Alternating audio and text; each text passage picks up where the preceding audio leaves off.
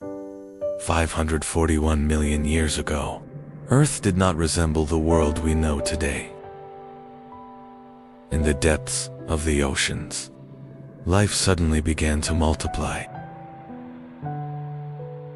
Predators appeared. The first great war began beneath the seas. And within just a few million years, Earth transformed into an alien world.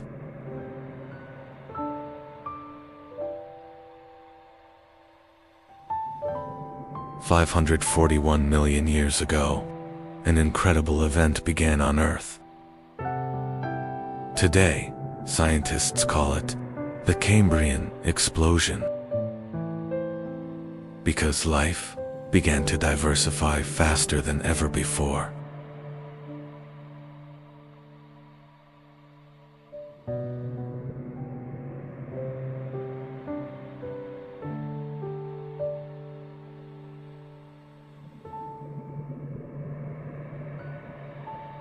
Life had existed on Earth for billions of years, but most organisms were extremely simple.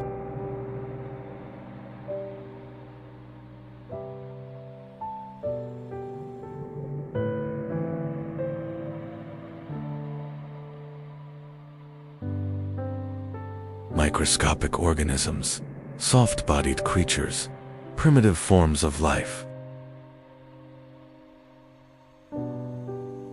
But then, a massive change began in the oceans.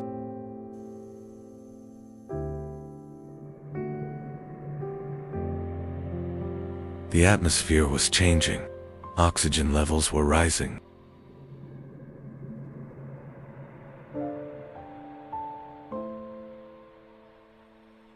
And this transformation allowed life to reach an entirely new level.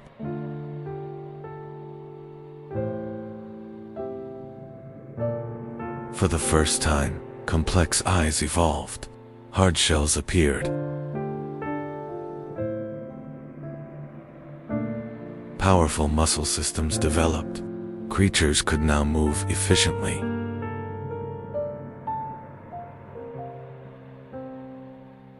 But the greatest change was this: creatures began hunting one another.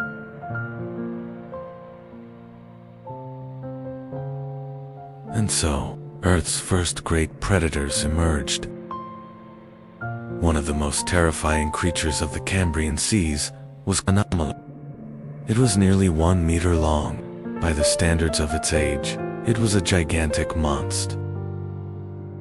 It had enormous eyes. It captured prey with sharp, grasping limbs. The trilobites were among the most common creatures of the Cambrian period. They had hard outer shells. Some could swim, while others crawled across the ocean floor.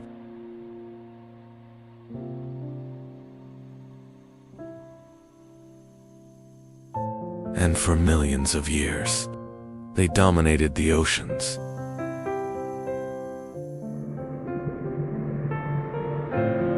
But the Cambrian explosion did not only create new creatures, it also created competition.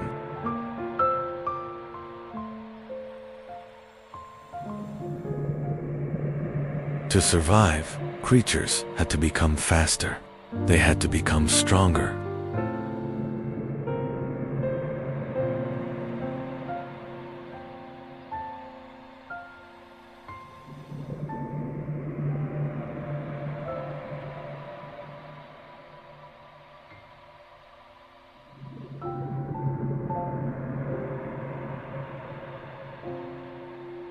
Defenses began to evolve.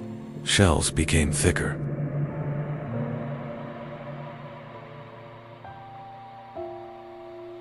Spikes appeared. Camouflage began to evolve. Earth's first great evolutionary arms race had begun. The Cambrian oceans were extremely dangerous. Predators were everywhere. Strange creatures roamed the seas.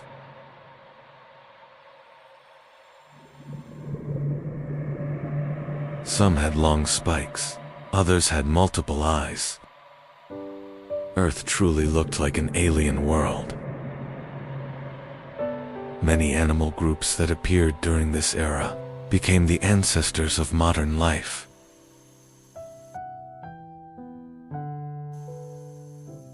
Scientists still ask one question: why did the Cambrian explosion begin?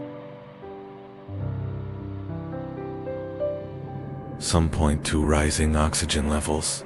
Others believe genetic changes were responsible. But one thing is certain. Without this event, complex life might never have evolved. There would be no fish, no dinosaurs.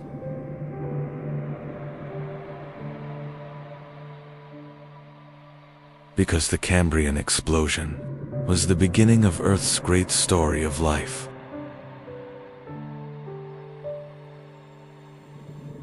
The story of humanity began in dark prehistoric oceans.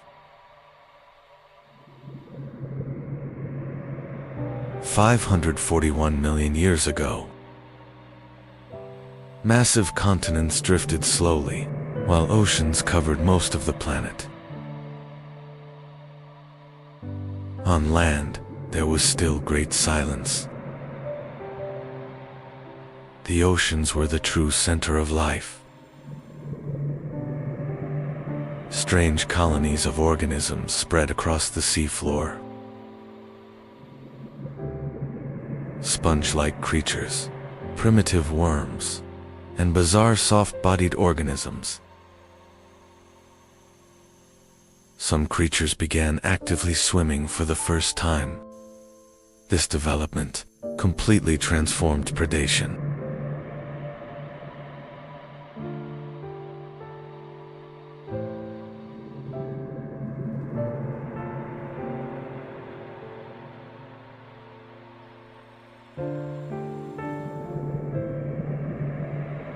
Now, hiding was no longer enough.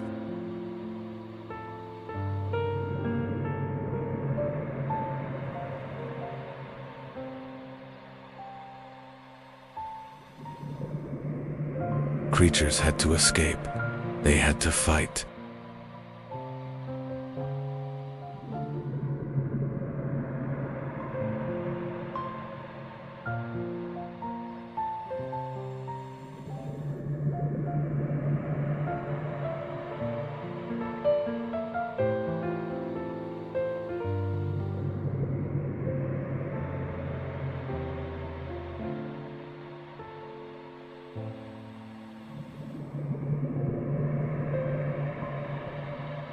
During the Cambrian Explosion, evolution accelerated dramatically.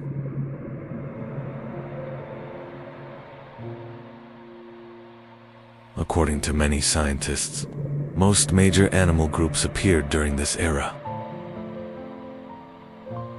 The first arthropods, the first advanced predators, the first complex nervous systems. Nature was becoming far more complex.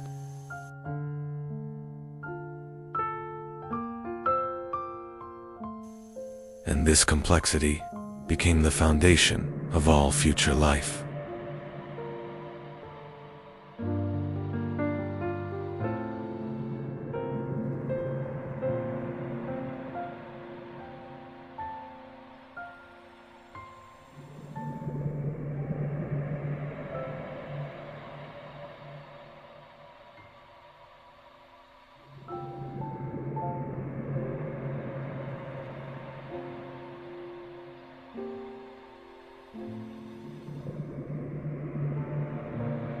The eyes we use today, our movement systems, even basic body structures, may trace much of their origin back to this period.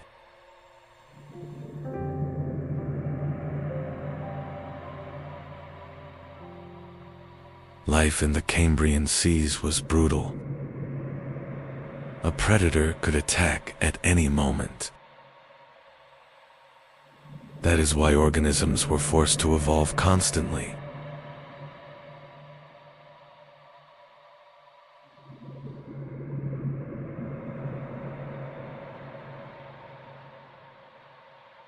Faster fins, stronger shells, sharper senses. For millions of years, this struggle continued.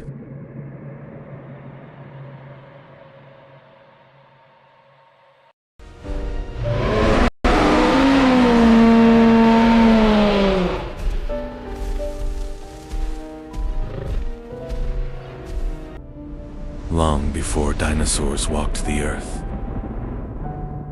252 million years ago,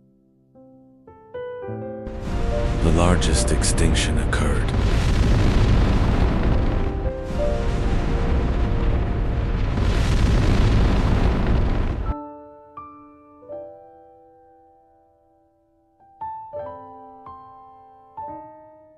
World. The world experienced hell. Giant volcanoes. The atmosphere became toxic.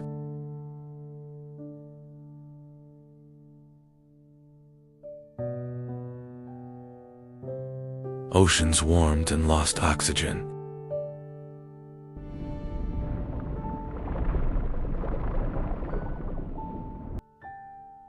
Nearly 90% of species went extinct. The Earth began to reshape.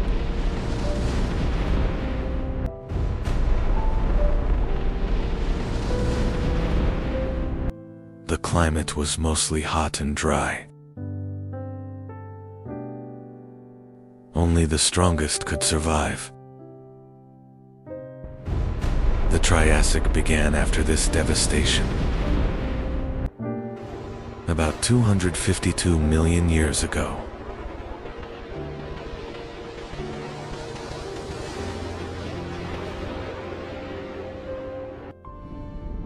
End of the Permian period. Pangea. Our world is still a single continent. 252 to 247 million years ago. Early Triassic begins. Earth is still extremely hot. Life struggles to recover. Inland areas are dry and desert-like. 240 million years ago. Archaea.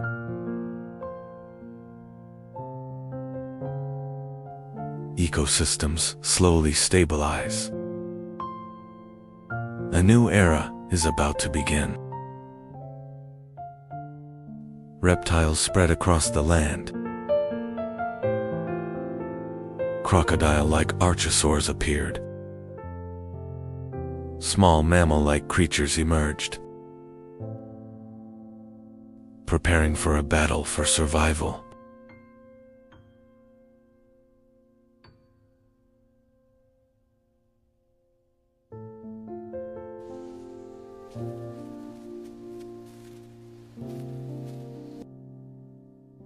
Giants had not appeared yet. Survival was the priority. The formerly dominant species had become extinct. The ecosystems were empty. This gap, it's an opportunity for new life. Resistant strains have begun to proliferate. Competition was low. Resilient species had an advantage.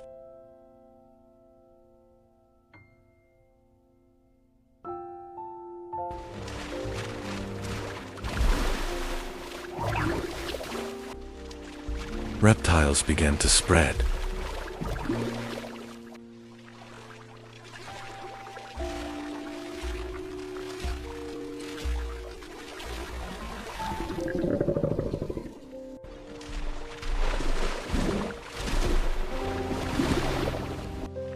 Some lived in water.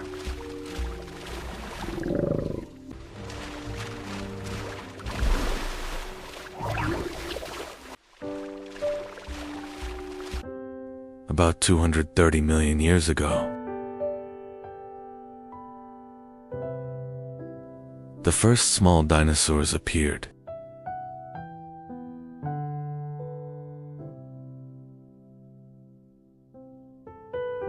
They were small in size.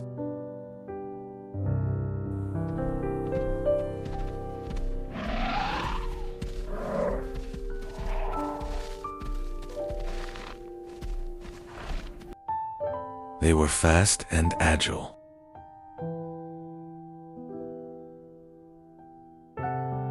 They were not dominant yet. Survival mattered more than hunting. They moved cautiously in open areas.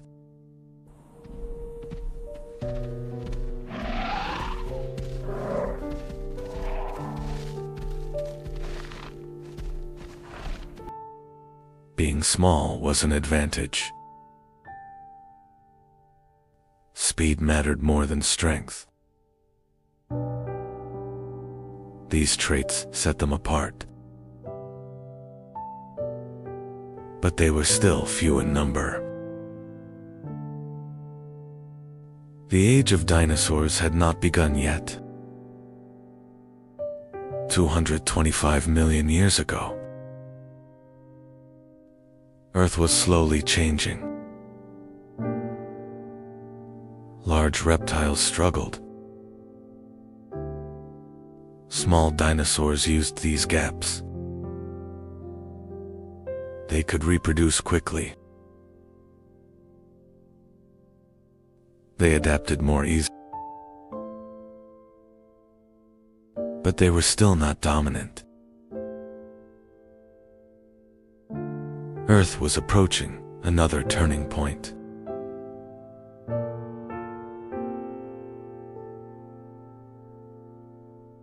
"215 million years ago, the climate became more stable. Rainfall increased. Plants spread across the land.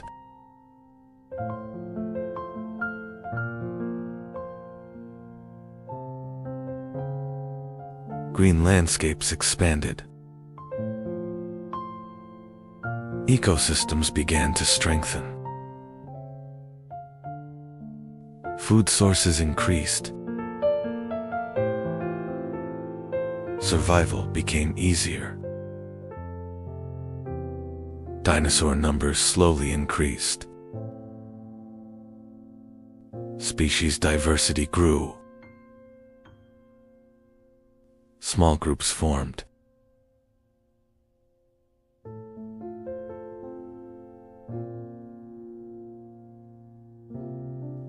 Competition became more balanced. Earth became more humid. Dinosaurs adapted to their environment. Different feeding strategies evolved. Herbivores became more common. Predator-prey balance formed. Earth was now more alive. Rainfall became regular. Dinosaurs became more visible. But dominance was not complete yet. 201 million years ago, the Jurassic period began.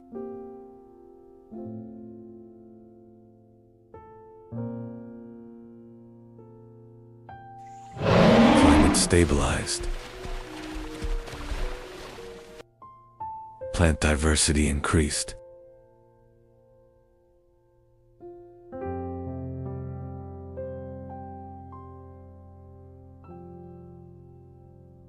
Dinosaurs rapidly multiplied. Species became more defined. Large body size became an advantage. Predators specialize. Initially, the small dinosaurs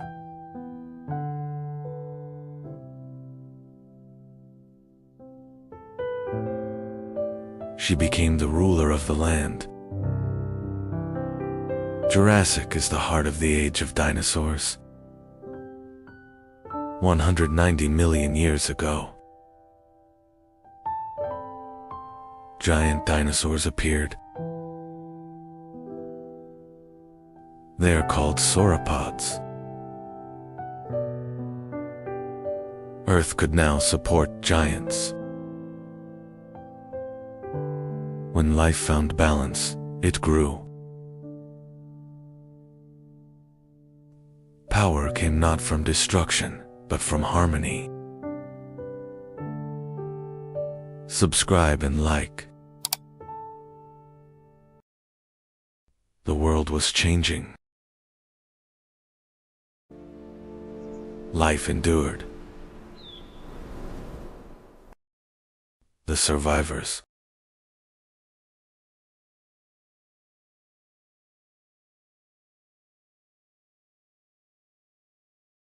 Mammals were rising.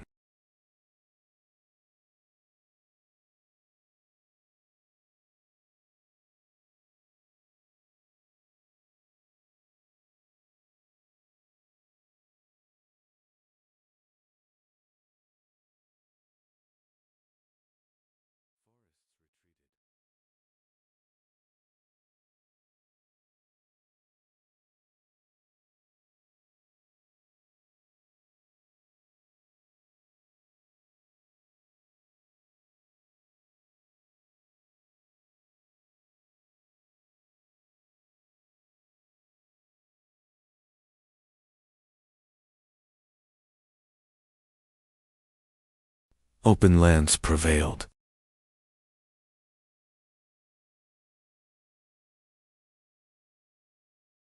The world was shifting. Cooling intensified.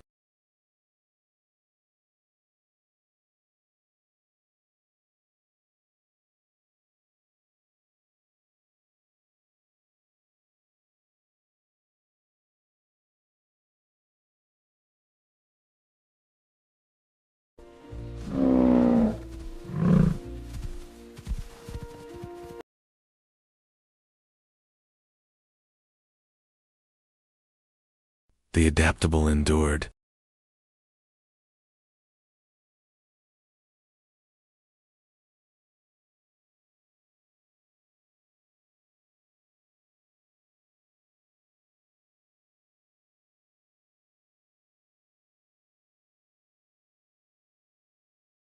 $2.6 million years ago.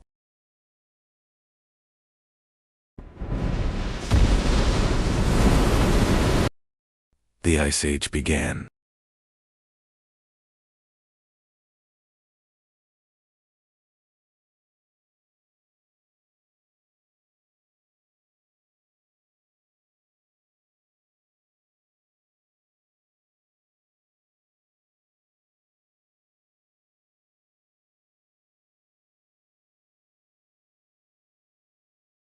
The struggle for survival began.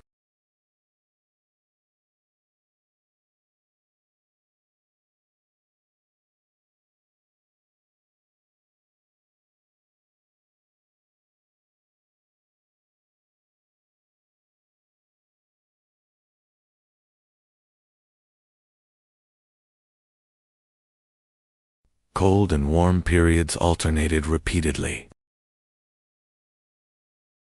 Cold took control. Antarctica became isolated.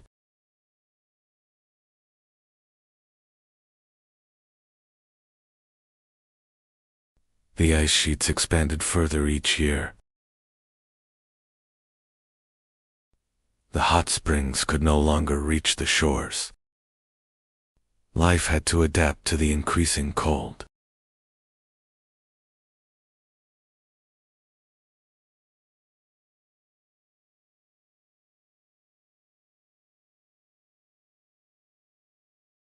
Polar life began.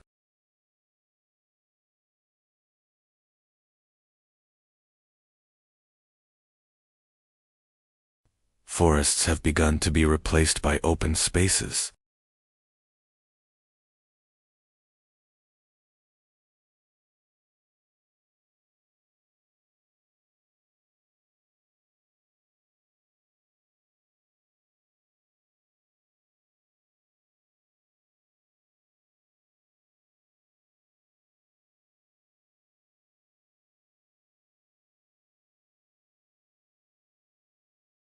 The planet's balance was shifting.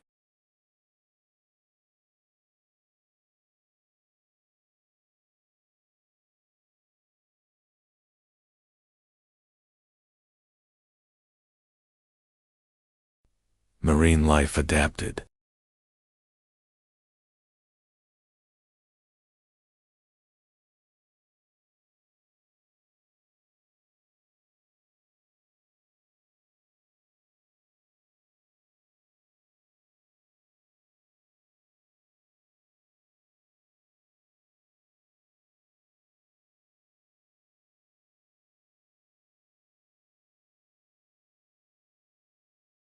Life carried on.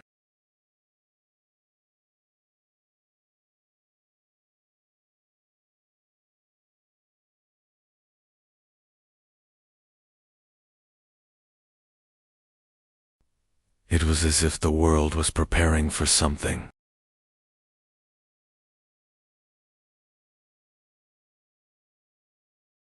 And the story continued.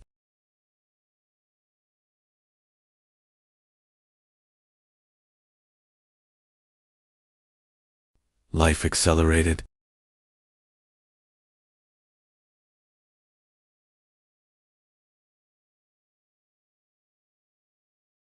Nature came alive again. Rapport. The land dried.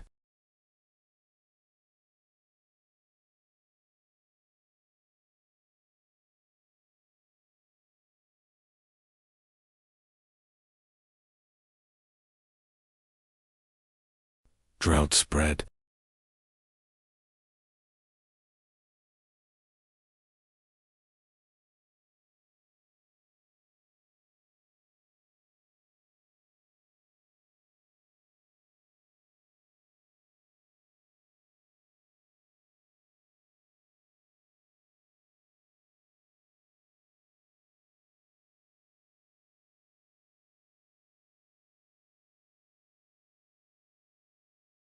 The silence would not last.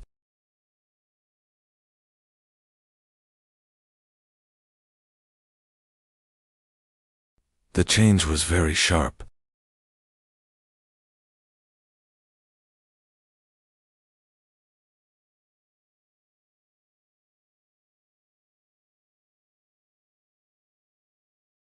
Why this preparation? Years pass.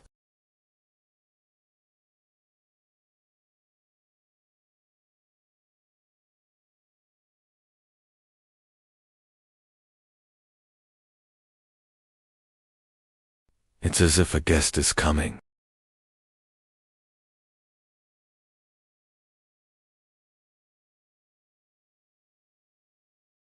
The house seems to be tidying up quickly. A system where only those who adapt survive.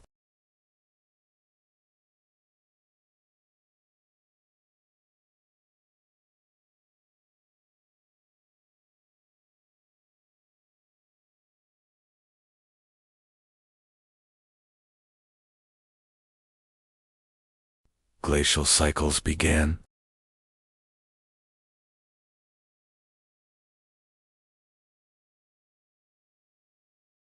The Ice Age deepened. The ice began to melt.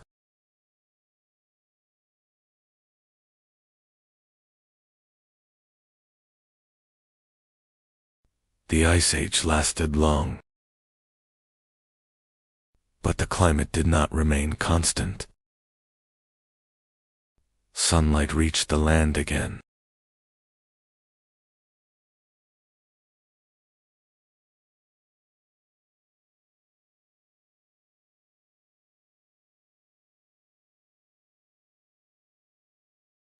Rivers were set free.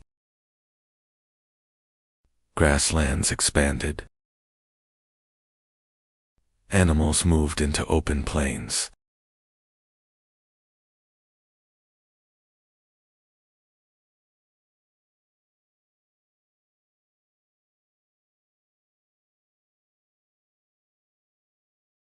Time flowed.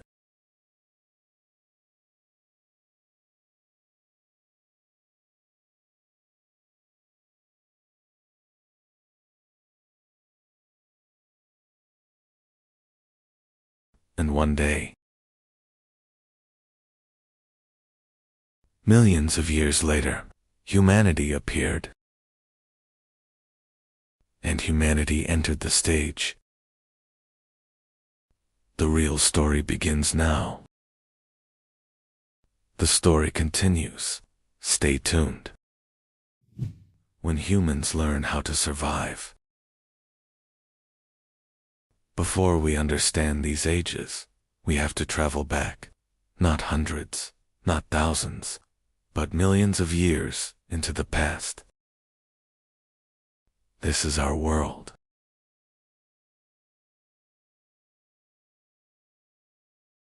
Travel back before humanity.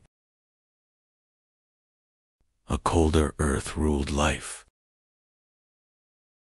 Much of the planet was covered in ice. Yet one region refused to freeze. The cold could not reach here. Animals gathered where life remained. Water meant survival. The first humans appeared here in Africa. Daylight was their safety. The open land meant life. But the night changed everything.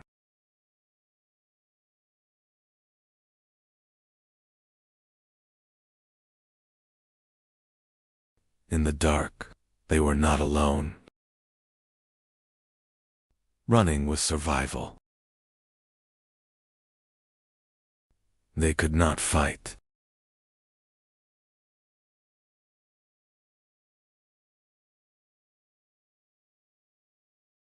Only escape.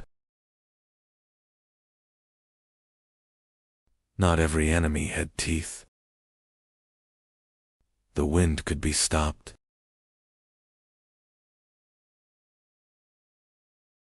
Not everywhere meant death.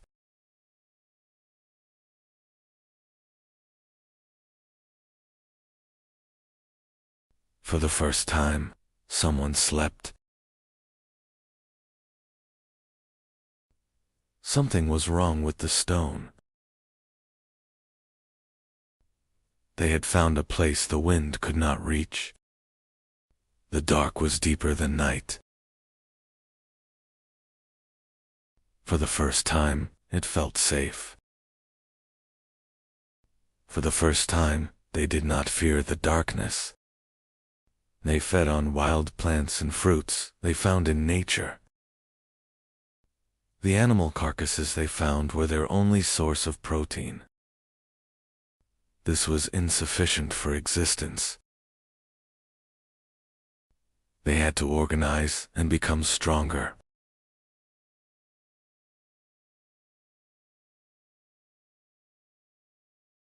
The line between life and death was very thin. Survival came first. The stone broke. The edge was different. It cut the skin. Meat separated. They had never seen flesh open like this before. The smell was strange, but irresistible. Others noticed the smell. Something new was happening. For the first time, food brought them together. The life reflex is about always being. Inventions are shaped by need. He looked at the stone again, this time, not as a rock, as a possibility. There wasn't much material where they lived. They didn't have time either. The strongest species was not human. The smartest had not awakened yet. One day, it picked up a stone. Not to throw.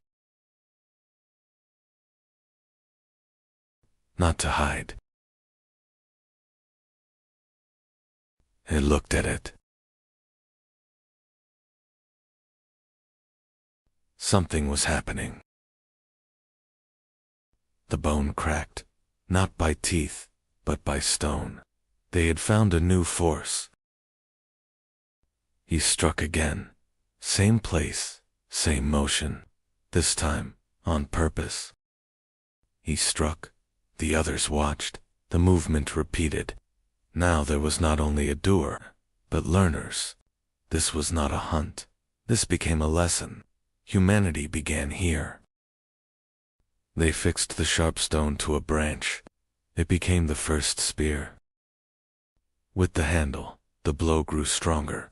Even bone could break now. They moved together through the grass, not fleeing anymore, approaching. Step by step, they advanced. The sticks were no longer for defense. They stopped. So did it. No one fled. Something had changed. They held the spears tighter.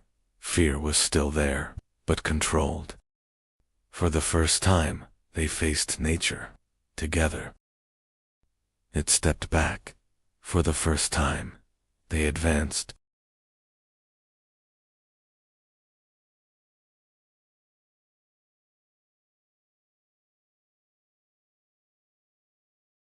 It ran. Now the hunters followed.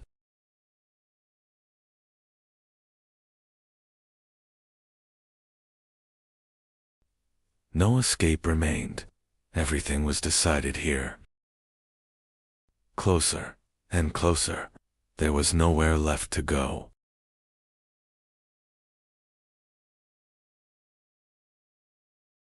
The hunt ended. Nothing would be the same again. They were no longer prey. They had become hunters. Stone met flesh. The tool had meaning now. They cut with intention, not tearing, shaping. This was more than food. This was control. The hide kept the cold away.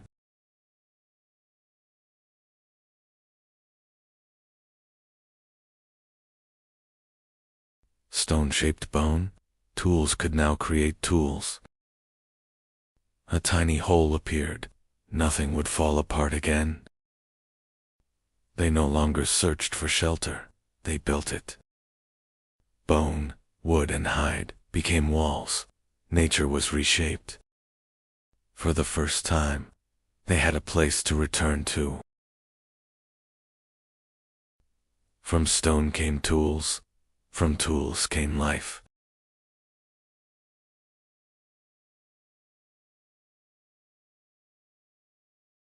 The sky flashed. Night changed. They had never seen light like this. They only watched. The sky struck the earth. The tree began to burn. They felt the power of the fire. They touched the light. It followed them.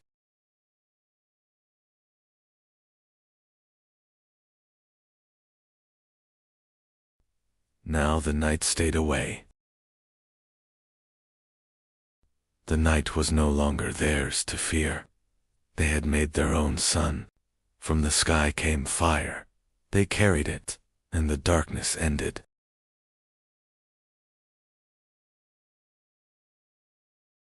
They brought the meat closer. Something changed. The smell was new. They waited. He tasted, then reached again. This was better.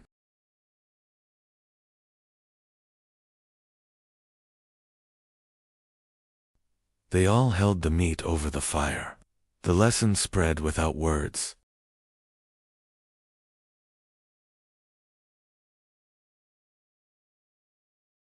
They tasted together. Hunger changed into comfort. The fire fed more than their bodies. Eyes spoke first. Faces carried meaning.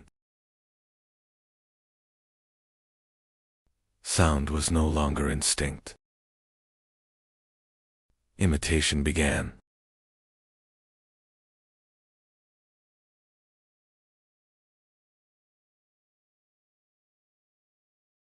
Sounds gained meaning.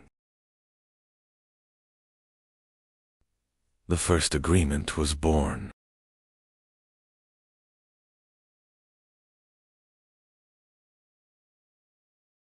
Thought was shared. Humans were no longer alone. Language was being born.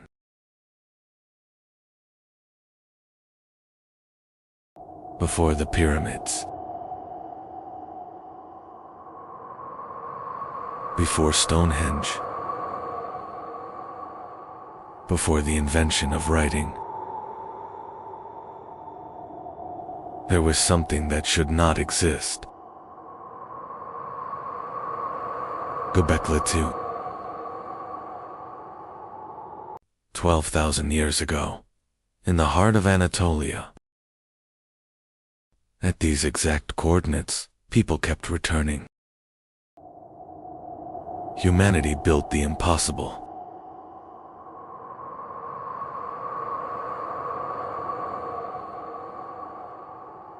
Massive pillars, weighing up to 20 tons. Carved with predators, foxes, snakes, scorpions. This was not random, this was deliberate. But how? Did hunter-gatherers build this?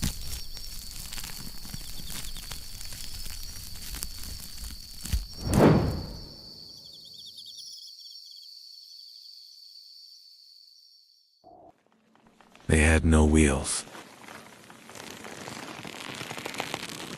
No domesticated animals. And yet, they moved stones heavier than a modern truck. How?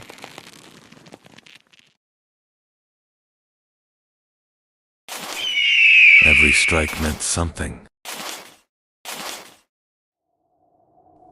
These carvings were not crude.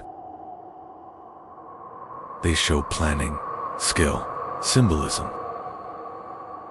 This was intelligence, organized intelligence. Look closely. These carvings are not accidental. Every line has intention. Every animal has placement. This was precision, not chaos. They built something extraordinary. This was not an ordinary place. There was meaning carved into the stones.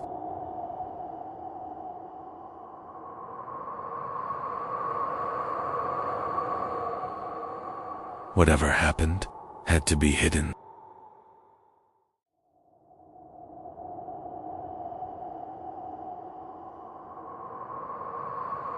But the earth cannot hide everything forever.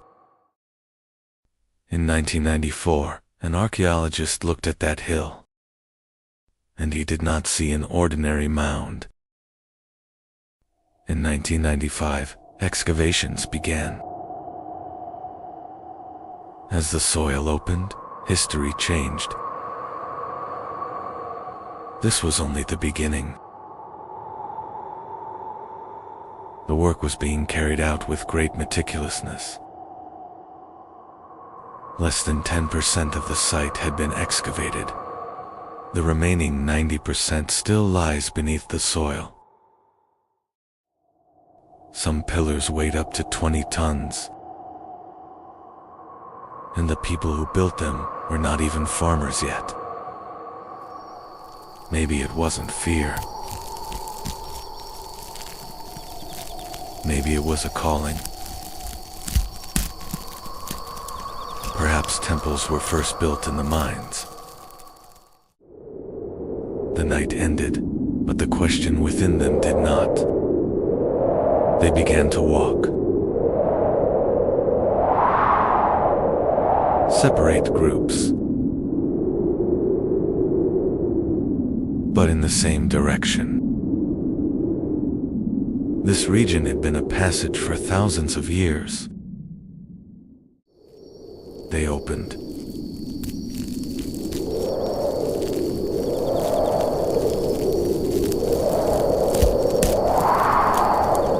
It was as if they were gathering strength. This was a beginning. Ropes tightened. Tons of weight. But heavier than the stone was the decision within them.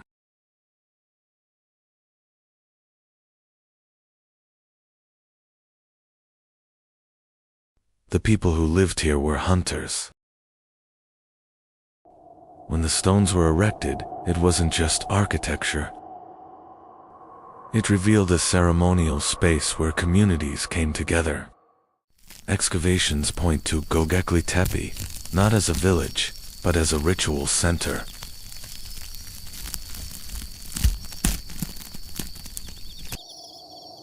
It could be a connection with the sky. People were coming here. On the massive T-shaped stones, there were animals. Snakes, a scorpion, vultures. But that same night, there were shapes in the sky as well, the stars, almost mirroring the carvings on the stone. Distant groups returned. To the same place. Around the same stones. The circle was complete. But the crowd was growing. This was not an ordinary meal. It was a celebration.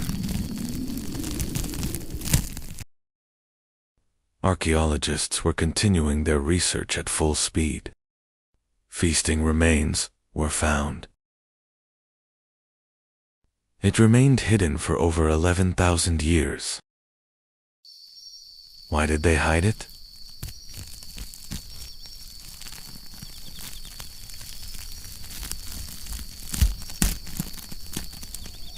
The ritual began. Before they settled there, they had already built their temples. Soil preserves history. Its age was measured in the laboratory.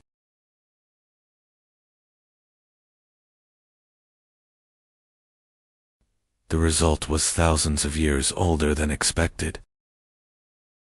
These stones were erected before it is believed that people settled down. History had to be rewritten.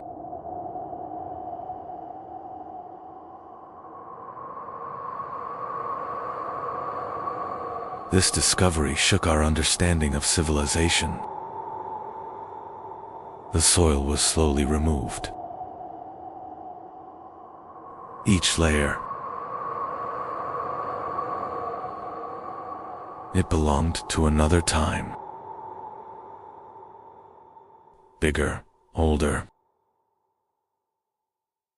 Underground scans reveal a massive complex beneath the hill.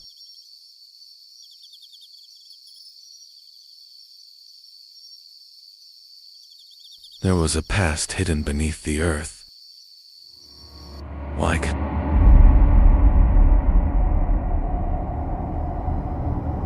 Conley-Urfa is located at the northern tip of the Fertile Crescent, one of the most critical regions in human history.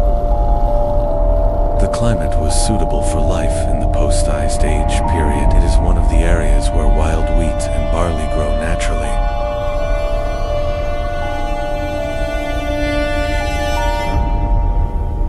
The region had limestone deposits from which large T-shaped columns could be carved. And one day, they decided not to return.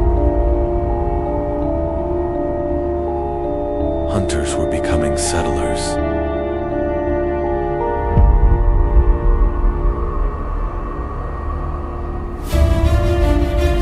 The temple was already there. Now, life was there too.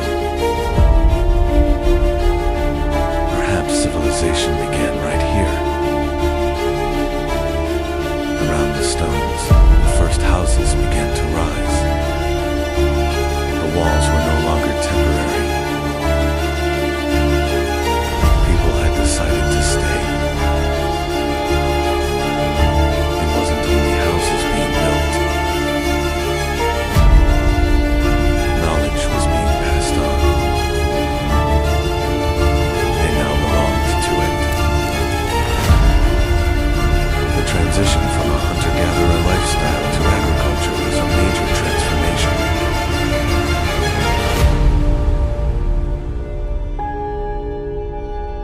They settled.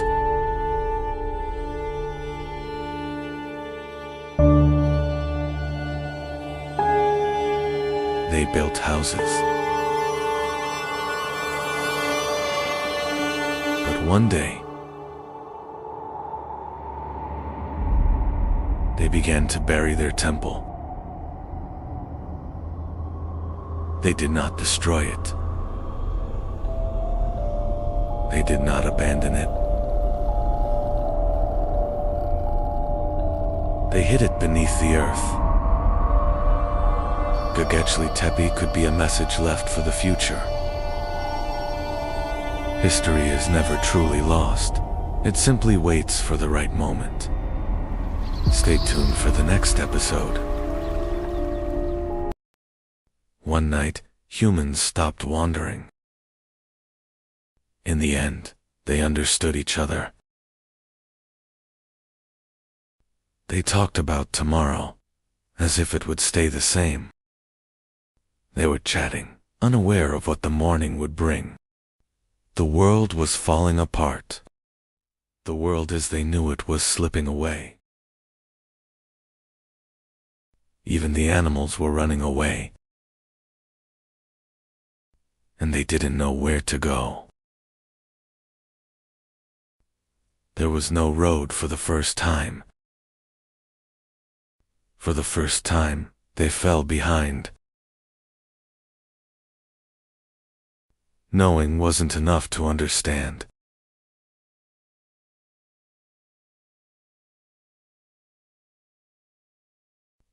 They were helpless in the face of nature's power. The trace disappeared. The lands where they hunted were gone.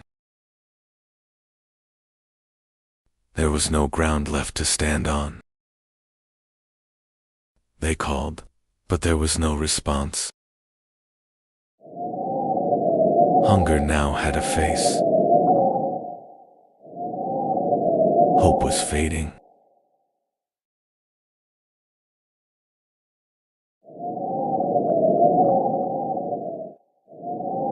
Fear divided the tribe.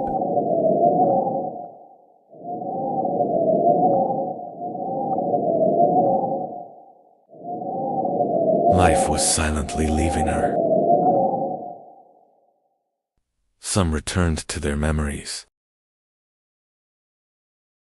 Life was waiting here. From the ashes, life has returned.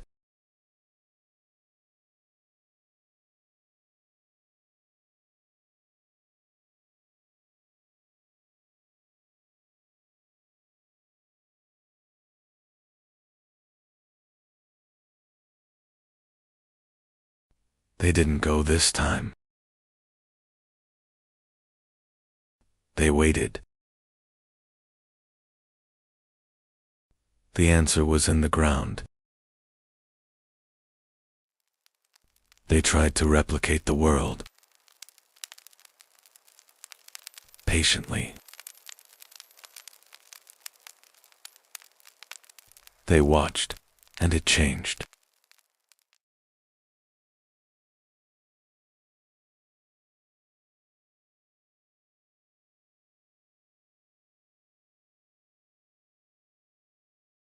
They did it again.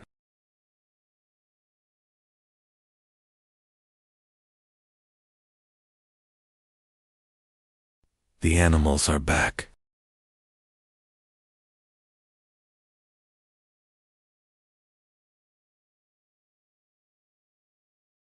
But nothing was the same. They no longer had to follow them. For the first time, they could stay. And again.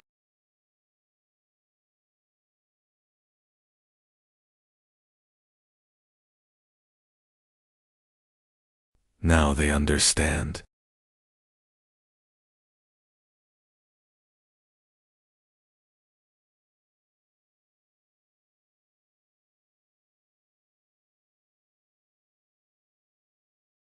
They could do tomorrow.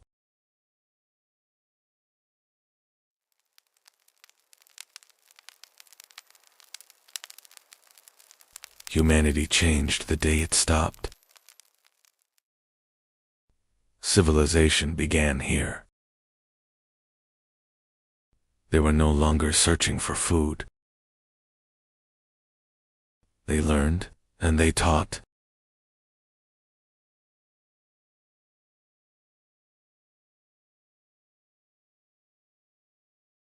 For the first time, they watched life grow. Days passed.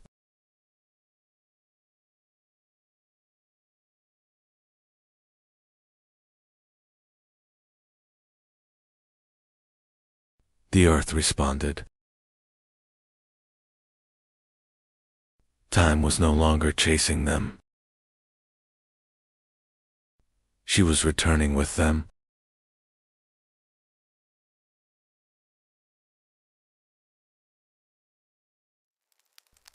They had entered the rhythm of the world. More fires were lit. More fires were lit.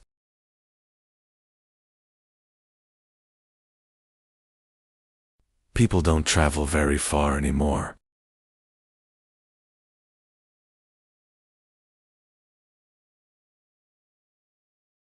Walking around the camp, they reinforced the walls. What was temporary has become permanent.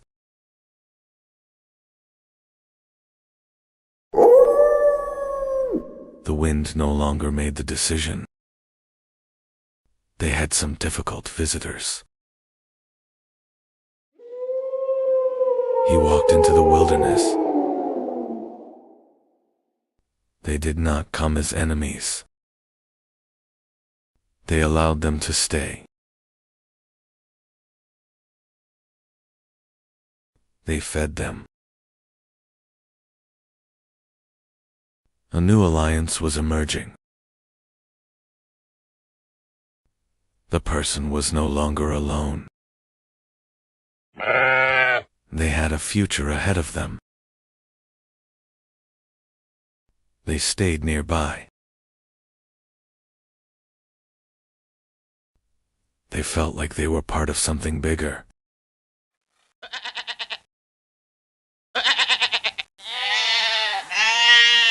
Farm life has begun.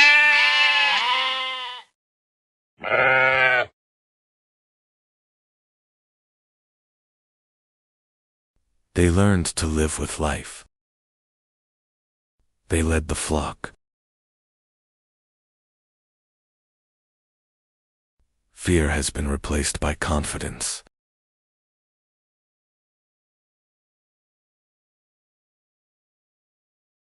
Humans stopped adapting to nature. They started editing nature. Humans stopped adapting to nature. They started editing nature. The earth responded. My hands were full. The hunger has receded.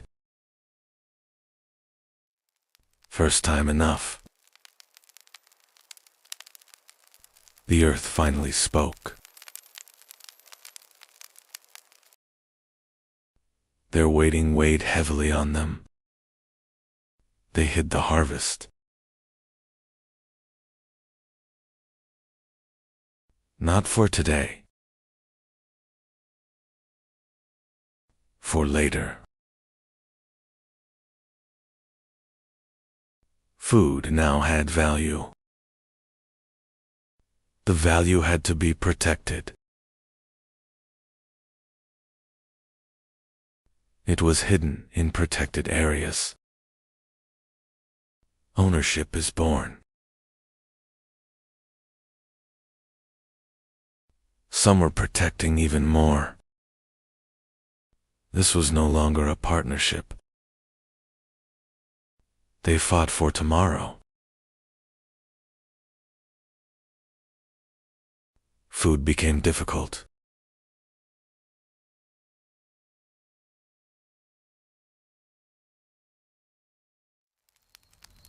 The union had ended. This chaos had to end. One voice became more important. They chose to listen. Order replaced chaos. That night, security emerged, and the next morning, society was born.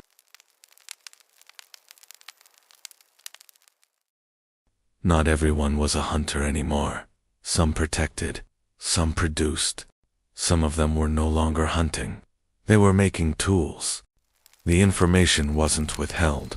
It was taught. Experiences were shared. A voice began to be heard.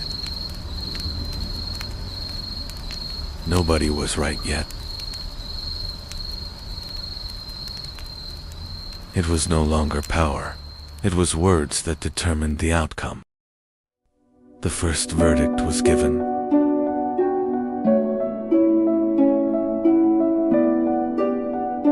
The Neolithic Age has begun. Next chapter, the Chalcolithic Age. You can continue this journey with us. 5700 BC, the sun set for the last time over Çatalhöyük. In the heart of Anatolia, one of history's greatest secrets lay hidden. Thousands of years ago, this fertile plain became humanity's first great home. This place, where water and earth met, gave life to tens of thousands. On the banks of the Karsamba River, the first steps of civilization were taken. Why did tens of thousands of people suddenly abandon that giant home they lived in for millennia? While thousands poured into streets in Mesopotamia, Europe was still in the deep silence of endless forests and solitary wooden houses. The grandeur of stone had not yet begun on the Nile. Life consisted only of the river's mud and reeds. In the Far East, life flowed with the rhythm of the earth and collective serenity, far from the greed of property. Across the ocean, the door had not yet been invented. Humanity was migrating boundlessly, without property, in nature's lap. What was it that the great crowd on the roofs of Çatalhöyük couldn't fit, that they turned their backs on one another? Was that first gap between the walls a sign of a breakup or a new freedom? What did that transition period that gave birth to today's cities take from us, and what did it give? The 1,000-year experiment ended. The great city fell silent. Now begins the great void and the 1,000-year march. The earth turned bitter, the fertile marshes dried up. Granaries emptied, hunger seeped through the walls. Hearths went cold, the 1,000-year fire no longer warmed. It was time to leave. Nature was casting them out.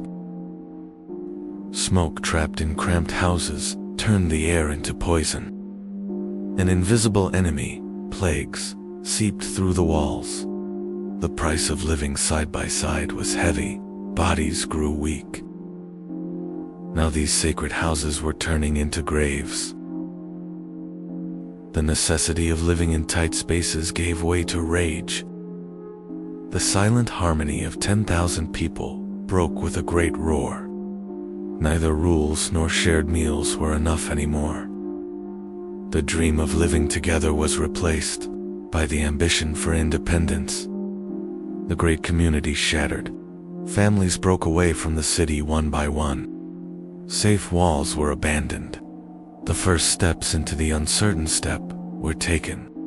Those dark holes where thousands of voices once rose fell into silence. Humanity was escaping into freedom from this giant prison of its own making. Walls were no longer shared. Houses began to separate from each other. That narrow gap between the houses was the first street in history. Humanity began to breathe and see sunlight at ground level. Now everyone had their own boundaries. Privacy was quietly being born. Walls were pierced from below. For the first time, entrances moved from roof to ground. There were no longer ladders, but thresholds. The first hello was said at the door. There were no longer ladders, but thresholds. The first hello was said at the door. The door was not just an entrance, but the first shield protecting man's fortress. When the door closed, the noise and gazes of the outside world remained behind. For the first time, humanity tasted the peace of breathing without others watching. Now we had secrets, private moments shared. Behind walls were born. When the door closed, the community ended, and the individual and family began. The colorful stones in the earth's bosom were heralds of a new power. Fire brought the hard rock to its knees. Copper melted in the glowing embers. Molten metal took the shape of a new world in stone molds. Now, not only stone, but also metal bowed to the will of man.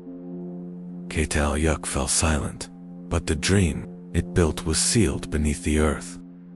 Though thousands of years passed, the desire to live together never died. Smoke rising from mud roofs has turned into towers, reaching for the sky today.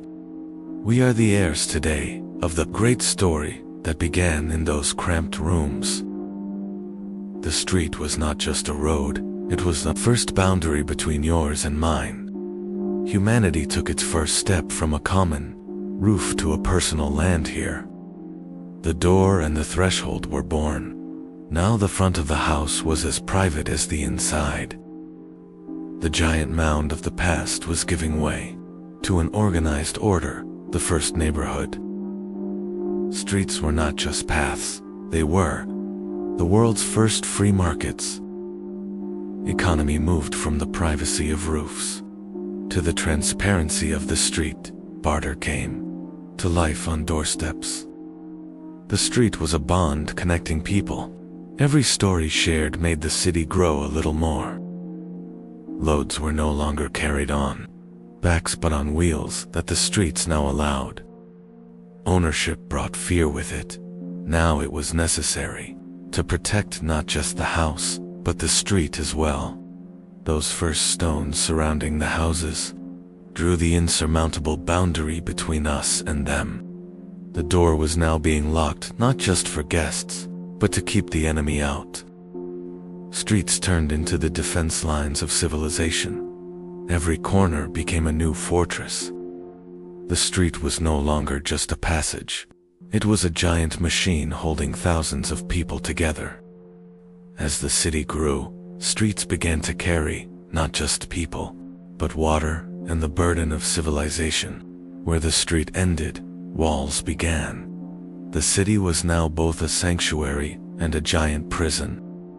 In Uruk, streets were no longer just passages. They were the first great social contract holding thousands of strangers together. Doors closed. Property became sacred. The street was now the sharp boundary between what belongs to all and what belongs to one. The sound of the wheel echoed for the first time on these unpaved roads. The street was no longer just for walking, but for hauling in trade. And then, time warped. Mud brick gave way to stone, and paths turned into imperial roads connecting continents. Light made the street livable at night. Random paths turned into a planned city. The gap between two houses was the street's first breath. Stone and gravel protected the street against mud. Crossing paths created the first public space. The cleanliness hidden under the street was civilization. The wheel widened the shoulders of the street. Climate changed. The Euphrates shifted. The street was condemned to the dust of a parched city. As the water receded, distant settlements were one by one plunged into silence. The streets became the dusty refuge for those fleeing to the city for survival. The street was no longer just a path. It was the last bastion of order. The wrath of the climate forced people to seek refuge behind massive walls. As the crowd grew, the rules of the street were carved into clay, not just memory. Records replacing words became the new and unshakable memory of the street. Information turned into an invisible power, governing the city and ending chaos. Water was trapped beneath the street. Hidden channels kept the city clean. Engineering turned chaos into health. Infrastructure became the foundation. The wheel made the street not just a path, but the main artery of civilization. Every brick was the work of a collective will that turned chaos into order. Randomness ended. The streets were now the work of a mind and a plan. The unseen revolution was under the street. The first channels gave life to the city. Speech faded. Clay tablets became the unshakable memory of the street. Millions of bricks protected the street from the chaos of the outside world. The street was no longer just a path, but the signature of a civilization. Randomness ended. Every street was the work of a mind and a plan. The story of the street didn't start here, but here it became immortal. It all began beneath this silent mound. For 9,000 years, this earth kept humanity's strangest secret in its heart. When the first shovel hit in 1958, all known history was torn apart like paper. What stood before us was not a village, but a giant labyrinth.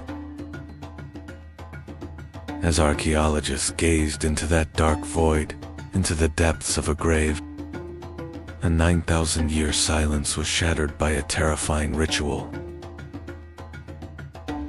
In this strange world, there were no roads or doors. The city was sealed together like a giant labyrinth. Life was on the rooftops. People lived their daily lives on these massive terraces that resembled public squares. So, what was the great fear that cut off 10,000 people from the outside world and trapped them in this breathless order? When science broke this deep silence and gazed into that dark void, into the depths of a grave, a 9,000-year silence was shattered by the coldness of the bones emerging to light. What we encountered was not just death. It was the first evidence of a terrifying and ancient ritual. To enter a home, you had to step down into the unknown through that narrow, dark hole in the sky. Every rung of the wooden ladder pulled you away from the outer world and left you in the arms of a smoky silence. When you reached the bottom, neither light nor doors welcomed you. There was only the suffocating narrowness of the walls. These houses were not just shelters. They were windowless, breathless cells where 10,000 people were trapped. Belongings were few, but silence was plenty. Everyone shared the same narrow space, the same dim light, and the same fate. The walls were so close. There was no private life here, nor a secret corner. Everyone was watching each other, every single moment. No one could be different here. There were no leaders, no slaves, but there was no freedom either. 10,000 people moved as a single soul. Everyone slept at the same time, lived the same way, and bowed to the same rules. So, what great fear sustained this perfect order that even a king could not provide? Walls were not just mud. They were woven with the bones of the wild. Giant bullheads were like gods, watching you every moment. Red paint was not just a decoration. It was the trace on the wall of a ritual, of shed blood, and of untamable fears. They did not conquer nature. They chose to imprison savagery in the deepest corner of their home and sleep beside it. Watch where you step. In these houses, the floor was not just earth, but a grave cover. They buried their loved ones right beneath where they slept, in a fetal position, as if in the womb. Death was not a parting here. The living and the dead were sealed together forever under the same roof. The story of some dead did not end with burial. They would separate the skulls from the bodies and give them a new life. They rebuilt their ancestors' faces with clay. They made new eyes from mud and pigment so they would never forget. These masks watched those sitting on reed mats by the fire. Death was right there, by the hearth, inside the family every evening. In this dark world, power came not from gold, but from a black glass born in the heart of the volcano, obsidian. They crafted it so sharply that obsidian was both a hunter's most loyal friend and the most perfect blade, two-part skin from flesh. But obsidian was not just for cutting. It was a black, misty mirror where humans first encountered their own dark reflection. The true masters of the steppe were not them, but the leopards watching from the shadows. They could not domesticate this savagery, but by carving it onto their walls, they turned fear into a power imprisoned within their homes. Wearing a leopard skin was not just clothing. It was the only way to possess and rule the most predatory spirit of nature. It all began with these symbols: power, belief, and fear. These walls you touch are silent witnesses of 9,000 years. This is Chronological, the first metropolis with no streets and doors closed to the world. You had only one way in, this dark opening on the roof. Outside was a wild world. Inside, a life of claustrophobia. Why were they hiding? From the gods above, or from each other? Sunlight could only seep through this hole. Just like life, narrow and limited. Their weapons were made of volcanic glass, as sharp and dark as obsidian. But the real mystery was hidden in the floors of these empty rooms. 10,000 people were breathing inside a giant labyrinth. They are still there, watching us and guarding our secrets. And one day, when the sky filled with fire, everything would change. Watch where you step, because they are right beneath you. They slept together. Death was not an end here. The hardest goodbye was indoors. Every house was a cemetery. He was following his ancestors. This silence has a price. Even the walls are made of bone. Why didn't they let them go? We are burying our secrets. Chronological, City of the Dead. This massive mound has kept humanity's greatest secret in its heart for 9,000 years.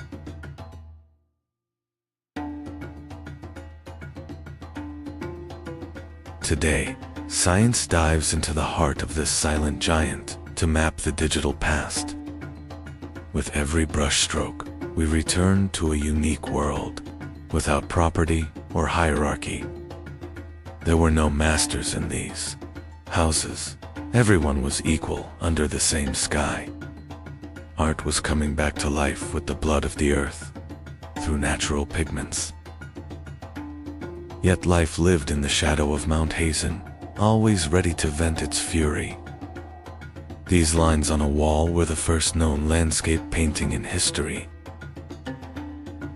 Cleanliness was an obsession.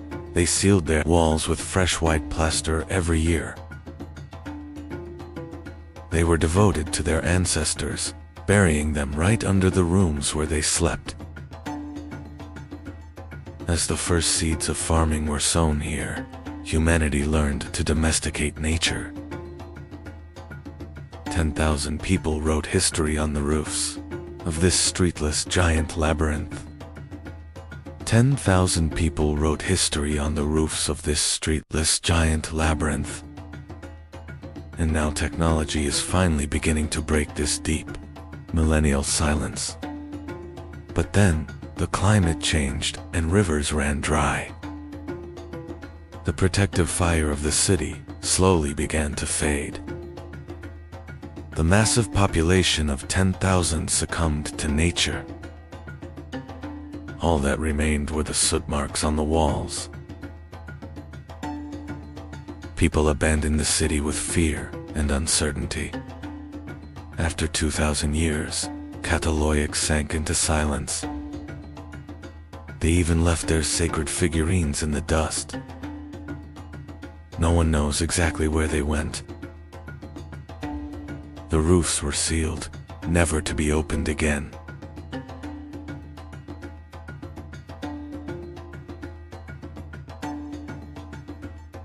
The last meals were never eaten.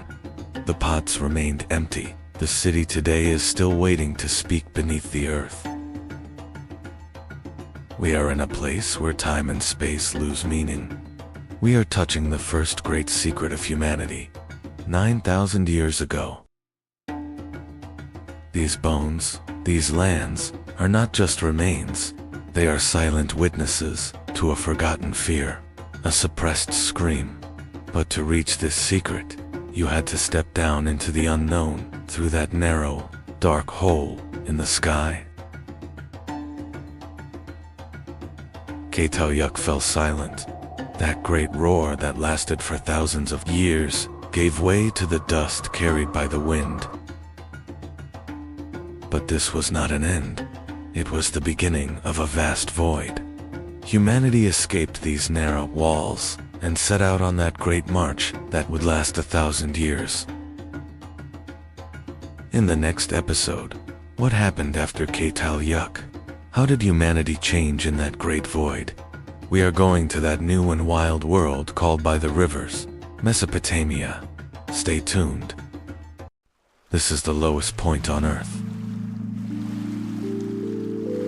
where everything ends, but for humanity, it all began. This is the lowest point on Earth. In the heart of a harsh desert, a lifeline that hasn't dried for 11,000 years, Jericho. Each layer of soil tells a 1,000-year story. Civilizations are sleeping beneath your feet, and it rises through the mist. The oldest massive man-made structure in the world. 22 steps descending into darkness. Where did these stairs lead? To protection or a ritual? They were the first masters to survive in a wild nature. When they found this oasis, the end of nomadism had come for humanity. They began to build, not just a shelter, but a collective memory here. History was carved into stones and souls here, for the first time. Welcome to the greatest mystery of human history, the world's first city, Jericho. Before civilization, in the Jordan Valley, 10,000 years before pyramids, life spreads across the land. Around 9,000 BCE, the Jordan Valley. Why did humans stay here? To the Levant, in the Jordan Valley. The Ice Age comes to an end. The world grows warmer. Food was already here. They returned to the same fields. They wandered for ages, but that night, the dark wasn't silent. Something was there.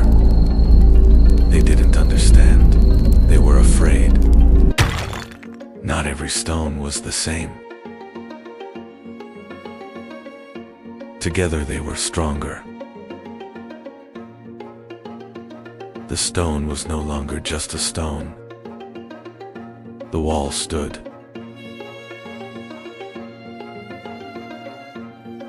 The wall wasn't enough. Something was missing. No one knew what it would become. Stone was placed upon stone. And for the first time, fear was controlled. A name was spoken. The first duty was chosen. He was no longer just a man. He was the first guard. The guard was alone. The sentry could feel the eyes watching him from the pitch-black darkness. This fear was very dangerous. The walls had to keep out, not just wild animals, but the unknown as well. But the greatest fear came not from the outside, but from within. The line between life and death blurred for the first time in Jericho. They didn't let the dead go. They recreated them with clay.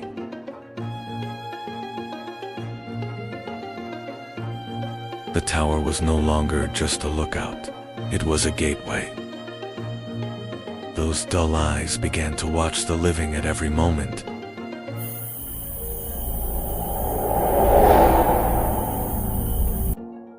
As resources dwindled, the peace protected by the walls turned bloody. Only the sound of stone and bone was heard. At sunrise, Jericho was no longer the same. The first city had become humanity's first prison. Jericho's greatest secret was not outside the walls or in the tower. It was right beneath the houses. They didn't bury their dead far away. They lived with them under the same roof, beneath their feet. But after a while, the graves were opened. The skulls were separated from the bodies. But after a while, the graves were opened. The skulls were separated from the bodies. Was it respect, or an attempt to bring them back? They gave the skulls life again with clay. Cowrie shells were placed in the eye sockets. Now those voids had begun to look back again. These masked skulls were placed in the corner of the house, among the living. The world's first city was hosting the world's first spirit summoning rituals. Even 11,000 years later, these faces ask us the same question. Were they afraid of death, or did they want to rule it? Wild beasts, or enemy tribes? Jericho sealed its fears with walls. Harsh hunt outside, civilization inside. Who were these walls truly for? Jericho's people shut the world out. The greatest secrets lay underground. Silent guardians, plastered skulls. Their ancestors were still watching. Is this legacy from Quebec?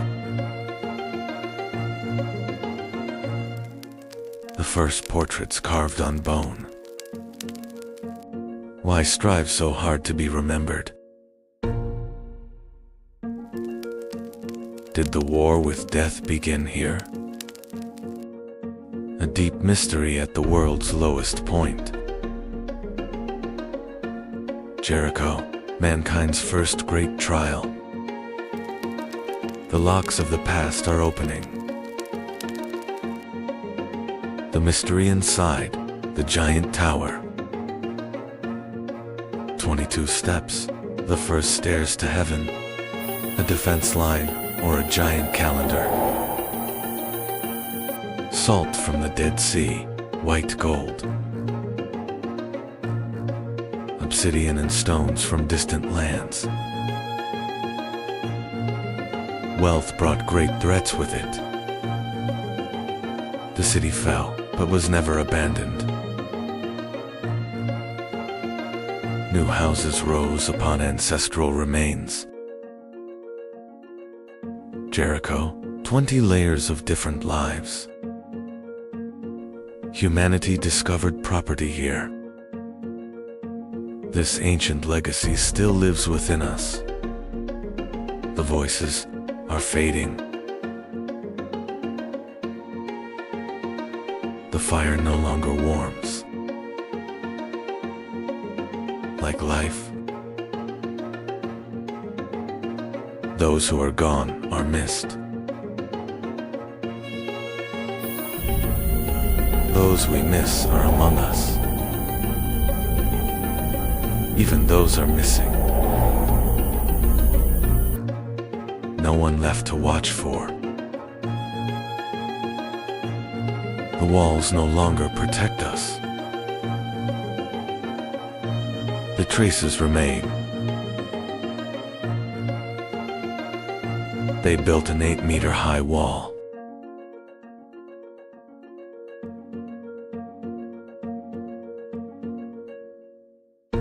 They took them with them so they wouldn't forget their dead. They laid the foundation for modern agriculture.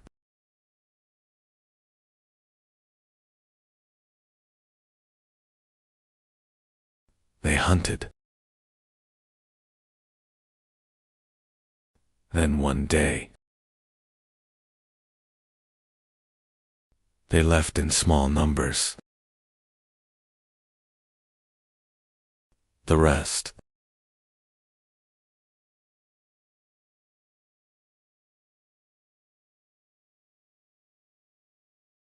with questions.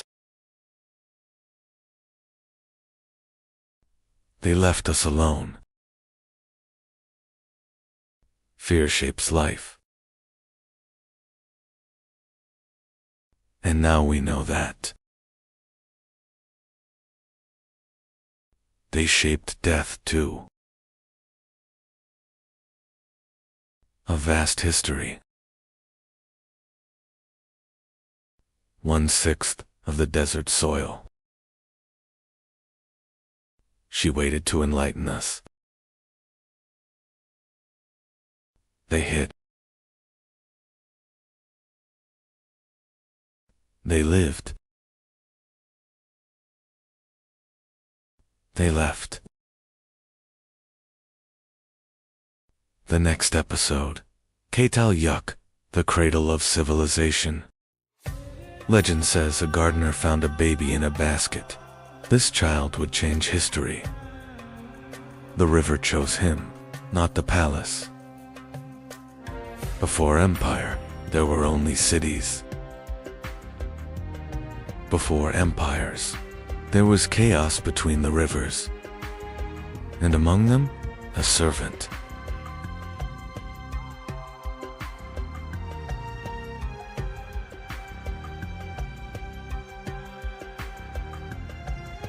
He learned how power truly worked.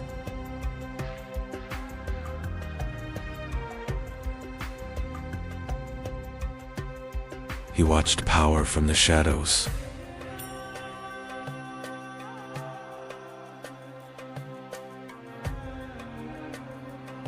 He felt the power.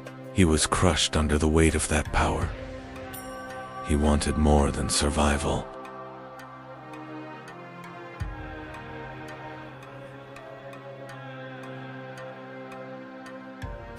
Into the unknown.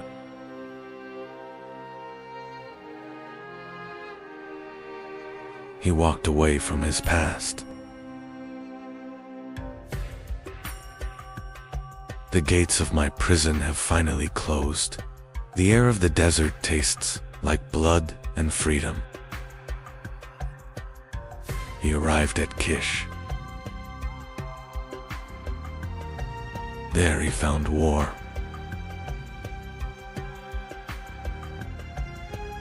War was discipline.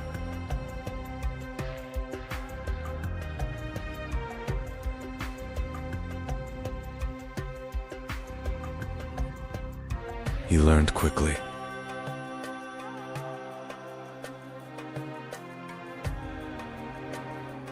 Men began to follow him. Order began to crack. Power changed hands.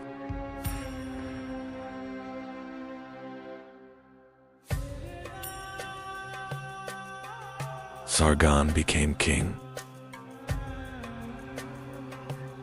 But one city was not enough. He marched beyond borders. Cities fell.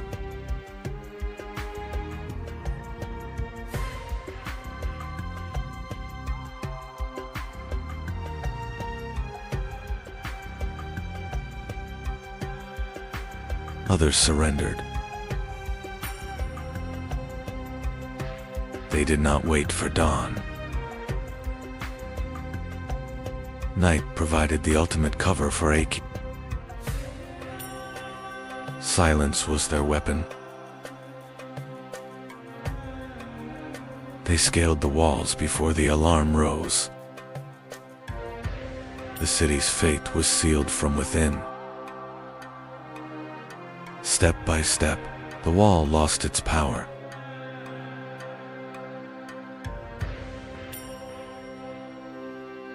A name lost to the sands of time, AKD, the world's first empire.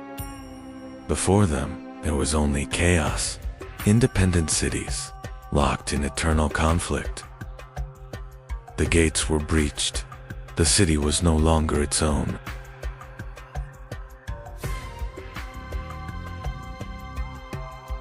And Uruk was only the beginning. Another city stood in their path. One city fell, and the next one trembled. The march did not stop. Walls meant nothing now.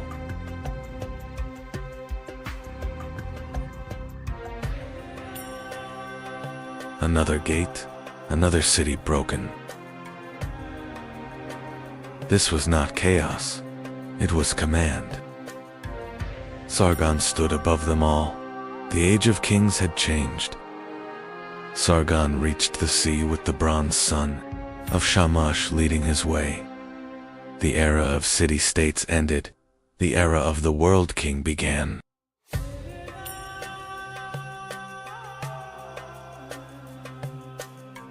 The Akkadian Empire had now been established.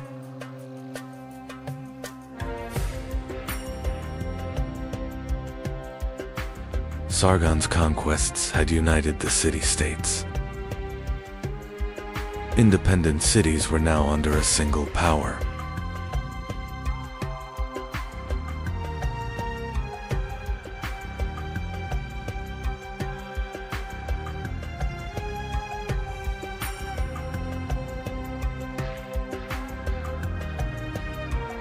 It was one of the first great empires in history.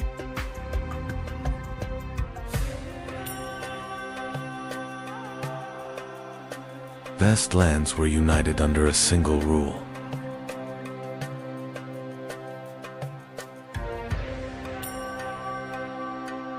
New roads were opened between cities. Caravans carried goods between cities. Trade brought life to Mesopotamia. Communication across the empire became faster. Cities were now connected. News traveled from distant cities. Akkad introduced the first standardized weight and measure system. Centralized administration was managed through thousands of clay records. The state controlled the grain, creating the world's first tax system. The world's first postal system was born, in the desert, connecting distant provinces. Clay envelopes ensured the confidentiality of imperial orders.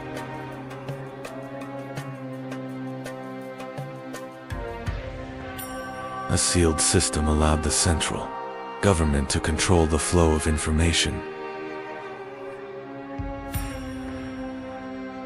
Akkadian became the world's first diplomatic language.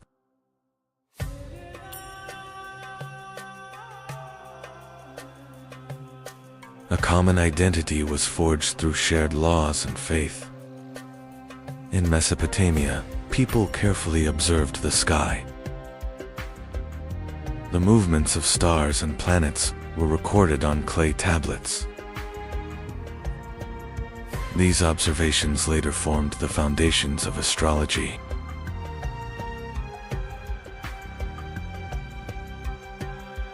Akkadian trade routes reached the distant lands of Magan and Malup. During the Akkadian period, trade ships carried goods to the ports. Cities traded with distant regions. Scribes recorded incoming goods on clay tablets. Trade had become a system carefully documented.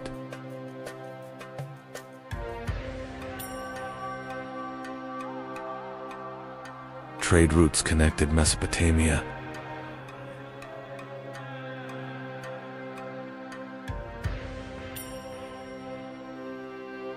Goods constantly moved across the land.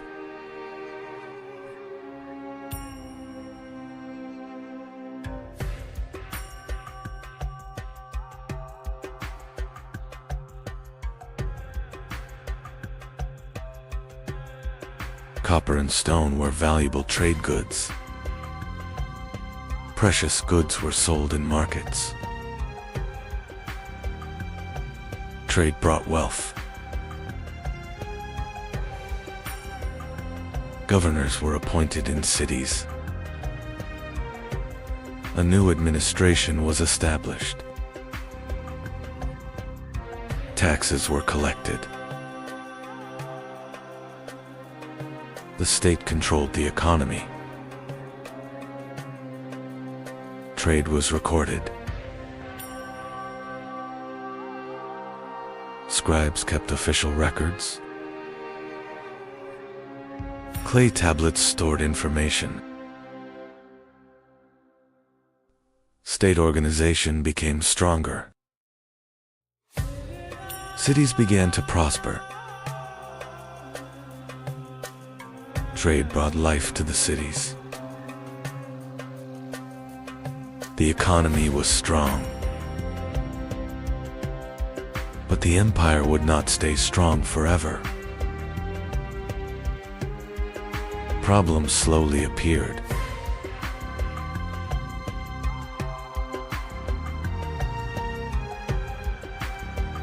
A great change was coming. Rebellions began to shake the empire.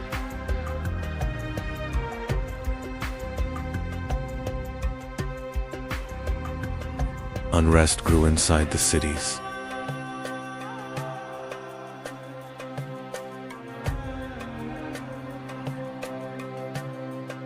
Cracks appeared within the empire. Distant cities became harder to control. The empire had grown too large.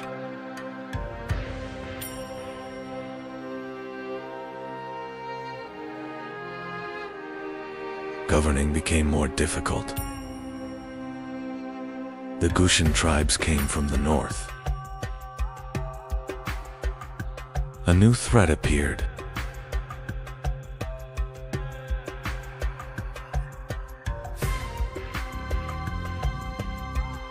Warriors descended from the mountains.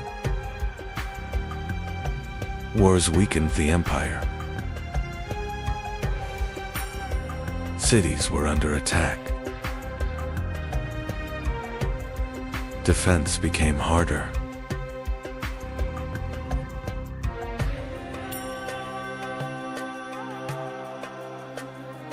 The Akkadian Empire finally collapsed. Mesopotamia fragmented again. But its idea endured. The concept of empire lived on in history. The Akkadian legacy remained. Thousands of years later, the story of Akkad emerged again from beneath the sands. Through archaeology, the Akkadian Empire was remembered again.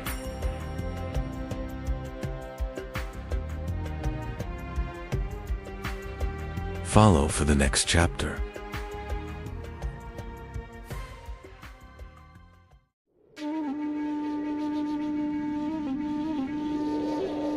History began with a question asked between two rivers. Sumer cradle of civilization, where rivers were tamed and time measured.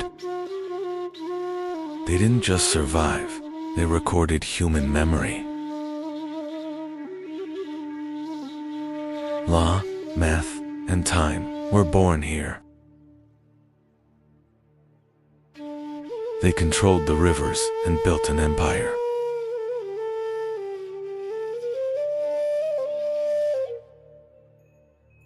Logistics was born here. The wheel-powered trade.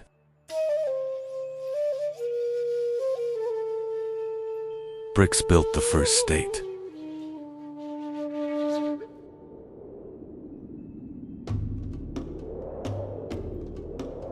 Wealth became numbers, power became records. They divided time itself. The hour was born.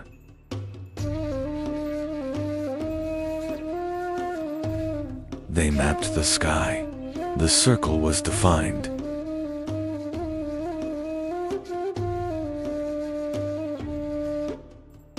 Writing began to tell stories and laws.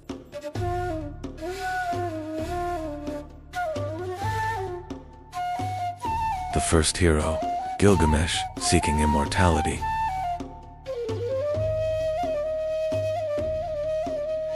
Enlil roared, the great flood came.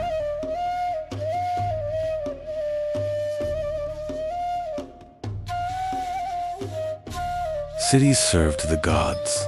Humans obeyed. Even kings feared the dusty underworld. Their myths shaped humanity.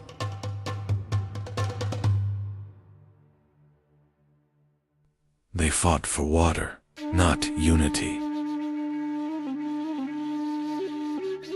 Internal wars ended their golden age. Drought turned nature into their enemy.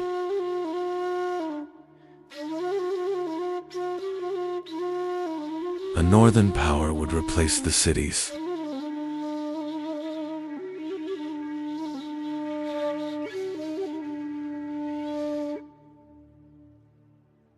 Every civilization is a continuation of a memory.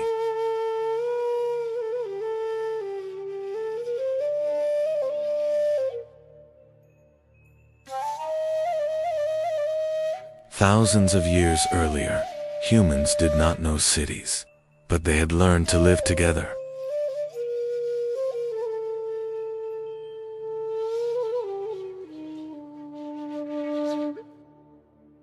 This was not a world of walls. It was a world of people leaning on each other.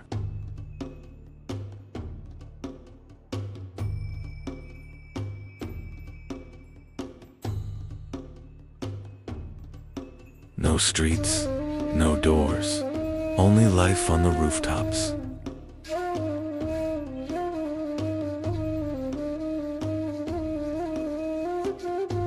Life began on the rooftops.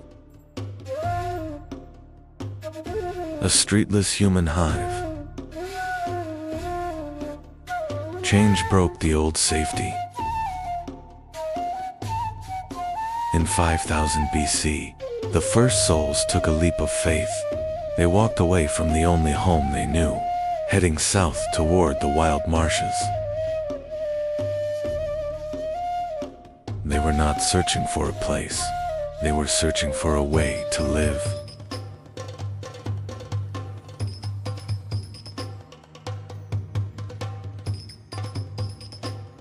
And they found water.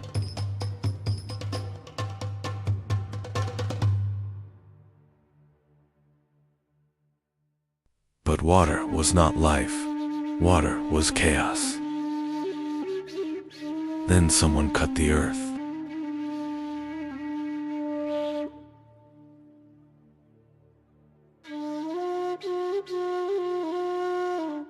They mastered water with engineering. The wheel began a new era. The first Sumerian city, Uruk, began the Bronze Age.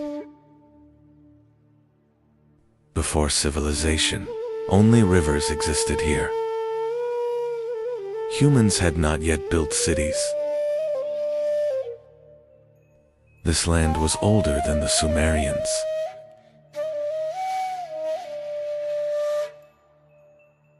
Sometimes the water gave life. Sometimes it took everything away.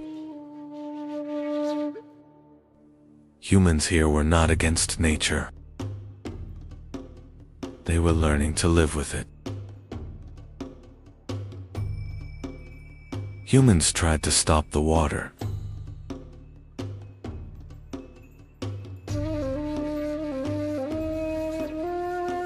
Alone, it was impossible.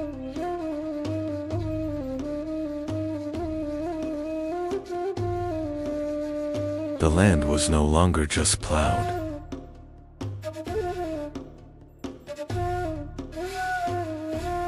A path was given to the water. Nature was changing direction for the first time.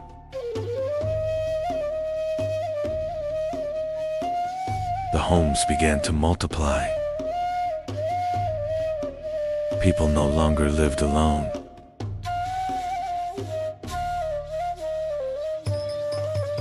Neighborhoods appeared. Shared spaces formed.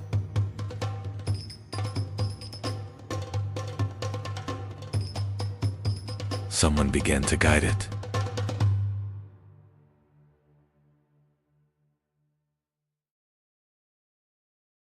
They built the first skyscrapers.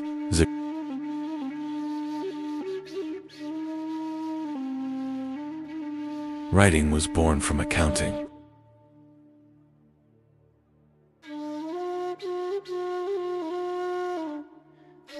They turned stars into numbers.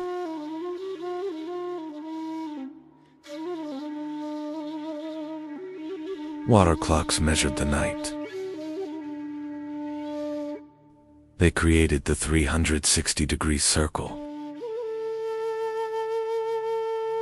Edaba trained the first administrators.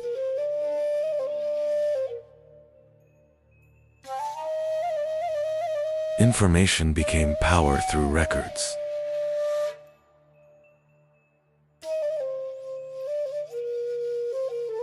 Writing became art and poetry. Rivers created a trade empire.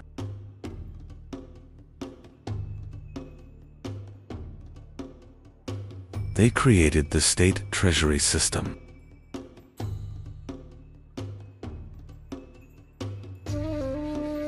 They created the first medicines.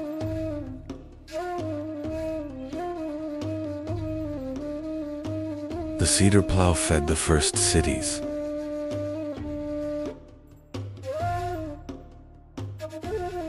Patterns became a visual language. The first global market was born.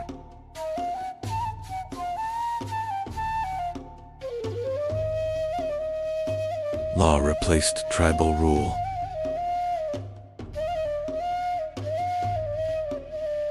Grain became the first wealth.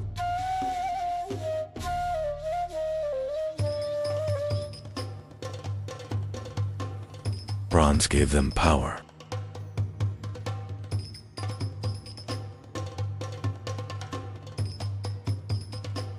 Taxes became a sacred duty.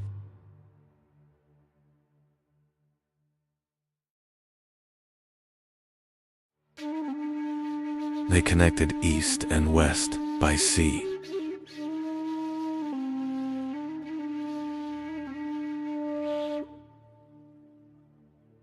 Sumerian cities were the Venices of the ancient world.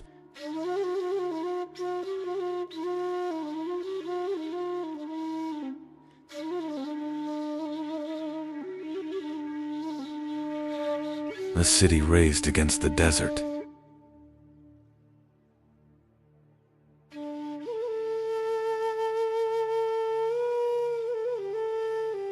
War became an organized force.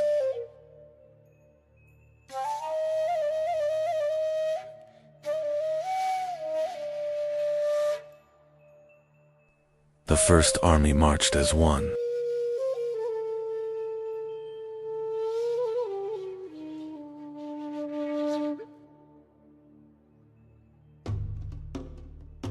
Survival was decided in bronze.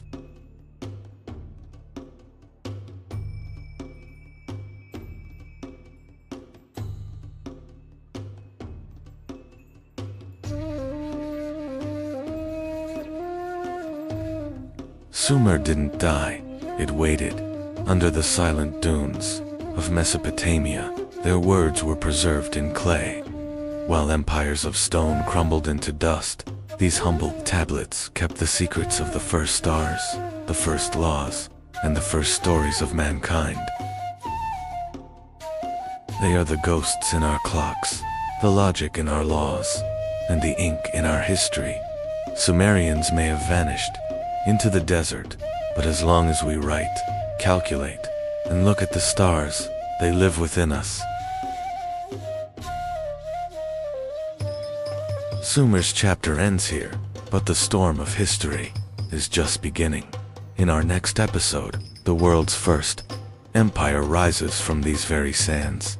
The Akkadian Empire witnessed the dawn of King Sargon and the birth of a new era. For the complete story of our world, don't miss our playlist, a chronological journey from Earth's creation to today. You will love exploring how every piece of the puzzle fits together. Stay tuned for the full chronology.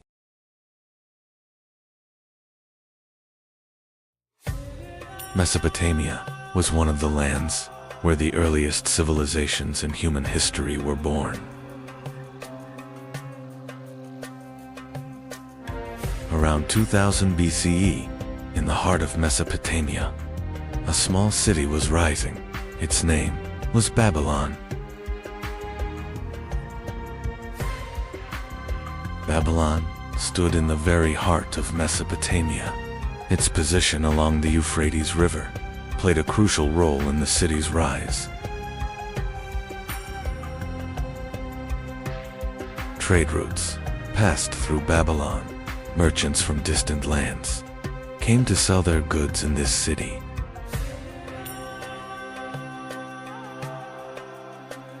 The markets of the city filled with crowds every day. Grain, textiles, and precious goods changed hands in Babylon.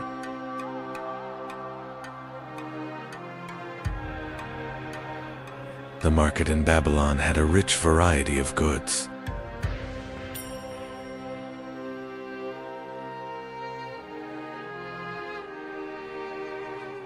As Babylon grew, the city walls rose higher. Strong fortifications protected the city from its enemies. Buildings began to rise.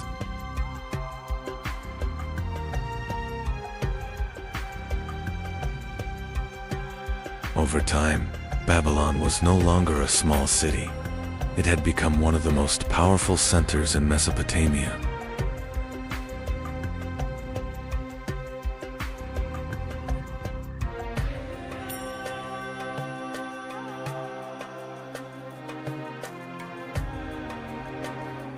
Soon, a powerful king rose to the throne of Babylon. His name was Hammurabi.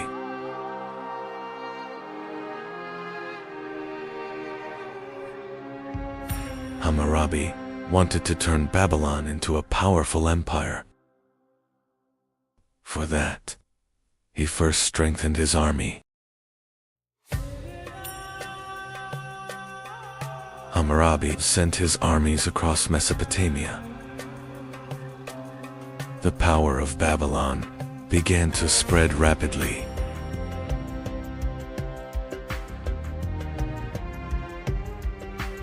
Many cities,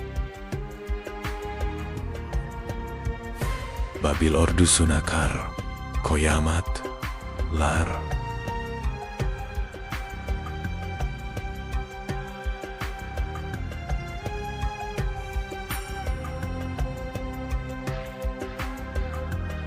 Hammurabi's conquests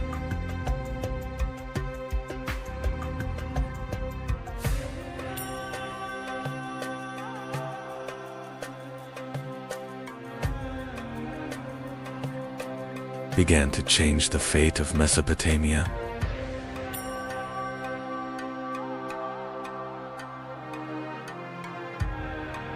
Cities one by one fell under Babylonian rule.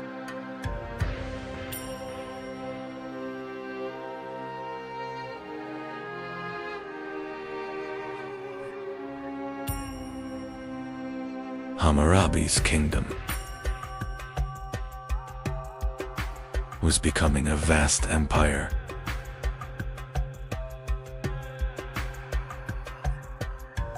Hammurabi had turned Babylon into the most powerful state in Mesopotamia. His rule now stretched across vast lands. Hammurabi was not only a conqueror, he would also become one of the most famous lawgivers in history.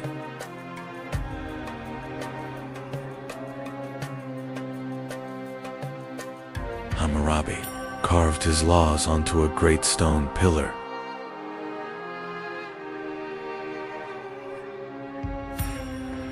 In Babylon, everyone could see the rules. Babylonian scribes wrote the laws onto clay tablets. In this way,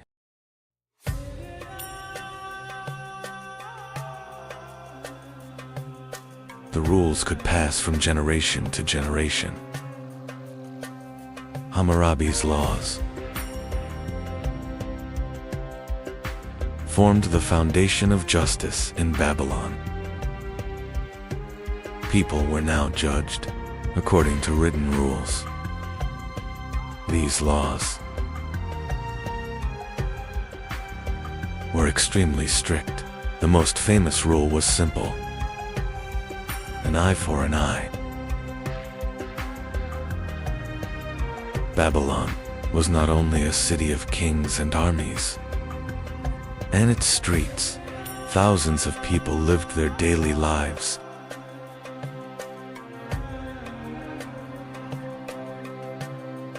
In Babylon, craftsmen worked throughout the day.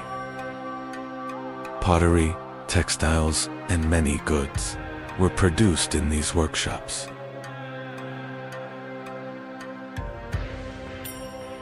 The Euphrates River was like a great trade route for Babylon. Goods and wealth traveled along its waters.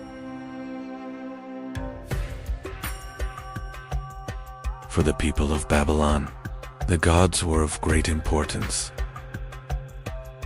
Ceremonies in the temples stood at the center of the city's life.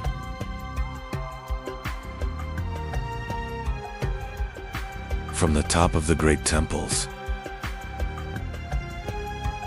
Babylon looked like a vast city. Its streets were full of life. Babylonian priests carefully studied the night sky. The movement of the stars held great meaning for them. Babylonian scholars also made great progress in mathematics. Numbers and calculations were recorded on clay tablets.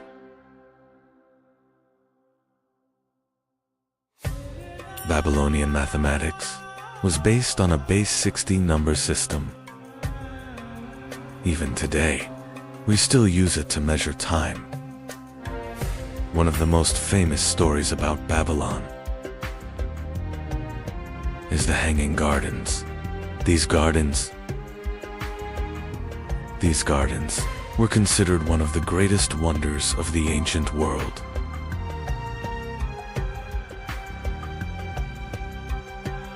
Keeping these gardens alive was not easy. Water was lifted from the Euphrates River and carried up to the terraces.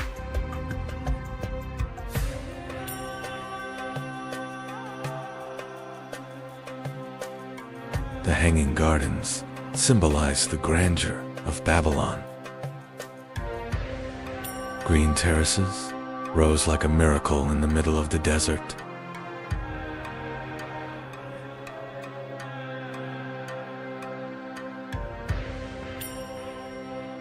At one time, Babylon was the most powerful city in Mesopotamia. Its wealth and power were known across distant lands.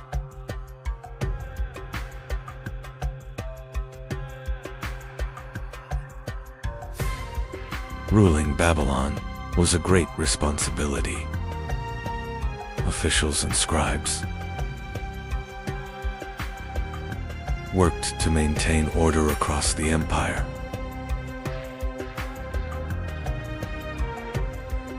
Envoys from distant kingdoms arrived at the palace of Babylon with gifts.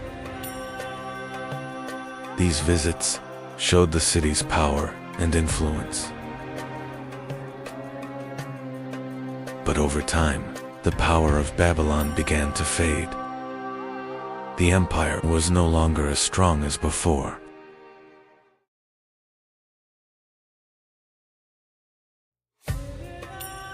The Persians first faced the Babylonian army outside the city. In the Battle of Opis, Babylon's forces suffered a crushing defeat.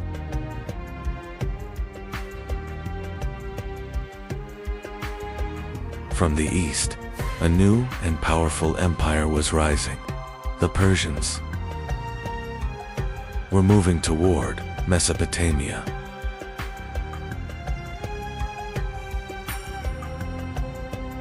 The Persian armies finally reached the walls of Babylon, one of the greatest cities in history. Now faced a great danger.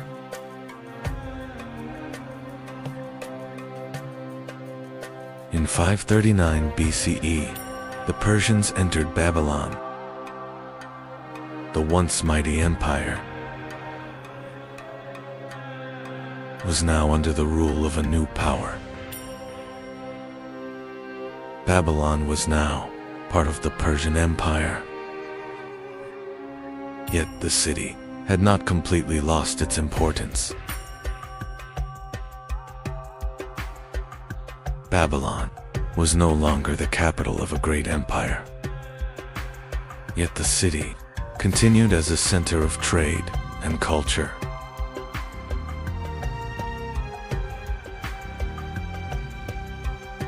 Babylon was no longer an empire. Yet the city continued to live as a center of trade and knowledge. As the centuries passed, Babylon slowly lost its former power. The once great city was beginning to fall silent. In time, people began to leave Babylon. The great city was slowly sinking into silence. As the centuries passed, Babylon slowly fell into silence. The once magnificent city remained only as ruins. Today, little remains of the once magnificent city of Babylon, yet its story continues as one of the greatest civilizations in human history. Follow the channel to explore more great civilizations of world history. This story began in Mesopotamia, in a city on the banks of the Tigris River. In northern Mesopotamia, a small settlement was rising along the banks of the Tigris River.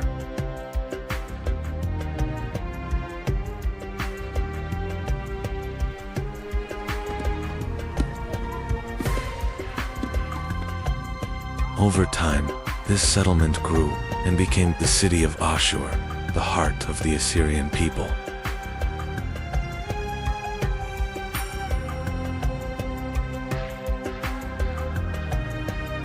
Ashur was not a war empire at the beginning.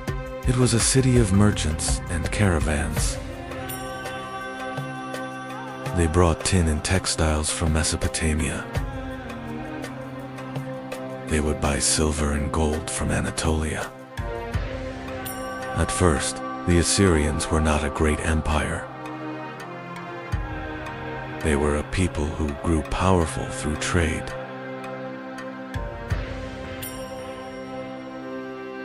Assyrian merchants reached Anatolia and established trade colonies there.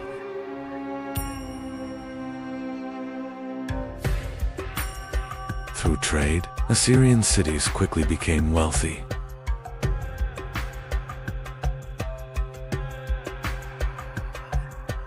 Over time, powerful kings emerged, and Assyria began to become a centralized power. Assyrian kings began to build a powerful and disciplined army.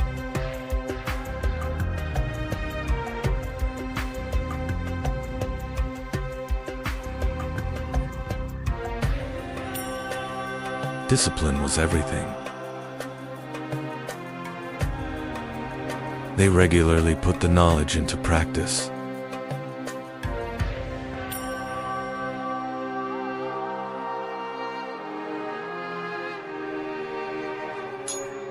Iron weapons gave the Assyrian army a powerful advantage.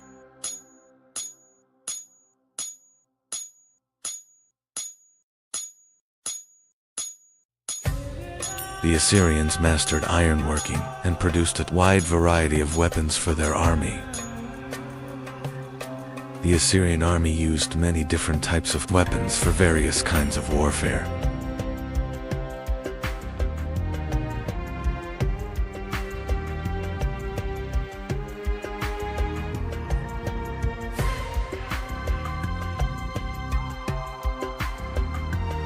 Each soldier was equipped with different weapons depending on their role on the battlefield.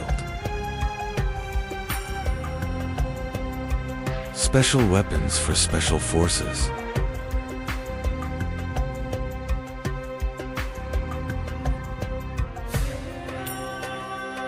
Weapon diversity and military discipline made the Assyrian army one of the most powerful forces of its time.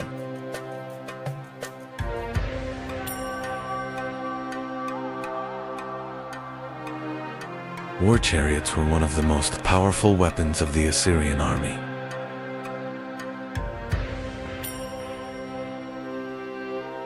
Using a war chariot required great training and skill.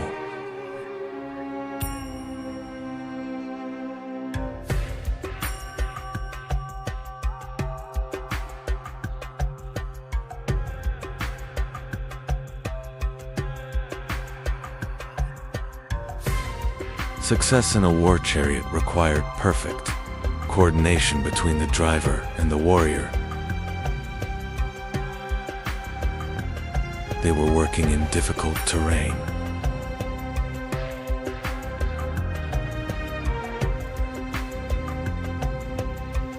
War chariots changed the nature of warfare with speed, mobility, and ranged attacks. The Assyrian army gained a decisive advantage over its enemies.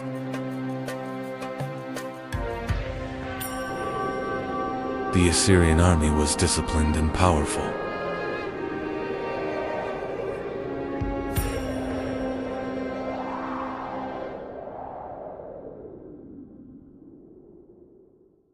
The Assyrians mastered siege warfare and were able to conquer even the strongest cities.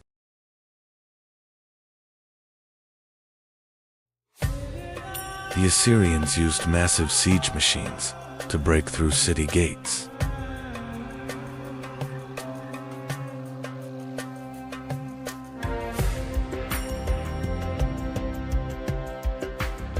Once the gates were broken, the Assyrian army stormed into the city, and the battle continued in the streets.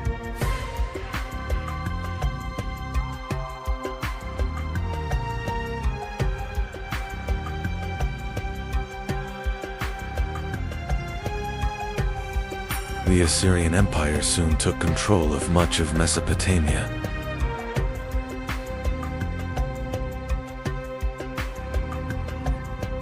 Assyrian kings built great capitals. One of them was the magnificent city of Nimrud. Assyrian kings ruled from magnificent palaces and governed the empire with iron discipline. Conquered peoples were forced to bring tribute and gifts to the Assyrian kings. The Assyrians ruled conquered cities with strict control to prevent rebellion.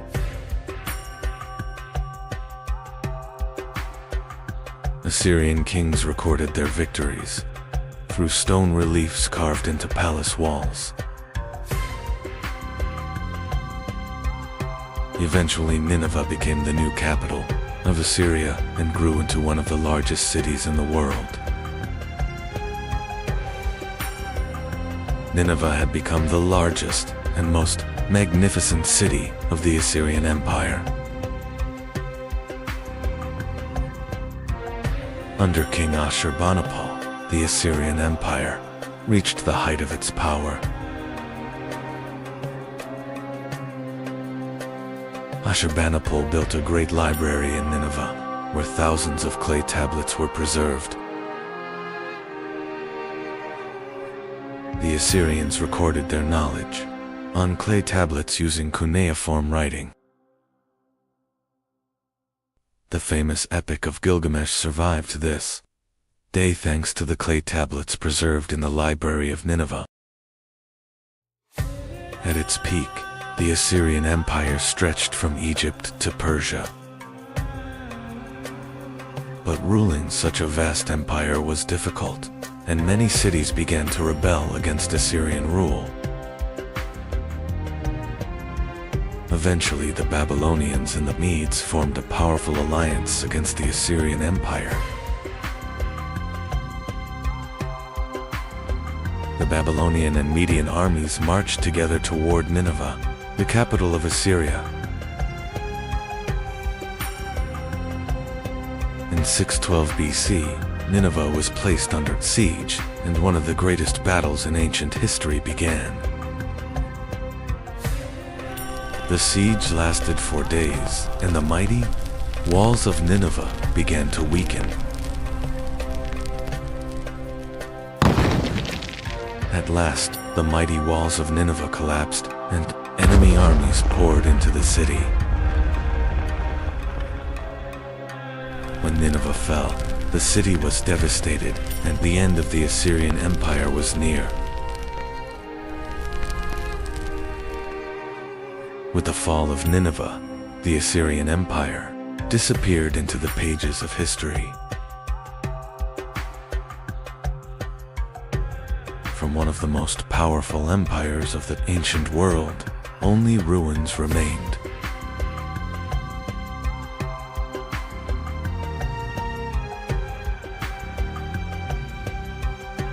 The Assyrians left a deep mark on history with their powerful armies and advanced warfare techniques.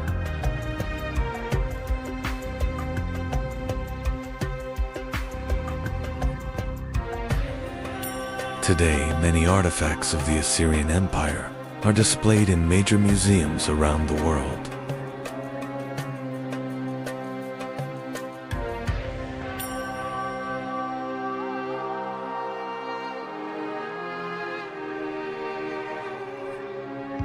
Winged bull statues once guarded the entrances of Assyrian palaces.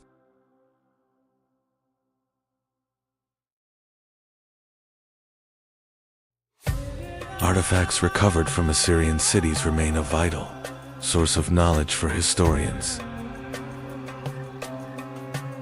We will continue exploring the mysteries of world history. Subscribe to the channel for upcoming episodes.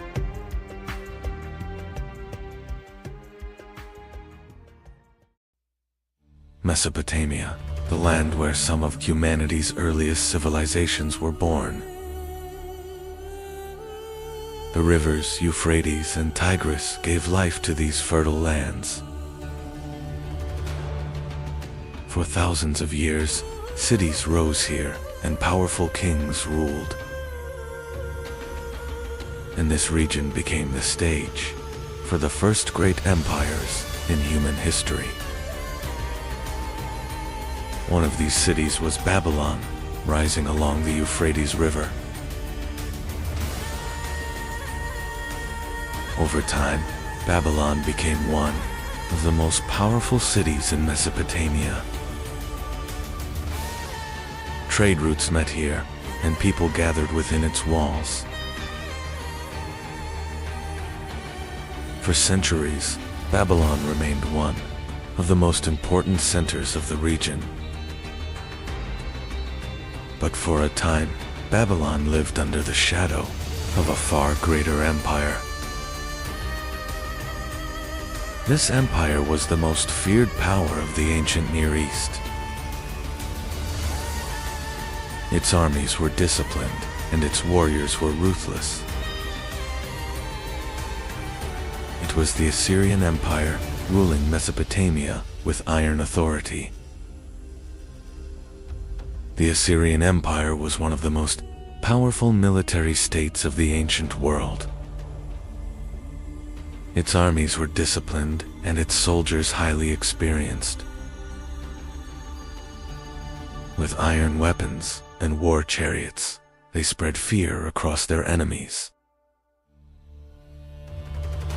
Through this power, much of Mesopotamia fell under Assyrian control. As the Assyrian armies advanced, many cities became their targets. rebellious cities faced brutal and relentless sieges.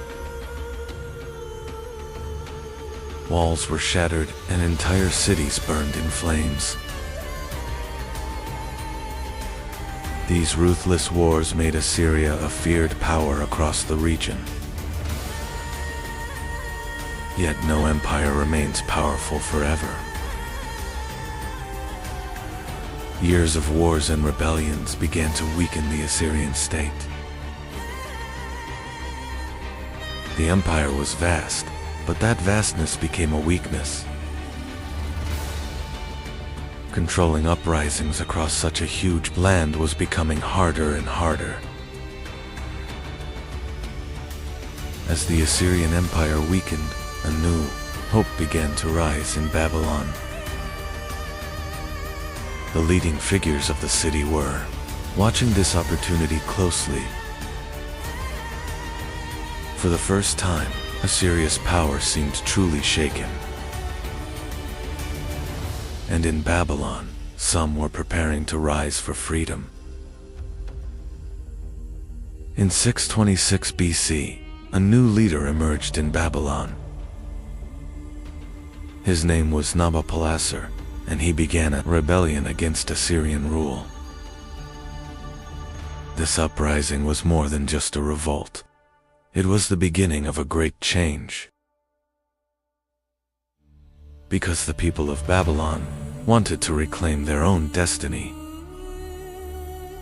Nabopolassar quickly secured his power in Babylon. The rebellion against Assyria grew into a full movement for independence. Eventually, Nabopolassar was proclaimed king of Babylon. With this, a new era for Babylon had begun. Babylon was not alone in the war against Assyria. Another rising power stood in the east, the Medes. A powerful alliance was formed between the Median king and Babylon. This alliance would change the fate of the Assyrian Empire. The Babylonian and Median armies began to move together. Their goal was to destroy the power of the Assyrian Empire. The two great armies marched across the lands of Mesopotamia. Their targets were the great cities at the heart of Assyria. Eventually, the armies reached Nineveh, the capital of Assyria. This city was one of the greatest and most powerful centers of the empire. With its massive walls and strong defenses, it was expected to resist for a long time.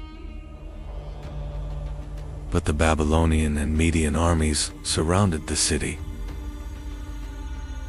In 612 BC, the fate of Nineveh was sealed. After a long siege, the mighty walls of the city collapsed. The Babylonian and Median armies entered the city. And with that, the heart of the Assyrian Empire had fallen. Once one of the most powerful cities in the world, Nineveh now lay in ruins. Palaces had fallen, and statues were shattered. The glorious Assyrian capital was sinking into silence. And with it, the mighty Assyrian Empire began to fade into history. With the fall of the Assyrian Empire, the balance of power in Mesopotamia changed. At the center of this change stood Babylon. The city began to grow and regain its strength. A new and glorious era for Babylon was beginning. The man behind Babylon's rise was King Nabopolassar. He would be remembered as the ruler who freed the city from Assyrian control. Under his rule, the Neo-Babylonian Empire began to grow stronger. Babylon was becoming the new power of Mesopotamia. Beside Nabopolassar grew a young prince. He would become one of the most famous kings in Babylonian history. His name was Nebuchadnezzar, and he would transform Babylon into one of the most powerful cities of the ancient world. Nebuchadnezzar gained experience on the battlefield at a young age. He joined important campaigns at the head of Babylonian forces. His courage and military skill quickly drew attention. These experiences were preparing him to become a great king. In 605 BC, Nebuchadnezzar ascended the throne of Babylon. The new king quickly secured control over the empire. His rule would begin one of the most powerful periods in Babylon's history. During Nebuchadnezzar's reign, Babylon entered a massive reconstruction era. The city expanded with enormous walls, palaces, and temples. Babylon soon became one of the most magnificent cities of the ancient world. During Nebuchadnezzar's reign, Babylon grew into a powerful imperial center. The city became both a political and economic hub of the region. Babylon was now considered the heart of Mesopotamia. One of the most famous structures of Nebuchadnezzar's reign was the Ishtar Gate. It was decorated with blue glazed bricks and reliefs. The gate symbolized the power and magnificence of Babylon. Babylon was not only a magnificent city, but also a powerful fortress. The city was surrounded by enormous defensive walls. These walls protected Babylon from external threats. One of the most famous stories about Babylon is the Hanging Gardens. Ancient sources describe them as gardens built on massive terraces. They were said to be one of the most impressive wonders of the ancient world. Babylon was not only a powerful city, but also a major center of trade. Caravans from distant lands gathered within its markets. Through trade, Babylon became a wealthy and vibrant city. Babylon was also an important center of knowledge and science. Significant work was done, especially in astronomy.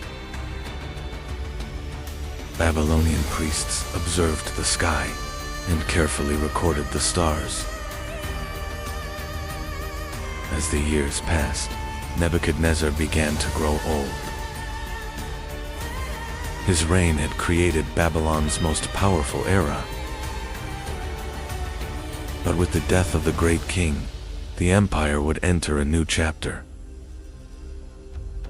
After Nebuchadnezzar's death, stability in Babylon began to decline. Several short-lived kings took the throne, and palace conflicts increased. This gradually weakened the strength of the empire. Meanwhile, a new power was rising in the east. Cyrus the Great of Persia was building a rapidly expanding empire. Soon, Babylon became one of his main targets. In 539 BC, the Persian army reached Babylon. The city fell into Persian hands with little resistance. And with that, the Neo-Babylonian Empire came to an end. But this story does not end here. Follow and subscribe to see what comes next. In the east of the ancient world, on the Iranian plateau, lived a people. These people would later be known as the Persians. And one day, they would build one of the greatest empires in history. At first, the Persians were not a great empire. For many years they lived under the rule of the Median Empire. But in these lands, a new power was about to rise. Soon a powerful leader emerged in these lands. His name was Cyrus, later known as Cyrus the Great. His leadership would completely change the fate of the Persians. In 550 BC, Cyrus launched a great rebellion against the Median king. The Persian army faced the Median forces on the Iranian plateau. This war would mark the beginning of the Persian Empire. Cyrus' army defeated the Median forces and achieved a great victory. This triumph marked the moment of Persian independence. And thus, the Achaemenid Persian Empire was born. After his victory, Cyrus continued his conquests. He marched west toward the powerful kingdom of Lydia in Anatolia. This campaign would greatly expand the Persian Empire.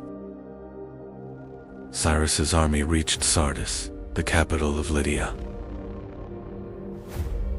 The city was protected by strong walls, but the Persians began a siege. In the end, Sardis fell, and the kingdom of Lydia became part of the Persian Empire.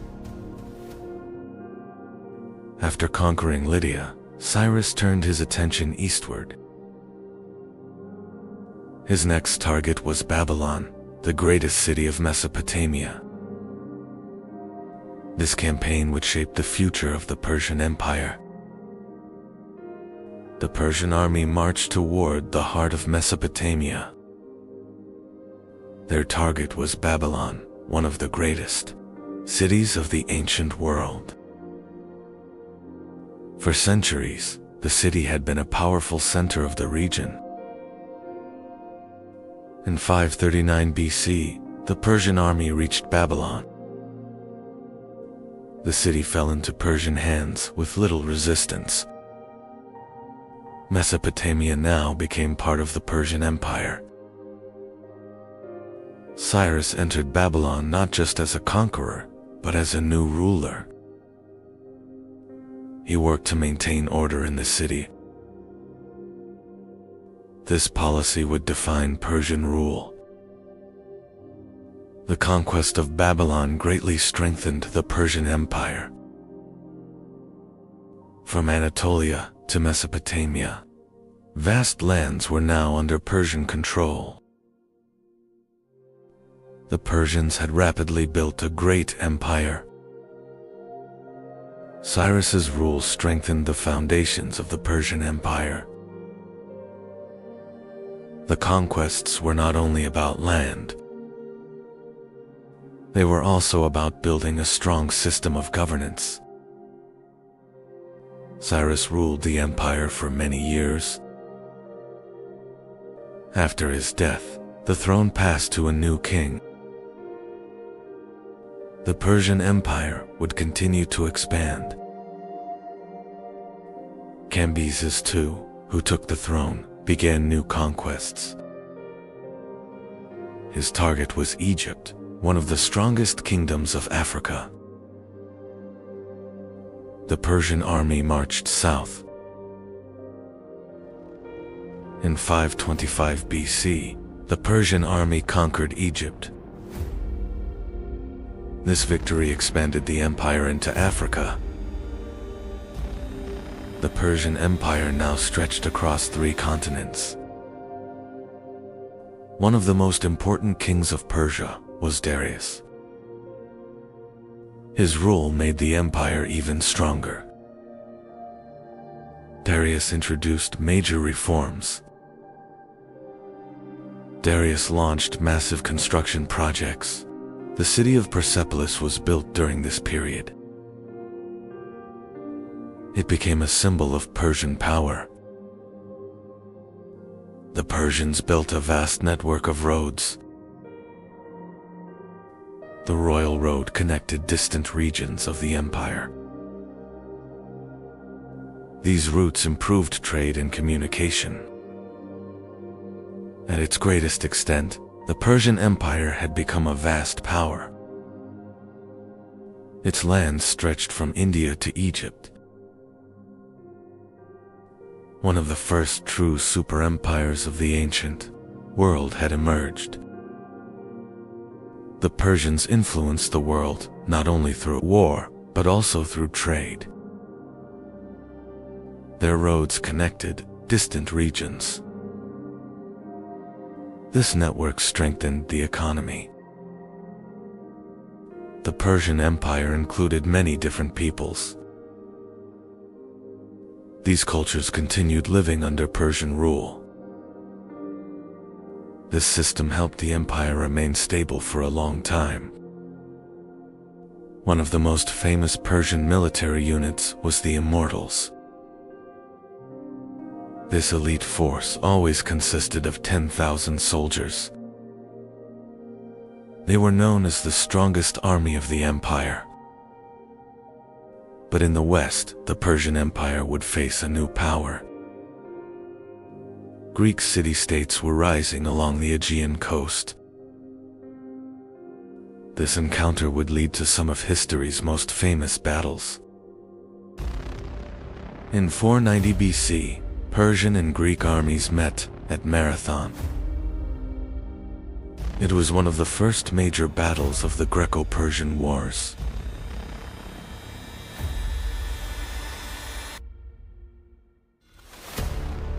Greek hoplites achieved an unexpected victory.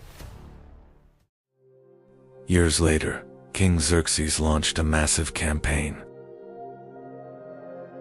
A huge Persian army marched toward Greece. This would become one of the greatest military expeditions of the ancient world.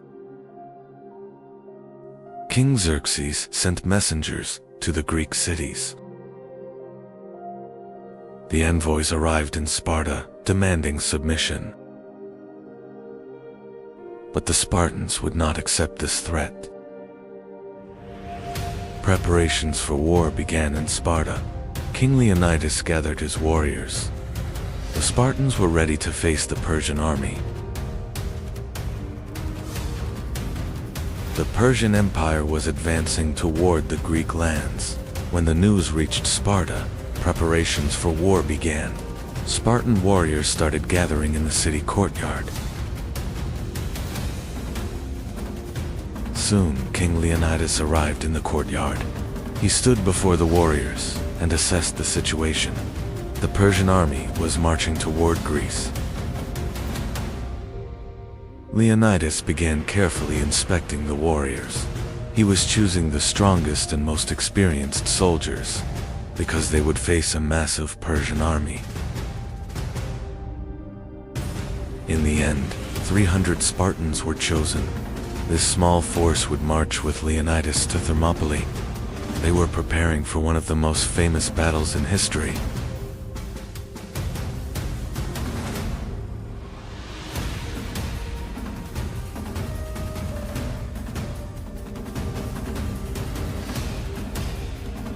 Leonidas and the 300 Spartans left Sparta. They marched to defend the lands of Greece. Their destination was the pass of Thermopylae. The Spartans arrived at the pass of Thermopylae. This narrow pass limited the movement of large armies. Leonidas chose it as the perfect place for defense. Soon the Persian army appeared on the horizon. Xerxes commanded a massive force, but the Spartans had no intention of retreating. At the pass of Thermopylae, Spartan warriors tried to stop the Persian army. King Leonidas and 300 Spartans resisted bravely.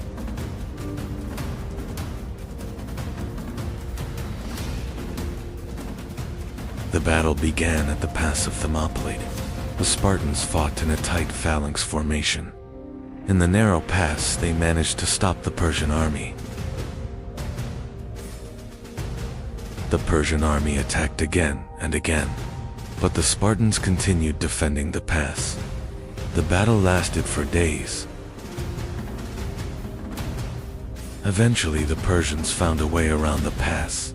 The Spartans were surrounded. Leonidas and his warriors chose to fight until the end. In the end, the Spartans were completely surrounded. King Leonidas and his warriors refused to retreat. They fought until the end and fell at Thermopylae. This moment became one of the most famous battle stories in history. The Persian navy met the Greek fleet at Salamis.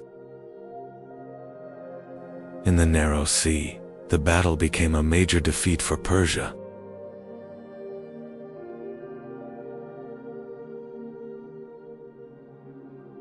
This victory strengthened Greek resistance.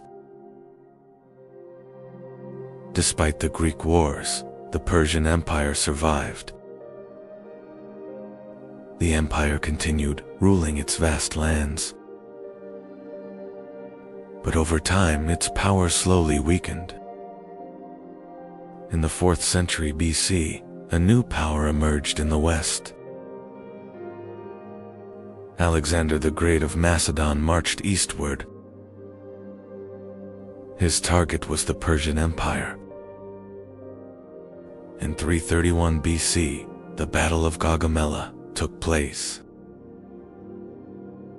This battle became the turning point for the Persian Empire. The Persian army was defeated and the empire began to collapse. The Battle of Gaugamela was a disaster for the Persians. Darius's army was forced to retreat.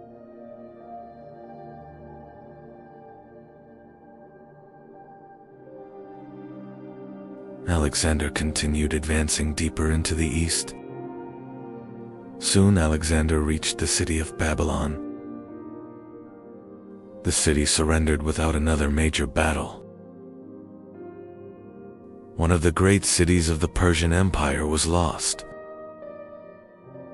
King Darius III fled eastward. He tried to gather a new army to save the empire. But Persian power was collapsing rapidly. Alexander marched toward the heart of Persia. His army followed the royal road. The core of the Persian Empire was now in danger. One of the most magnificent cities of the Persian Empire was Persepolis. It served as the ceremonial capital of the Persian kings. The city symbolized Persian power. Alexander finally reached Persepolis. The Persian capital was now defenseless. The Macedonian army entered the city. The palaces of Persepolis were filled with immense wealth. Alexander seized the Persian treasures stored there.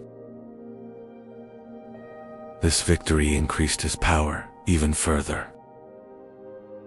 Soon the palaces of Persepolis were set on fire. Much of the city burned in flames. This moment symbolized the end of the Persian Empire. One of the greatest empires in the world had fallen.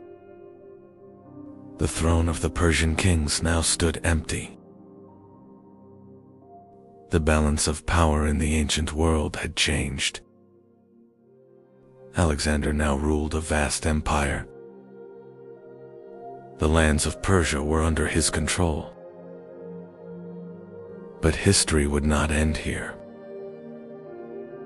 The Persian Empire would be remembered as one of history's greatest states. Its lands stretched across 3 continents. This scale made it a superpower of the ancient world. The story of history's greatest battles does not end here.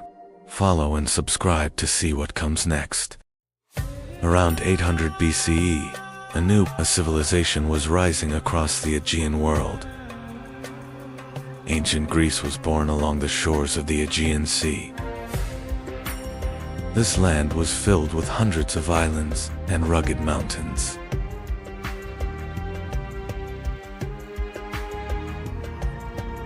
This harsh geography made it difficult to form a single empire. Instead, independent city-states began to rise. Over time, these small settlements grew into powerful city-states. But the first great civilization of this region did not appear in Greece. It began on the island of Crete. With their powerful fleet, the Minoans controlled trade across the Aegean Sea.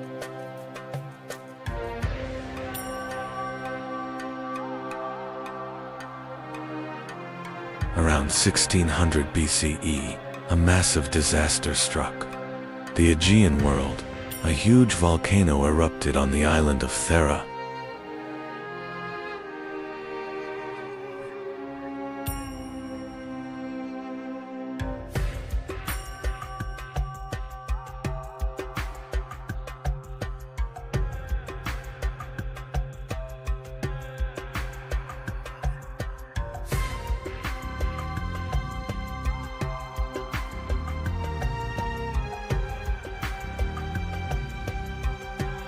The eruption did not only destroy Thera. Massive tsunami waves spread across the Aegean and moved toward the coasts of Crete.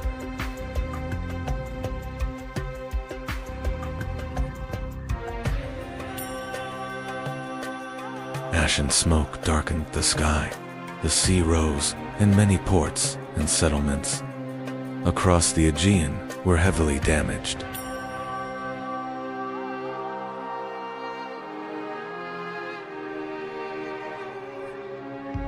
This disaster weakened the Minoan civilization.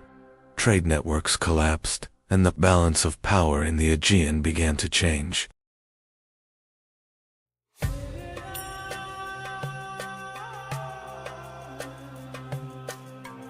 As the Minoan civilization weakened, a new power began to rise. On the Greek mainland, the Mycenaeans were stepping onto the stage of history. The Mycenaean civilization was known for its powerful and warrior culture. A new military power was rising on the Greek mainland.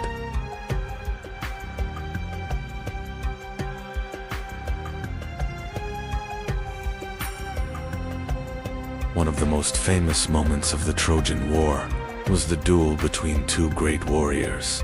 Achilles, the greatest Greek fighter, faced Hector, the Prince of Troy. Achilles was one of the most famous warriors of the Greek army. His courage and unmatched fighting skills turned him into a legendary hero. Hector was the Prince of Troy and the city's greatest defender. He stood on the battlefield to protect Troy from the Greek army. At last, the 2 great warriors faced each other. The duel outside the walls of Troy would become one of the most legendary moments of the war.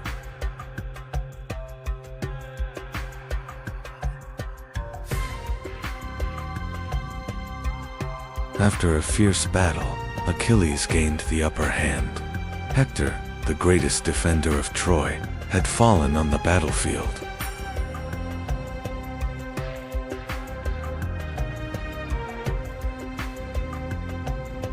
The Trojan War did not end quickly. For years, the Greek army remained outside the massive walls of Troy.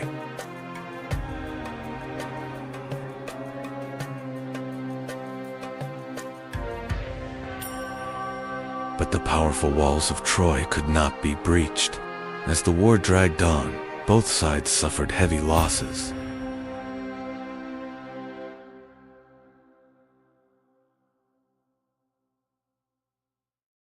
As the war dragged on, the Greek commanders began searching for a new solution. Taking the city by force no longer seemed possible.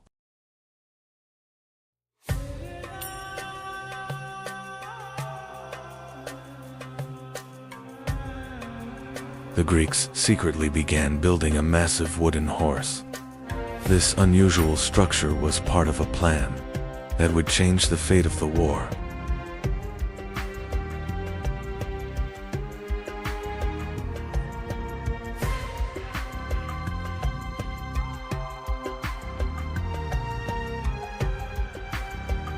After years of war, the Greeks came up with a different plan. They built a massive wooden horse and left it outside the gates of Troy.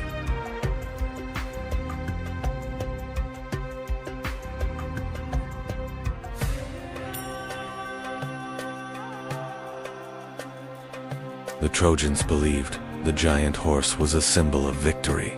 They pulled it inside the city, thinking the war was finally over.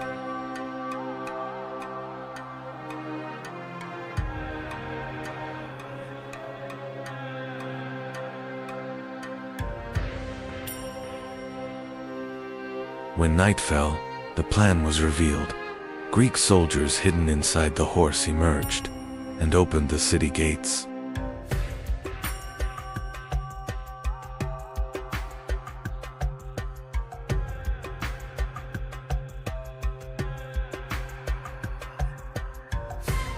Once the gates were opened, the Greek army entered the city. The final night of Troy had begun.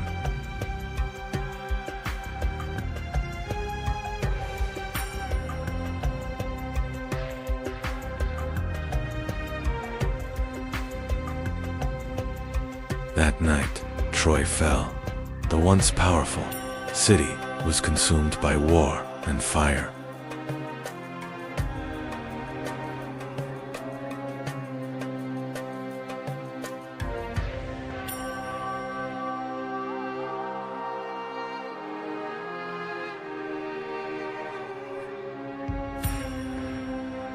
After the Trojan War, the Mycenaean world slowly began to weaken.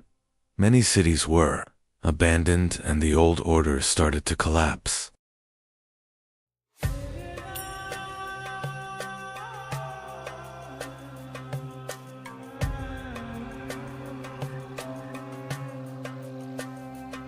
After the collapse of the Mycenaean civilization, the Greek world entered a long period of decline. Historians call this era the Greek Dark Age.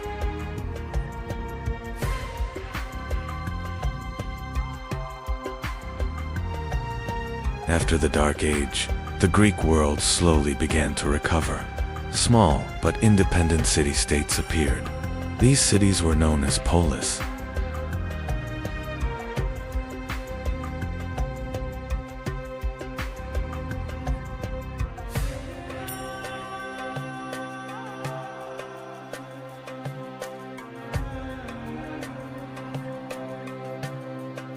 One of these city-states was Sparta. Spartan society was built entirely around warfare.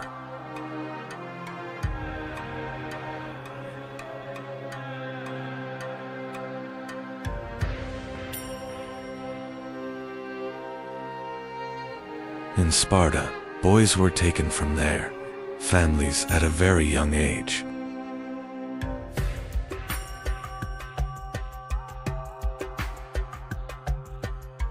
In Sparta, boys were taken from their families at a young age. They grew up in a harsh military training system known as the AGA.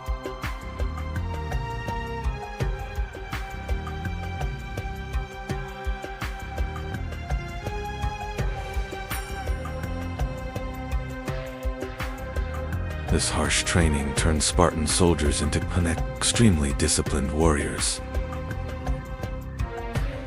The Spartan army became one of the most feared military forces of the ancient world.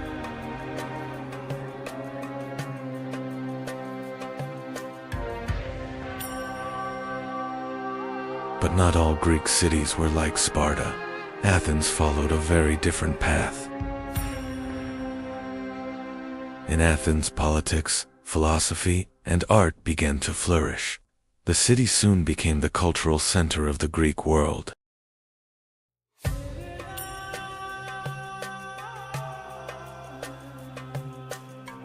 In Athens, citizens began to take part in government. Important decisions were discussed together by the people. Over time, this system became one of the earliest examples of democracy in history.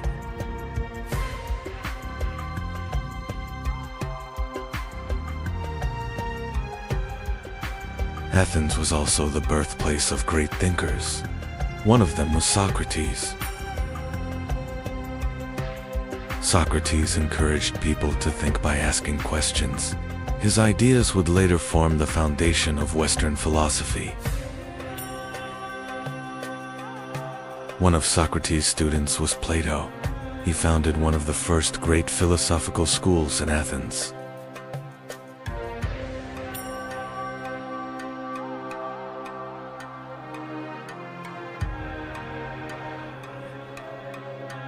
One of Plato's students was Aristotle. He was interested not only in philosophy, but also in science. Through his studies of nature, logic, and knowledge, Aristotle became one of the most influential thinkers of the ancient world. Ancient Greece produced remarkable achievements not only in philosophy, but also in architecture. The Parthenon in Athens became one of the most magnificent structures of this civilization. Theater and the arts also flourished in ancient Greece. These works helped spread Greek culture across the Mediterranean world. Sports also played an important role in the Greek world. The Olympic Games and Olympia brought Greek city-states together. Ancient Greece left a profound legacy in human history. Its legacy still lives on in the foundations of the modern world. But one of the most mysterious stories from the Greek world was about a lost city. This story first appeared in the writings of the Greek philosopher Plato. Plato wrote that the name of this city was Atlantis. And this city was once one of the most powerful civilizations on Earth. For thousands of years, a story has been told. The story of a great civilization lost in the middle of the ocean. A place that once symbolized power and wealth. Its name was Atlantis.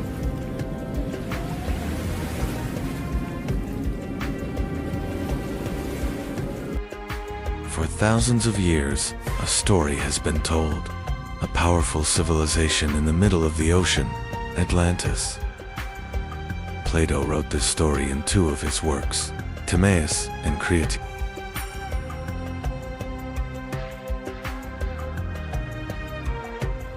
According to legend, Atlantis was one of the most powerful and wealthy civilizations in the world. But one day, the great city vanished. Earthquakes and massive waves swallowed Atlantis into the depths of the ocean. The story of Atlantis first appeared in the writings of the Greek philosopher Plato.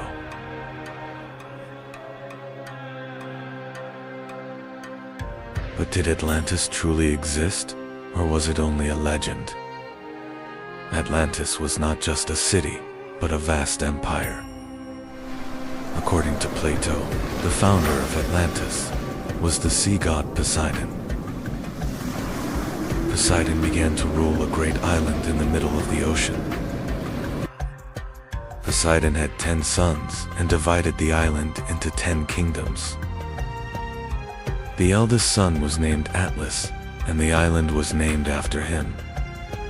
For centuries, Atlantis thrived as a powerful and wealthy civilization.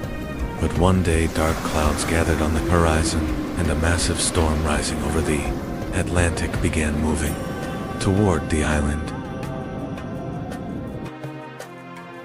Atlantis was not only a powerful city, it was also a great center of trade. Ships moving through the inner canals carried goods from distant lands into the heart of the city.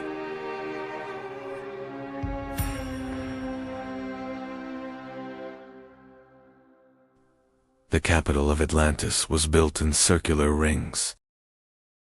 Plato describes Atlantis as a civilization of incredible wealth. At the center of Atlantis stood a magnificent temple. It was dedicated to Poseidon, the god of the sea, and symbolized the power of the city. The people of Atlantis gathered around it to honor their god.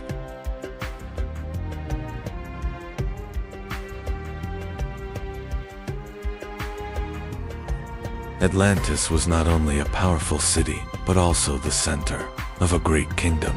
Its rulers believed they were descendants of Poseidon and governed Atlantis with wealth and power.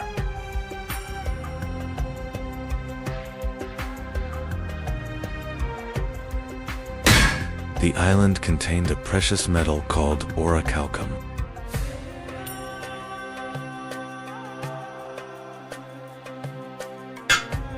Atlantis was said to contain a precious metal called orichalcum, according to ancient sources. It was considered the most valuable metal after gold.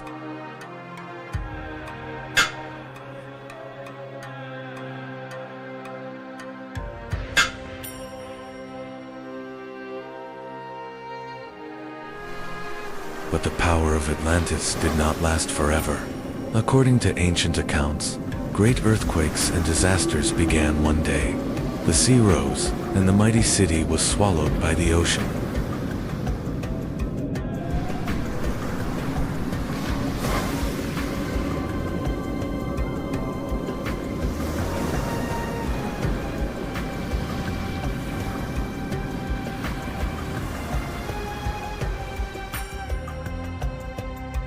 After the destruction of Atlantis, only legends remained. For centuries, people have wondered whether this lost city truly existed.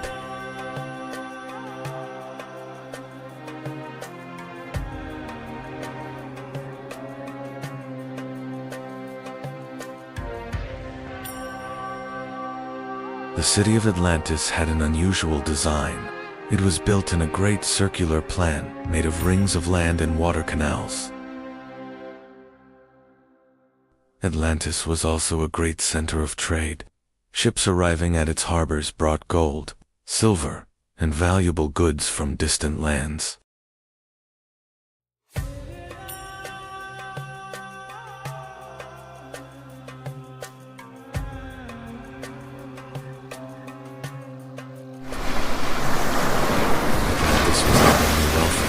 It also possessed a powerful navy. This fleet carried the power of Atlantis across many parts of the ocean.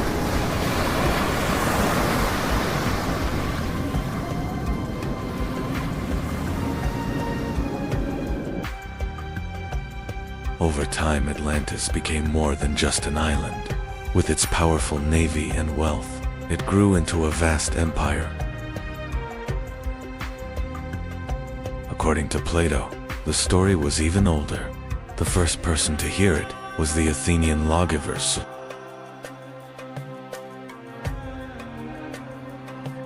During his journey to Egypt, Solon learned this story.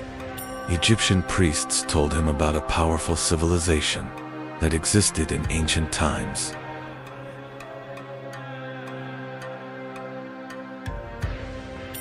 According to the priests, Atlantis existed in very ancient times. Egyptian records claimed that this powerful civilization lived nearly 9,000 years before Solon's time.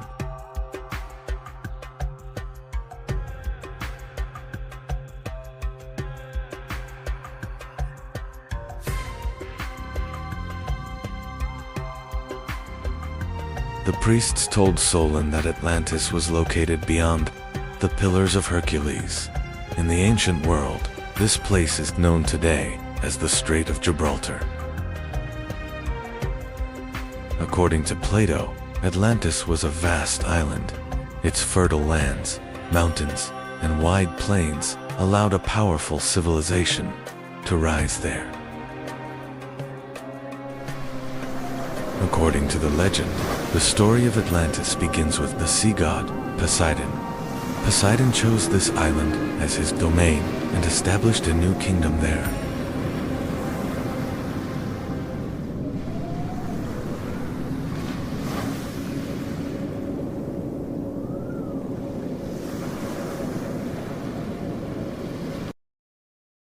Poseidon fell in love with a mortal woman named Cleito, who lived on the island.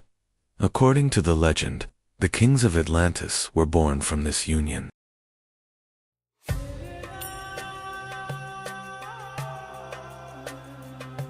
Poseidon and Cleito had 10 sons.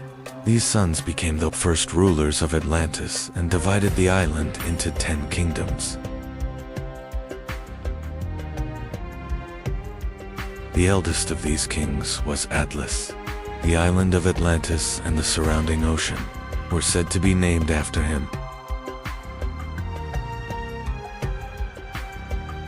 The 10 kings of Atlantis gathered together at certain times. During these meetings, important decisions were made about the laws and governance of the empire. Atlantis was not only a powerful empire, it also possessed fertile lands. Vast plains were used for agriculture, providing great wealth for the people of the city. In Atlantis, the canals were not used only for defense. They also served as the main routes for trade and transportation throughout the city. The markets of Atlantis were filled with merchants from distant lands. Gold, silver, and valuable goods were traded throughout the city. The harbors of Atlantis held hundreds of ships. These vessels were used both for trade and for military expeditions. Atlantis was known not only for its wealth, but also for its military power. A large and disciplined army protected the city and its empire.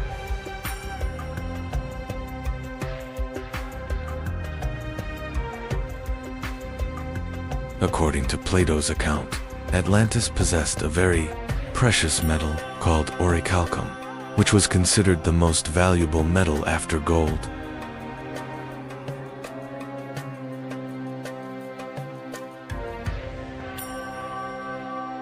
Atlantis was not wealthy only because of gold and silver. Ancient sources mention a mysterious metal called orichalcum. Some accounts claim it had an extraordinary shine and was one of Atlantis' greatest treasures.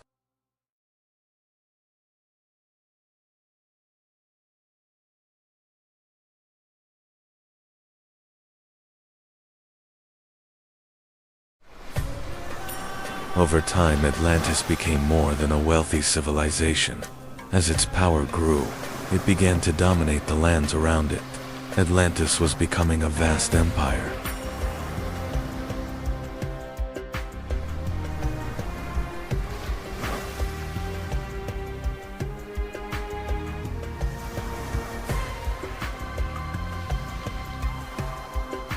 As the power of Atlantis grew, so did its influence.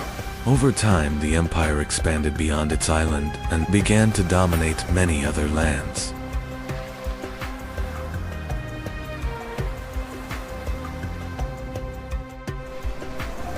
According to Plato's account, the people of Atlantis eventually began to change. They moved away from their divine origins and became increasingly greedy. In the legend, Zeus, king of the gods, noticed this and gathered the other gods for a council. However, this may only be a mythological explanation. Some researchers believe the story of Atlantis might actually be a memory of a great natural disaster.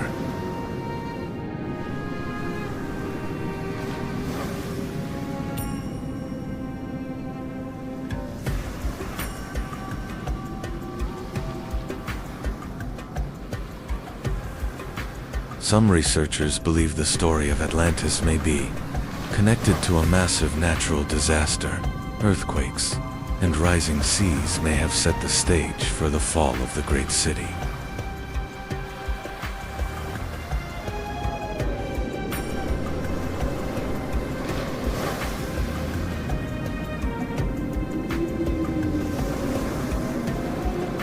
When the disaster began, the people of Atlantis did not understand what was happening. Earthquakes shook the city while the waters in the canals began to surge.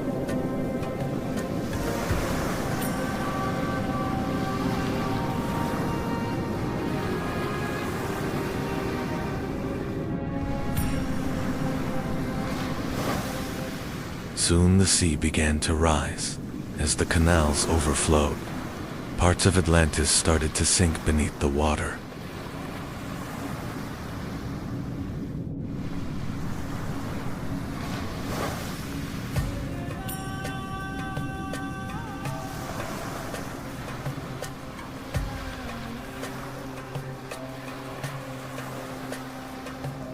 According to ancient accounts, the disaster ended quickly.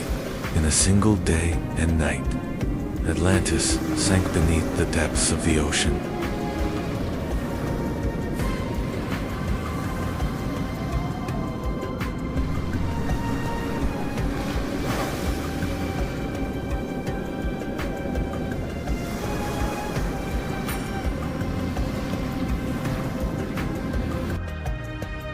After the destruction of Atlantis, only legends remained.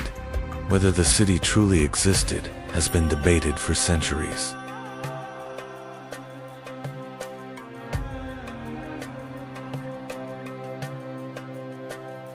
After the fall of Atlantis, its story continued to be told for centuries. Even medieval maps sometimes showed mysterious islands in the middle of the ocean.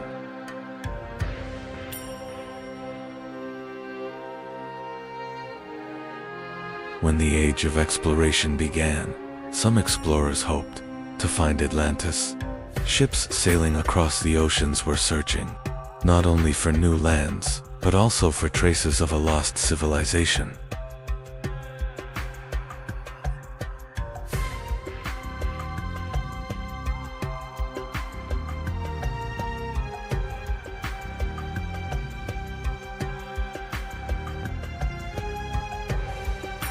Even today, the search for Atlantis has not completely ended.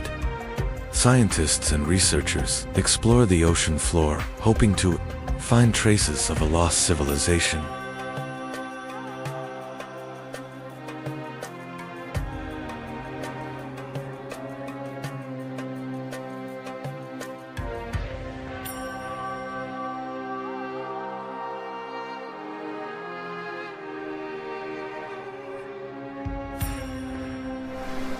Some researchers believe the Atlantis legend may be a memory of a real disaster. One of the strongest theories links the story to the massive volcanic eruption on the island of Santorini in the Aegean Sea.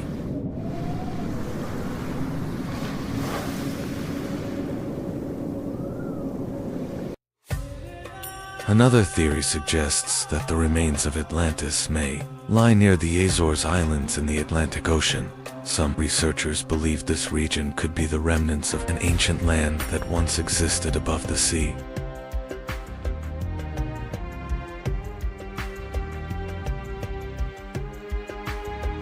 Whether Atlantis truly existed is still unknown, yet the legend has continued to inspire human imagination for thousands of years.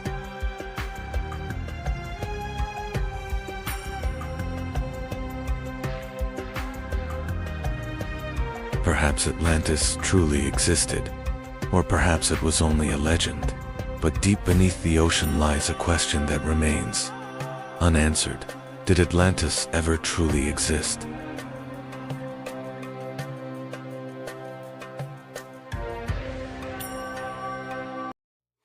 Everything began with the Nile River. Flowing through the desert, the river flooded each year and left behind rich black soil. And on that soil, one of the greatest civilizations in human history was born. Every year the Nile flooded its banks. When the waters receded, rich black soil remained behind. Because of this fertile land, people began settling along the Nile. Over time, two powerful kingdoms emerged along the Nile, Upper Egypt in the south and Lower Egypt in the north. Two crowns, two rulers, and two kingdoms divided the land of the Nile. But one day, everything changed. A king from the south united the two kingdoms into a single land. His name was Narmer, and with him, ancient Egypt was born. The kings who came after Narmer were more than rulers. They saw themselves as the earthly representatives of the sky god Horus, and so a new title was born in Egypt, Pharaoh.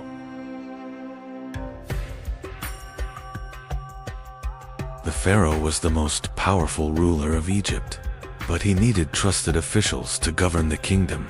The most powerful of them was the vizier. The true power of Egypt came from the Nile River. Each year its floods made the land fertile. Thanks to this, Egyptian farmers built a thriving civilization. Large cities emerged along the Nile River. Cities such as Memphis and Thebes became centers of Egyptian life. Trade, craftsmanship, and daily life flourished within them. Markets in Egyptian cities were always busy. Merchants sold fruits, fabrics, and pottery goods. Trade was an important part of everyday life. In ancient Egypt, artisans worked with great skill. Statues, jewelry, and pottery were shaped by their hands. These craftsmen reflected the art and beauty of Egyptian culture. Writing was a great power in ancient Egypt. Scribes recorded information by writing hieroglyphs on papyrus. History, laws, and stories survived through these writings.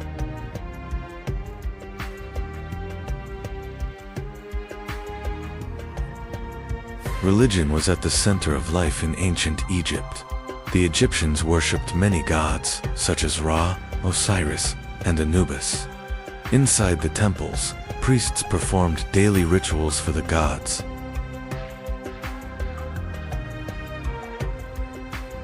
The Egyptians built massive temples for their gods. These sacred structures were not only places of worship, but also religious and cultural centers. Priests performed rituals here in the name of the gods. Ancient Egypt possessed a powerful army. Soldiers fought with spears and shields, while chariots became the fastest and strongest weapon on the battlefield. This army protected Egypt's power and its borders.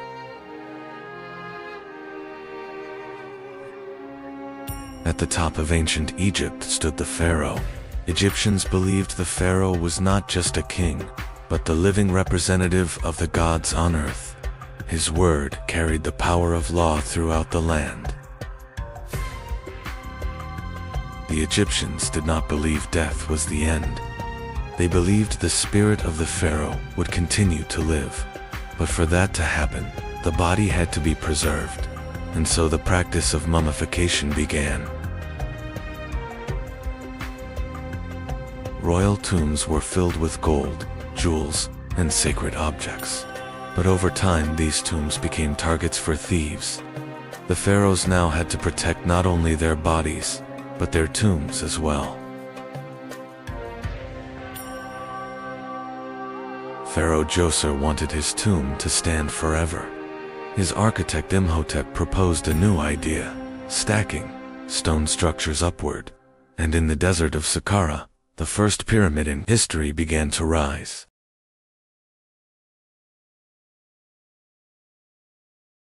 After the first pyramid, pharaohs began demanding even larger structures. Pharaoh Sneferu ordered the construction of a massive pyramid.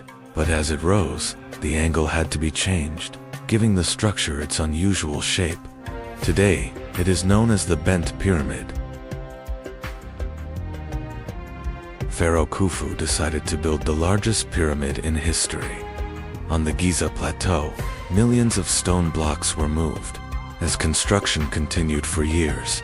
In the end, one of the greatest stone monuments in human history rose into the sky, the Great Pyramid of Khufu. The pyramids were not alone in Giza. Watching over the desert stood a colossal statue, with the body of a lion and the face of a human. It is known today as the Sphinx. The Great Pyramid was not only massive, it was built with astonishing precision. Its four sides are almost perfectly aligned with the cardinal directions. Even today, it remains one of the greatest engineering mysteries of the ancient world. Inside the pyramids were complex passages and hidden chambers. Narrow corridors led deep into the burial chamber of the pharaoh. There, the sarcophagus and objects meant for the afterlife were placed.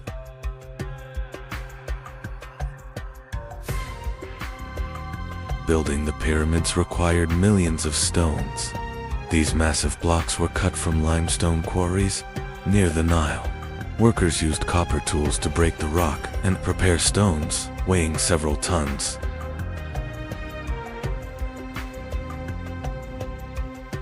The cut stone blocks were transported along the Nile River. Loaded onto wooden barges, the massive stones were carried toward Giza. The Nile became the most important transportation route for the pyramid construction.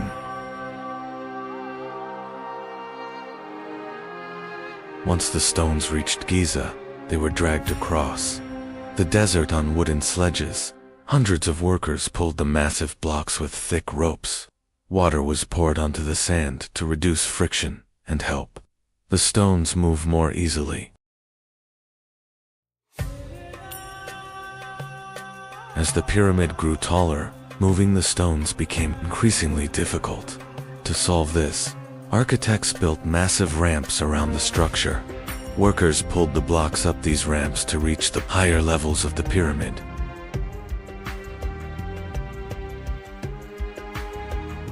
Egyptian architects carefully determined the alignment of the pyramid, using ropes, measuring rods, and the positions of the stars. They aligned the structure with the cardinal directions.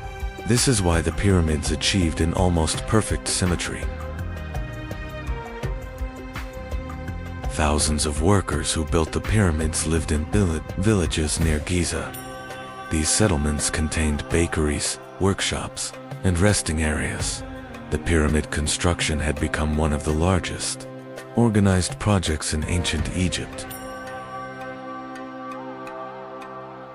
After years of work, the pyramid slowly began to take its final shape.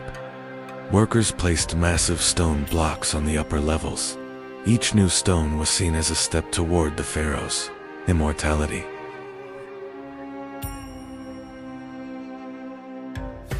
Today the pyramids appear rough and weathered, but when they were first built, their surfaces were covered with smooth, white limestone casing stones. Under the desert sun, the pyramids shone like enormous towers of light. When the pyramid was completed, a special capstone was placed at the top. Many historians believe it was covered in gold. Shining in the sunlight, it symbolized the pharaoh's ascent toward the gods.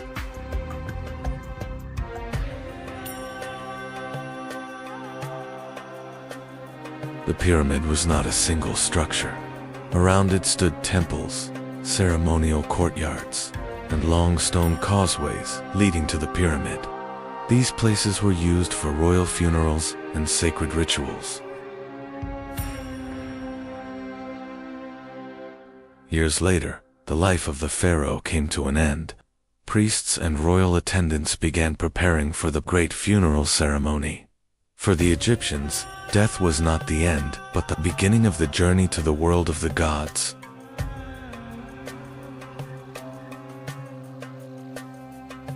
priests prepared the body of the pharaoh for the journey to eternity. The organs were removed, the body was dried, and then wrapped in linen bandages. This sacred process ensured that the pharaoh's spirit could return to its body.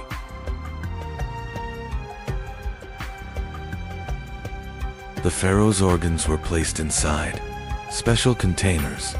These containers were known as canopic jars. Gold objects, statues, and sacred symbols were also placed inside the royal tomb.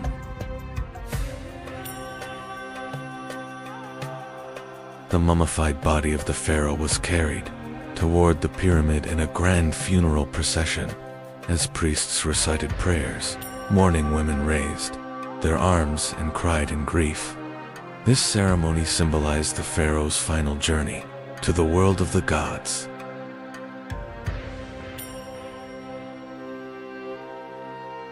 Priests prepared the burial chamber of the pharaoh. Golden treasures, statues, food offerings, and sacred symbols were placed inside the tomb. The Egyptians believed the pharaoh would continue his life in the afterlife. The pharaoh's sarcophagus was placed inside the burial chamber. Priests recited their final prayers and completed the sacred rituals. With this moment, the pharaoh's journey into eternity began.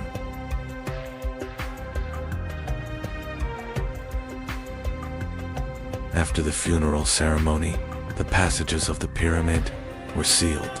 Massive stone blocks were slid into the corridors to close the tomb. From that moment on, the pharaoh's resting place was meant to remain protected forever.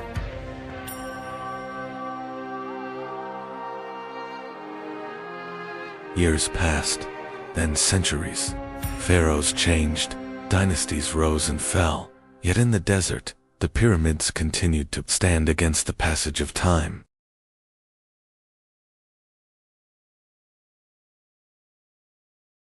Centuries later, the pyramids had become relics of an ancient world. Travelers and merchants crossing the desert could see the massive structures from afar, and everyone asked the same question: who had built these enormous monuments? Over time, some people tried to enter the pyramids. Narrow corridors and dark passages led deep inside the structure. Yet the pyramid still held many secrets.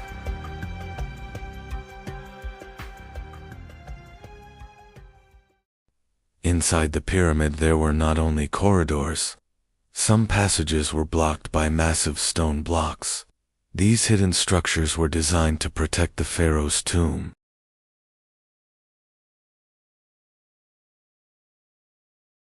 As centuries passed, most of the treasures inside the pyramids disappeared. Many tombs had been emptied or damaged. What remained were empty stone chambers and the traces of a lost civilization.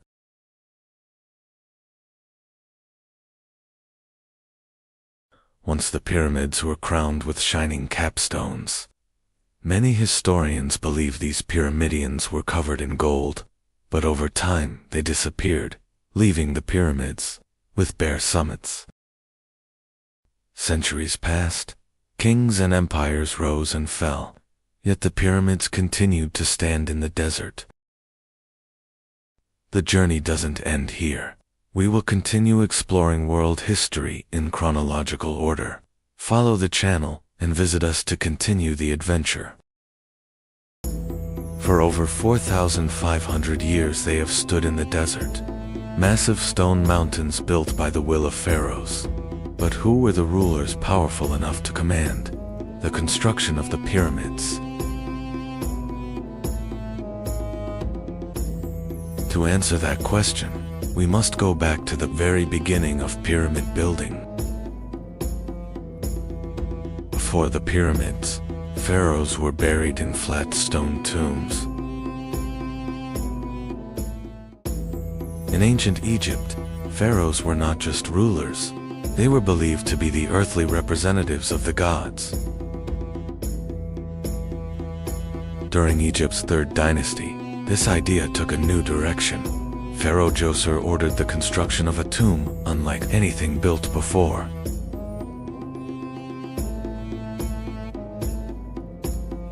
Over time, these mastaba tombs grew larger and more complex. Eventually, builders began stacking them on top of each other.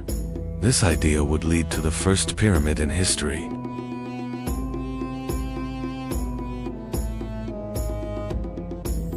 Built for Pharaoh Djoser, the Step Pyramid became the first massive stone monument in history. The mind behind this monumental structure was the pharaoh's architect Imhotep's idea was simple, yet revolutionary. Raise the tomb toward the sky.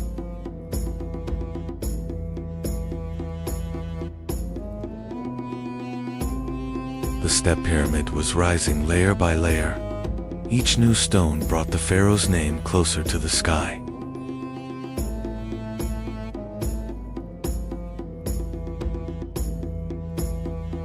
It is considered the first massive stone monument in human history.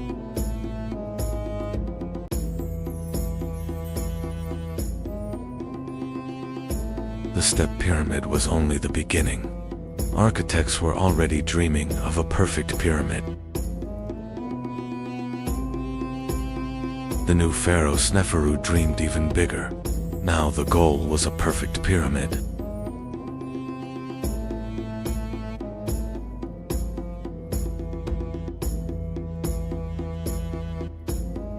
Detailed calculations were made.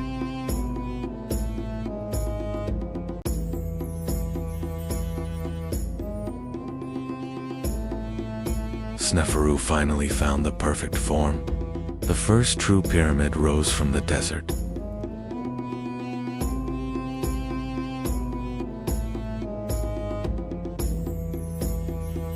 Years of labor had finally come to an end.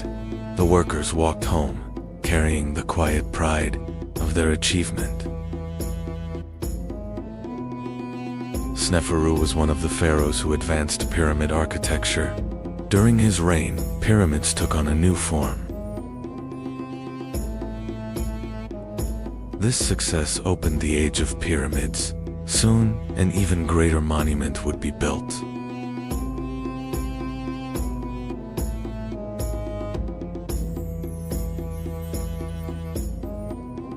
After Sneferu's success, a new pharaoh emerged.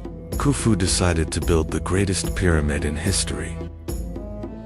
When Pharaoh Khufu came to power during the 4th dynasty, he sought to surpass the achievements of the rulers before him.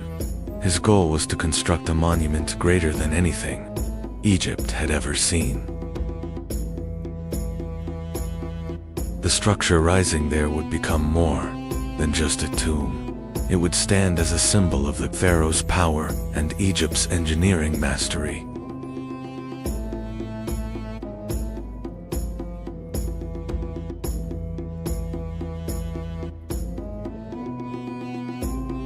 After years of construction and the use of millions of stone blocks, one of the greatest pyramids in history began to rise. Today, this monument is known as the Great Pyramid of Giza. Massive stone blocks were transported across the desert for years. The Great Pyramid slowly rose toward the sky. After Khufu, Pharaoh Kafir came to power and began building the second Great Pyramid at Giza.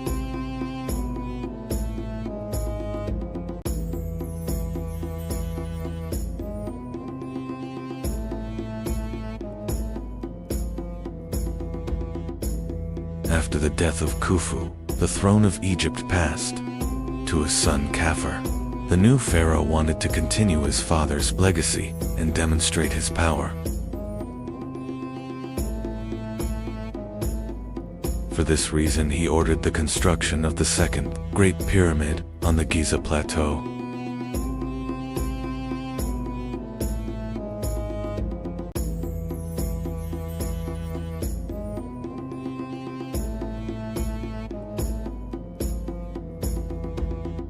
Although slightly smaller than Khufu's pyramid, it was built on higher ground and appears almost equal in size from a distance. During this same period, a massive statue rose on the Giza Plateau, with the body of a lion and the head of a human. It is now known as the Great Sphinx.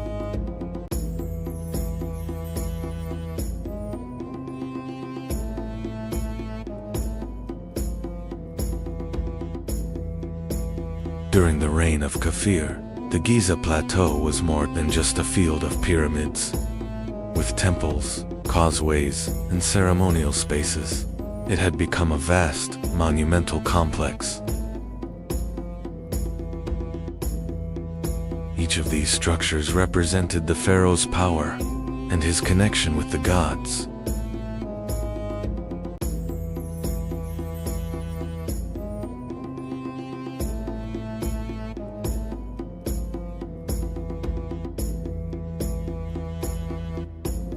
The pyramids were not only tombs, but also sacred monuments symbolizing the eternal life of the pharaoh.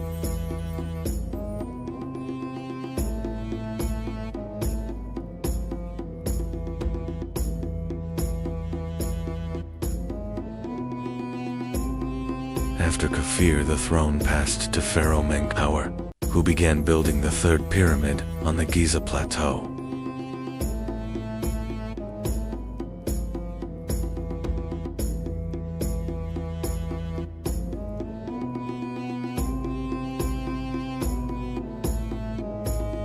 Although smaller than the others, it became an essential part of the Giza complex.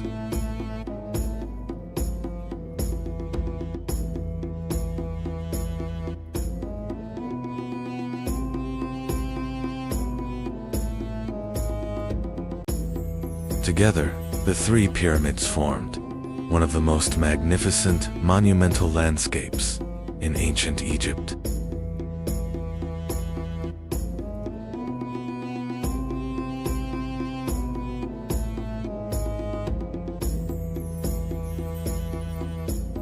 These structures became one of the greatest engineering achievements of the ancient world.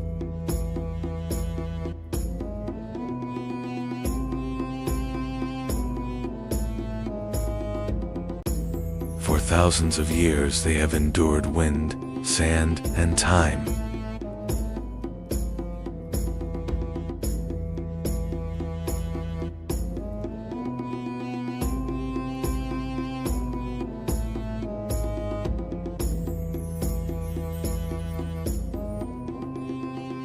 Today the pyramids of Giza still stand.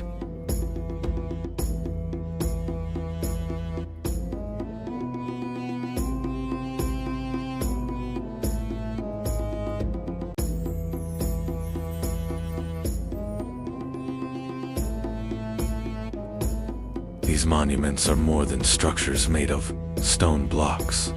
They remain lasting symbols of the power, belief, and determination of ancient Egypt.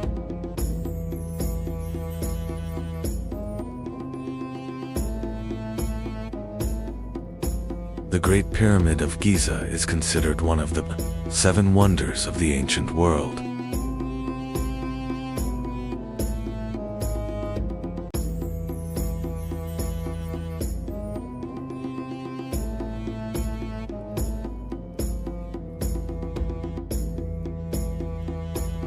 Follow the channel for the next chapter in our chronological journey through history. Thousands of years ago, Anatolia was a vast land where great empires had not yet emerged. Fertile plains, mountain, valleys, and early trade routes would soon turn this region into the cradle of powerful civilizations. Around 2000 BC, new groups began arriving in Anatolia. These Indo-European peoples would eventually become known as the Hittites and lay the foundation of a powerful civilization.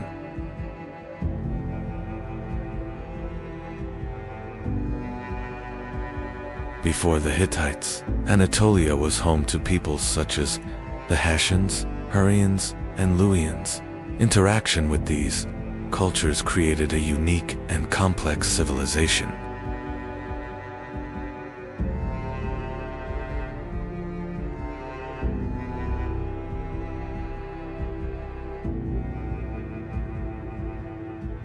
Over time, the Hittites established an important city in central Anatolia.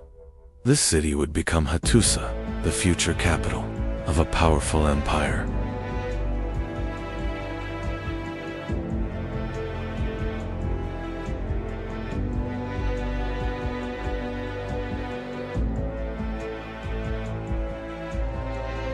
In the 17th century BC, King Hattusili I rose to power. His reign is often considered the true foundation of the Hittite state.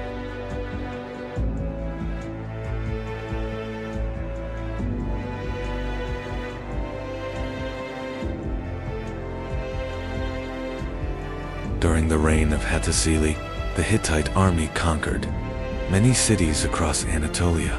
These victories helped transform the Hittites into a regional power.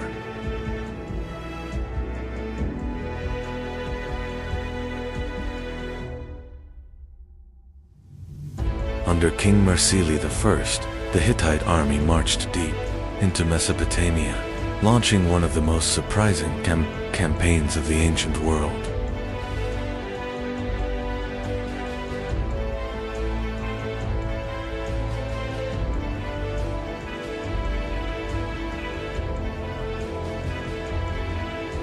In 1595 BC, the Hittites captured Babylon. This dramatic event changed the balance of power in Mesopotamia.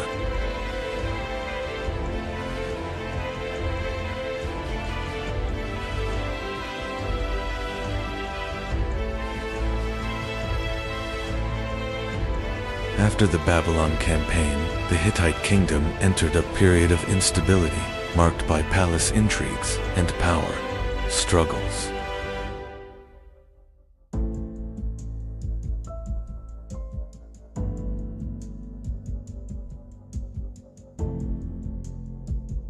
By the 14th century BC, the Hittites regained strength and expanded across Anatolia and much of northern Syria.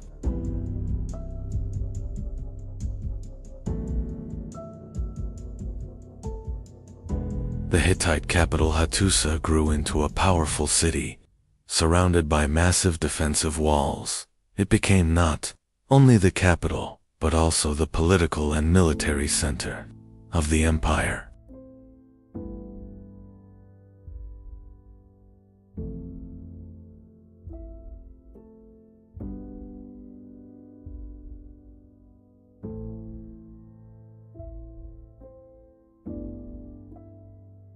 The Hittites expanded across much of Anatolia and northern Syria, becoming one of the dominant powers of the region. During the reign of Suppiluliuma I, the Hittite Empire reached a new height of power.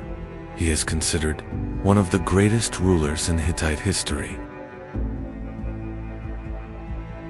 Under the leadership of Suppiluliuma, the Hittite armies began advancing beyond Anatolia. Many cities in Syria came under Hittite control. These conquests turned the Hittite Empire into one of the most powerful states of the ancient Near East.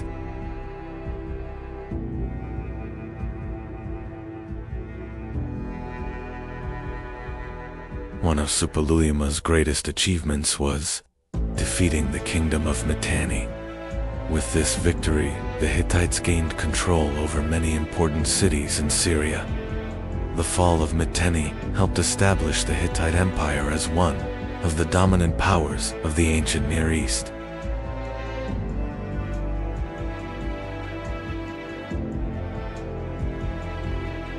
One of the greatest strengths of the Hittite army was the Poor Chariot. These vehicles, operated by a crew of 3, provided speed and maneuverability on the battlefield. With their chariots, the Hittites became one of the most formidable military powers of the ancient world.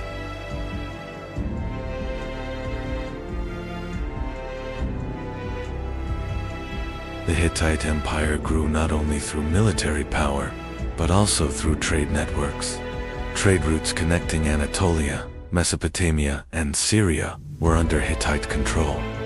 Through these routes, copper, silver, textiles, and valuable goods were transported, strengthening the empire's economy.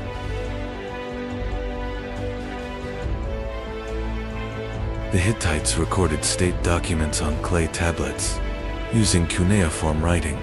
Thousands of these tablets have been discovered in the capital city of Hattusa.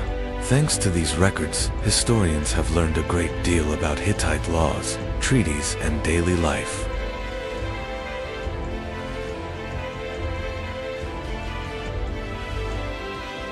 The Hittites practiced a polytheistic religion and were sometimes called the people of 1,000 gods.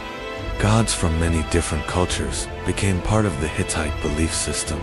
The sanctuary of Yatzilakaya was one of the most important religious sites where these gods were carved into massive rock reliefs.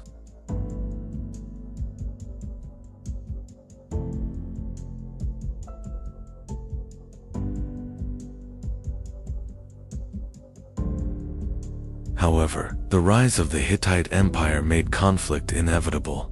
The cities of Syria held great strategic value for both the Hittites and Egypt. This rivalry would soon bring the two great empires face to face near the city of Kadesh.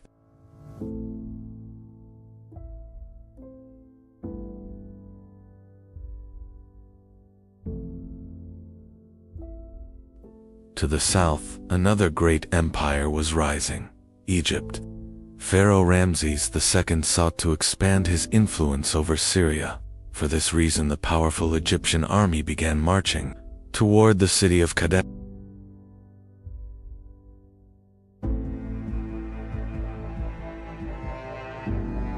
In 1274 BC, the Hittite and Egyptian armies met near the city of Kadesh. In the early moments of the battle, the Hittites launched a surprise attack. Their fast-moving chariots struck the Egyptian forces and created chaos across the battlefield.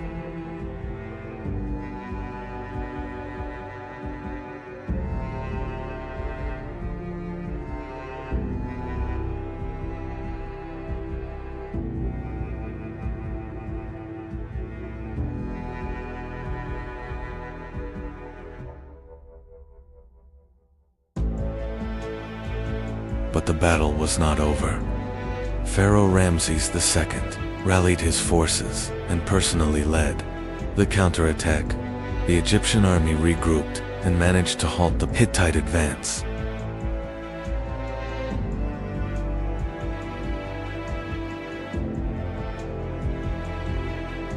The battle raged for hours. Chariots, infantry, and archers fought fiercely across the desert battlefield. The Battle of Kadesh became one of the largest conflicts of the ancient world.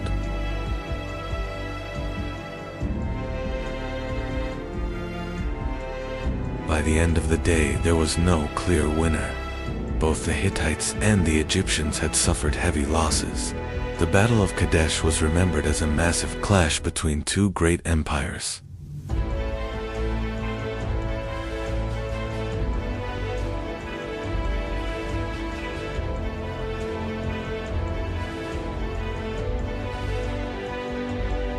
After the Battle of Kadesh, the two great empires chose diplomacy. The Hittites and Egyptians signed what is considered the first known written peace treaty in history. This agreement marked the beginning of a long period of peace between the two states.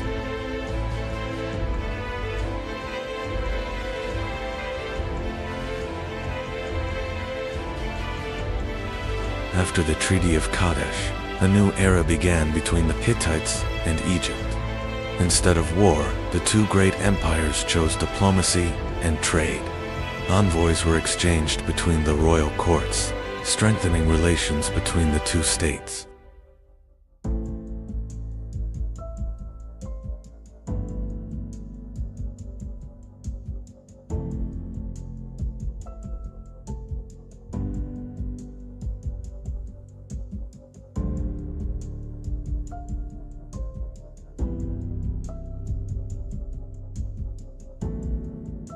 After the Treaty of Kadesh, the Hittite Empire remained powerful for some time. The capital city of Hattusa, with its massive walls, temples and royal palaces, stood as one of the greatest cities of Anatolia, but the fate of this powerful empire would soon begin to change.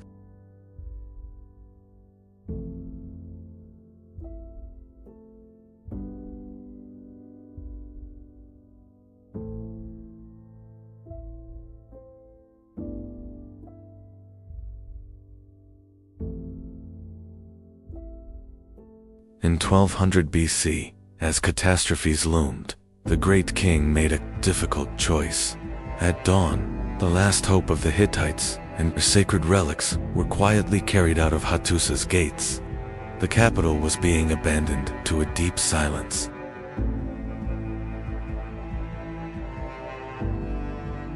As the convoy abandoned the city, the empire's fate was already sealed.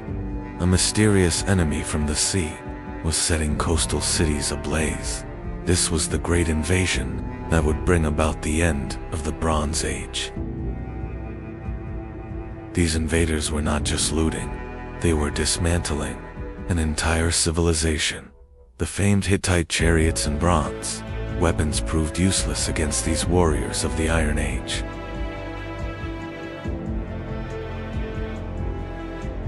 The ports, the Hittites' gateways to the outside world, fell one by one. The sea peoples were not just taking land, they were severing the trade arteries of civilization.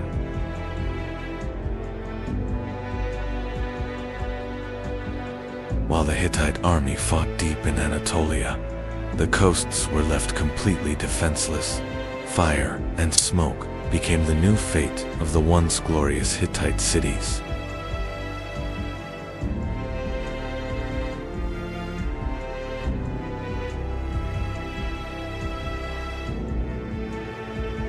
And so, a millennium-old titan fell. This great destruction, brought by the sea peoples, was the final nail in the coffin of the Hittite Empire. As the order of the known world crumbled, Anatolia was plunged into a deep, dark silence that would last. For centuries, the Hittites were gone, leaving behind only ashes scattered by the wind and secrets buried beneath the earth.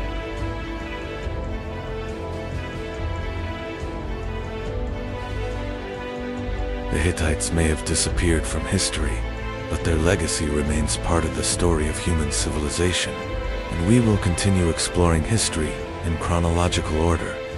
Follow the channel so you don't miss the next great civilization. The towering cedar trees atop the mountains of Lebanon were the pens that wrote the destiny of the Phoenicians.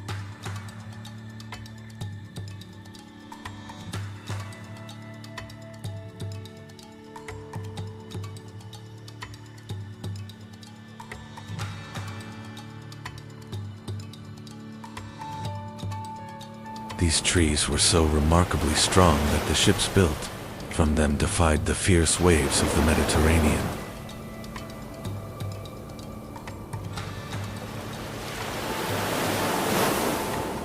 It all began with a voice lost among the dusty pages of history, beyond written history. The masters of the sea lay quietly in wait.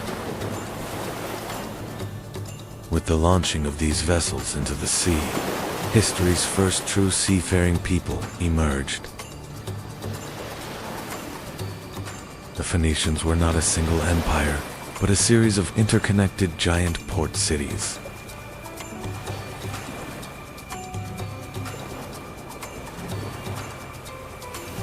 Tyre and Sidon were like impenetrable fortresses built upon the sea.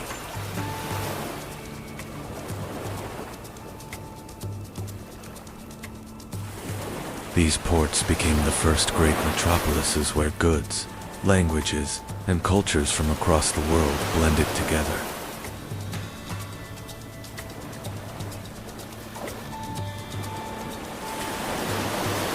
The heart of maritime trade beat here.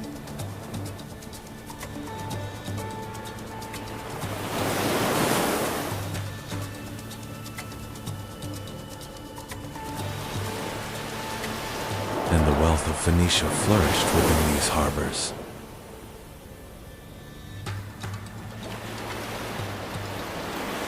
Tyrian purple, obtained from sea snails, was more valuable than even gold in the ancient world. This special color was produced through the laborious processing of thousands of sea mollusks. Over time, this color became an indispensable status symbol for kings, emperors, and nobles. The greatest secret of Phoenicia's economic power and wealth lay hidden in this unique purple dye. But Phoenicia represented not only trade, but also an impenetrable defense.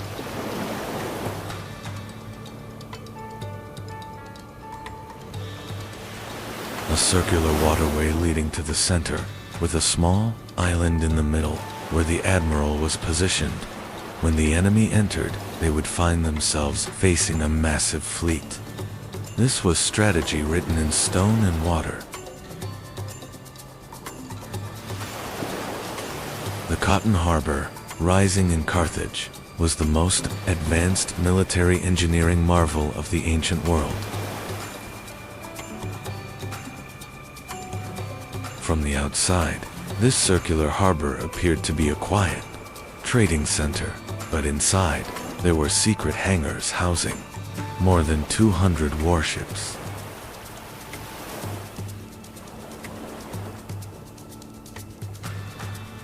According to legend, Phoenician merchants discovered glass by chance while lighting a fire on the beach. Turning this coincidence into a magnificent craft, the Phoenicians became one of the first peoples to succeed in shaping glass by blowing.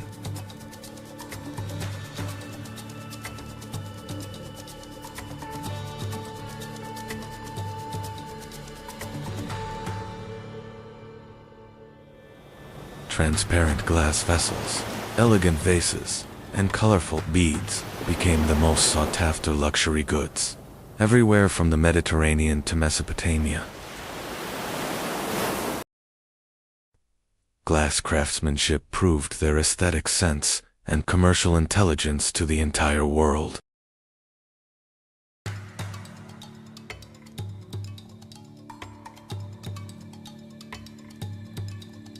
They were drops of light spreading to every corner of the Mediterranean. This was the greatest proof of how the Phoenicians mastered the elements of nature, fire, and sand. Now we turn our camera thousands of miles away, across the Atlantic Ocean, to the rainforests of Mexico. While the Phoenicians were shaping glass, the Olmecs, a major culture of the Americas, were rising to prominence. They were carving colossal basalt rocks to erect mysterious 20-ton statues and developing complex calendars.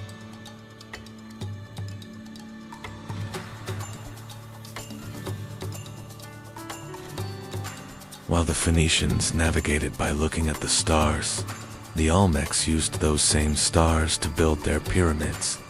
Two different worlds with one shared curiosity: the sky. Meanwhile, in the east, in the heart of China, the Zhou dynasty reigned supreme. This empire, which proclaimed the sanctity of governance, with the concept of the regency of the heavens, was laying the foundations of philosophy and social order. While purple-dyed fabrics adorned kings in the west, an empire of silk and wisdom was rising in the east.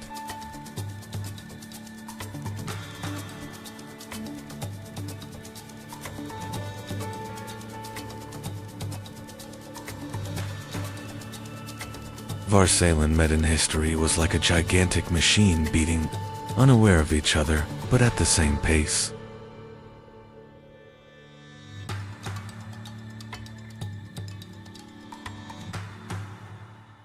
They set aside complex hieroglyphs and cuneiform scripts to create the first alphabet, consisting of only 22 letters.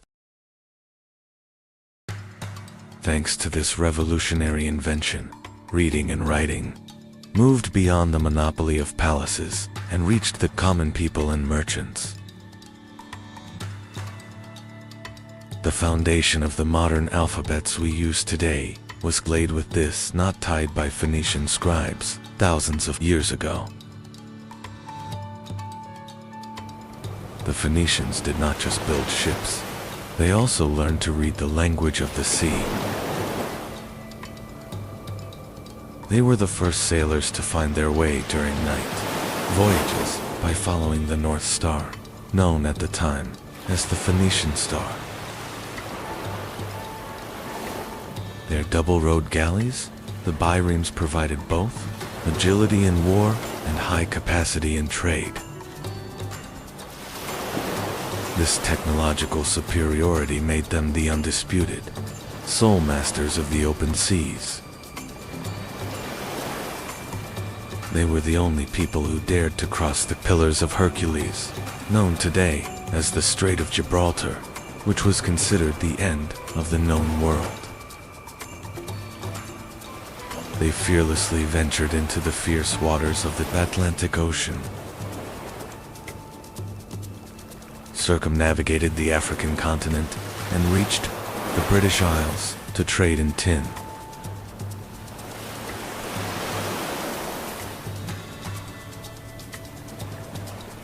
For them, the horizon was not a limit, but the beginning of a new world waiting to be discovered.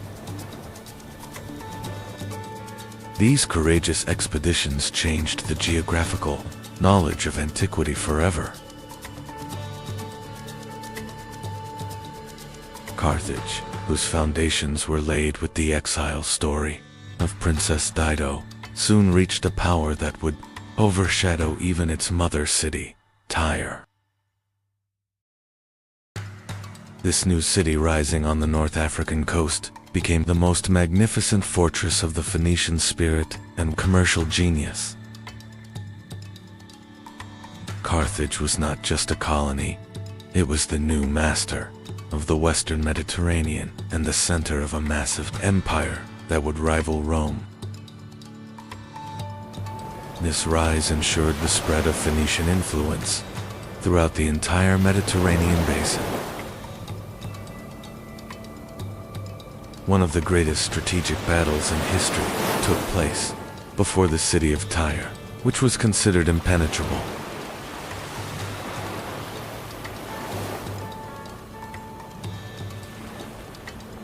To capture this island city on the sea, Alexander the Great achieved a massive feat of engineering by building a causeway from the shore to the island.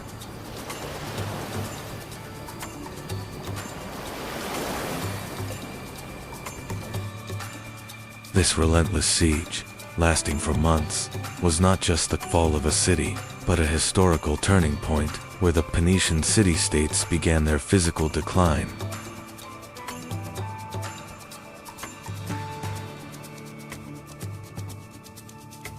With this event, the absolute dominance of the ancient world over the seas began to change hands. Even though the Phoenicians have withdrawn from the stage of history, their indelible footprints still remain in every letter we write today, in our maritime rules, and in our global trade system. They were the first true global civilization to connect distant lands. Their courage, intelligence, and cultural legacy continue to shine like jewels embedded in the foundations of the modern world. Although the masters of the sea are gone, we touch the legacy they left behind every single day.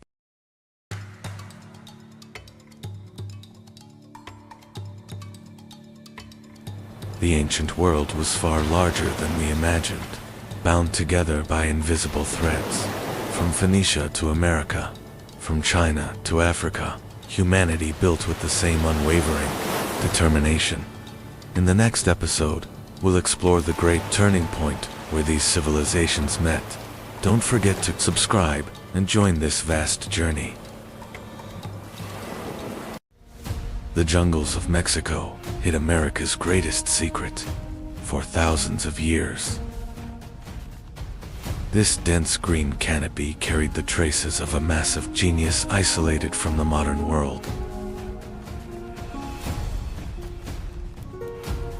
In 1862, a peasant found the first colossal head underground, changing American history.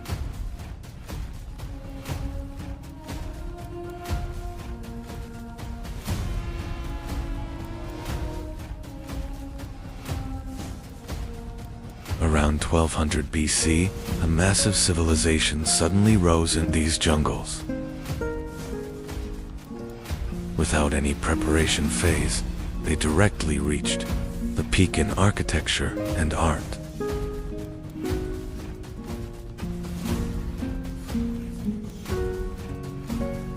Before the Aztecs and Mayans were on the scene, the Olmecs had already discovered the calendar and writing. They are the mother culture that laid the foundation for all great Mesoamerican cultures. The name Olmec was given to them by the Aztecs thousands of years later, meaning rubber people. What they called themselves in their own language remained hidden in the dark and lost pages of history. It still astonishes the scientific world that they emerged with such flawless stonework without a primitive beginning. It was as if this advanced technical knowledge had come to them from across the ocean. Olmec engineers built massive artificial mountains by moving millions of cubic meters of earth in the middle of the swamp. These structures were designed to prevent destructive floods and to be closer to the sacred sky.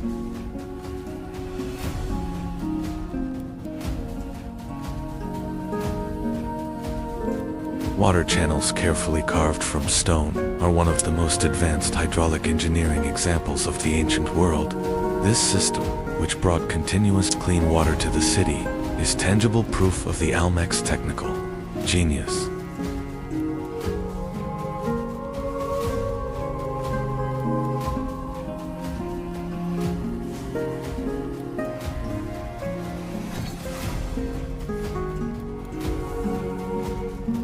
The Olmecs went down in history not only for their giant stone heads, but also for the rubber balls they developed.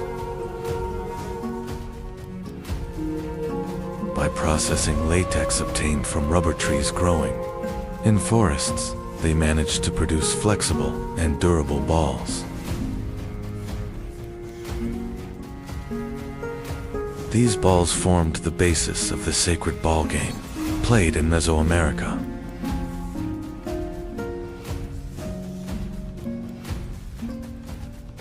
The game was not just entertainment, it also represented cosmic symbolism. The ball symbolized the sun or planets in the sky, and the player's struggle depicted the battle between order and chaos in the universe. The rubber technology developed by the Olmecs later spread to the Maya and Aztec civilizations, marking the beginning of a tradition that would last for thousands of years.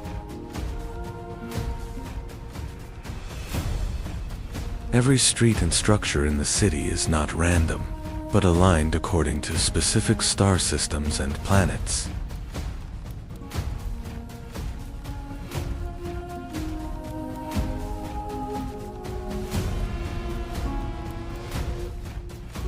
They were the first astrologers to successfully translate the divine order of the sky into a city plan on Earth.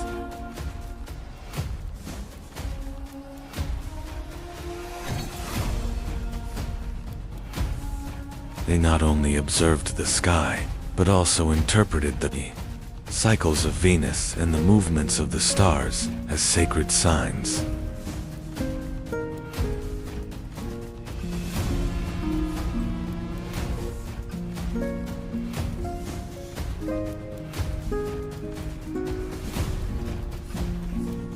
This cosmic understanding would later form the basis of the advanced celestial calendars and astrological traditions of the Mayan civilization.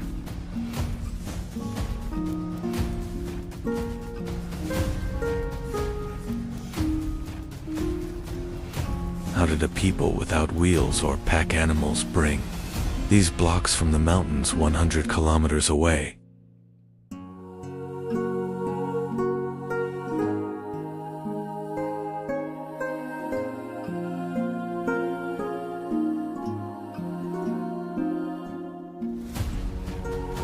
This journey across the turbulent waters of rivers is one of the greatest puzzles in the history of engineering.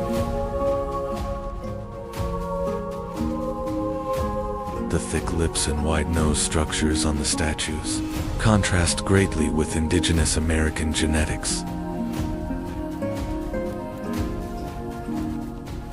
These characteristic facial features may be a sign of a secret intercontinental bond in the ancient world.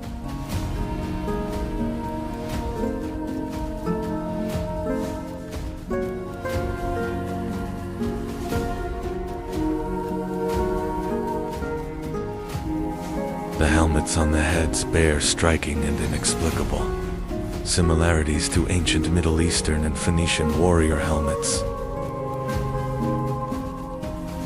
These details show that history is much more complex and connected than what we are told.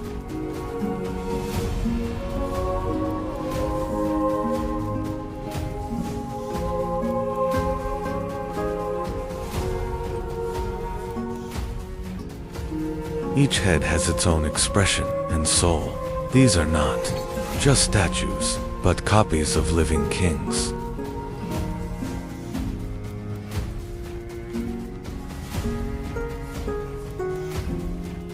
The Olmecs defied time by carving the immortality of their leaders into these massive stones.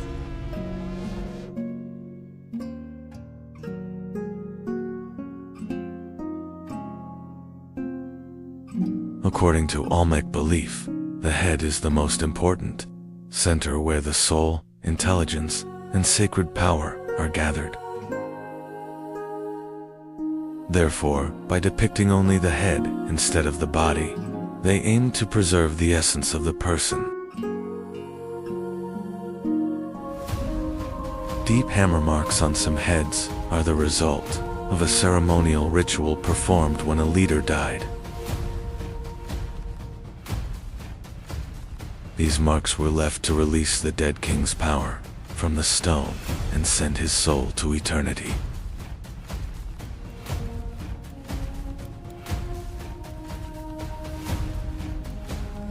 Many colossal heads were hidden by being buried underground in a grand ceremony shortly after being made. These statues may have been intended to serve the underworld gods rather than the physical world.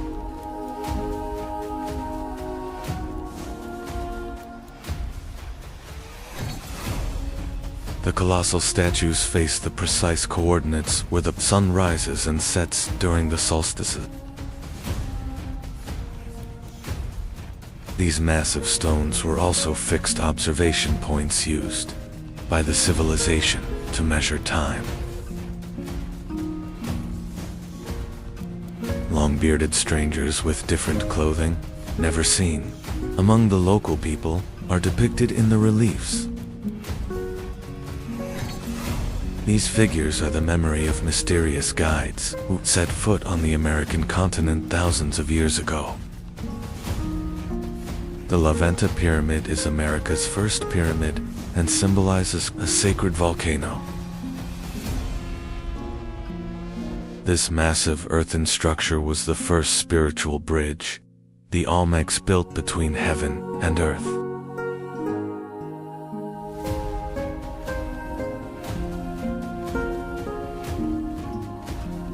Giant mosaics buried underground are secret gifts, prepared for the gods and hidden from human eyes. Thousands of tons of precious jade were laid deep in the earth to form complex serpent motifs.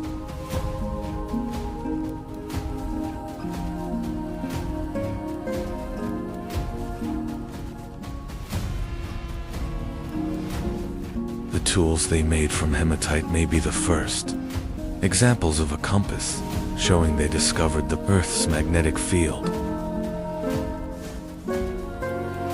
This technology proves they tracked not just the stars, but the invisible forces of the Earth.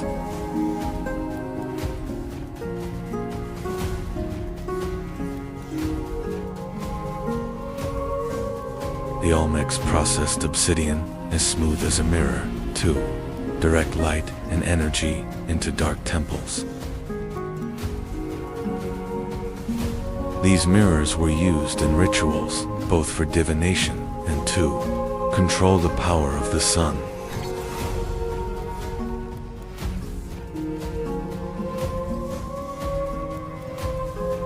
They saw jade as the sacred color of life, water, and eternity, valuing it more than gold. The most skilled artisans carved hard stones as fine as silk to create immortal masks. The Cascile block is the oldest and most mysterious, evidence of the first complex writing system in the Americas.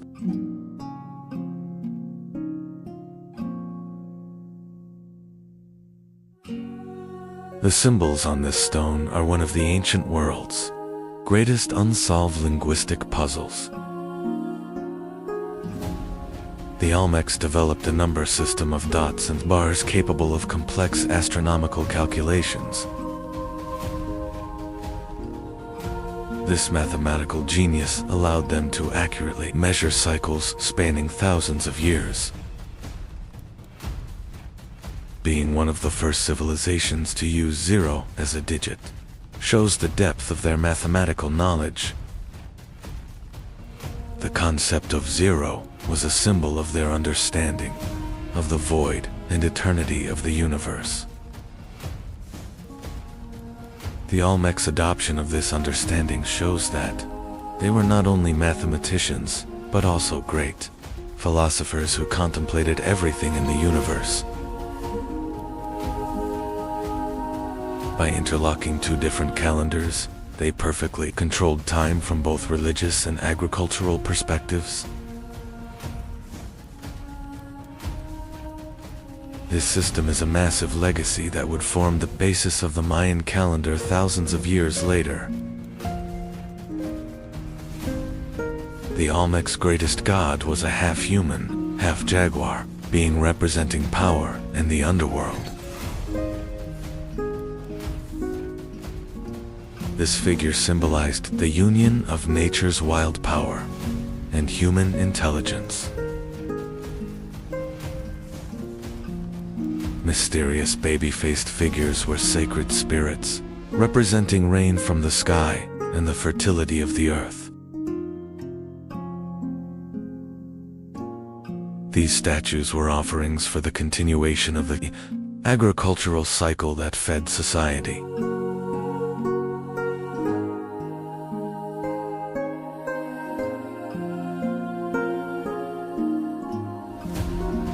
It was believed that priests transformed into jaguars during rituals and communicated with the spirit world. This shamanic transformation was the most feared and respected ritual of Olmec society.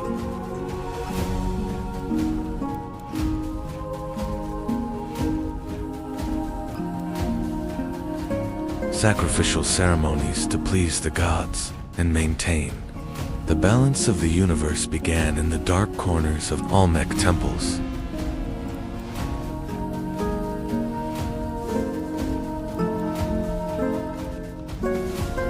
These bloody rituals were seen as a price to be paid for the continuation of life.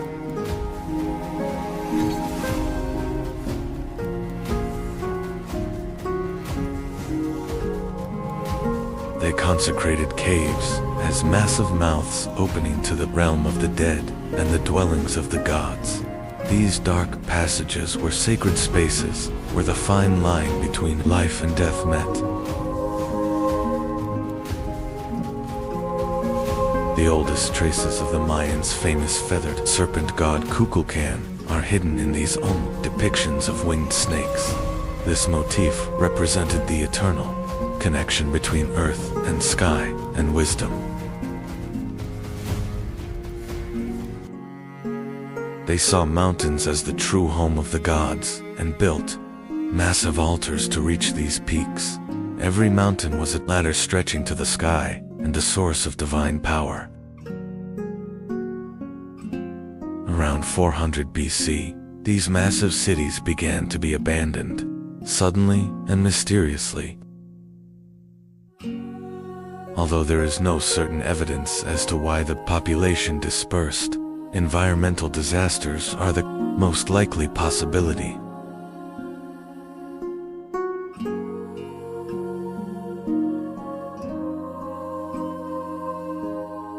The shifting of riverbeds and volcanic eruptions may have completely collapsed their agricultural systems.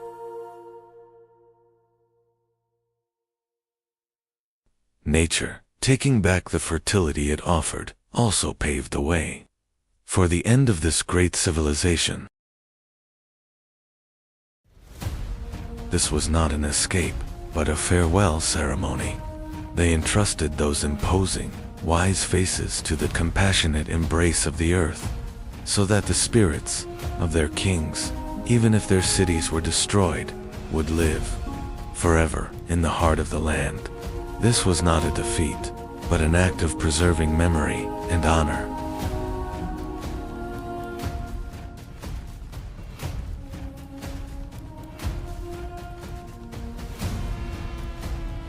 Although the Olmec civilization vanished, their language, beliefs, and calendar systems were inherited by the Mayans and Aztecs. Every great culture in Central America, from pyramid construction to the writing system, was born from this legacy they left behind. The foreign facial features on the colossal stone heads and underground cities discovered with LiDAR technology still make researchers think about mysterious connections. These statues may be proof that human history united much earlier than we thought. This is perhaps the most intriguing question. What if the Olmecs weren't silent witnesses to the history we know, but rather a missing link in a forgotten global network? What if those stony faces were the memories of visitors or ancestors from across the oceans?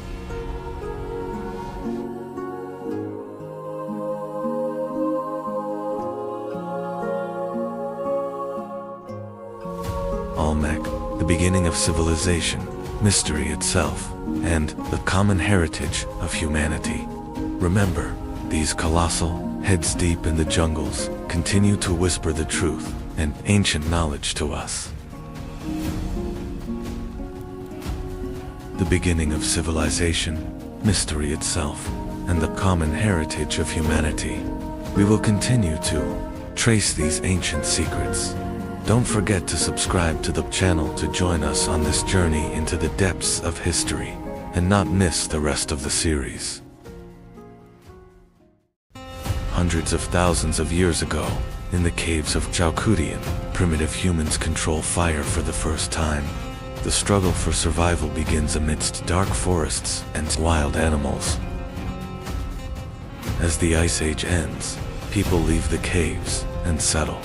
Along the Yellow River, the first millet fields are planted, and the art of painted pottery leaves the first marks of civilization.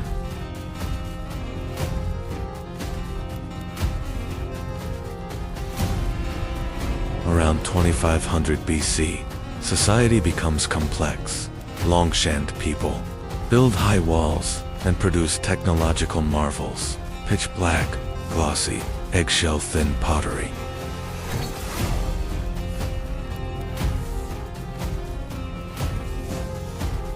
The legendary Yellow Emperor Huangdi gathers the scattered warrior tribes along the Yellow River under one roof, laying the political and cultural foundation of Chinese civilization.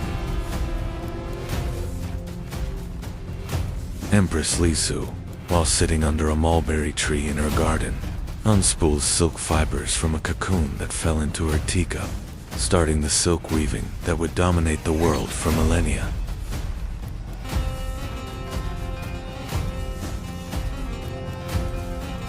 Let us witness how the fate of a river, the fate of a people, and the determination of one man intertwined and how a dynasty was born. Here, we understand how Great Yu transformed into a legend by harnessing the destructive power of nature to serve humanity. Great Yu, working for 13 years to stop the deadly floods of the Yellow River, drains the water to the sea by digging massive canals and establishes China's first official dynasty, Xia, with the people's gratitude. Shang priests cracked turtle shells in fire to read the will of the gods. The symbols engraved on these cracks become the earliest ancestors of Chinese writing.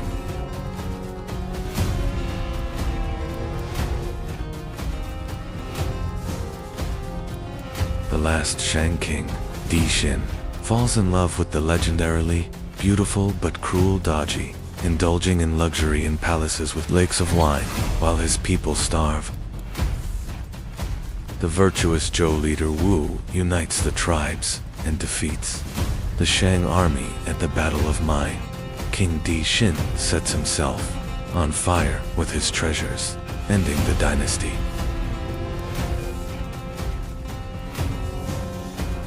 Zhou kings declare they have received a mandate of heaven. They establish China's first major feudal system by distributing land to nobles gathered in the palace square. Amidst political turmoil, the sage Confucius teaches morality and loyalty to his students under a willow tree as philosophies that will forever change China's mindset begin to flourish. As central authority collapses, China divides into 7 great states. Technology shifts from bronze to iron, and massive armies clash to rule all of China.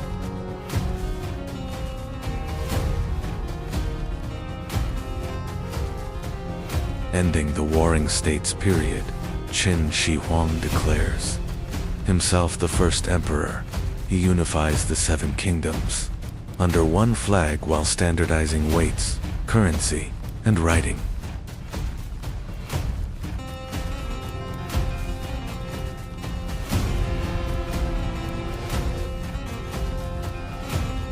To stop nomadic raids from the north, the emperor connects previously built walls into a massive defense line.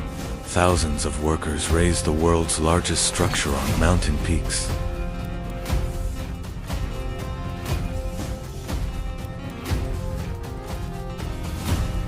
Fearing death, the emperor buries thousands of clay soldiers underground, each with a unique face to protect him in the afterlife.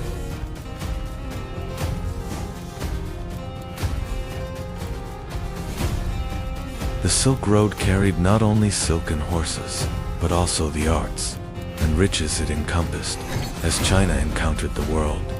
Beyond its walls, it was also experiencing an enlightenment. Within itself, the stability of the Han Dynasty paved the way for some of history's most brilliant inventions and cultural achievements. Now, it is witnessing an invention that will change the very end, and a history that will never allow the past to be lost. CSI Lan, an official in the Han court, produces the first real paper by mixing tree bark and old rags. This invention changes the world by allowing knowledge to move from bamboo sticks to light pages.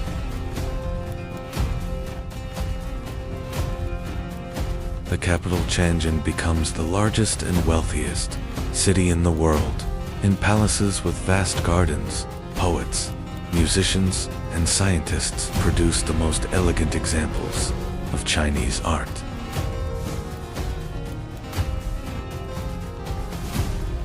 A massive fleet on the Yangtze River is engulfed in flames as the strategic genius Zhuge Liang turns the wind. Unified, smaller armies engulf the tyrant Cao's massive force in fire.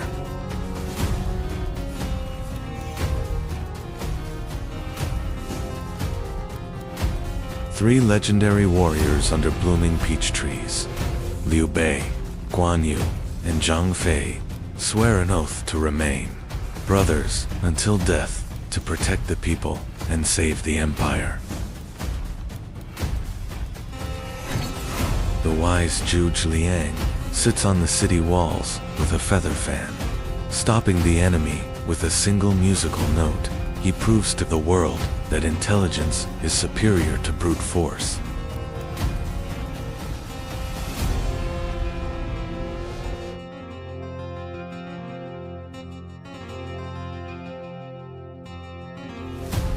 The Tang capital Chang'an becomes the world's largest city, with a population of 1 million. Arab, Persian, and Indian merchants from the Silk Road gather in markets, filled with silk and spices.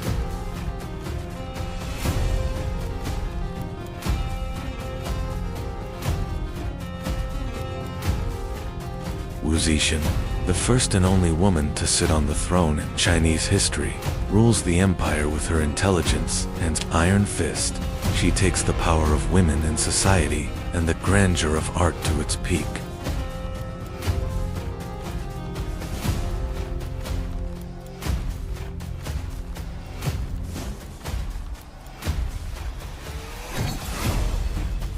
Wise poets Li Bai and Du Fu write their poems by the river, under the moonlight, as Chinese literature and painting produce the most elegant examples that will not be forgotten for millennia.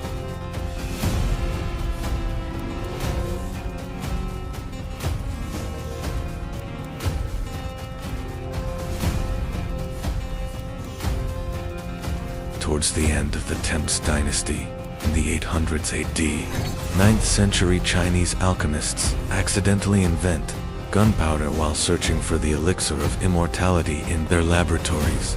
Although this explosive mixture was initially just a matter of curiosity, it ignited the fuse of a fire that would radically change human history. This revolutionary secret is carried to the Arab world and then to Europe via the Silk Road. Caravans setting out from China carry not only silk and spices, but also the formula for this destructive power that will shape the world on an intercontinental journey, forever changing the nature of war.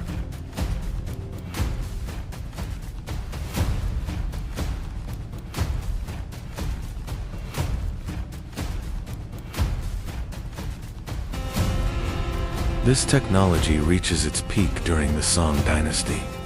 Gunpowder arrows and the first cannons begin to roar on the battlefields. Chinese civilization now guides the world, not only with its philosophy, but also with its engineering.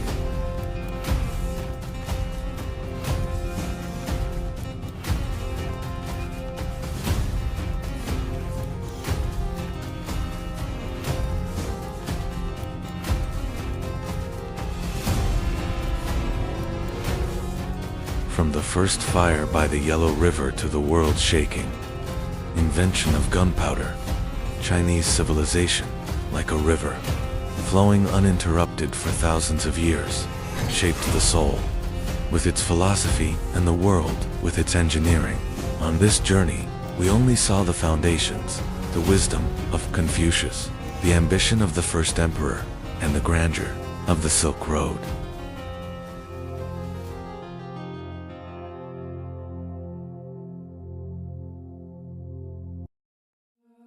Deep within the jungle, a civilization forgotten by time once rose.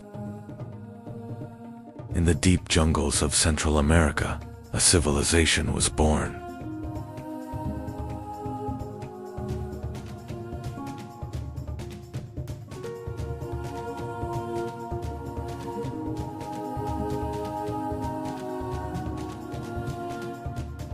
A civilization beyond time. What an accurate description.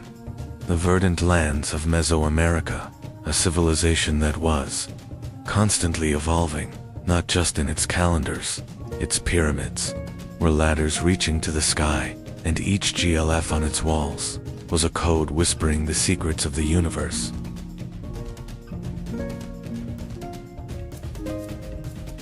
For centuries, it was hidden by nature.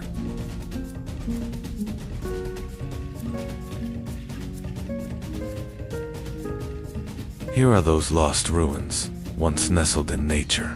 Every stone, every vine tells a story.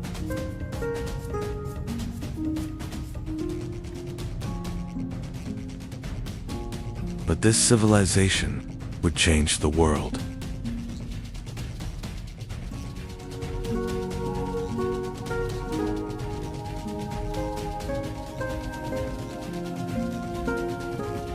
The Maya civilization spread across a vast region.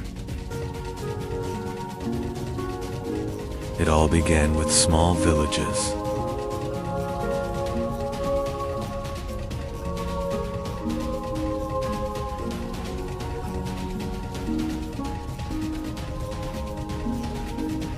Corn was at the center of life. To them, humans were created from maize.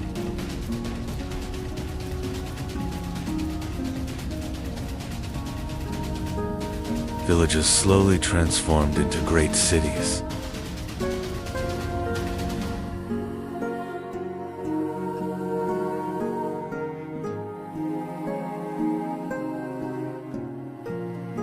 Cities rose in the heart of the jungle. Stone structures reached toward the sky. They built massive pyramids without metal, only with intelligence.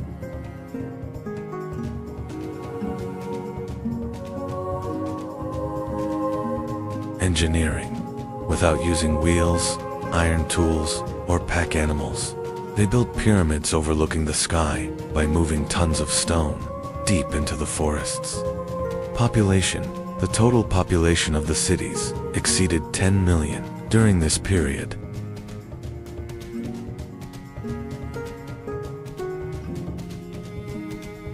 These structures were not just architecture, they were connected to the sky. On certain days, sunlight touched the pyramids and moved like a serpent of light. Architecture. They developed an acoustic and astronomica. Architecture so precise that during the equinoxes, the sun's rays would cast a serpentine shadow on the pyramid steps.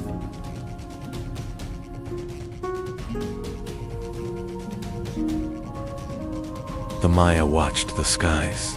The stars were their guide.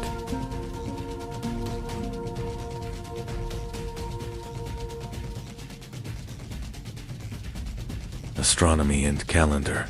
They calculated the movements of Venus with accuracy. The solar calendar they developed differs from our modern calendar by only seconds.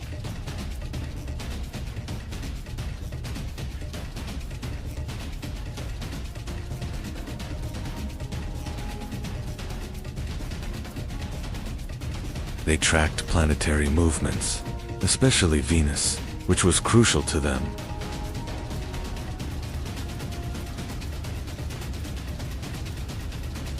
They tried to understand time and found ways to measure it.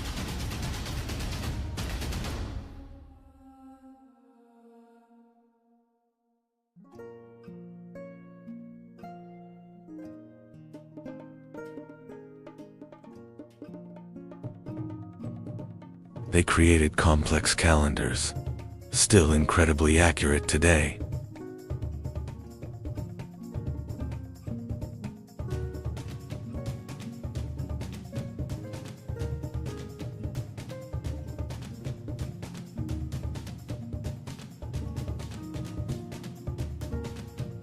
They were one of the first civilizations in the world to use the concept of 00.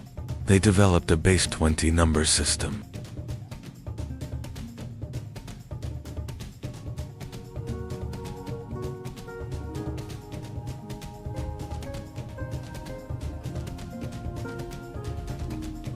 Writing system.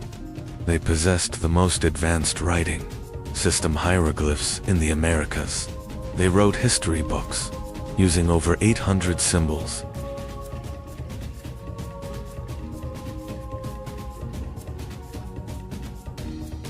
The Maya writing system was advanced, combining symbols and sounds.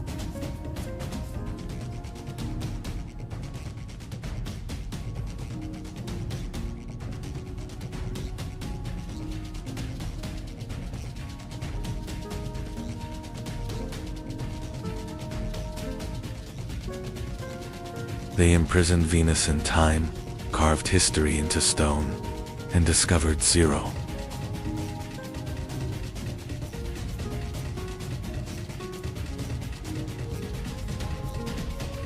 They carved their stories into stone, leaving records of kings and wars.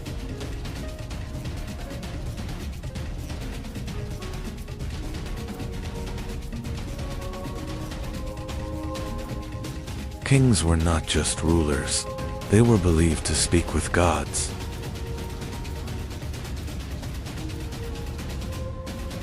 Rituals were part of daily life. Everything had meaning. Sacrifices were made for the gods to maintain balance in the universe.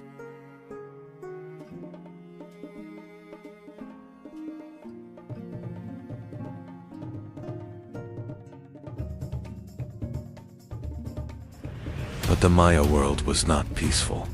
Cities were constantly at war.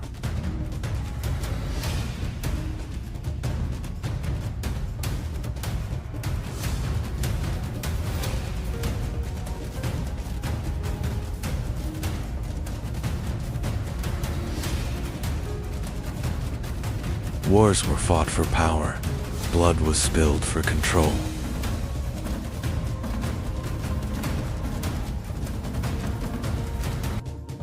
Captives were highly valued. They meant both power and ritual.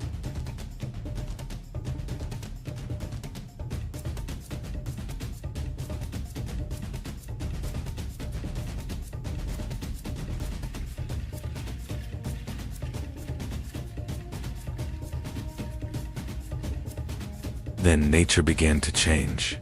Drought made life harder.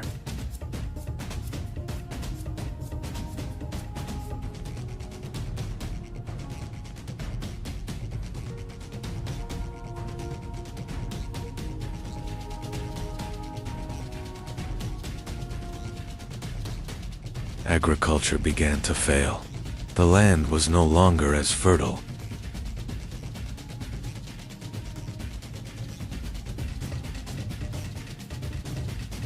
Cities were slowly abandoned. People left their homes behind.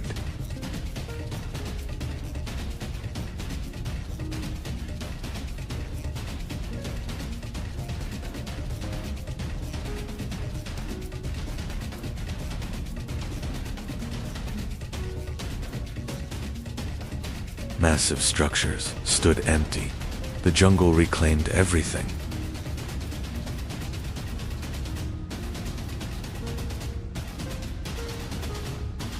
A great civilization collapsed, but the reason remains unclear. One thing is certain: the collapse was sudden and deep.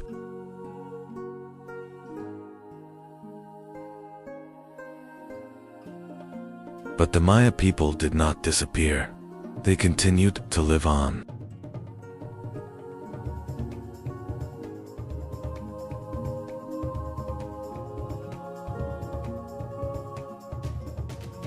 Today, millions of Maya still exist. Their culture and language live on.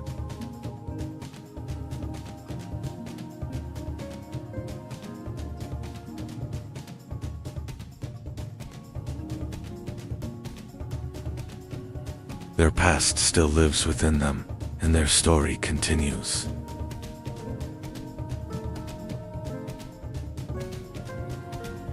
The Maya civilization transcended time, leaving a deep mark on humanity.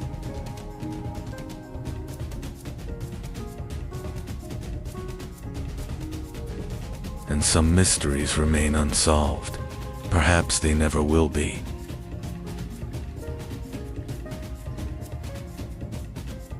The secrets of ancient civilizations and codes from the past. Stay tuned for more. 40 kilometers northeast of Mexico City lies a mystery.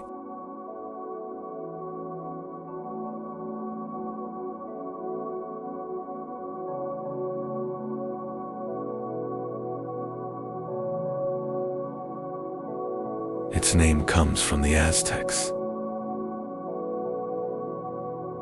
the birthplace of the gods. But they didn't found this city, they discovered it. In the 1400s, when they looked at these ruins, they gave them names, but they didn't understand them. Because Teotihuacan doesn't speak. There's writing on it, but it's undecipherable. They have kings, but their names are lost. And today, 2,000 years later, we are still asking the same question: who were they?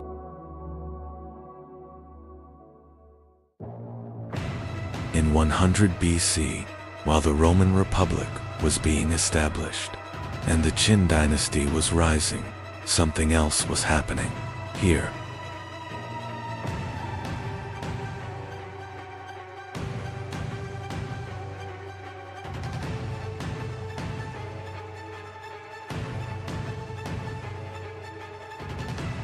In the middle of the valley, there was no river, no harbor, but someone was building one of the world's greatest cities.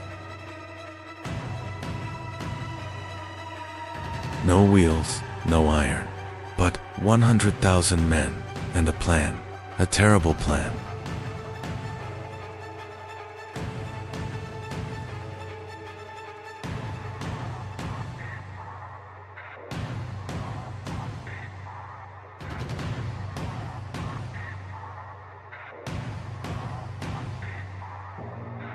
The plan for Teotihuacan is a message, a 2-kilometer-long boulevard, the way of the dead.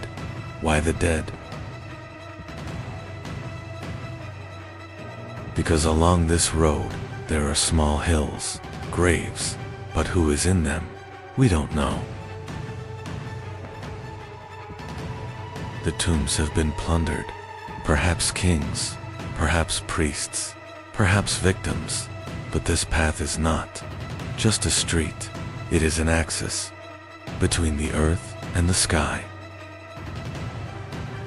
In the middle of the road, the Pyramid of the Sun, 65 meters high, 225 meters base. In terms of volume, it is larger than the Great Pyramid of Giza in Egypt.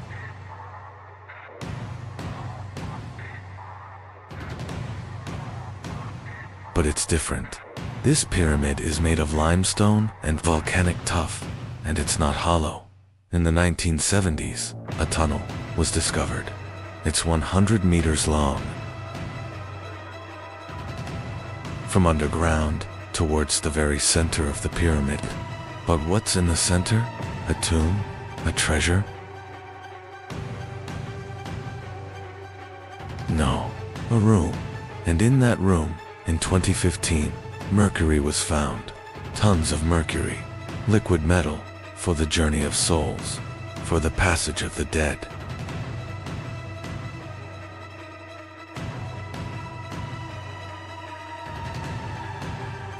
Mercury is poison, but it is also immortality. Chinese emperors also drank mercury to become immortal. They died in Teotihuacan. Mercury is perhaps the same thing, a quest for immortality. But for whom? For a king, or for the city itself?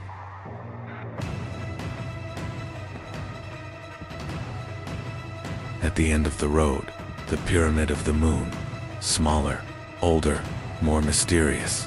12 platforms in front of it, 12 in number, 12 moons, 12 planets, 12 gods.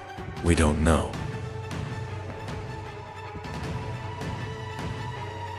But we know that this pyramid is more sacred than the Pyramid of the Sun.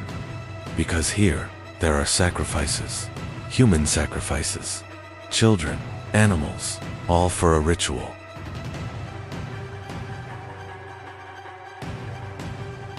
Every 12 years, every 52 years, at the 0 point of the sacred calendar, we don't know, but the bones speak, and blood has seeped into the stones.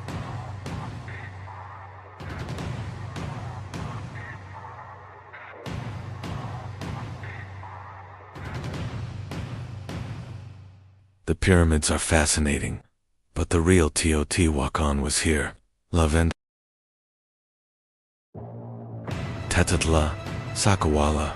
The names are modern, but the buildings are 2,000 years old. Multi-story apartment buildings. The first apartment buildings, perhaps each one housed 60 to 100 people, families, craftsmen, merchants, and on the wall of every room, paintings. Red, green, yellow. There's no wall without a jaguar, because the jaguar is power, and the feathered serpent, and the feathered snake. Quetzalcoatl, sky and wind, knowledge and death at the same time. Teotihuacan is a manufacturing center, obsidian, volcanic glass, the sharpest blade in the world, 100 times sharper than surgical steel, and this obsidian is everywhere. In Guatemala, in Honduras, all over Mexico. Trade, but how? No wheels, no animals.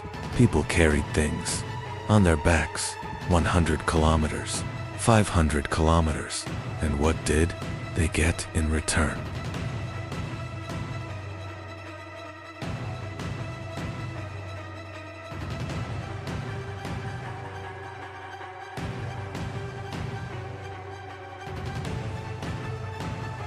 Jade from Guatemala, 1,000 kilometers, feathers from the Amazon, seashells from the Pacific. This city is the center of a network, and this network has enveloped the continent.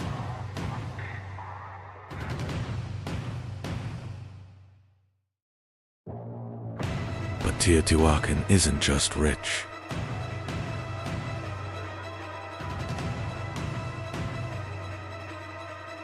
Everything is planned.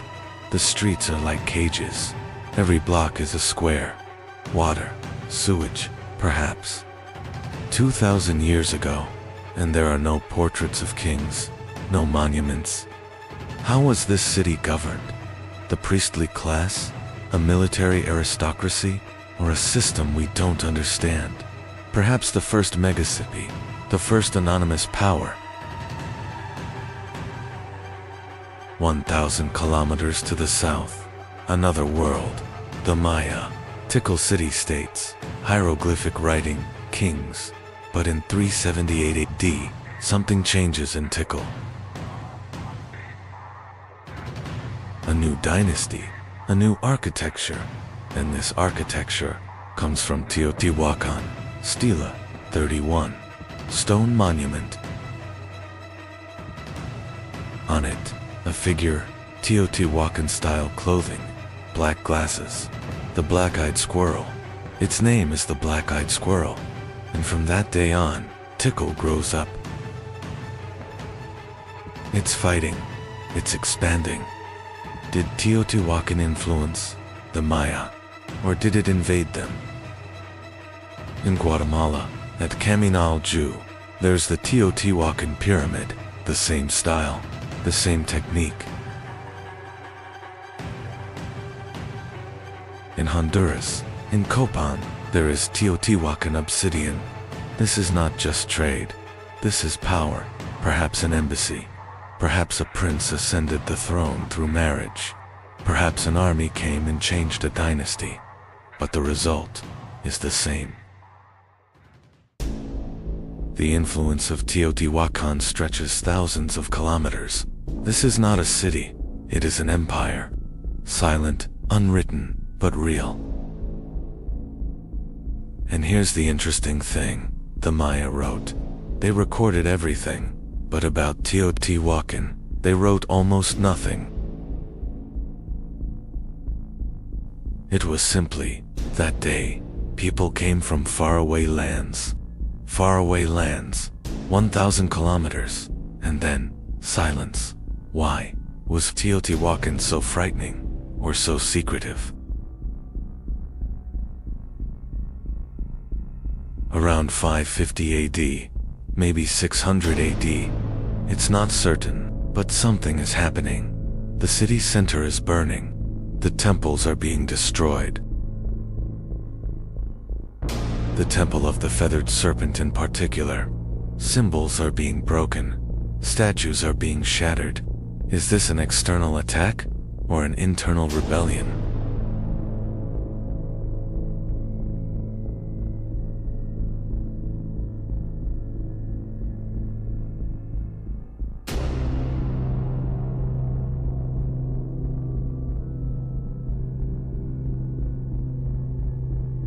Climate change, drought, Lake Texcoco is drying up, agriculture is collapsing, 100,000 people are going hungry, or the obsidian trade is stopping, alternatives are emerging, power is disappearing.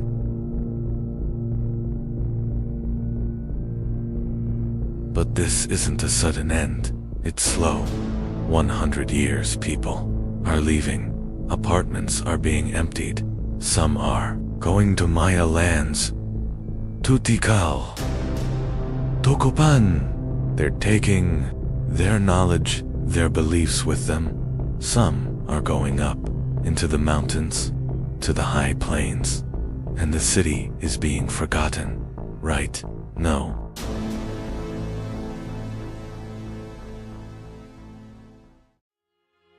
Because 600 years later, the Aztecs arrive. And they don't forget.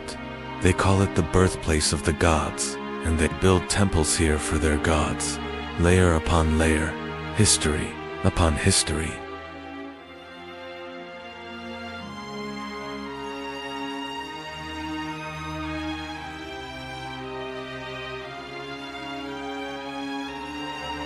The 1900s. Archaeology begins. The Porfirio Diaz era. Mexico is modernizing, and Teotihuacan becomes a tourist destination. But science progresses slowly. The 1970s, the tunnel is discovered.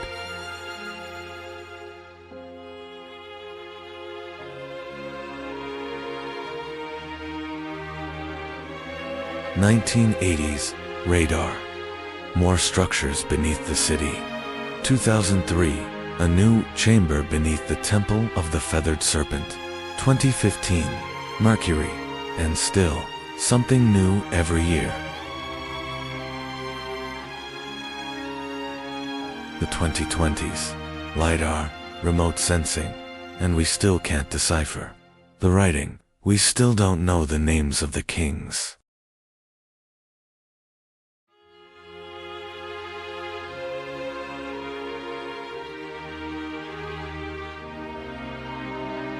Today, Teotihuacan is a UNESCO World Heritage Site. Every year, it receives 4 million visitors, but still, the same mystery remains. Who were they? Why did they go? And, perhaps most importantly, what can we learn from them?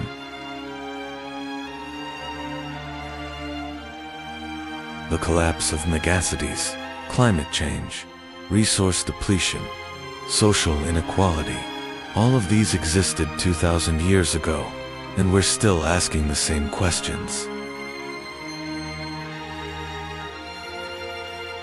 Teotihuacan is silent, but its stones speak. Every step is a message. Every wall tells a story. And we just listen. 2,000 years later, we're still listening. Because some places are outside of time. Some questions must remain unanswered. Perhaps that is why it is still there, waiting. The birthplace of the gods, and perhaps of us too.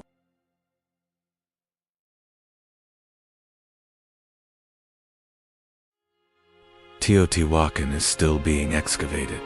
Every new discovery updates this film.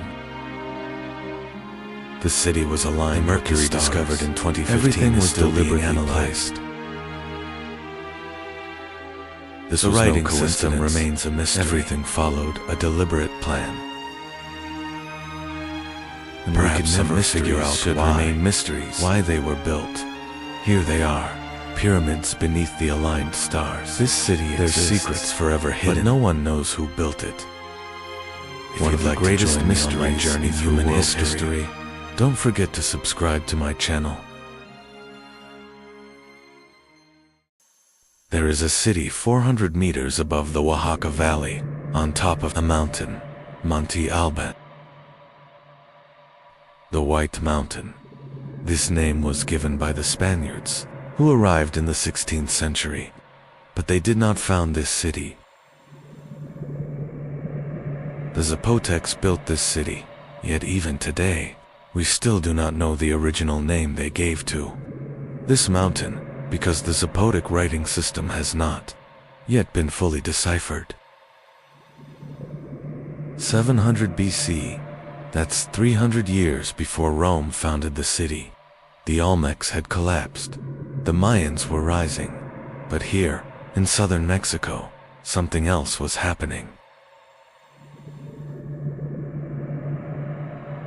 A people leveling the mountaintop, a construction project that lasted 300 years, and the resulting city with a population of 15,000 terraces, temples, observatories, and a message: we are here and we are watching. The construction of Monte Alban seems like madness. Why the top of the mountain? Why 400 meters up? Defense, perhaps? But there's more to it. Surveillance, control. The Oaxaca Valley is one of Mexico's most fertile agricultural areas. And this mountain is right in the middle of the valley. It sees everything. It controls everything. The city center, Grand Plaza, 300 meters long, 200 meters wide, flat, symmetrical, planned. This is the oldest planned city in Mexico, and this plan hasn't changed for 1,000 years. The J platform, the South platform, the Eyes Monument, all remained faithful to the original design from 700 BC. Why? Because that plan was sacred. The J platform, Monte Alban's most mysterious structure, shaped like the letter J, but why J? Astronomical alignment, calendar calculation, or is it a burial complex? In the 1930s, more than 170 tombs were discovered here. Mummies, jade masks, obsidian knives, and one name, the 12 Apostles, Lady 12 Macaw. A female ruler, circa 450 BC, the most powerful period of the Zapotecs. Monte Alban's most famous monument, the dancing figures. Stone reliefs, over 300 figures, men, women, children. Some are dancing, some are in pain, some are dead, and above all, names, glyphs, hieroglyphic writing. The Zapotecs invented writing.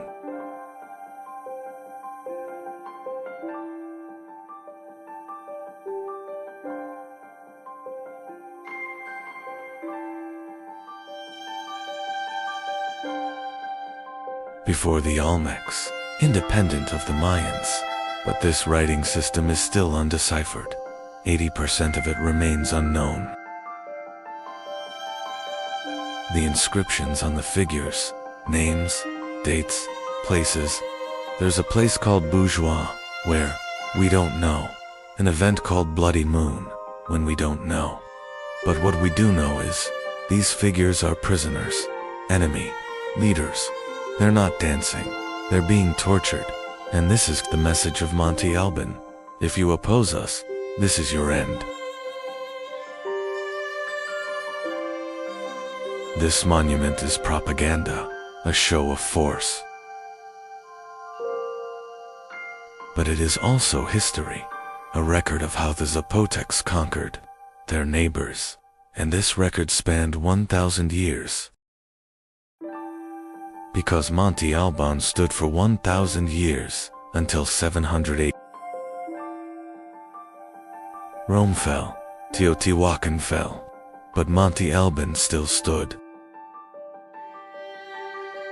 The place of women in Zapotec society is still debated. Was it male-dominated, or did women also hold power? The tombs of the 12 apostles support the second question. But is this the only example, or were there more female rulers? We don't know. Because the Zapotec script remains undeciphered, and perhaps, when it is deciphered, we will find even more of the 12 apostles. Outside Monte Alban in the valley, there were villages, agriculture, corn, beans, squash. 3 sisters, Mexico's staple food, and handicrafts, obsidian work, ceramics, weaving. The Zapotecs were experts in textiles, and these textiles were traded to Teotihuacan, to the Mayans, even further afield. Monte Alban and Teotihuacan, 2 mountain cities, 2 power centers, 500 kilometers apart, but connected. Between 200 and 500 AD, there was intense trade. Obsidian, ceramics, jade, and perhaps ideas. Was Zapotec writing influenced by Teotihuacan writing? Or was it the other way around? We don't know. But what we do know is, these 2 cities knew each other, and they respected each other. Teotihuacan-style ceramics have been found at Monte Alban. Talak figures, feathered serpent motifs, and Zapotec jade from Teotihuacan. It came from Guatemala, but passed through Zapotec hands. This wasn't just trade, it was diplomacy, perhaps an alliance. 2 superpowers, not enemies, but partners. But there were differences too. Teotihuacan is anonymous. It has no king. The Zapotecs have names like the 12 apostles. Teotihuacan was unwritten. The Zapotecs were written, and perhaps that writing made the difference, because writing is identity, it is history, and the Zapotecs recorded their history. On tombstones, on monuments, and we are still trying to decipher those records. By AD, Monte Alban is being abandoned. Why? Drought, civil war, depletion of resources, perhaps all of them.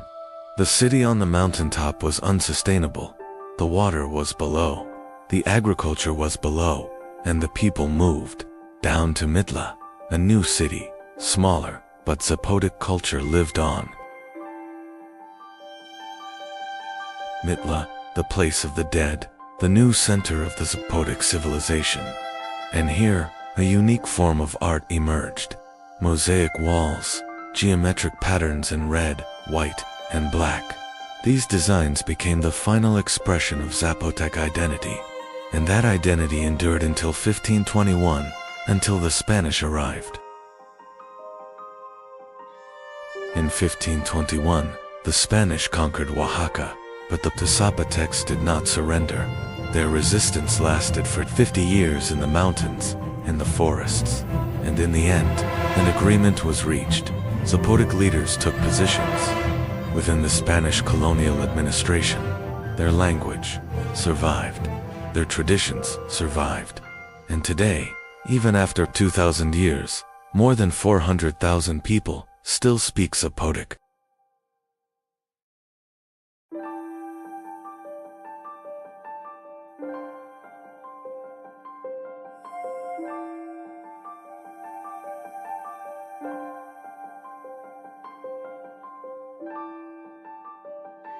Monte Alban is in ruins, but its Zapotec identity lives on. In Oaxaca, the Guelaguetza festival every year. Zapotec dances, Zapotec music, and in those dances, perhaps, we see the dancing figures of the Grand Plaza. 2,000 years ago, on a mountaintop, eyes are still watching us. And we are still looking back, because Monte Alban is not just stone. It is a people's defiance against the mountain. A nation's struggle to conquer time, and perhaps its success. The Zapotec script remains undeciphered, but one day, it will be deciphered, and on that day, we will hear the voices of the 12 apostles, and perhaps, that voice will say, "We were here, and we have not been forgotten." Monte Alban was added to the UNESCO World Heritage List in 1987. Zapotec is still spoken by 400,000 people in Mexico. Archaeologists have only excavated 10% of Monte Alban. Deep in the mountainous valleys of Mexico's Oaxaca, on ancient peaks peering out from the mists, the shadows of a civilization still live on. They called themselves New Savvy People of Rain. Historians call them the January 1932, Mexican archaeologist Alfonso Caso, while digging in the hills of Monte Alban, touches one of history's most astonishing treasures. 7 Tomb contains over 500 artifacts made of gold, silver, turquoise, and jade. But this is just the beginning. Because behind these treasures lies the dramatic story of a forgotten civilization. A people who ruled the rugged mountains of southern Mexico from around 1500 AD to 1523 AD. They weren't just warriors, they were the world's finest, masters of gold craftsmanship. They were decorating buried mummies with turquoise mosaics. Using lost wax techniques, they created decorations that are still inimitable today. But this story isn't just about gold and precious stones. This is the story of the 8-deer jaguar paw, the greatest leader in the history of the Rain People. The story of a man who conquered 94 cities, united 3 different regions under a single kingdom, but was ultimately killed by his own family. In this documentary, we will unveil the pages of lost codices. We will break 1,000 years' silence and journey into the mysterious world of the Rain People. Welcome to the heart of the Mixtec civilization.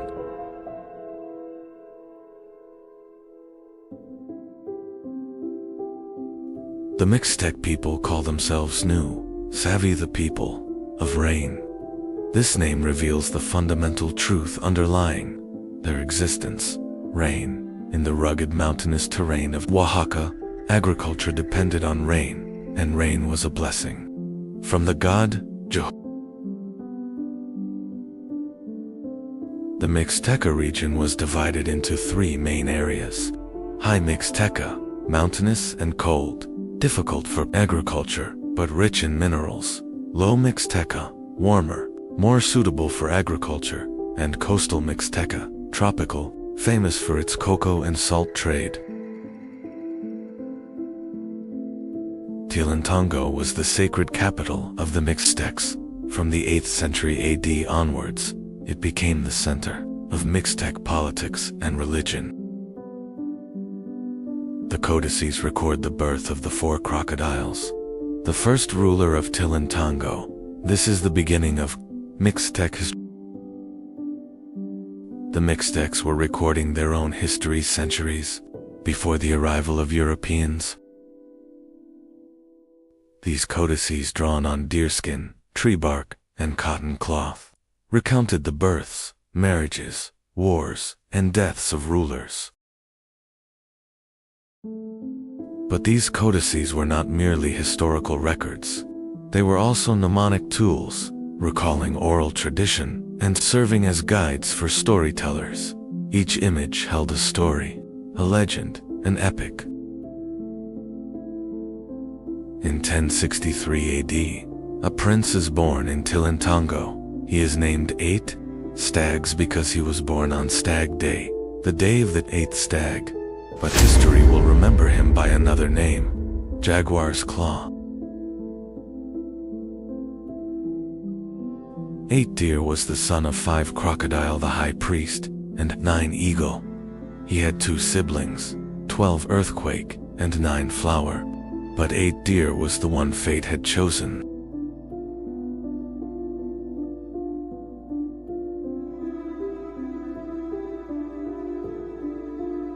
According to the codices, during his reign as King 8, he conquered 94 cities. Each victory was recorded in vivid colors on the pages of the codices. He is always depicted wearing a jaguar helmet, a symbol of his warrior spirit and strength. But 8 Deer ruled not only by the power of the sword, but also by diplomacy. They formed an alliance with 4 Jaguars, a more powerful Toltec ruler than Cholula. In return for this alliance, they received the turquoise nose ornament, a symbol of Toltec royal power. The most striking story of 8 Deer is his tragic relationship with his family. His stepsister, 6 Lizards, married 11 Winds. This marriage posed a threat to 8 Deer because 11 Wind's family had their eyes on the Tilantongo throne. In 1101 AD, the 8 Deer finally conquered the city of the Red and White Bunch, the center of their rivals.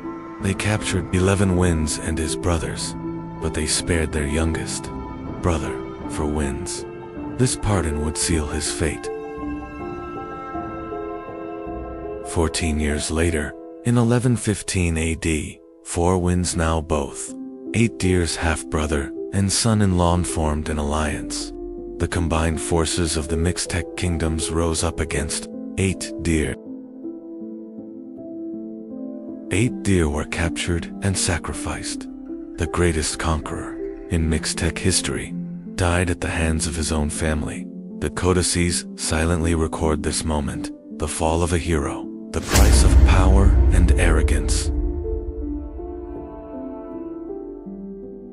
January 6, 1932. While excavating at Monte Alban, Alfonso Caso sensed something beneath the soil, a tomb, but no ordinary tomb. This would become the richest archaeological treasure in the Americas. 7. The tomb was originally built by the Zapotecs between 300 and 600 AD, but the Mixtecs reused it centuries later. This was a way of embracing the power of the past and paying respect to the spirits of their ancestors. 9 skeletons were found inside the tomb, but the most surprising thing were the artifacts: 121 gold objects, silver ornaments, turquoise necklaces, jade stones, obsidian mirrors, and crystal vessels. All were prime examples of the mastery of Mixtec craftsmen. But the most striking artifact was a human skull covered in turquoise mosaics. It had a hole in it for incense. It was an incense burner, a war trophy, perhaps a sacred object made from the skull of an enemy leader. For years, archaeologists believed the main person in the tomb was a male warrior, but recent research suggests it was actually a woman. the weaving tools found alongside her needles, spools of thread, crystal bowls suggest she was a high-status woman, perhaps a priestess or queen. This discovery prompted us to rethink the role of women in Mixtec society. We also see strong female figures in the codices, women who were both warriors and rulers, like the Six Monkeys.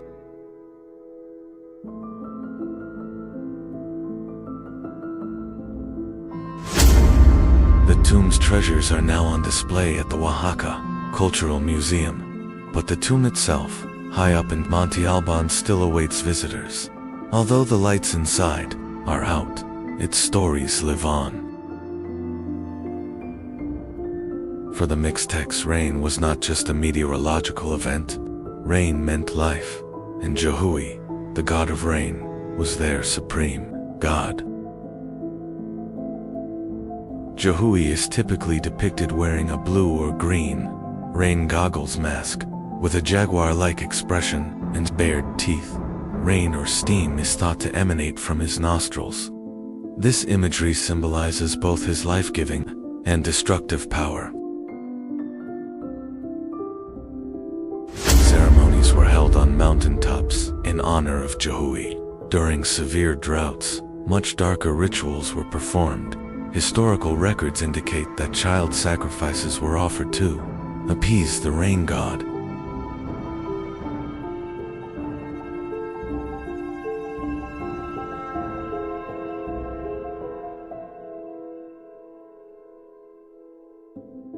This practice reveals the deep fear and reverence inherent in Mesoamerican religions.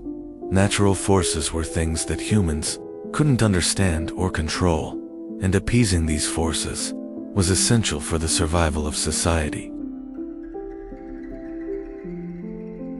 The Mixtec religion was based on an animistic worldview. Mountains, caves, rivers, all were filled with spirits. The world consisted of 3 layers: Earth, Nu, Sky, Yuchi, and Underworld, Nu Nador. The codices recount the earliest creation stories. 1 deer, the jaguar snake, and 1 deer, the puma. Snake created the world's first beings, Noah. When the sun rose, these first beings turned to stone. Some survived by taking refuge in caves and continued to live there.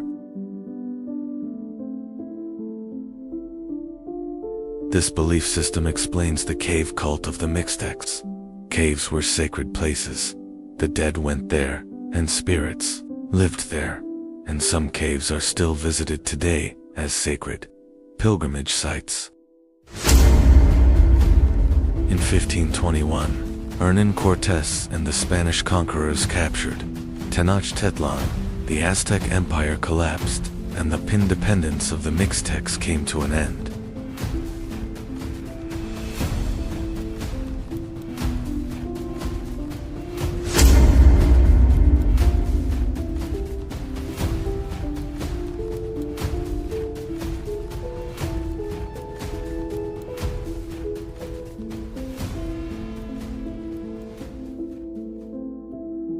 The arrival of the Spaniards was meant to be the end for the Mixtec civilization, but that wasn't entirely the case. The Mixtecs survived culturally. They preserved their language, traditions, and identity. Today, more than 500,000 people still speak Mixtec. In the mountain villages of Oaxaca, traditional farming methods continue. Women still weave, and ancient symbols live on in the patterns.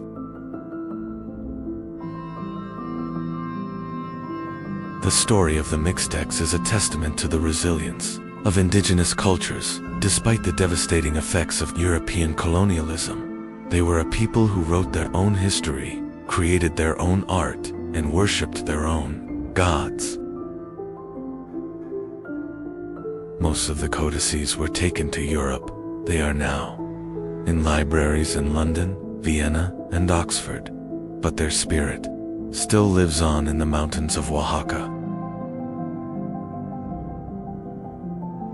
The jaguar claws of 8 deer happened in 1115, but its story is still told more than 1,000 years later.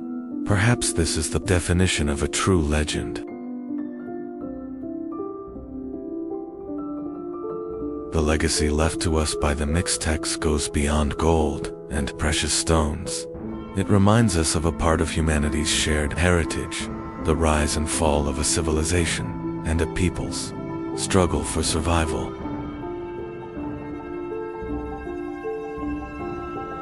And when the mists cover the valleys of Oaxaca, when the wind blows through the mountains, you can still see the jaguar helmet of the 8 deer. It's still there, still waiting, still telling its story. We are traveling through world history in chronological order, civilization by civilization, step by step across thousands of years, from the first cities to great empires, from forgotten kingdoms to legendary rulers. This journey has just begun. Join this journey through world history. Subscribe and explore the story of humanity with us.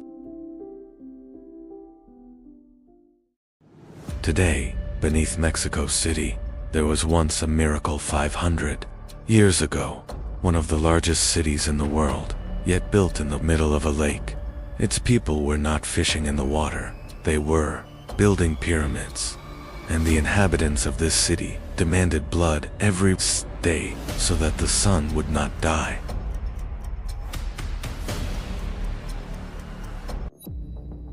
The Aztecs, in just 200 years, they built an empire from nothing, and in only 2 years, it vanished. Are you ready? Because this story begins with a legend, an eagle hunting a serpent. August 1250. In the arid lands of northern Mexico, a tribe emerges from a mysterious place called Aztlán. They call themselves Mexica, hunter-gatherers, warriors, and most importantly, homeless.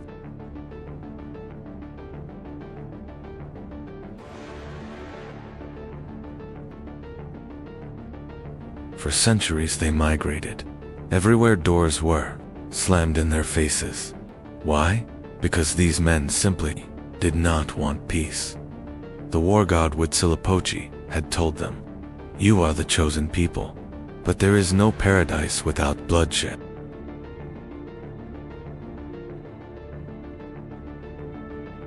In 1248, they settled on Chapultepec Hill, but their neighbors didn't like them. They were driven out. They became mercenaries. They fought whoever they had to fight, not for money, but to survive.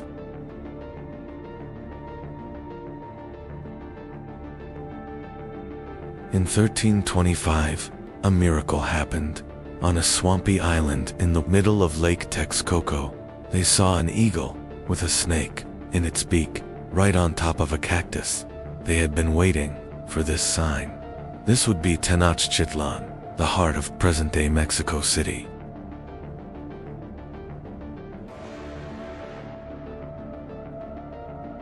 Imagine 400,000 people living in the middle of a lake, more populous than some of Europe's largest cities. But how? Chinampas, floating gardens, artificial islands made of layers of reeds and mud, not for agriculture, but for the city. They filled in the lake, but the lake fed them. 16 kilometers of aqueducts bringing water from the Sierra Madre Mountains, razor-sharp streets, 4 main gates, and in the center, Templo Mayor, a 45-meter-high twin temple, one to the war god Huitzilopochtli, the other to the rain god.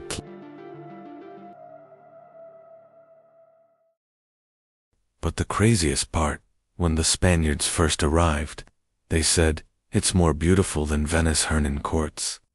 And a letter to King Charles wrote, "This city doesn't seem real." Now we come to the really interesting part. Why did the Aztecs sacrifice so many people? Answer: cosmology. According to them, the sun died every day. Its rising was a battle, and to win this battle, blood was necessary. Human hearts, food for the gods.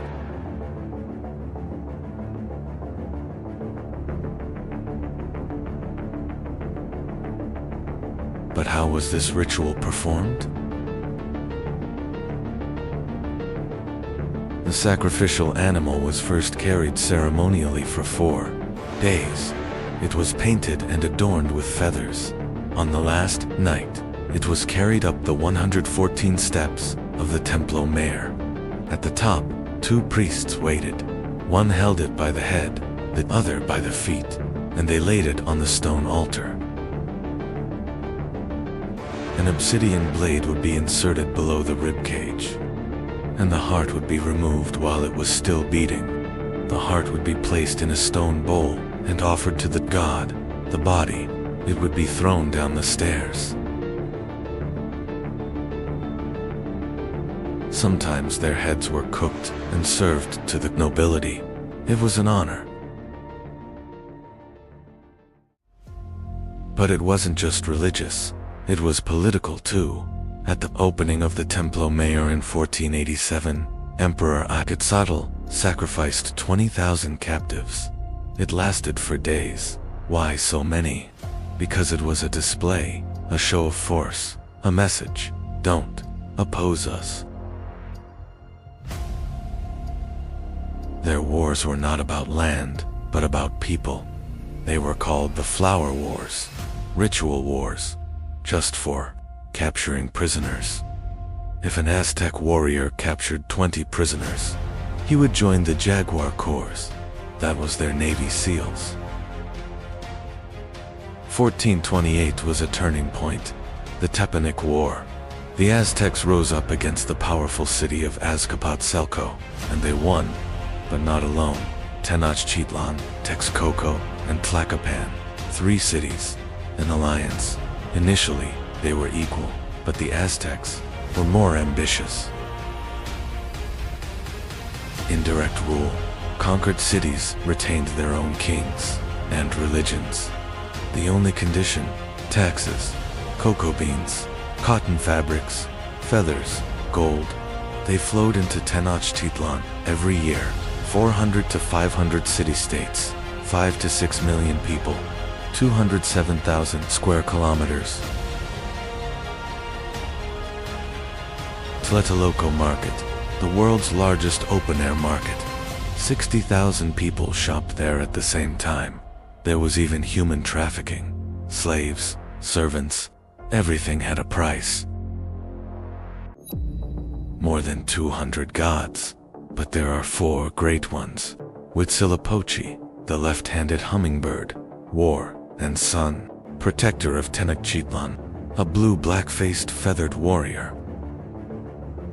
Quetzalcoatl, the feathered serpent, light, wisdom, art. He gave humanity corn, the calendar, and writing, and he was against human sacrifice. The Aztecs' favorite irony: they worshipped him, but they continued to sacrifice. Tezcatlipoca, the smoky mirror, night, magic, prophecy. He has an obsidian mirror that sees the future, the invisible god. Tlaloc Rain, with his protruding teeth, his jaguar mask, the god of agriculture. Child sacrifices to him because his tears were rain. February 18, 1519, Hernan courts landed with Wu-Bide men, horses, dogs, artillery. But his most dangerous weapon wasn't smallpox, it was diplomacy.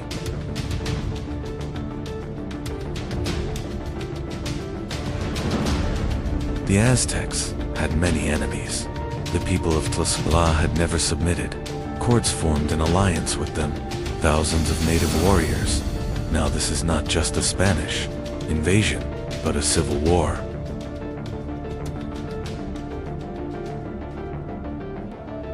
November 8, 1519, courts entered Tenochtitlan. Moctezuma thought him a god. The return of Quetzalcoatl, golden gifts, jewels. but courts wanted gold and more.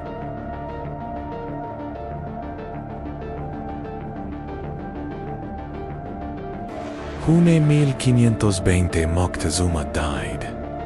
Who killed him? It's still debated, but the city revolted. The Spaniards fled.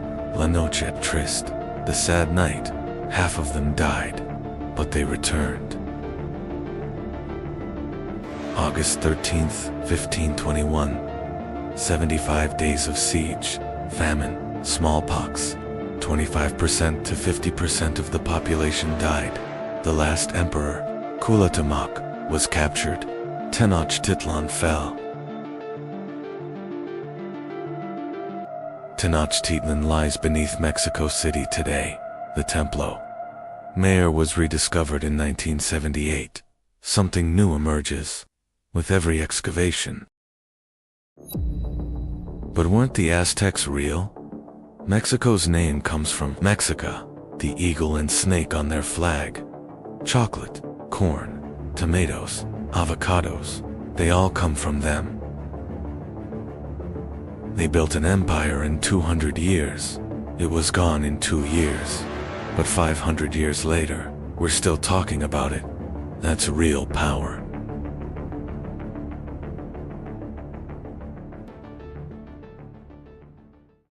Today, there is a city in Italy.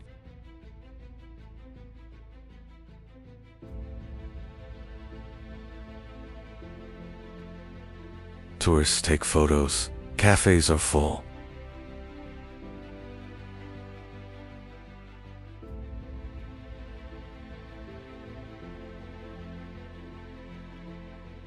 But 2,000 years ago,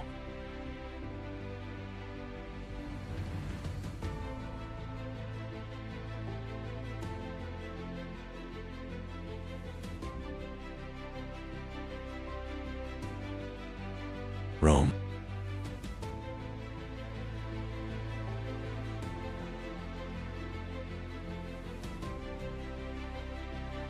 Paved roads, apartments, sewer systems. We still use them. They built them 2,000 years ago.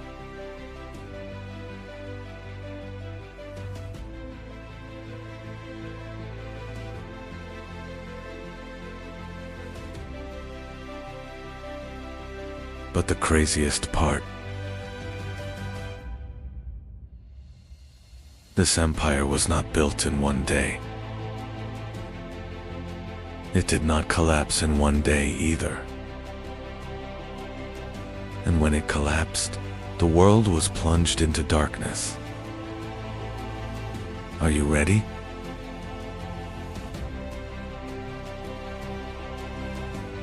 Because this story begins with a legend of two brothers by a wolf.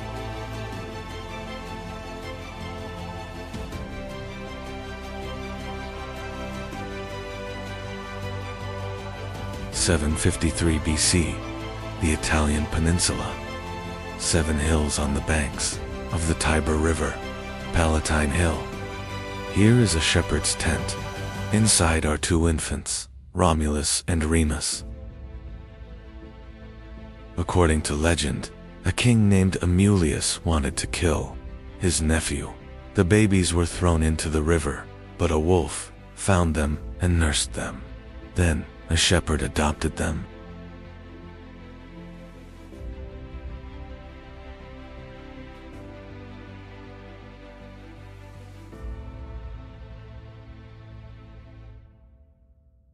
Then a shepherd adopted him.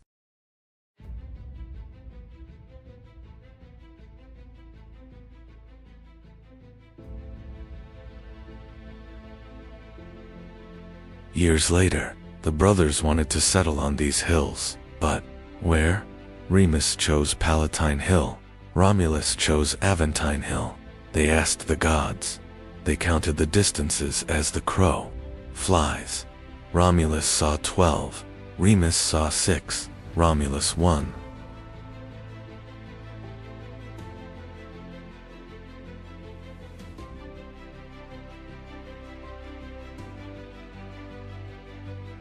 But Remus was angry. He breached his brother's walls. Romulus killed him. "Whoever else breaches my walls shall die," he said, and Rome was built on blood. It was initially a pastoral village. 300 houses, 3,000 inhabitants. They stole from the Etruscans, abducted women from the Sabines, small but warlike, and most importantly, they were stubborn. 509 BC, the last king, Tarquinius Superbus, was exiled. "There is no king," they cried. "Senatus, Populusque, Romanus, SPQR, Senate, and Roman people." But this wasn't a democracy. Patricians, the nobility; plebeians, the common people. If the plebeians were in debt, they would become slaves. In 494 BC, they revolted. "If you don't give us our rights, we will leave the city." Result: tribunus, plebis, popular tribunes, right of veto. The first system of checks and balances in Rome. And war. It took 150 years to conquer the Italian peninsula. The Samnite Wars. Victory against Pyrrhus, Pyrrhic victory. If a victory is won with losses, it is actually a defeat.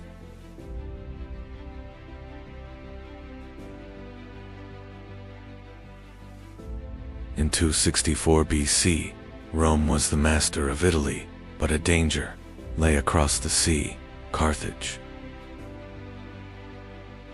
Carthage, modern Tunisia, founded by the Phoenicians, masters of maritime trade.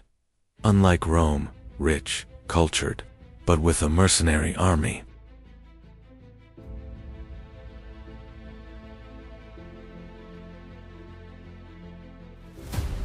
The First Punic War, 264 to 241 BC.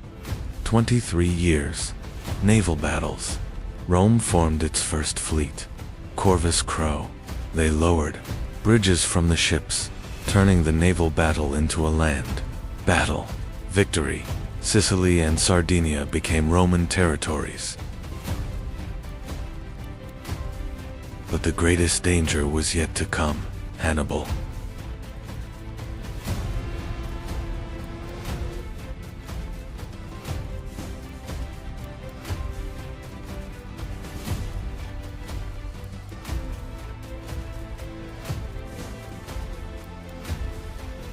Hannibal Barca. At the age of 9, he swore an oath to his father: "Rome will be my enemy." In 218 BC, he set out from Spain. 37 elephants, 40,000 soldiers. He crossed the Alps. In winter, in 15 days, half of the elephants died. But he crossed. Lake Trasimene, Roman consul Gaius Flaminius, ambushed. 15,000 dead. To 16 BC, Cannae. 50,000 Roman soldiers, annihilated in 8 hours. The most perfect ambush in history. Hannibal's army was half the size. Rome was in a panic, but Quintus Fabius Maximus devised a delaying tactic. He didn't fight, he had tried it. Fabian tactics are still used today. 202 BC, Zama Scipio, Africanus. Hannibal defeated. The Second Punic War ends. Rome masters of the Mediterranean.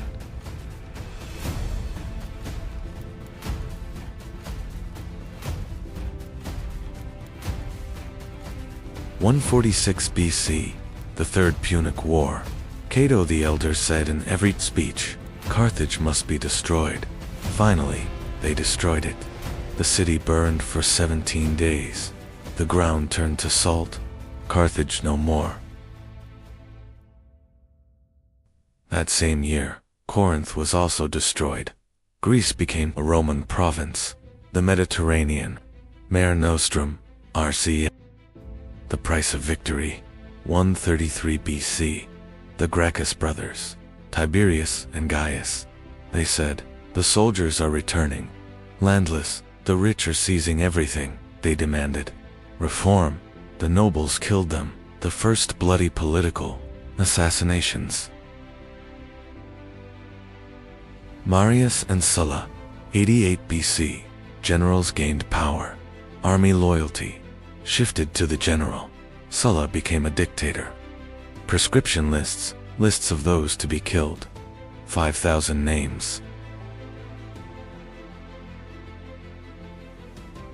And Spartacus, 73 BC, a gladiator slave. He escaped with 70 people. In 2 years, his number grew to 120,000. Rome's greatest fear, a slave revolt. Marcus Licinius Crassus crushed it.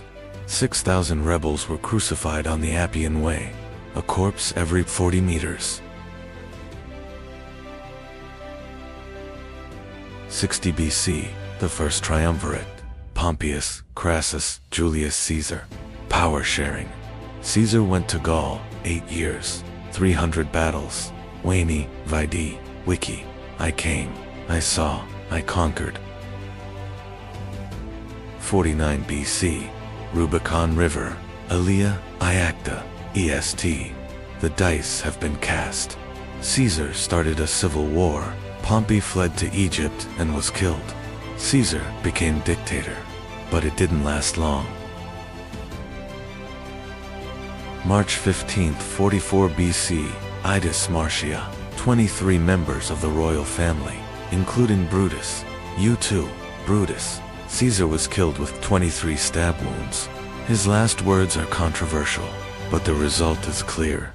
Rome descended into chaos once again. The second triumvirate, Octavian, Antony, Lepidus. Lepidus was eliminated. Octavian versus Antony, 31 BC. Battle of Actium. Cleopatra's ship escaped. Antony pursued her. They were defeated. 30 BC, Cleopatra and Antony committed suicide. Egypt became Roman. Octavian was the sole ruler, but he didn't say king. He said Augustus, the Great, the first Roman emperor. The Republic ended. Pax Romana began. Pax Romana, 200 yield-bearers, 5 million kilometric, 50 sampai 70 million insan. Britania dan Mesopotamia, Kuzi, Africadan. Augustus, emperor, but he called us first citizens. Tax reform, road system. All roads lead to Rome. 80,000 kilometers of roads. Some are still in use. Tiberius, Caligula, Claudius, Nero, the Julio-Claudian dynasty. Caligula was mad. He wanted to make his horse a senator. Nero, he burned Rome, played music, and committed suicide. The Colosseum, with a capacity of 80,000 people. Gladiator, fights, lion hunts, naval battles. Nomakia, built by Vespasian, opened by his son Titus, a 100-day festival. 5,000 animals were slaughtered. Trajan, 98 to 117 AD. The empire at its greatest extent. Dacia, Romania conquered. Gold mines, Trajan's Forum. Remember me like this. Hadrian 117 sampai 138 AD. Hadrian's Wall, defended. Britain, admirer of Greece, restored the temple in Ephesus and the temples in Athens. Marcus Aurelius, 16180. Age, Philosopher Empire, author of On Myself. Stoic, life is a battle, long and varied. Only patience and courage save. But the golden age was coming to an end. Commodus, Marcus's son. He wanted to be a gladiator. He dressed like Hercules. He was strangled to death in 192. The empire began to crumble. The crisis of the 3rd century. 50 emperors in 50 years. Most were killed. Persians in the east, Germanic tribes in the north. The empire was divided in two. Diocletian 284 AD, the system of four empires tetrarchy. Constantine 312 AD, Milvian Bridge. Win with this sign. Christianity 330 AD, Constantinople, New Rome. The east is victorious, the west is weakened. 410, Alaric, Visigoth king. Rome was sacked, for the first time in 800 years. 455, Genseric, Vandals, 14 days of looting. The word vandalism comes from this.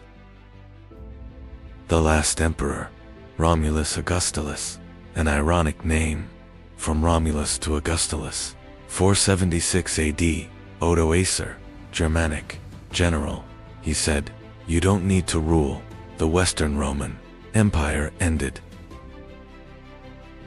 The East, it lasted another 1,000 years as Byzantium, but that's another story. 2,200 years ago, it was a shepherd's village. 2,000 years ago, it was the master of the world. 1,500 years ago, it collapsed, but its legacy lives on. Law, innocent until proven guilty. Roads. All roads lead to Rome. Language, words of Latin origin. Government, Senate, veto, republic. Rome fell, but Rome never died. In the next video, the Byzantine Empire, the 1,000-year resistance of the Eastern Roman Empire. Don't forget to subscribe. See you soon. Constantine III, Roman Emperor, Christian, and a visionary. He chooses the ancient city of Byzantium, the mouth of the Bosphorus, between Asia and Europe. And here, he builds the new Rome. 6 years, 100,000 workers, forums, palaces, a hippodrome, and this city will stand for 1,000 years. The walls, 5th century Theodosius, 6 kilometers, 20 meters high, 3 layers of defense, for 1,000 years. These walls stopped the greatest armies of Europe, Huns, Avars, Bulgars, Russians. They were all broken at these walls. Until 1453. When the Roman Empire collapsed, the world changed. But Rome did not disappear. Its heart kept beating. And that heart was Constantinople. Today we call this Empire Byzantium. But its people never called themselves Byzantines. They used only one name, Romans. While Western Rome collapsed into darkness, another world was rising in the east. Rome's shift to the east was not an accident. Emperor Constantine understood the empire's future now lay in the east. So in the year 330, the capital moved away from Rome. The new capital would be Constantinople. This was not just a change of cities. This decision changed the destiny of Rome.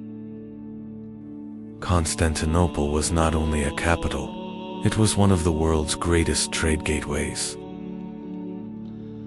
And this city was not only wealthy, it was protected by one of the strongest defensive systems in the world.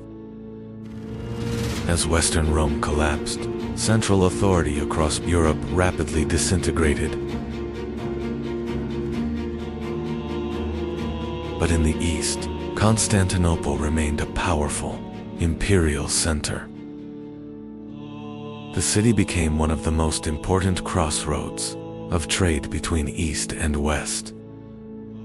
This trade network gave Byzantium enormous economic strength. Byzantium was powerful, not only militarily, but also through diplomacy. In the 6th century, Emperor Justinian became one of the most powerful rulers in Byzantine history. Justinian's greatest ambition was to restore the former borders of the Roman Empire.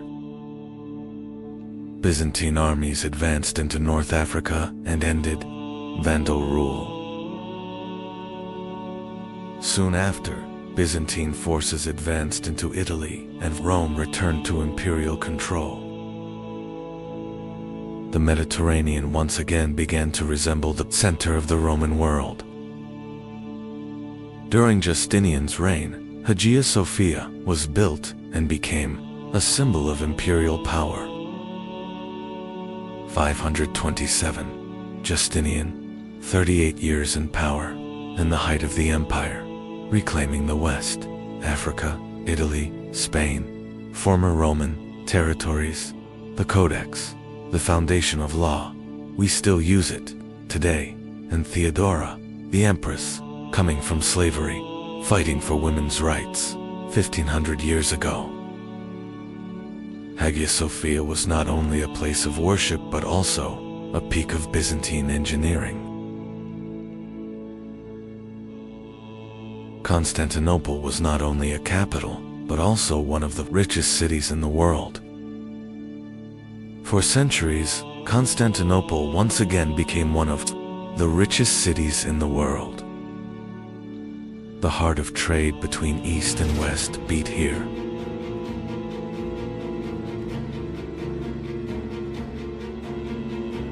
8th century, iconoclasm, icons banned, war within Christianity, and this war weakens the empire. 1054, the Great Rome and Constantinople, Catholic and Orthodox. They never united. In 1204, the Fourth Crusade, the Crusaders plunder the Christian city. Byzantium falls to its own brethren. 50 years of occupation, and then a resurgence, but weaker, always weaker. Justinian reorganized Roman law and left a lasting legacy.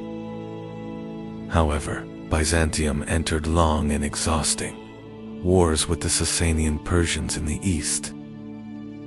After these wars, the Arab conquests began, and Byzantium lost important territories. Yet Constantinople survived thanks to its powerful defensive walls. Byzantium survived not only through war but also through diplomacy. The empire developed new military systems to defend its borders. But in 1071, the Battle of Manzikert became a major turning point for Byzantium. After the defeat at Manzikert, the gates of Anatolia began to close for Byzantium. Byzantine control in Anatolia rapidly weakened. During this period, Byzantium was forced to seek military support from the West. But the Crusader armies unexpectedly turned toward Constantinople. In 1204, Constantinople was captured by the Crusaders. The city was looted, and Byzantium suffered a devastating blow.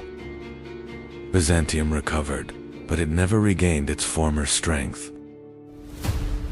The 14th century, the Ottoman Empire, rising from Anatolia, Byzantium, now a city-state, just Constantinople and the Peloponnese, in 1451, Mehmed II, 19 years old, and his goal is clear. This city, April 1453, 80,000 Ottoman soldiers, 7,000 Byzantine defenders, and a 21-year-old emperor, Constantine XI, the last Roman emperor. Meanwhile, a new power was rising in Anatolia, the Ottoman state. Ottoman ships were transported over land into the Golden Horn. In 1453, Sultan Mehmed II arrived before the walls of Constantinople. This move neutralized the city's strongest defensive line.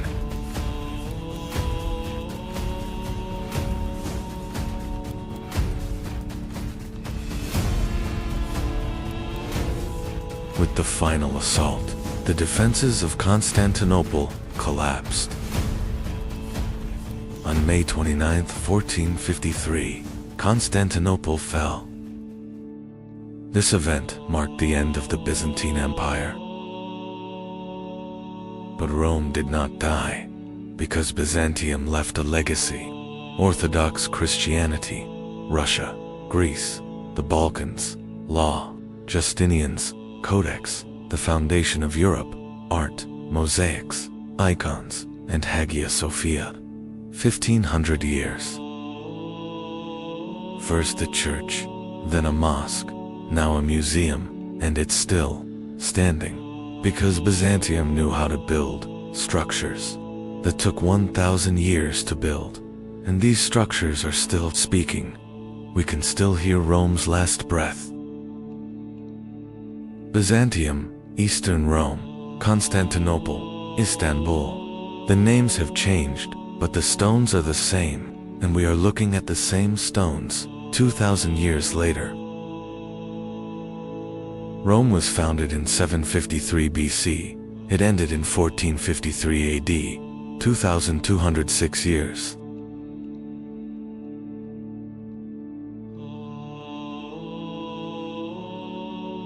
Byzantium protected Hagia Sophia for 1,000 years. Istanbul is still situated between two continents. Hagia Sophia welcomes its visitors in all its splendor on Turkish soil.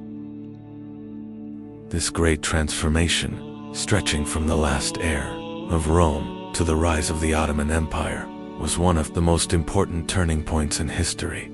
We continue to trace the footsteps of world history together. Don't forget to subscribe to the channel and stay with us on this journey for the continuation of the series. The last queen of Egypt. The woman who changed the fate of Rome. And a ruler who influenced the two most powerful men of the ancient world. She was the last hope of a collapsing civilization. Cleopatra is often remembered for her beauty, but her true power was not her beauty. Cleopatra was born in Alexandria in 69 BCE, but she was not ethnically Egyptian, as many people believe. Cleopatra was a member of the Ptolemaic dynasty, established after the death of Alexander the Great. This dynasty ruled Egypt for nearly 300 years. Rome was rising, while Egypt struggled to survive. Cleopatra was only 18 when her father died. According to tradition, she ascended the throne, together with her younger brother. Sibling marriage was common in the Ptolemaic dynasty. This situation quickly turned into a civil war. Cleopatra was removed from the throne. At that moment, Julius Caesar arrived in Egypt. Cleopatra made one of the boldest political moves in history. Legend says she entered the palace hidden inside a carpet. This was not just a dramatic entrance. Cleopatra gained Caesar's support. With his help, she returned to the throne. This event changed not only the fate of Egypt, but also the future of Rome. From this union, a child was born, Caesar. But in 44 BCE, Caesar was assassinated in the Senate by a group of senators, including Brutus and Cassius. Cleopatra was once again alone.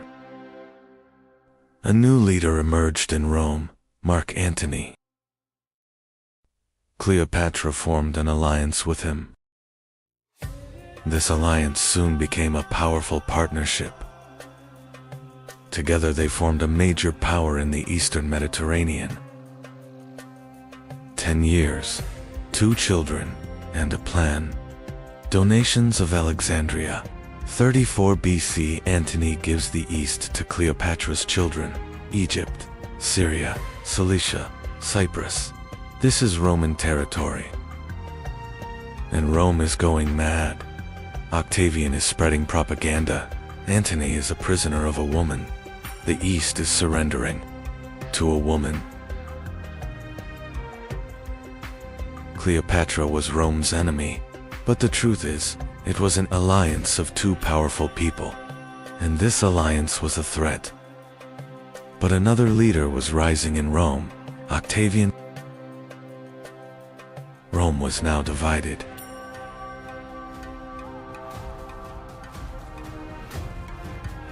(31 BC, Actium, Greece, the last war, Cleopatra and Antony. 500 ships, Octavian, 400. But the command is chaotic. Antony is not a sailor. Cleopatra is on board. Why? We don't know.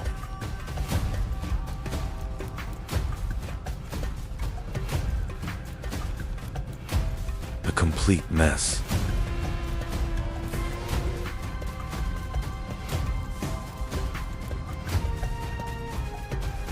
History calls it betrayal.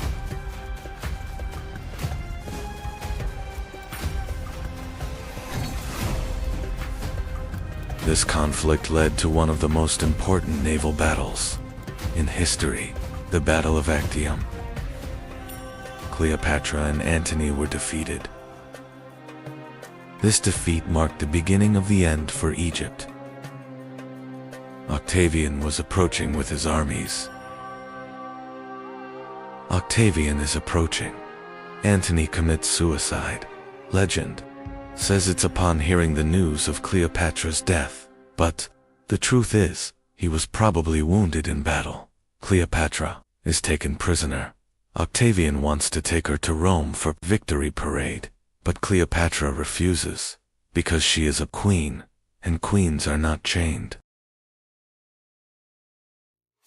Cleopatra refused to be taken prisoner by Rome, and she made the decision that would enter history. Mark Antony believed Cleopatra was dead.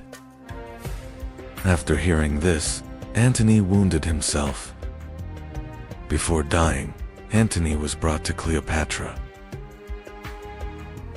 Mark Antony died in Cleopatra's arms. After Antony's death, Cleopatra mourned deeply. Cleopatra locked herself inside the mausoleum to avoid being captured by Octavian. Octavian wanted to take Cleopatra to Rome alive. Cleopatra met Octavian for the last time. Cleopatra shared her final plan with her loyal servants. Cleopatra wished to be buried beside Mark Antony. Cleopatra sent a final letter to Octavian. Cleopatra tried to save her son Caesarion.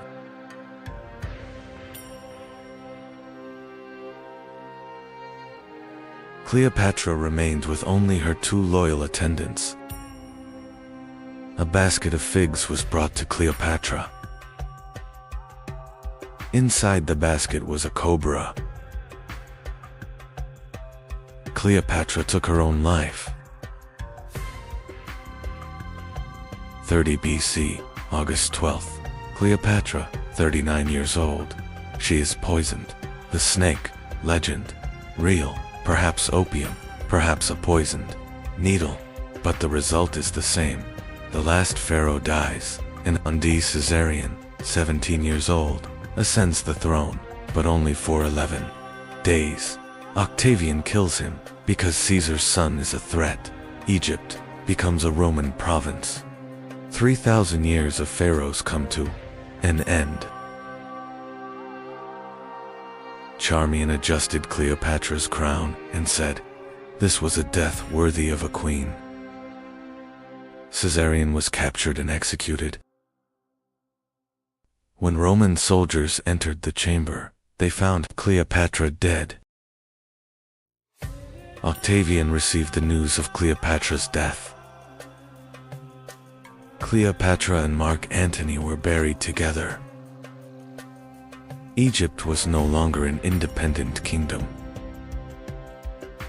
Egypt became one of the most important provinces of the Roman Empire. the age of the pharaohs had come to an end. Cleopatra's name continued to be remembered, even 2,000 years later. Cleopatra was not remembered only for her beauty. Cleopatra could speak 9 different languages. Cleopatra was the first Ptolemaic ruler to speak the Egyptian language. Cleopatra was a skilled diplomat. Cleopatra was the last ruler who tried to save her country. Cleopatra's story was not a love story. It was a struggle between empires. Most of what we know about Cleopatra comes from Roman historians. For this reason, Cleopatra's true story is still debated today. Roman historians portrayed Cleopatra as a threat. Cleopatra was not only a queen, but a powerful leader. History remembers not only rulers, but the decisions they made. Cleopatra. History remembers her for her beauty and intrigue, but she was also a diplomat, a linguist, a survivor. He reigned for 22 years. He formed alliances with 2 great Roman leaders, and he maintained control to the very end. Even his death was his own choice, because he was the last pharaoh, and pharaohs don't become slaves. Rome defeated her, but Cleopatra became a legend, and 2,000 years later, we're still talking about her, because she wasn't just a queen, she was the last. The last pharaoh, the first feminist, a legend. Follow the channel to explore world history in chronological order and continue this journey through time with us. Year 224. Rome faced a new enemy in the east. Its name was the Safavid Empire, and it would become Rome's greatest rival for 4 centuries.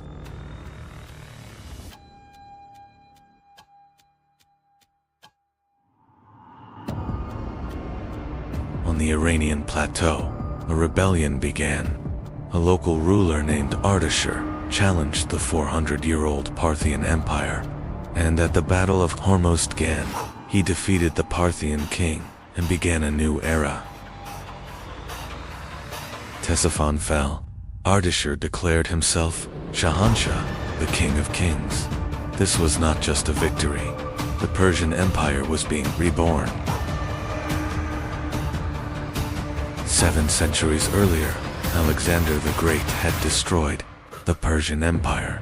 Now, the new empire, founded by Ardashir, was reviving the power of ancient Persia. In the west stood Rome, in the east stood China, and between these 2 great worlds, at the heart of the Silk Road, a new superpower was rising, the Safavid Empire. The Sasanians did not only build an empire, they placed a religion at its foundation. Zoroastrianism became the official faith of the empire. A kingdom protected by Ahura Mazda had emerged. Sasanian kings were not only political rulers, they were seen as the earthly representatives of Ahura Mazda, and the Mobids were the guardians of this sacred order. As the Safavid Empire rose in the east, another superpower stood in the west, Rome. Along the frontiers of Mesopotamia, the 2 empires prepared for a struggle that would last for centuries. In 260, at the Battle of Edessa, Sasanian King Shapur I captured the Roman Emperor Valerian. It was the first time in Roman history that an emperor had been taken prisoner by an enemy. Shapur did not only win, he carved his victory into history. At Nakshi Rustam, the Roman Emperor Valerian was shown. Kneeling before him, it was a clear message to Rome. The conflict between Rome and the Sasanians was not a single war. along the frontiers of Mesopotamia, a rivalry lasting centuries had begun. The same cities, the same fortresses, changed hands again and again. At the center of the struggle between Rome and the Sasanians stood Armenia. For centuries, this region became a frontier zone, changing hands between the two empires. In 363, the Roman Emperor Julian launched a massive campaign. His objective was clear: capture the Sasanian capital, Ctesiphon, and change the balance of power in the east. Ctesiphon was never captured. During the retreat, Emperor Julian was killed. This campaign ended Rome's hopes of dominating the eastern frontier. In 531, Khosrow I came to the throne and became one of the greatest rulers of the Sasanian Empire. During his reign, the empire did not only expand, it was reorganized. Khosrow I was not only a warrior, he reorganized the tax system, strengthened the army, and transformed the empire into a more centralized state. These reforms made the Sasanians one of the strongest powers in the region. In 529, the Byzantine Emperor Justinian closed the Academy of Athens. Some philosophers fled east to the Sasanian court. There, Greek thought continued to survive in Persian lands. The Great Arch of Tak-Kasra at Ctesiphon symbolized the power of the Sasanian Empire. For centuries, it stood as one of the largest single-span vaults in the world. The Sasanian Empire was not only a military power, situated at the center of the Silk Road. It controlled trade between China and Rome and gained immense wealth. During the reign of Khosrow II, the Sasanian Empire reached its greatest extent. Persian armies captured Jerusalem, Syria, and Egypt, pushing Byzantium into one of the most difficult crises in its history. Byzantine Emperor Heraclius launched an unexpected counteroffensive, advancing deep into Persian territory. The Byzantine army began to change the course of the war. The war that lasted 26 years had ended, but there was no winner. Both Byzantium and the Sasanian Empire were exhausted and vulnerable, and this weakness would open the way for a new power to rise. After 628, the Sasanian throne became unstable. Within just 4 years, 14 different rulers took power. As central authority collapsed, the empire became vulnerable. In the 7th century, a new power rose from the Arabian Peninsula.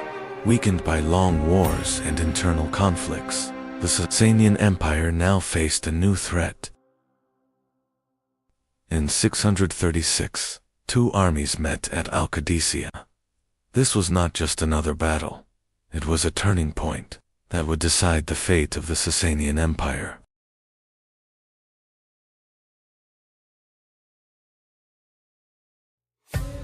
After Al-Qadisiyah, the Sasanian capital Ctesiphon fell. The heart of the empire was lost. This marked a turning point, from which Sasanian resistance could no longer recover. In 642, at Nahavand, the Sasanian army made its final, major stand. But this battle, later known as the Victory of Victories, would mark the end of Persian resistance. In 651, the last Sasanian king, Yazdegerd III, was killed. With his death, the Sasanian Empire, which had ruled for more than 4 centuries, came to an end. The Sasanian Empire fell, but its legacy lived on. In Iranian identity, in the court culture of the Islamic world, and across medieval civilizations, the influence of the Sasanians endured for centuries. The Sasanian Empire had fallen, but history did not stop. In the same century, a new civilization was rising in Arabia, and this rise would change the balance of the world forever. The rise and fall of the Sasanian Empire was part of one of the greatest turning points in world history, and this story was only just beginning. The Sasanian Empire fell, but the system they built and the legacy they left behind continued to shape world history. One of the strongest elements of the Sasanian army was the Safavid cavalry. These heavily armored horsemen formed the backbone of the empire's military strength against Rome for centuries. The Sasanian army was not made up of cavalry alone. War elephants provided both physical and psychological superiority against enemy armies. Ctesiphon was not just a capital. It was the political and economic center of the Sasanian Empire, Rome's greatest rival in the East. The Sasanian Empire rested on a strong social structure. Priests protected religion, warriors defended the borders, officials governed the state, and farmers sustained the empire's economy. The Sasanian Empire fell, but its court traditions, administrative system, and political culture continued to live on during the Abbasid era. The Sasanian Empire had fallen, but Persian cultural identity did not disappear. The legacy of the Sasanians continued for centuries to come. The Sasanians created a powerful monetary system. The silver dram became an important currency used not only inside the empire, but across the Middle East and Central Asia.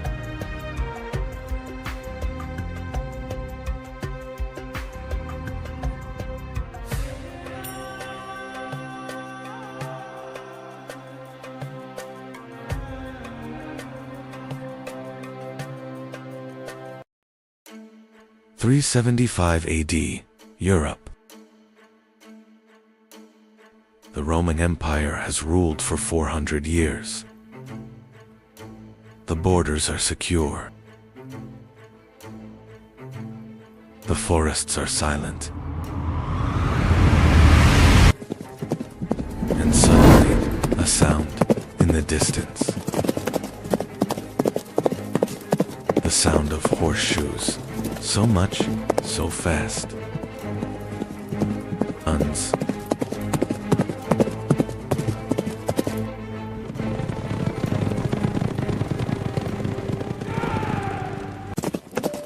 They are from Asia. And this sound will bring about the end of Europe. Because this is the beginning of the great migration of peoples. It will last 200 years.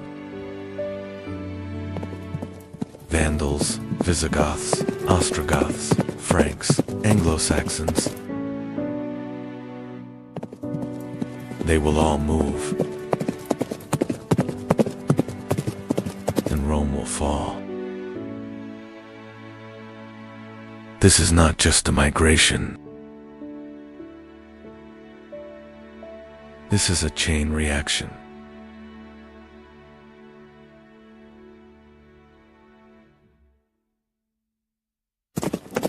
The Huns are pushing back the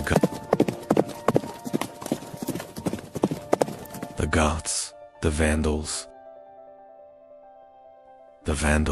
the Alans, and all of them towards Rome. 200 years, 5 million people. And in the end, the map of Europe will be redrawn.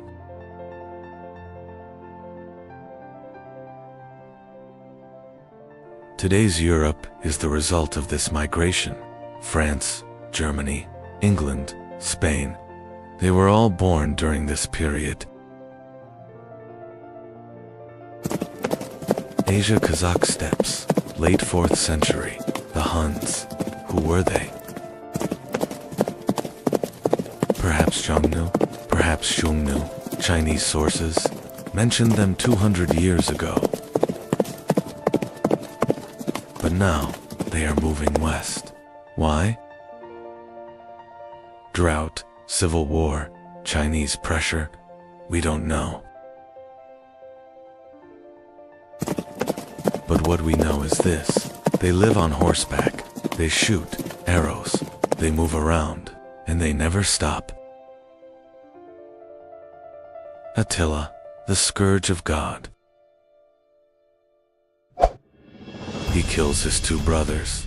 He becomes the sole ruler, and for 20 years, he shakes Europe to its core. For the horn! Byzantium pays tribute, 700 kilograms of gold. Every year, Western Rome flees. Gaul, Italy, 452, at the gates of Rome. Pope Leo I is coming. Attila is returning. Why? The plague? The Pope's speech? We don't know, but it's coming back. And in 453, he dies, on his wedding night, from a nosebleed, or poison. There are legends. But the Huns are dispersing. The migration isn't ending, but it's accelerating. The Goths, they're coming from Scandinavia, 200 years ago, South Vistula River, Nis. In 238, the First Roman War.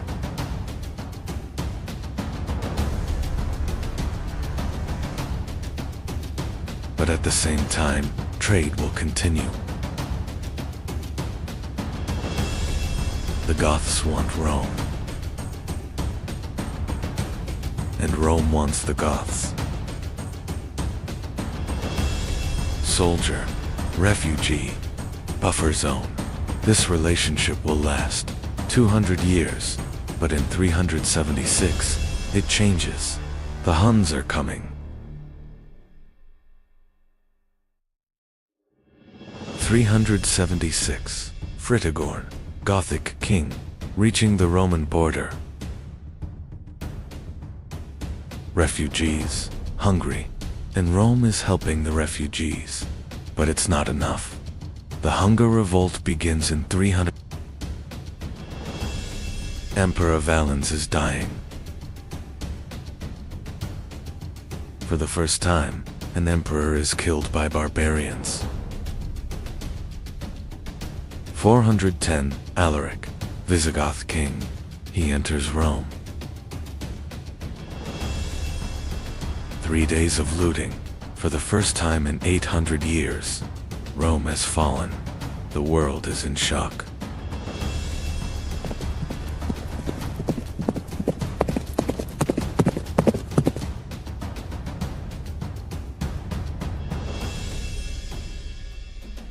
(418). The Visigoths settle in Spain. The Kingdom of Toulouse and the Western Roman Empire is collapsing.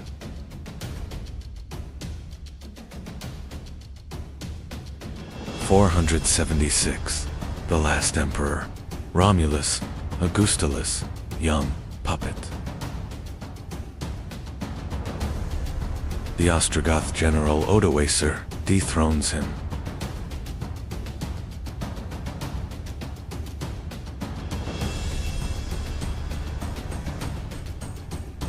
But it doesn't kill it. It retires it.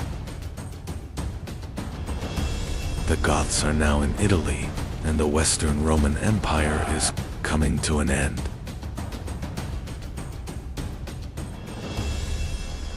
Vandals, they're coming from Sweden, Vandalia, today, Pomerania, and the migration is westward. 406, the Rhine River. Winter, frozen, they're passing through, to Gaul, to Spain, and Gazric. 429, 80,000 men, to North Africa by ship. The Vandals become seafarers, and in 439, Carthage, Rome's granary, it falls. The Vandals control the Mediterranean. Year 455. The Vandals arrive in Rome by sea. The city falls. Rome is looted for 14 days, but this was not uncontrolled destruction. Churches were protected. Pope Leo I intervenes once again. However, this time, he cannot save Rome. The Vandals were no longer just a migrating people.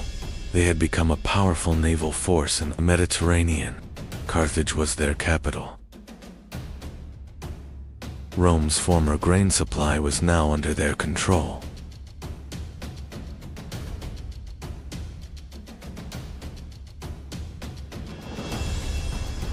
Gold and trade were strengthening Vandal power.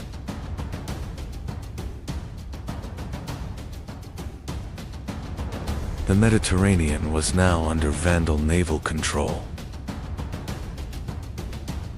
The Franks were a Germanic people, living along the Rhine River, but they were influenced by Rome.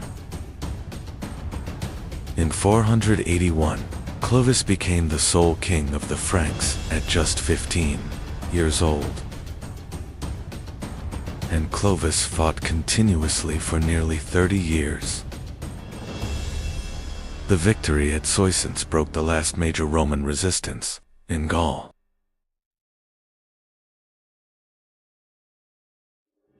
The Battle of Tolbiac became a turning point for Clovis.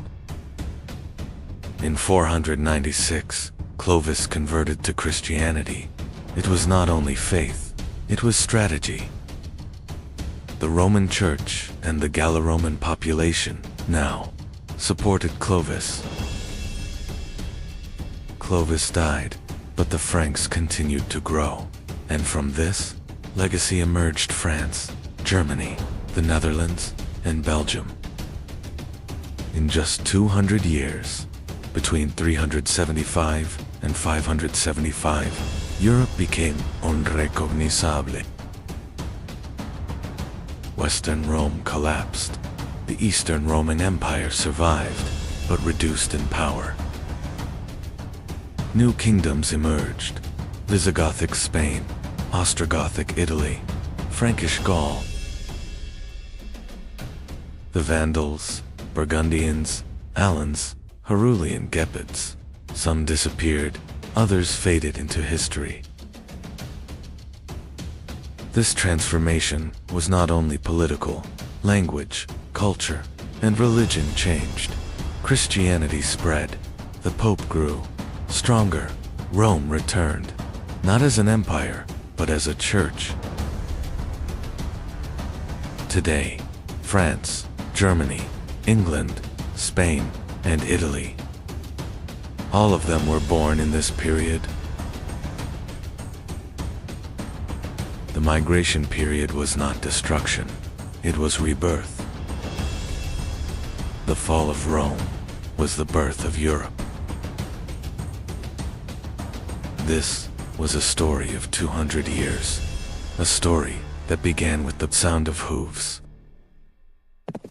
The Huns, Goths, Vandals, and Franks disappeared, but their traces remained.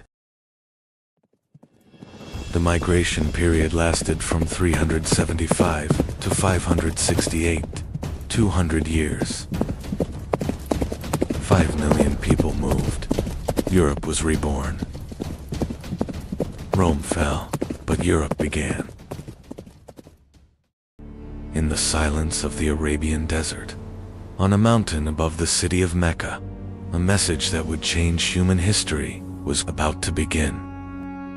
At the heart of this land stood a city, Mecca.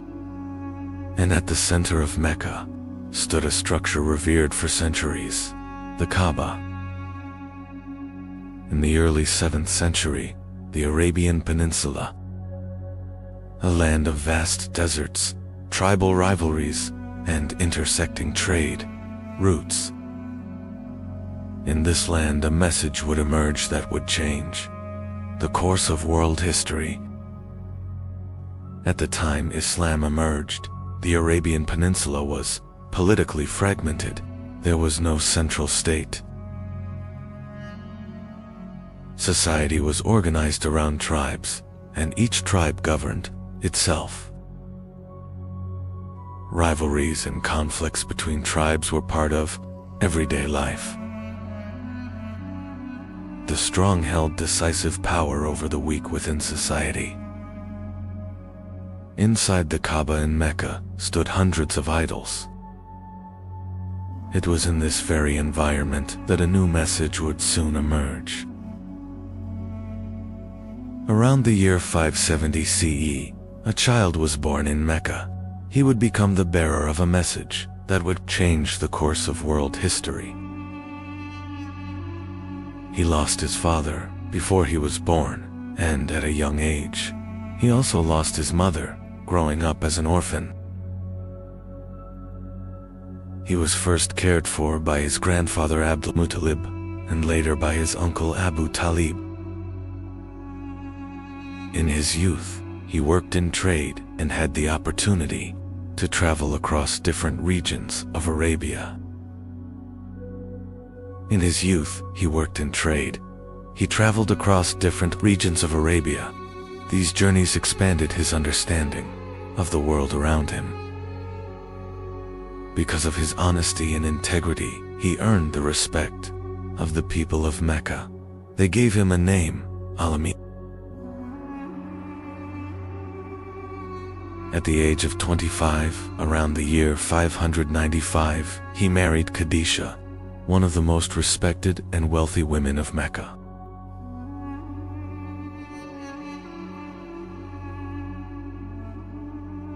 The year was 610. He had withdrawn to the cave of Hira, near Mecca.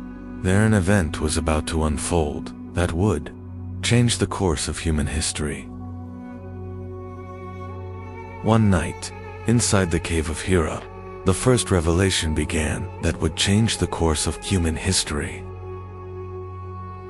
And that night, the first word was revealed. Read. After that night, as he descended from the mountain, nothing would ever be the same again. He returned home that night. He was deeply shaken and trembling. He asked his wife Khadijah to cover him. His wife Khadijah comforted him. She reassured him and stayed by his side. She told him this was not something to fear. He went with his wife Khadijah to Waraka ibn Nawfal. Waraka said that what had happened was a divine revelation. The first to believe in his message were his wife, Khadijah, Ali, Abu Bakr, and Zayd. Thus the first small community of believers began to form. In the early years, Islam was taught in secret. A small community quietly began to grow in Mecca. He later gathered the people on Mount Safa. There, he openly called them to Islam. However, the leaders of Quraysh opposed this message. The open call was met with strong resistance in Mecca. As Islam began to spread, persecution started in Mecca. The early believers were subjected to severe torture because of their faith. As persecution intensified in Mecca, some Muslims migrated to Abyssinia. It became the first migration in Islamic history. A harsh boycott was imposed on the Muslims and the Banu Hashem in Mecca. They endured great hardship for 3 years. Persecution against the Muslims in Mecca continued to intensify. The leaders of Quraysh surrounded his house to stop him. That night, Ali stayed in his bed. That night, he quietly left Mecca. To hide from those searching for him, they took refuge in the cave of Thor. They remained hidden in the cave of Thor for 3 days. After a long journey, they approached Medina. After 3 days, they continued their journey toward Medina. They arrived in Medina. Before entering Medina, the first mosque was built in Kuba. The people of Medina welcomed them with great joy.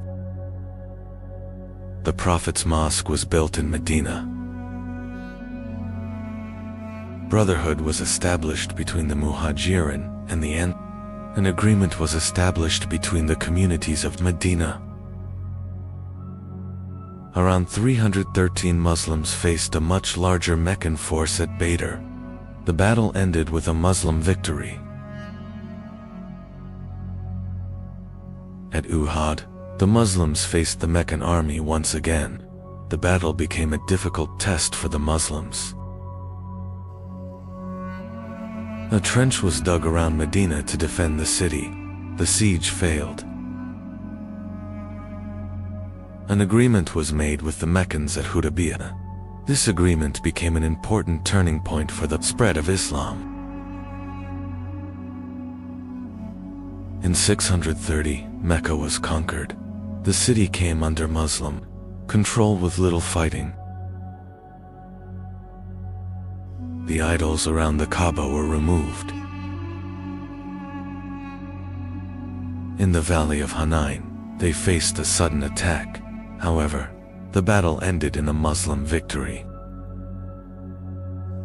A large army was prepared for the expedition of Tabuk. However, no battle took place. In 632, the farewell pilgrimage was performed. During the farewell pilgrimage, he delivered the farewell sermon to the people. He passed away in Medina in 632. The legacy he left spread rapidly across a vast region. In 632, Abu Bakr was chosen as the first caliph. The Ridda Wars were fought to preserve unity. The verses of the Quran began to be compiled. In 634, Umar became the second caliph. Between 634 and 644, during Umar's rule, Islamic lands expanded rapidly. In 637, Jerusalem was peacefully surrendered. In 644, Uthman became the third caliph. During Uthman's rule, copies of the Quran were prepared and sent to different regions. In 656, Uthman was martyred. In 656, Ali became the fourth caliph. In 656, the Battle of the Camel took place. In 657, the Battle of Siffin took place between the forces of Ali and Muawiyah, the governor of Syria. This battle was a continuation of the political crisis that began after the martyrdom of Uthman. It became one of the major turning points of the Rashidun period. It was followed by the arbitration event and the emergence of the After the Battle of Siffin, an arbitration took place between the two sides. This development led to new divisions in the Islamic world.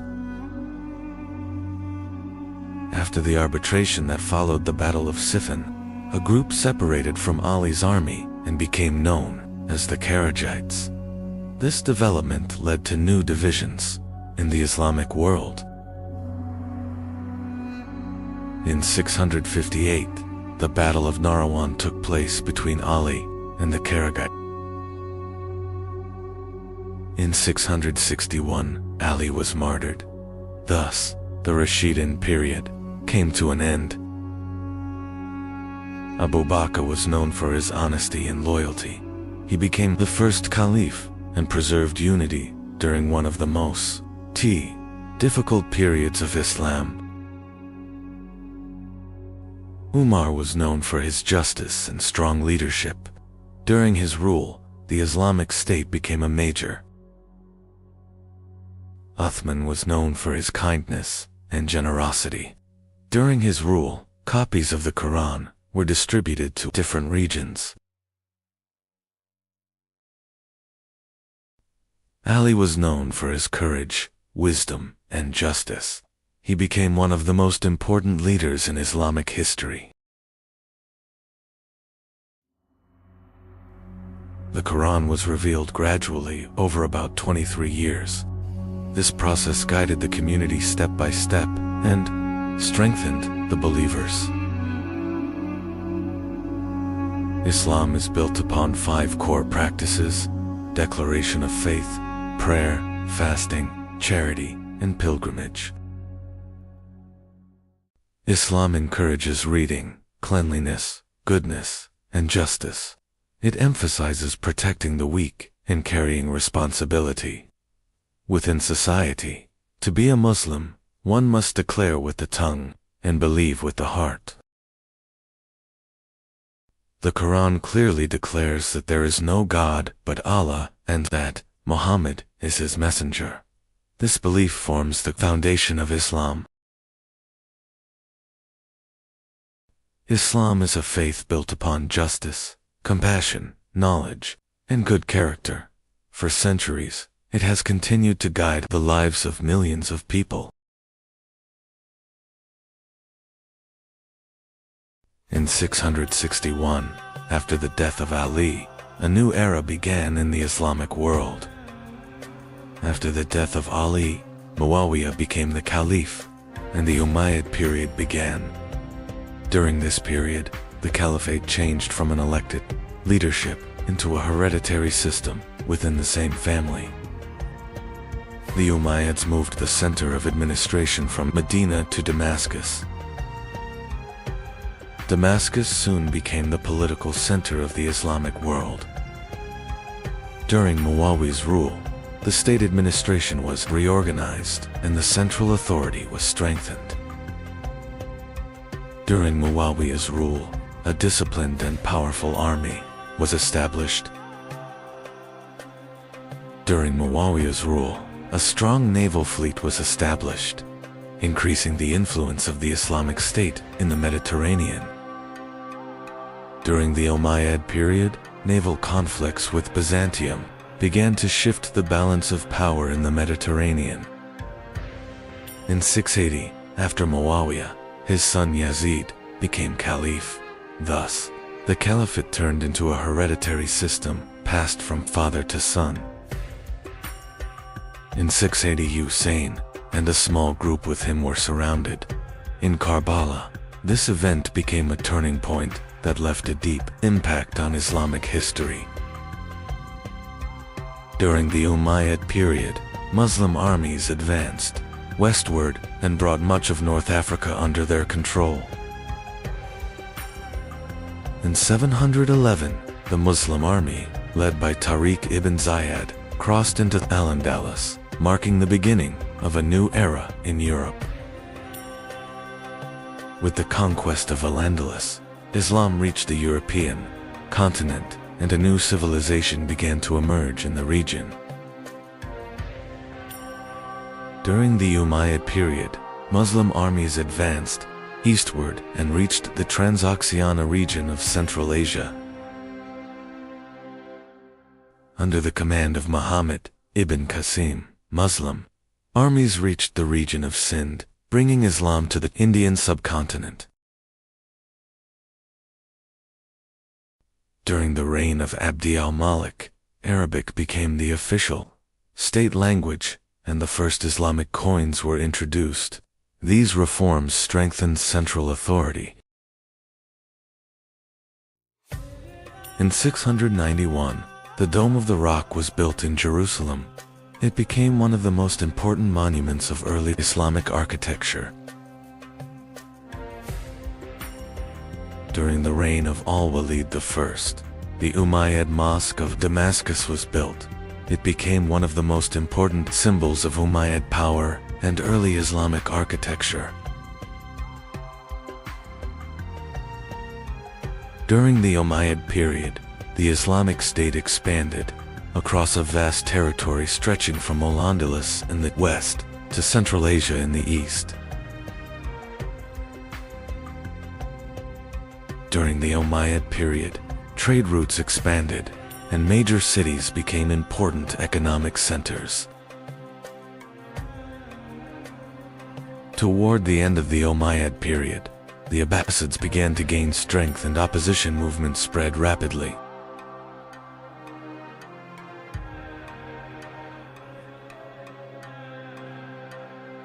In 698, with the fall of Carthage, Byzantine control in North Africa ended, and the region came under Umayyad rule. After the capture of Carthage, the Umayyads established permanent administration in North Africa, making the region an important center of the Islamic world. The new administration established in Al-Andalus quickly turned the region into one of the important cultural and commercial centers of the Islamic world. During the reign of Abd al-Malik, the central administration was reorganized and the state structure became stronger. During the reign of Abd al-Malik, Arabic became the official state language. This reform strengthened unity within the AD administration. During the reign of Abd al-Malik, the first Islamic coins were introduced. This reform strengthened the economic independence of the state. During the Umayyad period, a postal system was developed to improve communication between cities. During the Umayyad period, several campaigns were launched into Anatolia. The Umayyads laid siege to Constantinople and fought major battles against Byzantium. During the Umayyad period, cities expanded rapidly and trade flourished.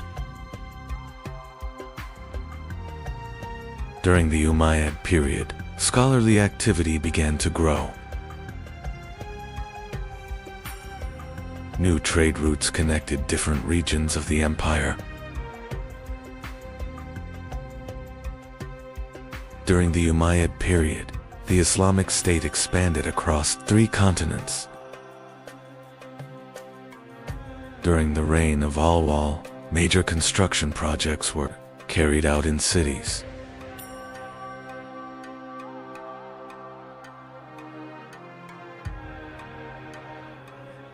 During this period, medical services began to develop. Social order and state structure became stronger. The taxation system was reorganized, increasing state revenues.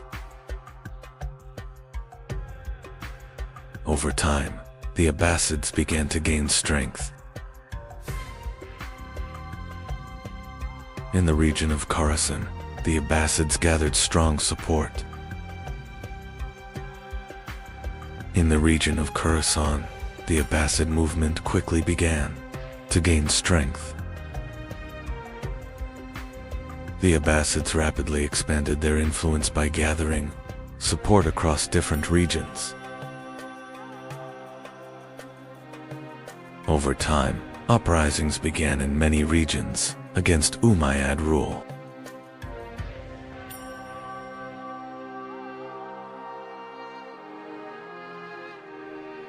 Abbasid armies advanced westward and began a major struggle against Umayyad rule.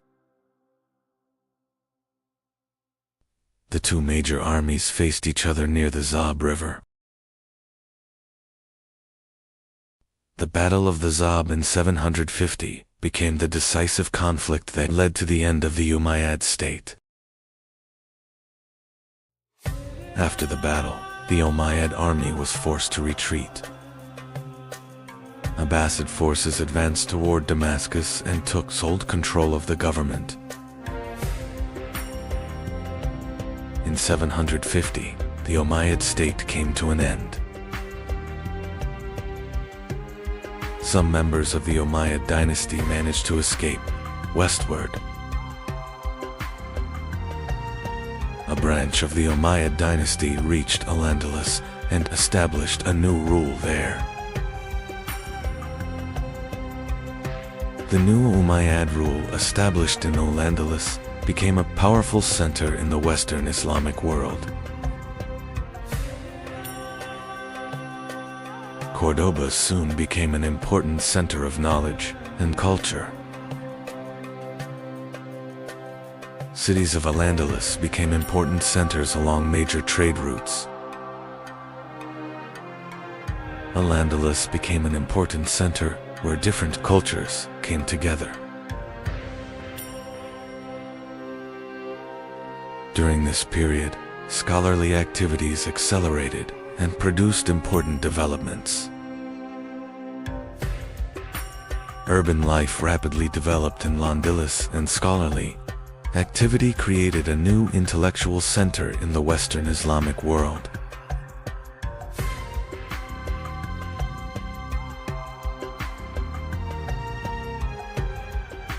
The Umayyads left lasting architectural achievements that became an important part of Islamic civilization.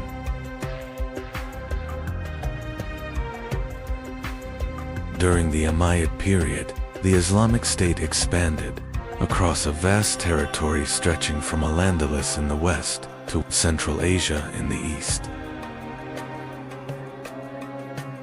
The Uayyid period played an important role in the political, cultural, and economic development of Islamic civilization. The Umayyad period took its place in history as a great era, when Islamic civilization reached vast territories and left a lasting legacy. The year was 750. The Islamic world stood on the edge of a silent but powerful transformation. For nearly a century, the Umayyads ruled the Islamic world. But non-Arab Muslim communities were growing increasingly dissatisfied. And that dissatisfaction turned into a secret movement. This movement united under black banners. In Khorasan, this movement was led by a powerful commander. And finally, two great armies met on the banks of the Zab River.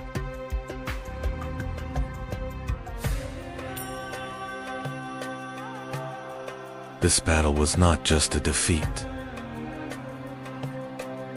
It was the end of an era. A new era had begun, and the Abbasids had entered the stage of history. After their victory, the Abbasids quickly began securing major cities. The new Caliph, Abu al-Abbas al-Safa, officially declared his rule. The new regime began rapidly erasing the traces of the old order. Caliph al-Mansur made a historic decision. The new capital would no longer be Damascus, it would be Baghdad. Baghdad was a carefully planned imperial capital built from the ground up. Soon, Baghdad became one of the greatest cities in the world.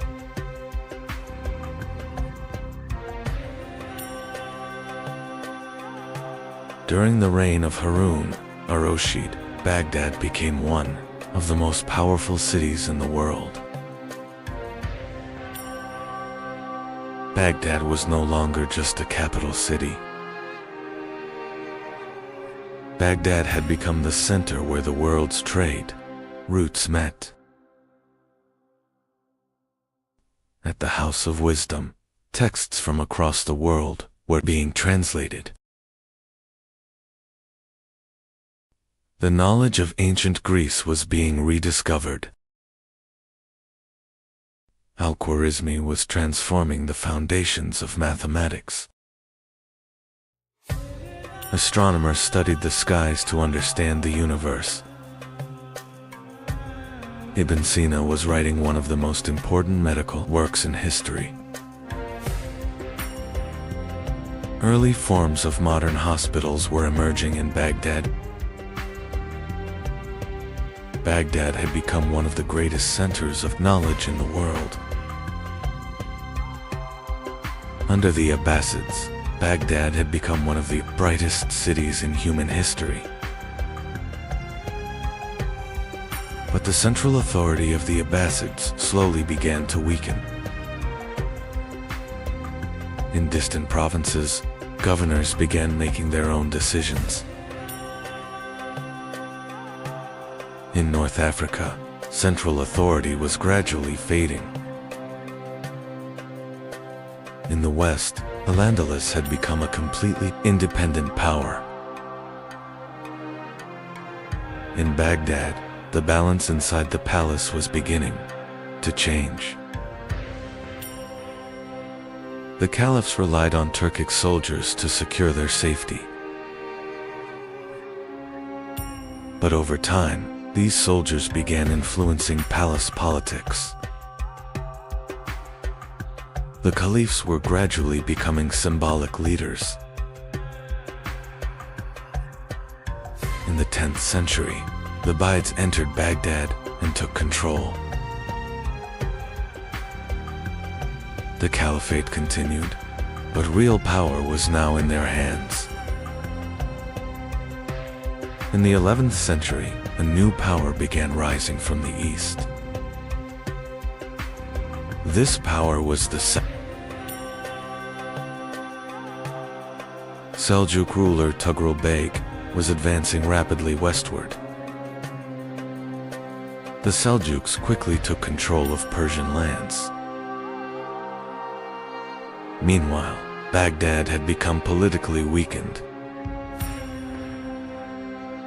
The city was under Ubayyid control. In 1055, the Seljuk army entered Baghdad. Tughril Beg placed the caliph under his protection. And thus, the Seljuk sultans became the political leaders of the Islamic world. During the Seljuk period, the caliphs continued as religious leaders. But political power now belonged to the Seljuk sultans. The Seljuks restored order by building a strong administrative system. One of the architects of this system was Nizam al-Mulk. The Nizamiya madrasas he founded transformed the education system. These madrasas created a new educational network, the Islamic world. Under the Seljuks, the Islamic world regained strong political stability. But a new threat was emerging from the west. The Crusades pushed the Islamic world into a new struggle. During this time, the Abbasids continued as the spiritual authority of the Islamic world. In the 13th century, a new and powerful threat rose from the east. This threat was the Mongol army. At the head of the Mongol army stood Hulagu Khan. The Mongol army was advancing toward Baghdad.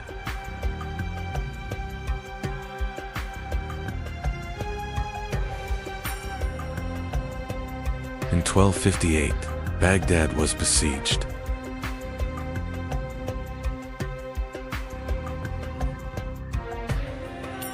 The city fell quickly.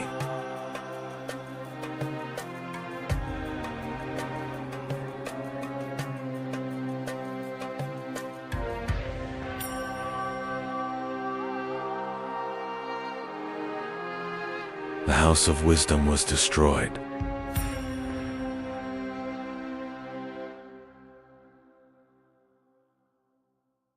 The Tigris River flowed dark with ink for days.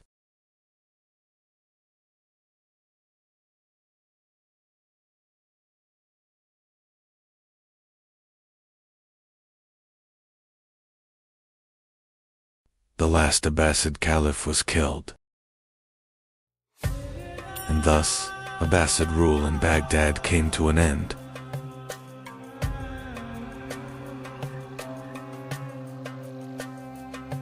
Baghdad had fallen. The city fell into silence. But knowledge did not disappear. Knowledge moved to other cities. The Abbasid Caliphate continued in Cairo. The Caliphate had not completely ended. Abbasid knowledge reached Europe. This knowledge influenced Europe's awakening and became one of the foundations of the Renaissance.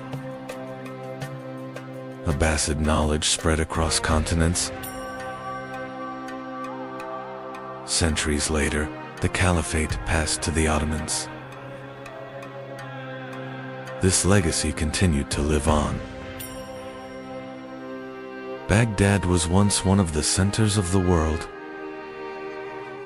The House of Wisdom changed human history. The Abbasids were not just a state.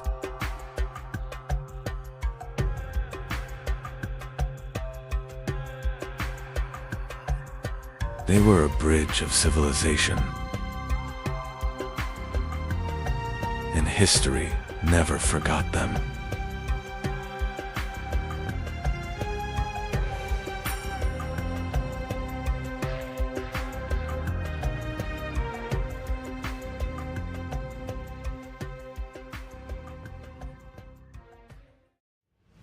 The year is 793.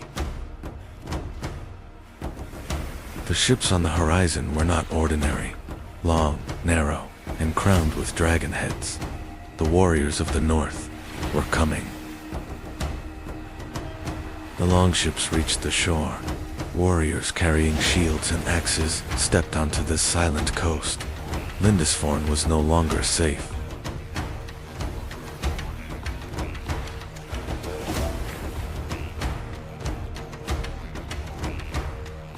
A monk wrote in his Chronicle, "God protect us from the fury of the Northmen." Europe was now facing a new threat. The Vikings were not born raiders. It was the harsh geography they lived in that pushed them toward the sea. Narrow lands, long winters, and limited resources forced northern people to search for new horizons. Population was growing in Scandinavia. Land was limited. For young warriors, the path to wealth and glory now lay across the sea. The Vikings' greatest strength was not only their warriors, but their ships. Long ships could cross open seas and travel deep inland through shallow rivers. The Vikings did not raid England alone. Soon they reached the coasts of France, the Baltic, and the rivers of Eastern Europe. The northern warriors were now everywhere across Europe. In 845, Viking ships sailed along the Seine River. The northern warriors had reached the heart of Europe. Their target was Paris. King Charles the Bald was forced to pay a large tribute to save Paris. European kingdoms were now negotiating with the Vikings, instead of stopping them. The Vikings were no longer only raiders. They settled across large parts of eastern England. These lands became known as the But England did not completely fall. King Alfred the Great of Wessex managed to stop the Viking advance. His resistance changed the future of England. Some Vikings turned east instead of west. Traveling along great rivers, they reached Byzantium. They were now known as the Varangians.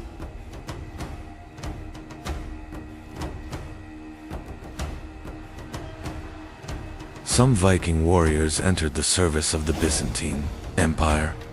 In Constantinople, they became the emperor's most trusted guards. This elite unit was known as the Varangian Guard. The Vikings were not only raiders, they explored new lands and settled there. Iceland became one of the most important colonies founded by the northern people. Viking explorer Eric the Red sailed even farther west. He named the newly discovered land Greenland and established a new colony there. Leif Erikson sailed farther west and reached a new continent. The Vikings had set foot in North America nearly 100 years before Christopher Columbus.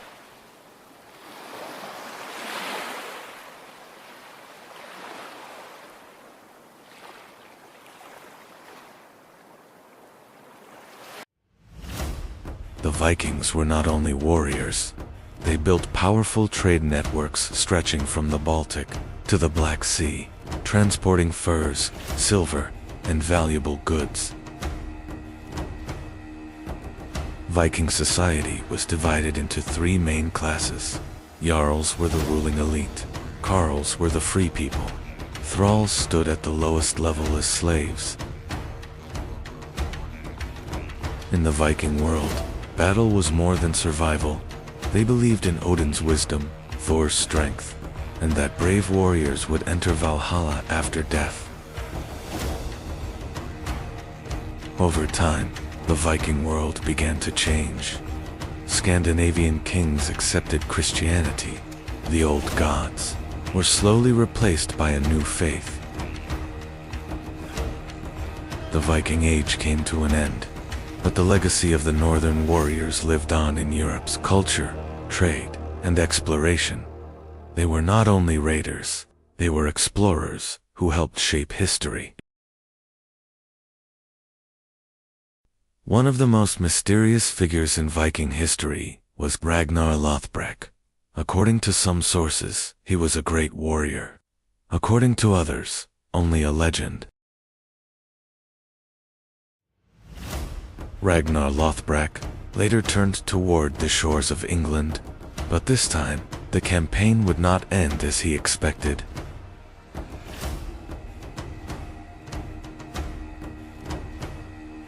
Ragnar Lothbrok quickly gained fame in the Viking world.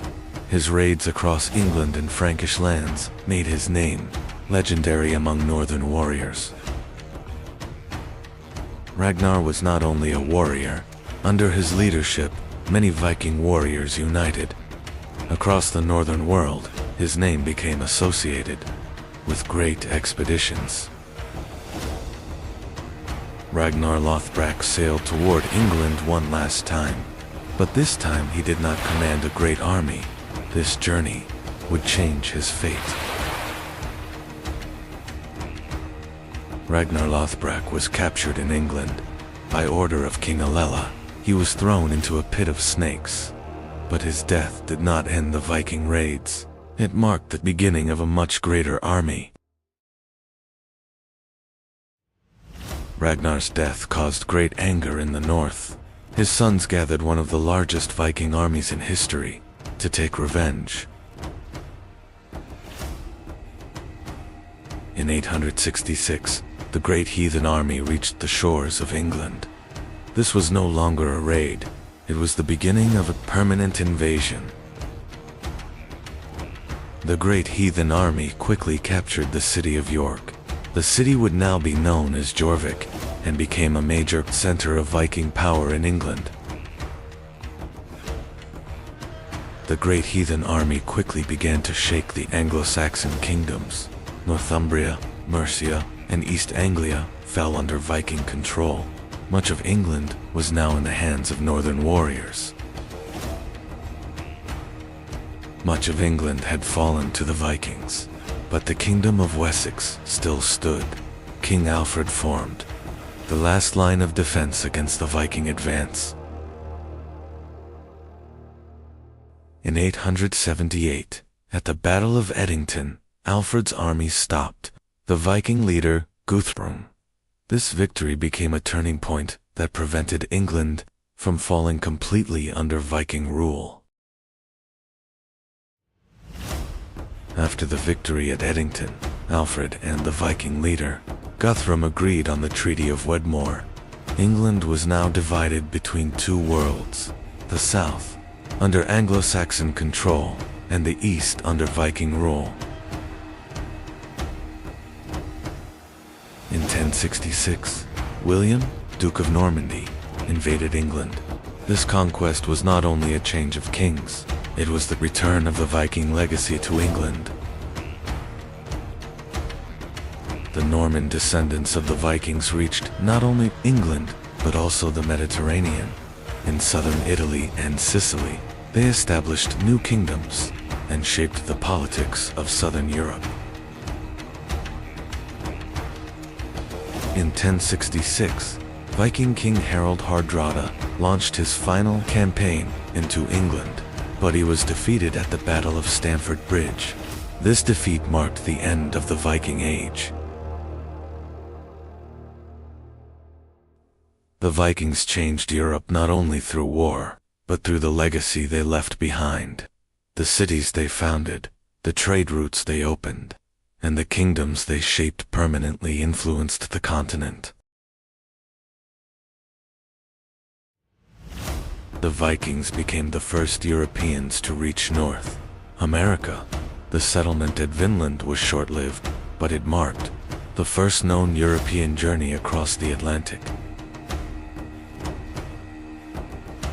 The Vikings were not only raiders, they were traders, explorers, warriors, and the legacy they left behind changed the course of European history.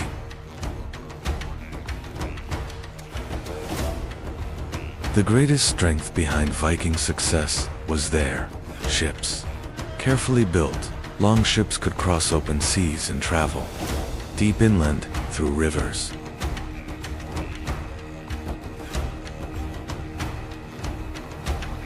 The Vikings were not only brave, they were skilled navigators. Using the sun, the stars, and signs from the sea, they were able to travel across the open ocean. The Vikings were not only warriors from the north, they were explorers who expanded Europe's horizons, sailors who reshaped trade routes, and a civilization that influenced the course of world history.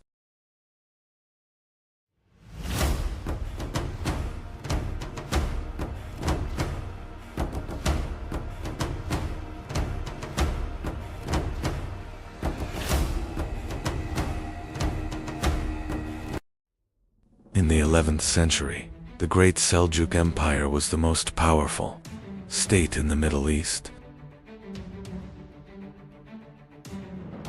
In Baghdad, the Abbasid Caliph remained in place, while real political power was held by the Yet, in the rugged mountains of northern Persia, a different movement was beginning to emerge.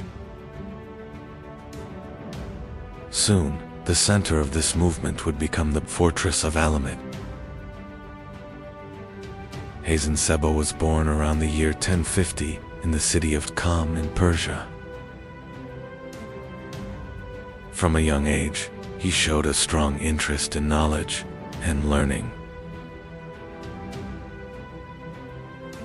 He studied theology, mathematics, and philosophy.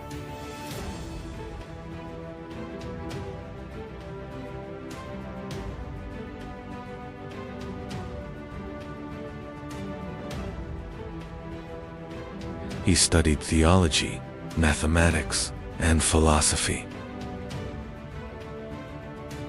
During his early years, Hazen Seba encountered the teachings of the Islam. To understand this teaching better, he set out on a journey to Cairo. At that time, Cairo was one of the most important centers of learning under the Fatimid Caliphate. There, Hassan Sabr met important figures of the Ismaili movement. However, political struggles within the Fatimid court made Hassan Sabr's position increasingly difficult. As a result, he was forced to leave Cairo. Hassan Sabr began his journey back toward Persia.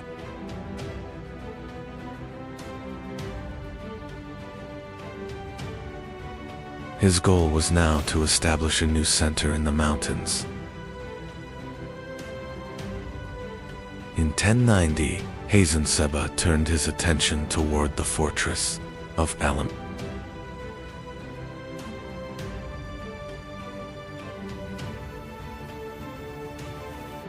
The fortress was captured not through battle, but through careful strategy.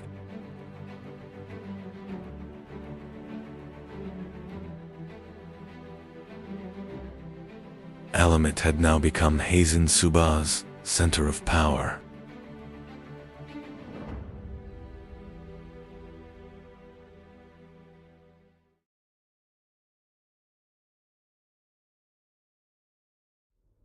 Soon, this fortress would become the center of a new state.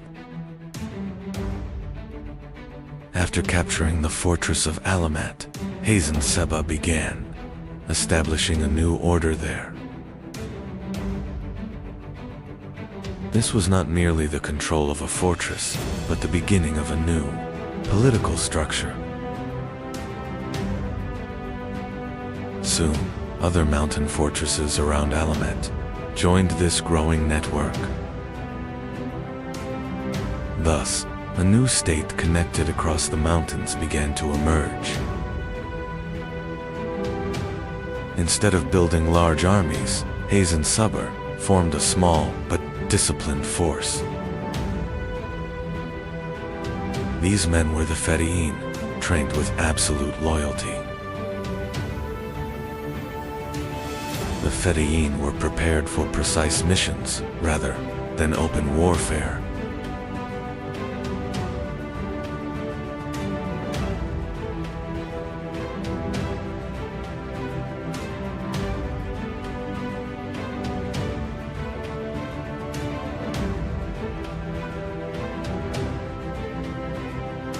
This system quickly made Hassan Sabr's power felt across the region.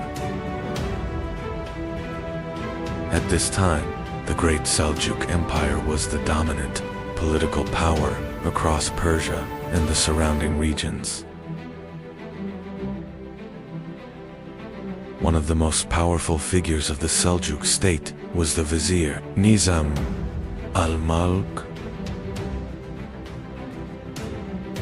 The Seljuk administration viewed Hassan Sabr's movement as a serious threat.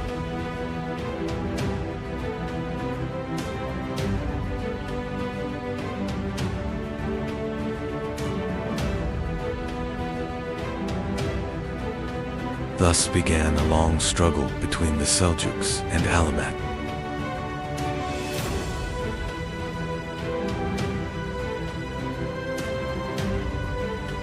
In 1092, the Seljuk vizier Nizam al-Mulk was attacked during a journey.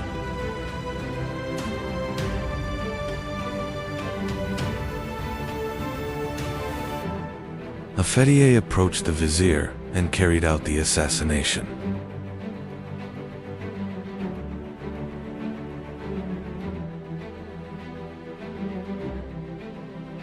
This event caused a major shock across the Islamic world.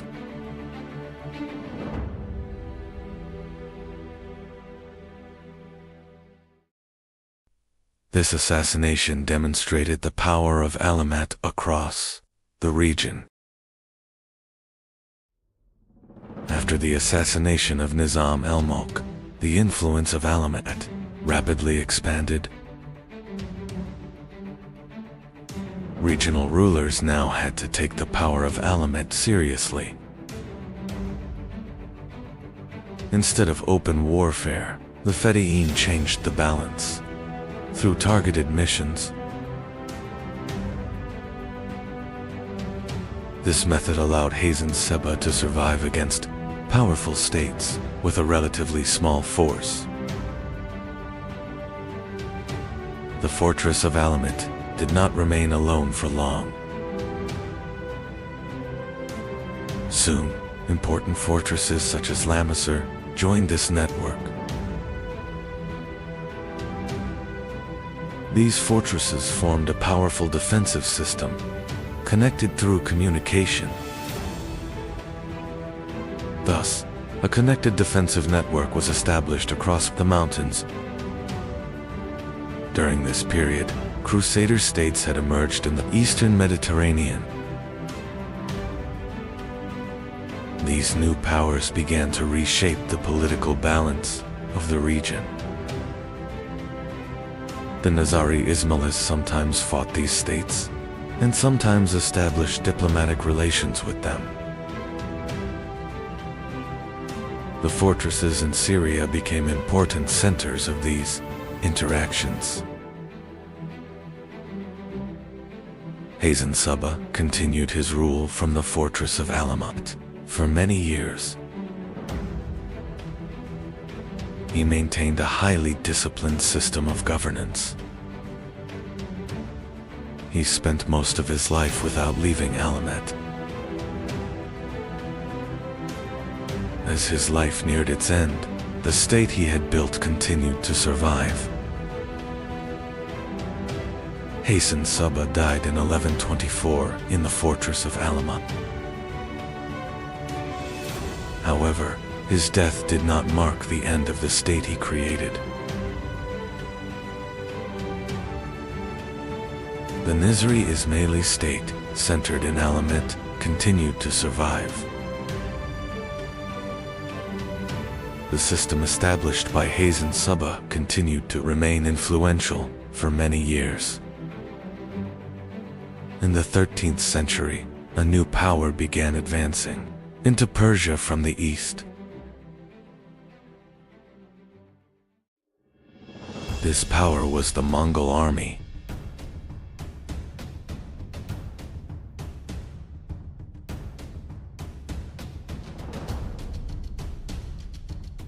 The Mongol forces were commanded by Hulagu Khan.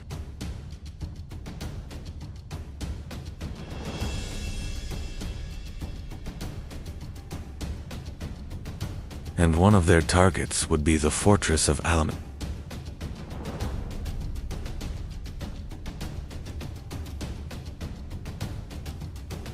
In 1256, Mongol armies advanced toward Alamut. The fortress of Alamut, which had resisted for decades, was placed under siege. In the end, the fortress of Alamut fell to the Mongols. Thus, the state founded by Hazen Seba came to an end. In one of the harshest lands on earth, a child was born. His name was Temujin. No one knew his future, but his destiny was not ordinary.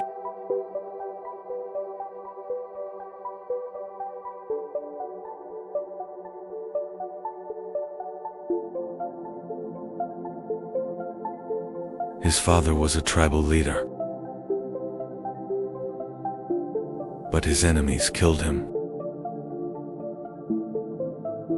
Temujin and his family were abandoned. They had to survive.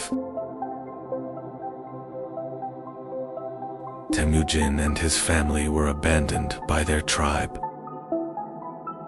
He grew up fighting hunger. Temujin brought food back to his family. He was already carrying the burden of responsibility.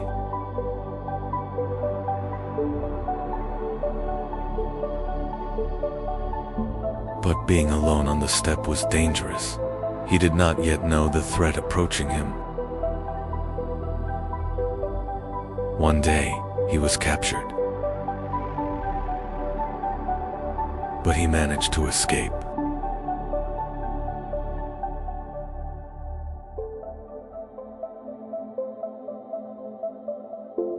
Now he was alone.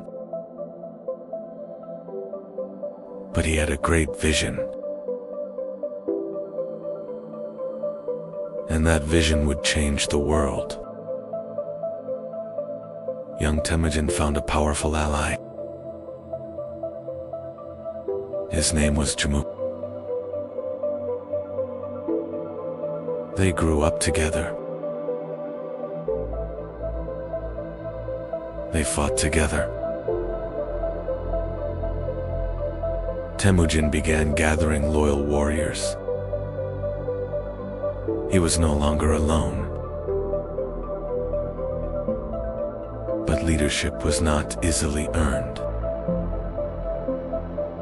Jamuka was chosen as leader. Temujin chose a different path. He chose ordinary warriors over nobles. This decision changed everything. Old friends were now rivals. An inevitable war was approaching. The steppe became a battlefield. And Temujin would not turn back. Temujin began to fight. The steppe was his battlefield. Many tribes joined him. His army was growing rapidly.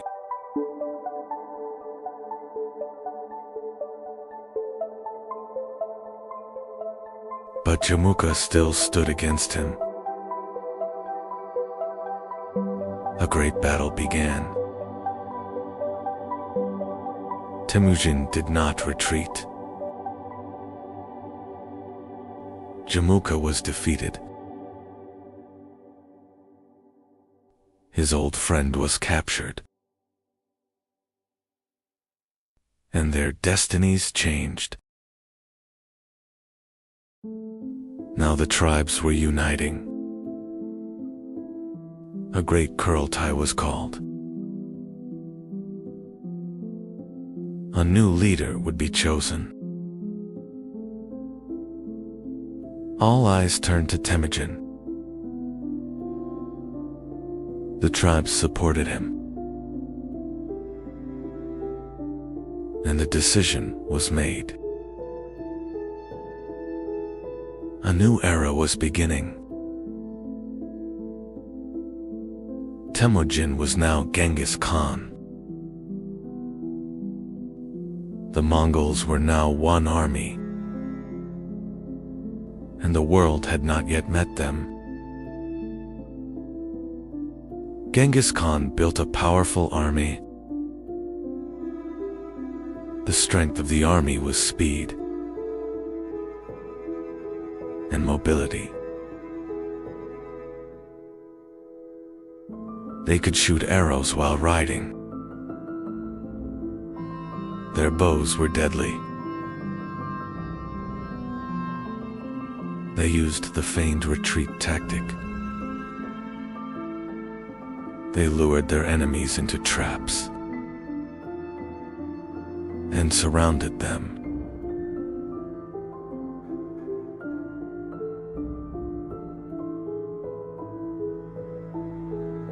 The army was disciplined. Every unit was organized. Orders moved quickly. A relay system was created. This system sped communication. Scouts gathered intelligence. Plans were prepared in advance. Now borders would be crossed. In 1211, Genghis Khan invaded northern China. The first target was China. The Mongols advanced against the Jin dynasty. The war was just beginning. In 1215, Zhongdu was captured. Zhongdu, Bugian Kopeki. New cities were targeted. Northern China was now under Mongol control.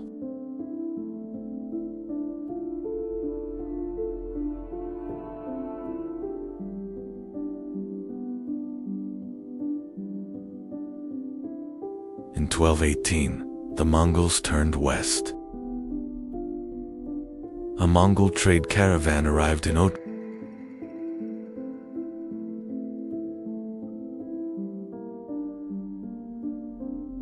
But the caravan was arrested.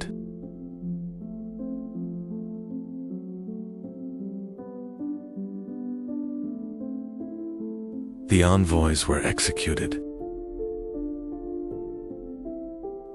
Genghis Khan answered with war. In 1219, the Great Campaign began.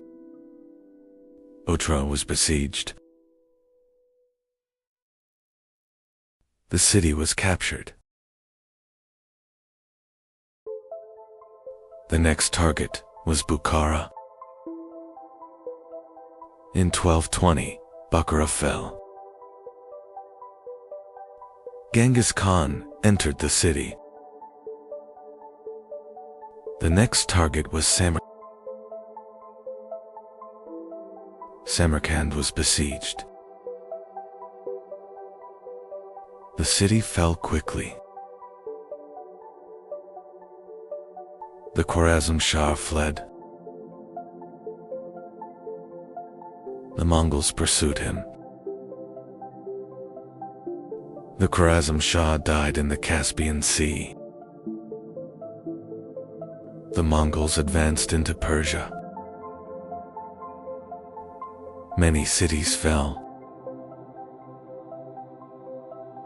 The Mongols continued westward. Now the world knew them. The Mongol army crossed the Caucasus Mountains.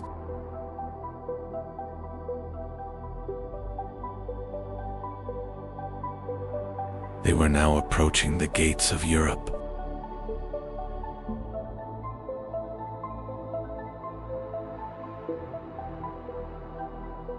Mongol scouts were watching the Rus principalities.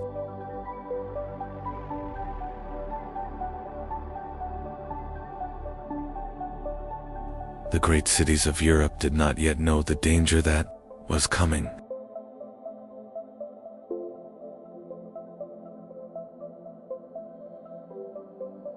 Mongol reconnaissance forces moved across the Russian steppe.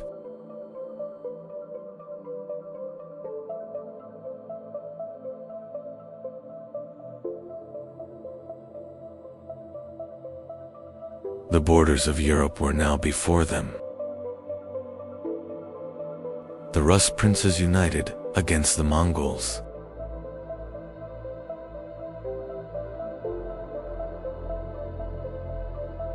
Europe was preparing a common defense for the first time.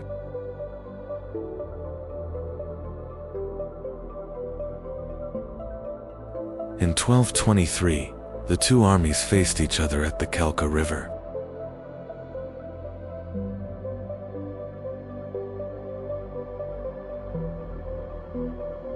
This confrontation marked the beginning of a new era for Europe.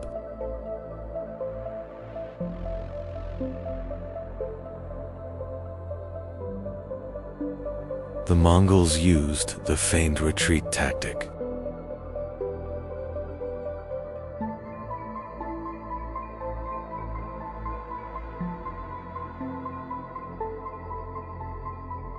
They were drawing the Rus army into a planned trap.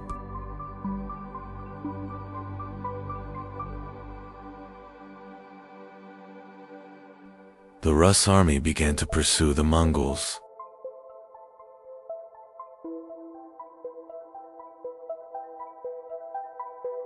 But this advance was leading them into a trap.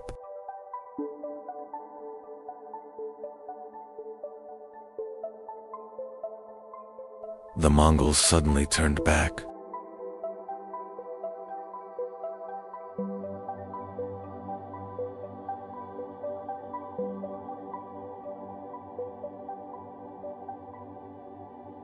The Rus army was now surrounded.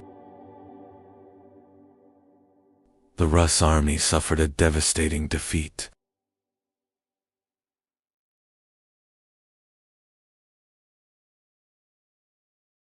Europe witnessed the true power of the Mongols for the first time.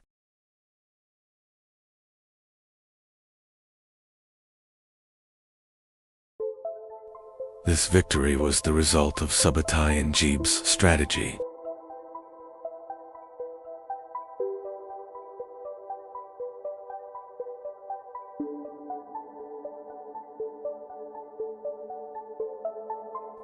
The Mongols had now tested the strength of Europe. The Mongols could have advanced deeper into Europe.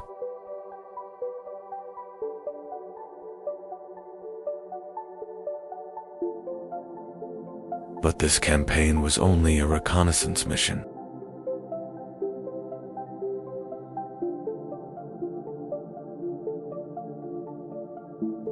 Europe was no longer unknown to the Mongols.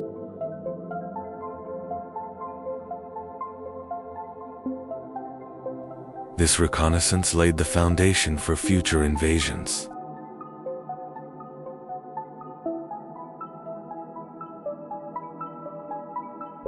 The Mongol reconnaissance army turned back east.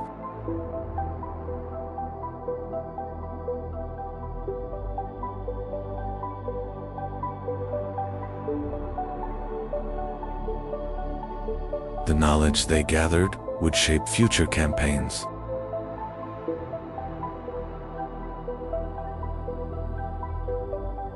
In 1226, Genghis Khan launched his final campaign.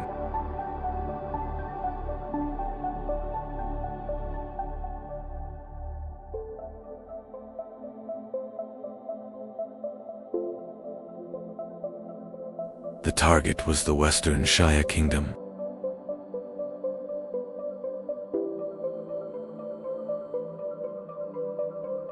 The Mongol army entered Western Xia territory.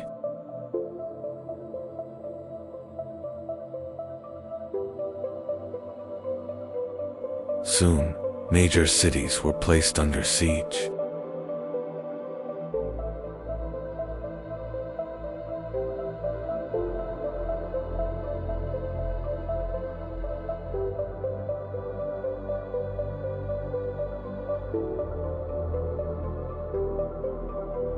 Western Xia cities were under heavy assault.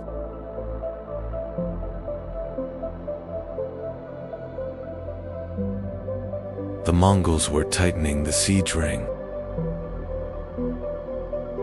During the Western Xia campaign, Genghis Khan fell ill.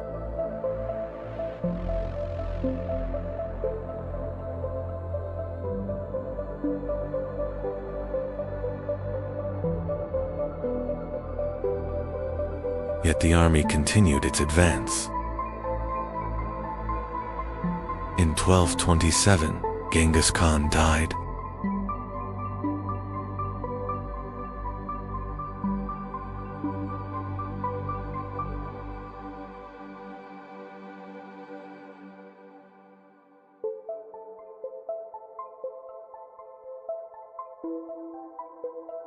The death of Genghis Khan was kept secret from the army.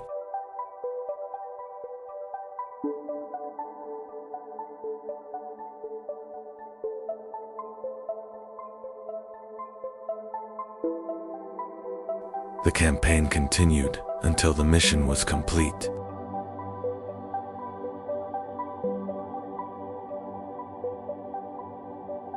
Genghis Khan was buried in a secret location. The place of his grave remains unknown even today. In 1229, Ogedei Khan was proclaimed Great Khan. the Mongol Empire would continue to expand.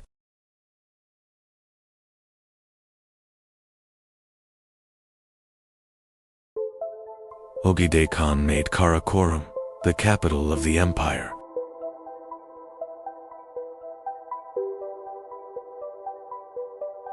From here, campaigns across Asia and Europe were directed.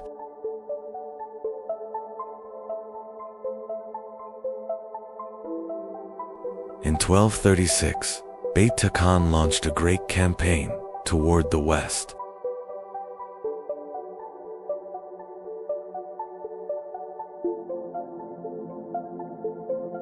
Subutai was the strategic architect of this invasion.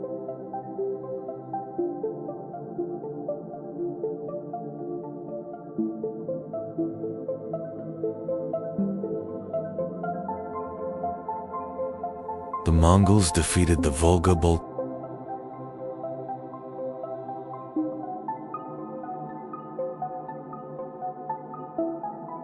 The gates of Eastern Europe were now open. In 1237, Ryazan was besieged by the Mongols.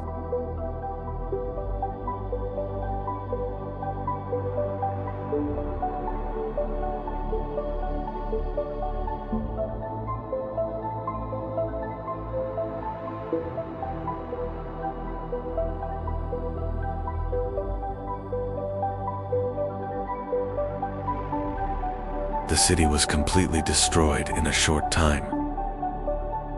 In 1238, Vladimir fell to the Mongols.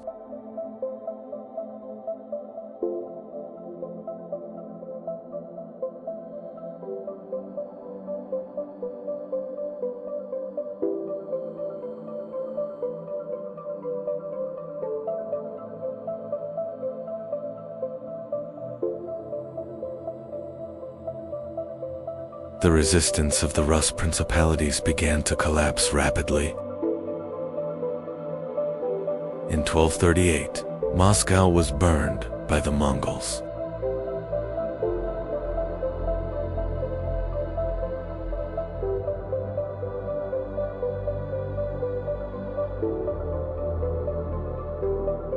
Though still a small settlement, it was completely destroyed.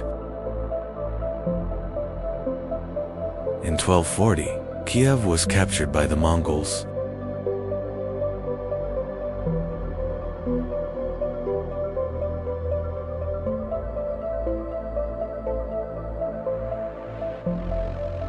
One of the greatest cities of Eastern Europe had fallen. The Mongol armies were now advancing towards Central Europe.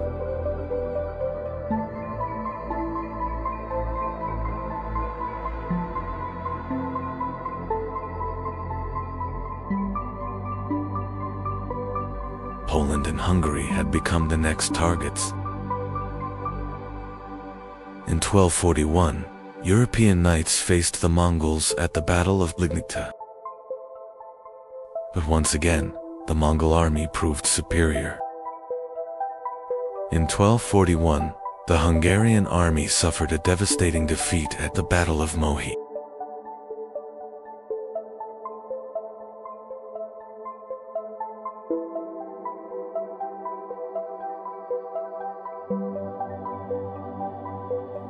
The Mongols had now reached the gates of Central Europe. The Mongol armies continued advancing across Central Europe.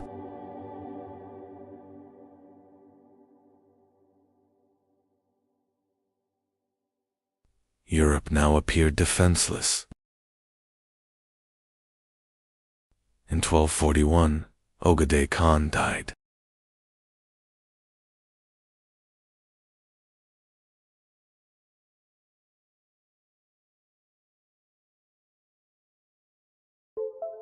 The Mongol army had to return for the Kurultai assembly. The Mongol army withdrew from Europe.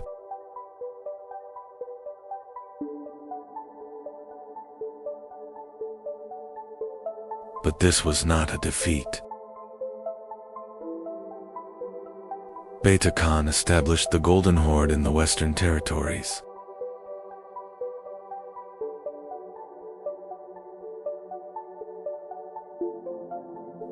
The Rus principalities were now under Mongol rule.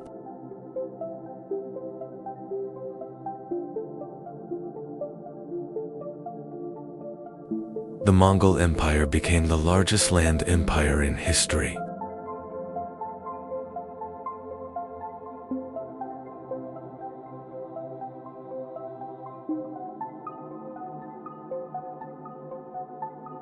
Its land stretched from China to Europe. The Mongols established secure trade routes across Eurasia.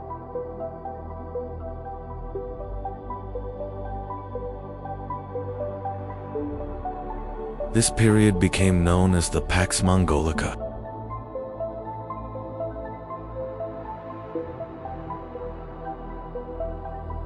The Mongol Empire connected different cultures across Eurasia. Knowledge and technology spread rapidly along its routes.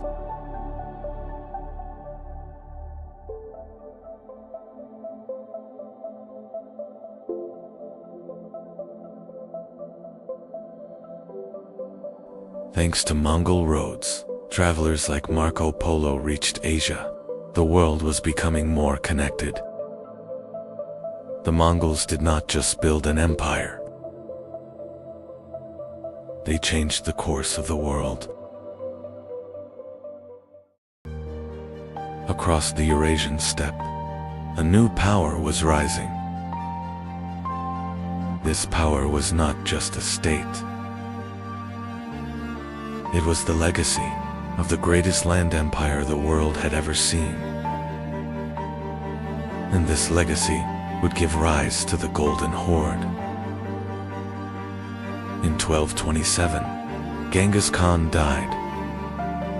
After his death, the Mongol Empire was divided among his sons. The western lands were entrusted to the lineage of Jochi. And this legacy would soon give rise to the Golden Horde. Under Batu Khan's leadership, Mongol armies began advancing westward.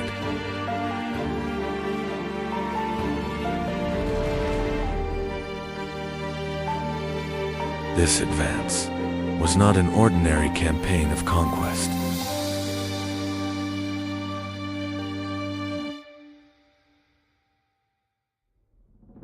This advance was the beginning of a wave that would change Europe forever.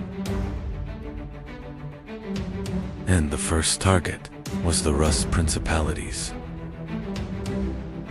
Soon, Mongol armies reached Kiev.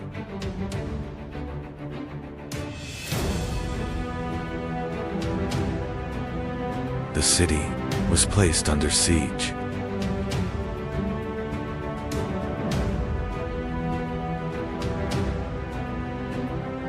And Kiev fell to the Mongol armies.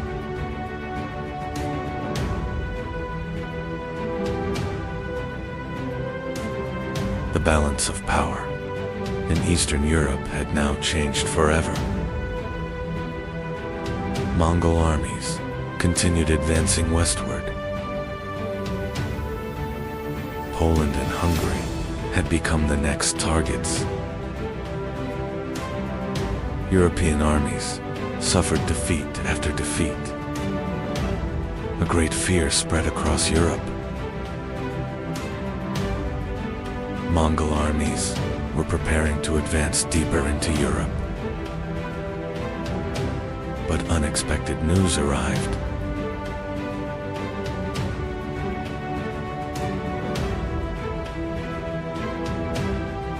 The great Khan, Gidai, had died. And Batu Khan was forced to withdraw his armies. Batu Khan established a new center along the Volga River. This center was the city of Sarai. Sarai soon became the capital of the Golden Horde.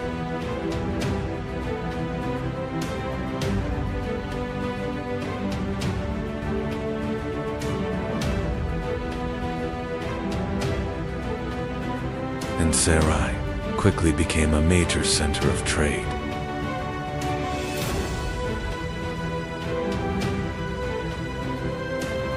The Golden Horde established dominance over the Rus principalities. But this dominance was not direct occupation. The Rus principalities began paying tribute. Through this system, the Golden Horde controlled vast territories efficiently. The northern branch of the Silk Road passed through Golden Horde territory. These routes connected the east and the west.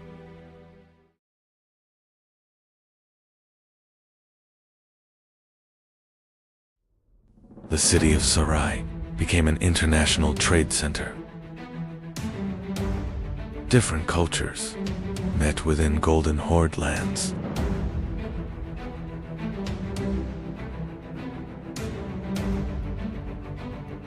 Over time, the structure of the Golden Horde began to change. Turkic steppe communities became increasingly influential within the state.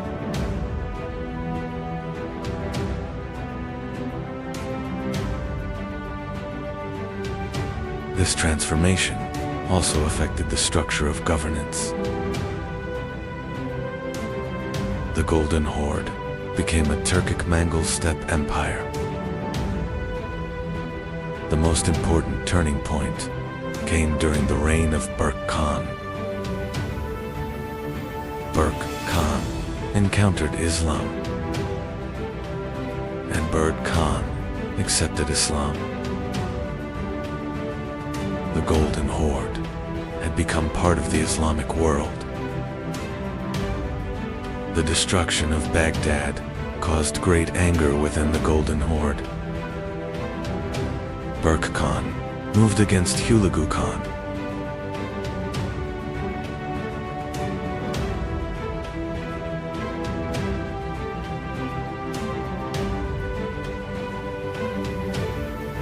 For the first time, Mongol armies fought against each other.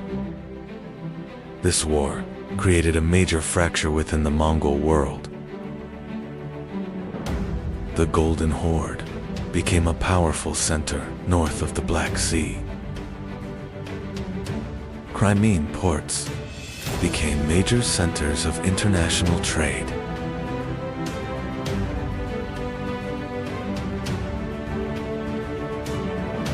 Genoese merchants established colonies in the region.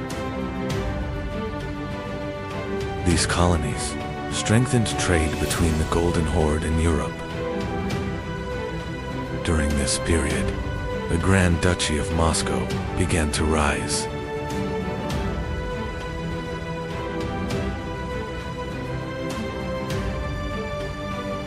At first, Moscow was a principality under Golden Horde authority. But over time, Moscow grew stronger. And this rise laid the foundation for the future Russian state. The Golden Horde reached one of its most powerful eras. Especially under Uzbek Khan, the state reached its peak. During this time, Islam became the official state religion. The Golden Horde had become a great empire. Over time, the Golden Horde began to weaken due to internal conflicts. Struggles for the throne shook the central authority.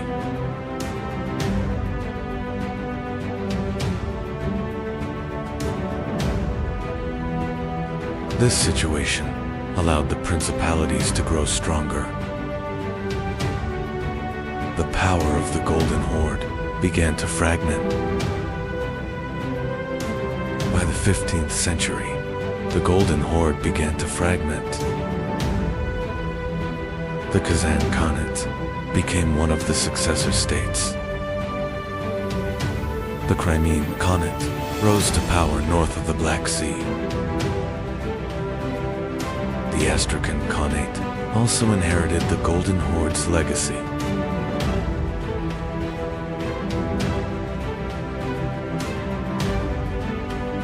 During this period, Moscow gradually became independent. The Golden Horde lost its former strength. The political balance of Eastern Europe was changing once again. Yet the legacy of the Golden Horde continued for centuries.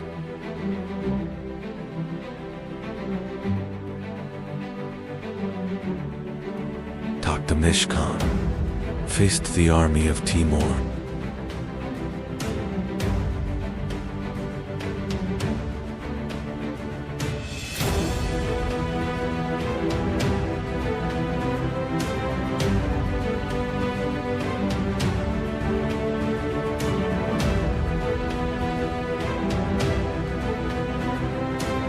This battle became a disaster for the Golden Horde.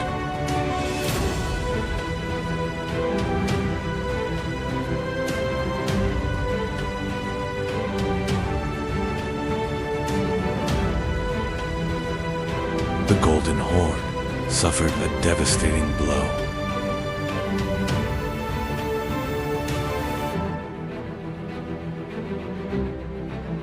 And Timur advanced into Golden Horde territory. The legacy of the Golden Horde continued across the steppe, but in the east, a new power was rising, to be continued. By the mid-13th century, the Mongol armies were advancing toward the west. This advance was more than a conquest.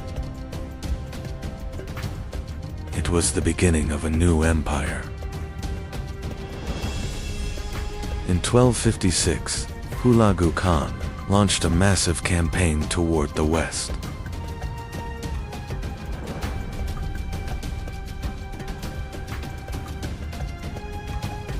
His goal was to bring Persia and the Middle East under Mongol rule.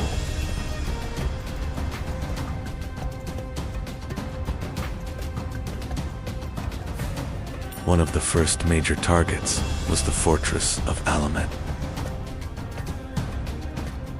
The Mongols laid siege to the fortress high in the mountains. The fortress of Alamet could not hold for long.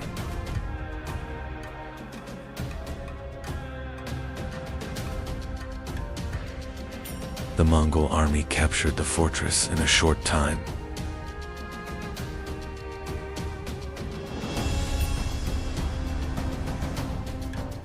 The fortress, once thought unreachable, had fallen.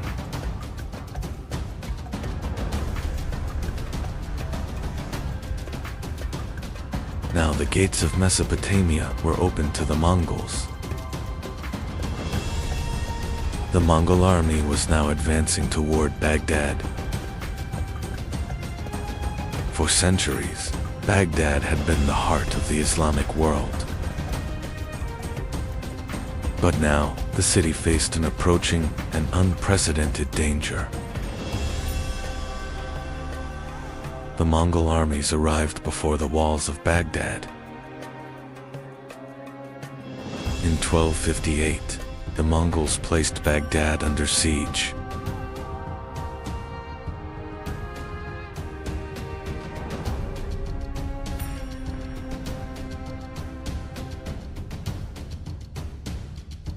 The siege quickly began to overwhelm the city's defenses.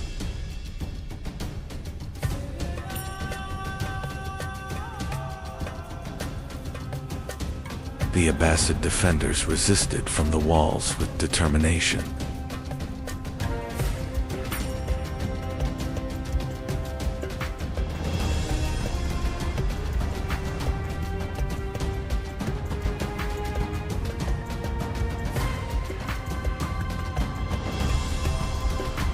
But the city would not be able to hold much longer.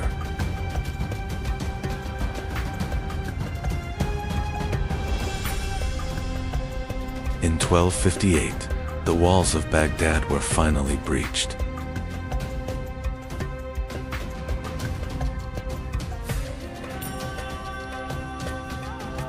The Mongol army entered the city.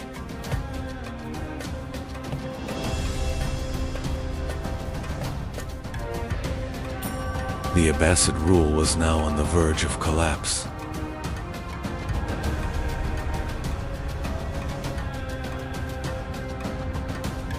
With the fall of Baghdad, the Abbasid Caliphate came to an end. After the fall of Baghdad, Hulagu Khan established a new state. This state would become known as the Ilkhanate stretched from Persia to Anatolia. The new state controlled the trade routes between east and west.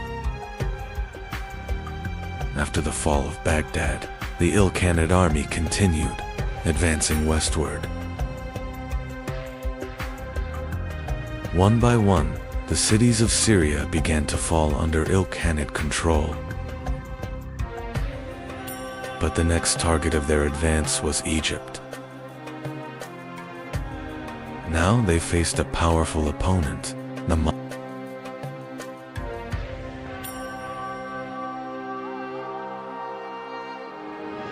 In 1260, two great armies met at Ain Jalut.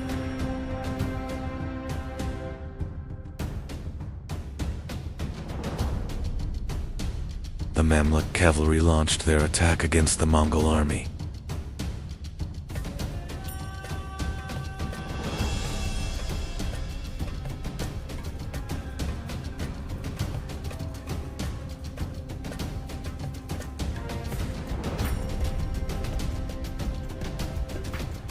The battle quickly turned into a fierce confrontation.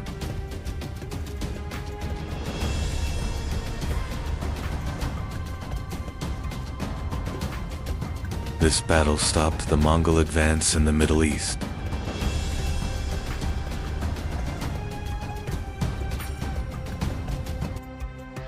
After Ain Jalut, the Ilkhanate began adapting to the lands they ruled. Persian administrators began to play an important role in government. Islamic scholars became increasingly influential around the court. The Mongols were no longer only conquerors, they had become rulers of an empire. In 1295, Ghazan Khan made a decisive choice. By accepting Islam, he changed the direction of the state. This decision transformed the identity of the Ilkhanate. The Ilkhanate had now become a powerful Islamic state. During the Ilkhanate period, the Silk Road began to revive once again. Trade between East and West became secure once again.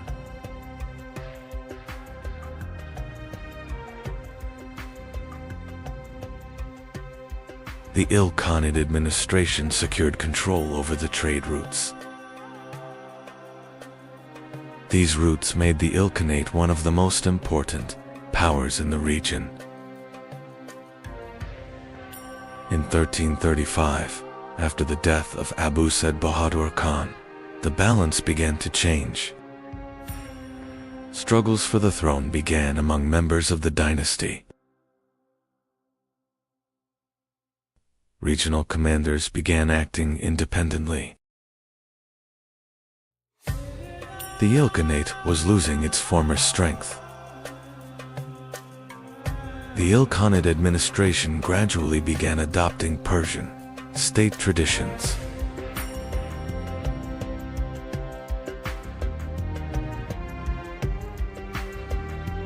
The Karakoyunlu Turkmen began rising across Persia and eastern Anatolia. The Koyunlu soon became one of the major powers of the region.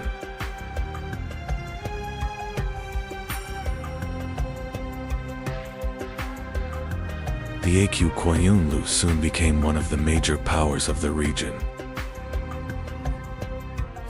Although the Ilkhanate had fallen, its legacy continued to live on. Cities, trade routes, and centers of learning continued to survive.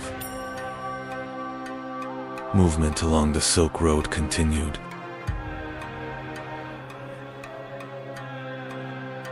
But a new balance of power was emerging across the region. After the Ilkhanate, new movements began to rise in the east.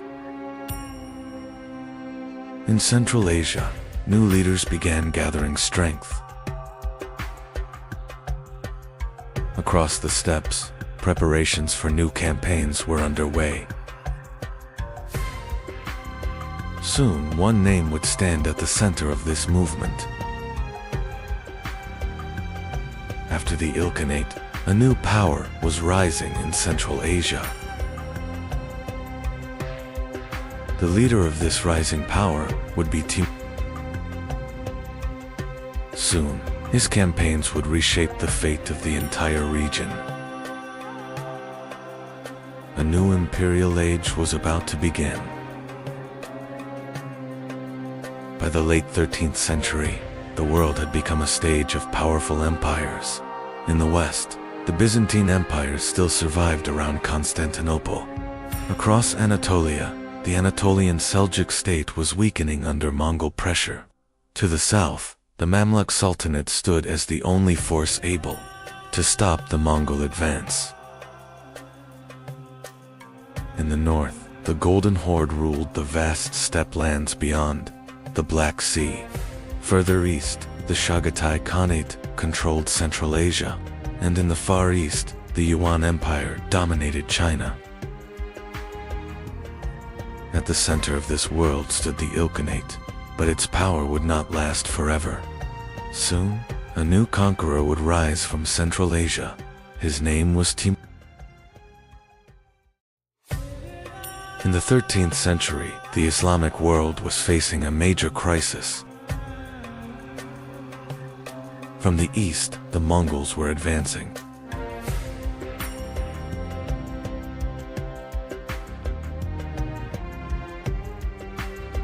In the west, Crusader states still controlled the coastline. Meanwhile, the Abbasid Caliphate was losing its power. The Mamluk system was one of the most unique military structures of the medieval world.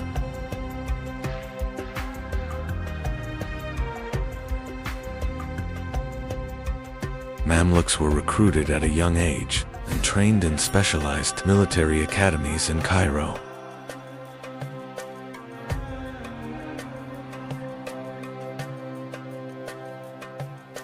They mastered horseback riding and archery, transforming into elite cavalry warriors.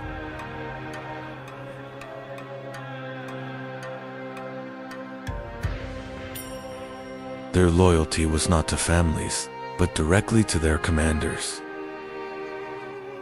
At first, the Mamluks were not independent. They served within the Ayyubid state, founded by Saladin.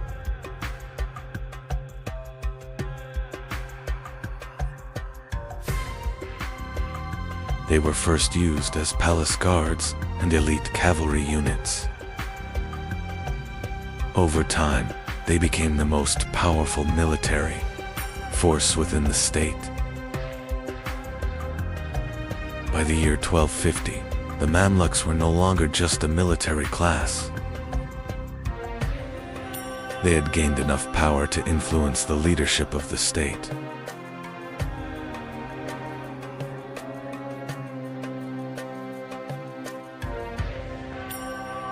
In 1250, they seized control and established their own state.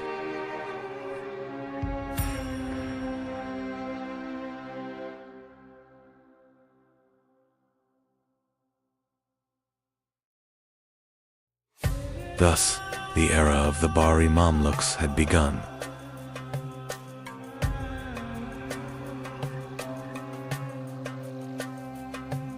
In 1258, Mongol armies reached Baghdad, the capital of the Abbasid Caliphate. Soon, the city was placed under siege.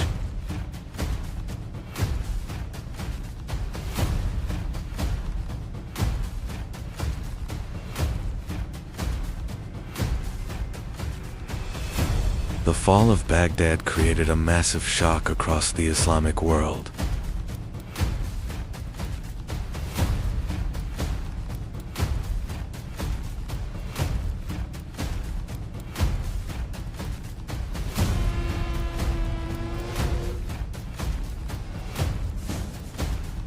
The Mongol armies continued advancing, and Syria became their next target.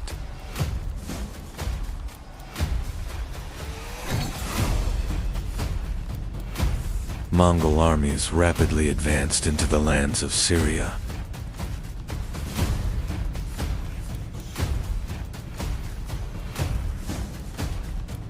Damascus and the surrounding cities fell under serious threat.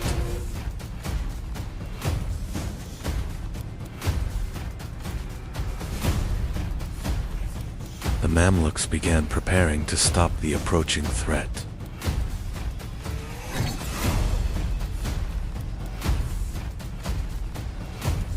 The Mamluk army marched north, preparing to confront the Mongols.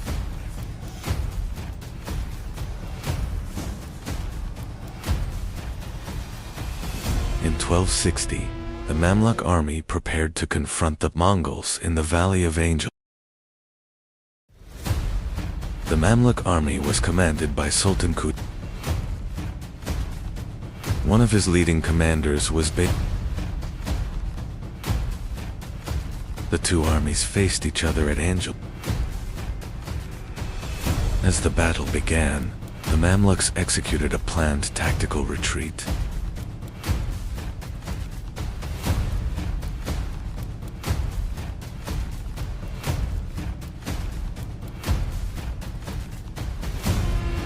Mongol forces began pursuing the retreating Mamluk troops.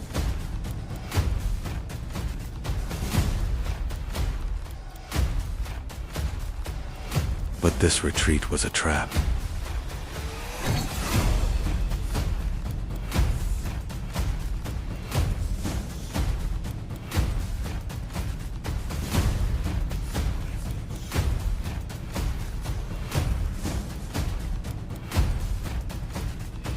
The Mamluk forces launched a sudden counterattack, surrounding the Mongol army. At Angjalut, the Mamluk army successfully stopped the Mongol advance.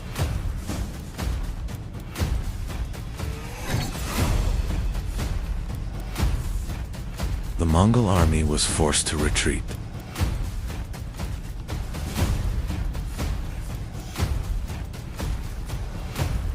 This victory was more than just the outcome of a battle. It became a turning point that changed the course of history. With the victory at Ain Jalut, the Mongol advance into the Middle East was halted.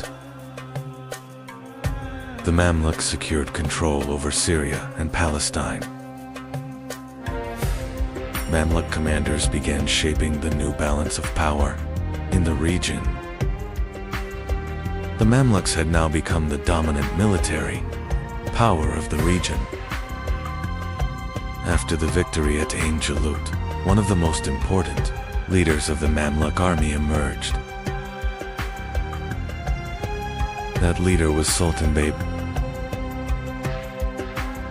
Baybars soon took control of the Mamluk Sultanate. Under his leadership, the Mamluk Sultanate entered a new era of strength. Sultan Baybars first secured the frontier against the Mongol threat. Defensive positions along the Syrian frontier were strengthened. Mamluk commanders reorganized the defense of the region. This prevented the Mongols from advancing once again. Sultan Baybars did not fight only against the Mongols. Crusader fortresses along the Levant coast still posed a serious threat.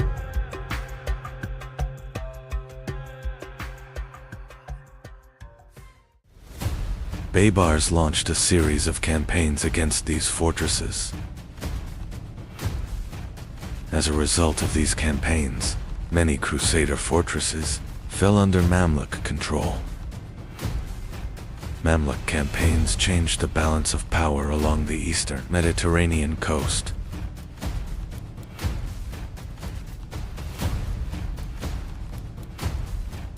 Crusader fortresses gradually became isolated. The Mamluk army turned toward the last major Crusader strongholds in the region. Thus, Mamluk dominance along the eastern Mediterranean coast began to take shape. In 1291, the Mamluk army laid siege to the city of Acre.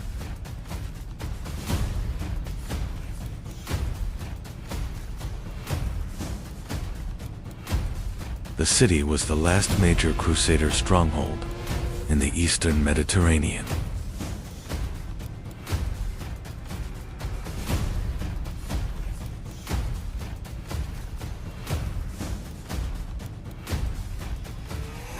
After intense fighting, the Mamluk forces managed to breach the city.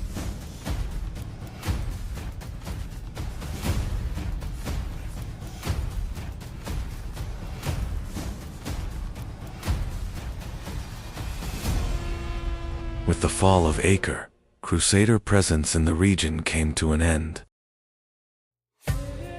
During the Mamluk period, Cairo became one of the most important cities in the world. The city became a major center of international trade. Madrasas were established, and intellectual life flourished. Cairo became the political and cultural center of the Islamic world. The Mamluk army was one of the most disciplined military forces of its time. Each Mamluk soldier was a skilled horseman and expert archer. These cavalry units provided exceptional mobility on the battlefield. Thanks to this military structure, the Mamluks remained one of the most powerful armies in the region for a long time. Over time, a new era began within the Mamluk Sultanate. During this period, the ruling class was largely of Circassian origin. Although the political structure changed, the military strength remained. The Mamluks continued to be one of the most powerful states in the region. By the late 15th century, the Ottoman Empire began to rise rapidly in power. The Ottomans were expanding from Anatolia toward the Middle East. This expansion made a direct confrontation with the Mamluks inevitable. Thus, a new era of conflict began between the two great powers.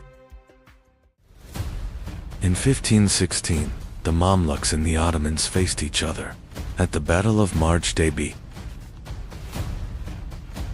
The Ottoman army gained a significant advantage with its advanced weaponry. The Mamluk army suffered a heavy defeat in this battle. This defeat marked the beginning of the end for the Mamluk Sultanate. After the victory at Marj-Deby, the Ottoman army advanced toward Cairo. Cairo was the final major center of the Mamluk Sultanate. In 1517, the Ottoman army captured the city. Thus, the Mamluk Sultanate came to an end politically. In the 14th century, across the harsh and unforgiving steppes of Central Asia, a child was born who would change the fate of the world. No one knew This child would one day shake empires. His name would be Timur. For a child growing up on the steppe, survival was not a choice, but a necessity.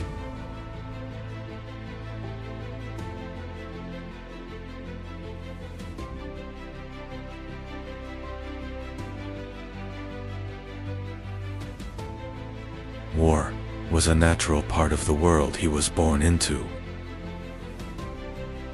But Timur was learning more than just how to fight.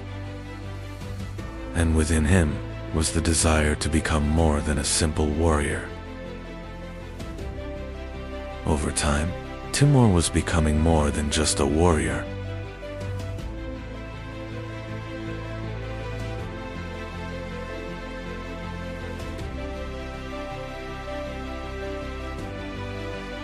Alliances were formed, and just as quickly, they were broken.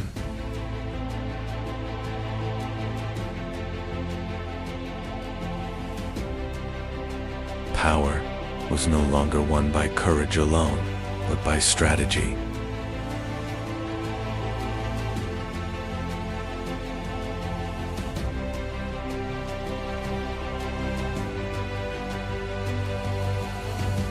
And Timur had learned the rules of this game. Semir was becoming the center of Timur's power. One by one, the tribes began to gather around him. And in time, Timur declared his own destiny. He was no longer just a leader, but the ruler of a rising empire. The goal was no longer survival, but conquest. Cities were besieged, and those who resisted paid a heavy price.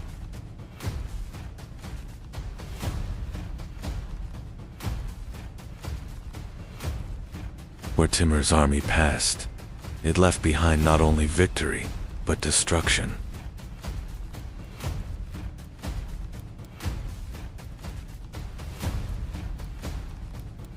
And Timur knew that fear was the most powerful weapon of all. Two powers once allied were now standing against each other.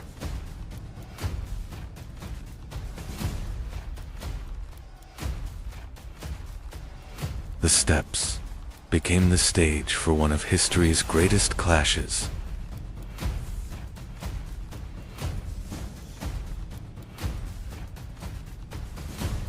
Defeat was not just the end of a battle, but the fall of a power.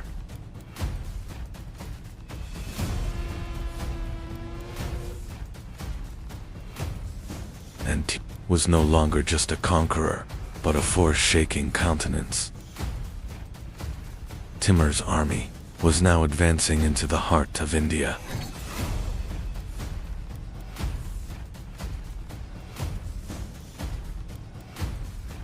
Before him stood a force unlike anything he had faced.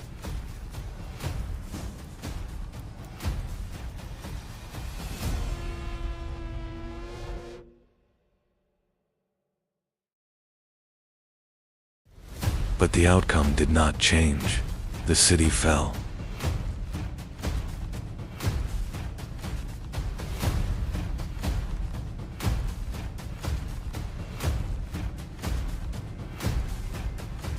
And what remained was one of the darkest marks in history. Two great powers finally stood face to face.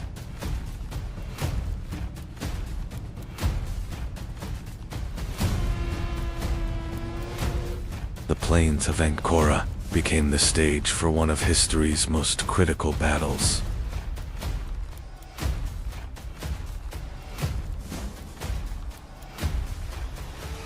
And in the end, the Ottoman Sultan was captured. Samarkand was now one of the most magnificent cities in the world.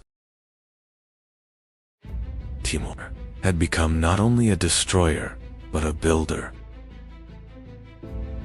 minds gathered from conquered lands, turned this city into a center of knowledge. And the empire was larger than ever before.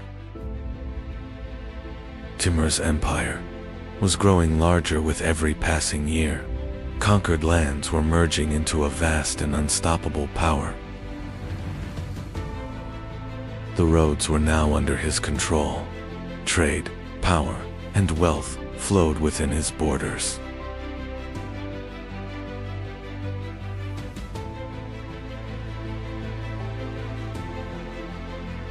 Different cultures, different cities, all united under a single authority.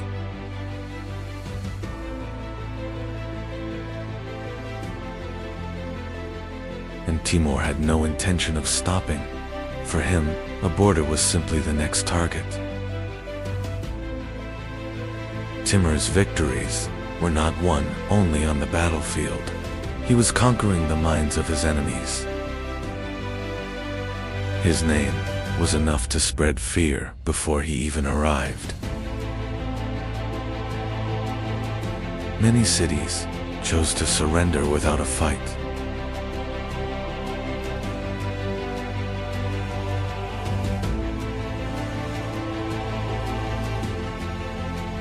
Because everyone knew the cost of resistance would be far greater. Timur's armies were now turning toward the greatest cities of the world. The target was Damascus.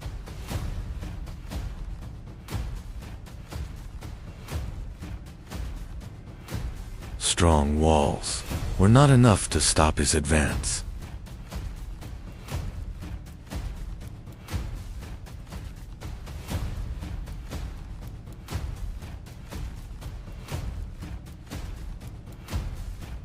Cities fell, and once great centers were left in silence.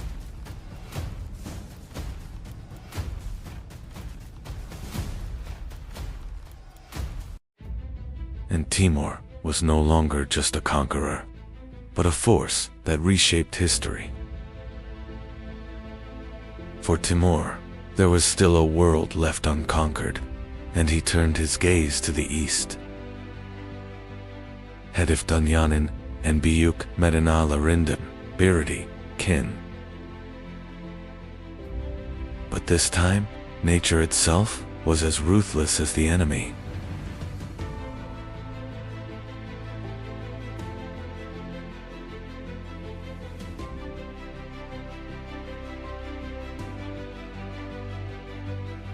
And Timur was marching toward the greatest campaign of his life. As the journey dragged on, the army began to weaken. The cold was taking its toll on everyone.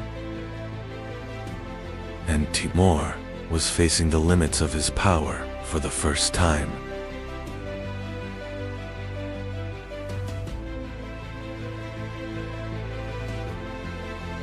Whispers spread through the camp. The generals were uneasy. Something was changing.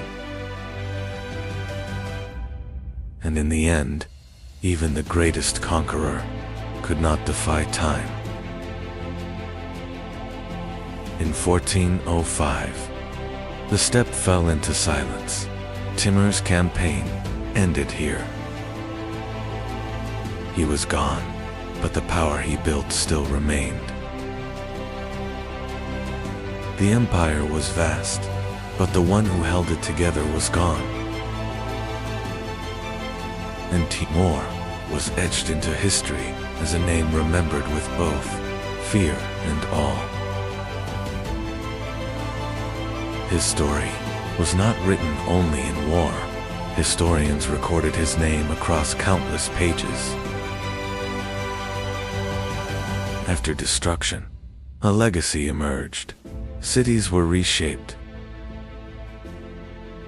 Timur's legacy was remembered through both destruction and creation.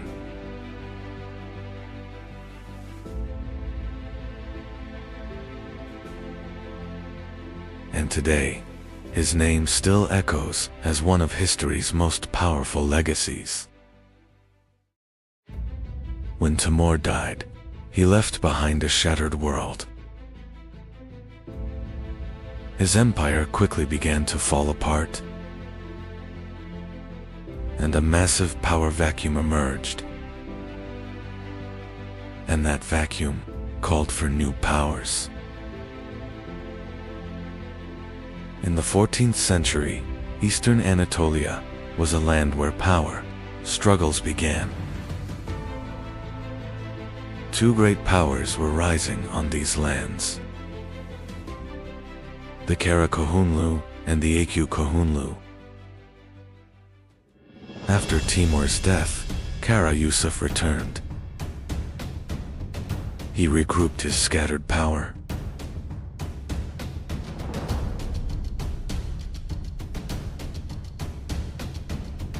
And he captured Tabriz.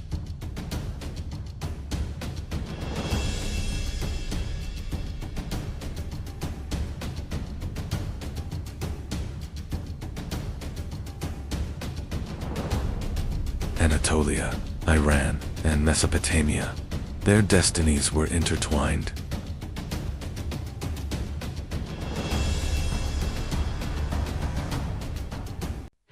The Karakohunlu state was reborn.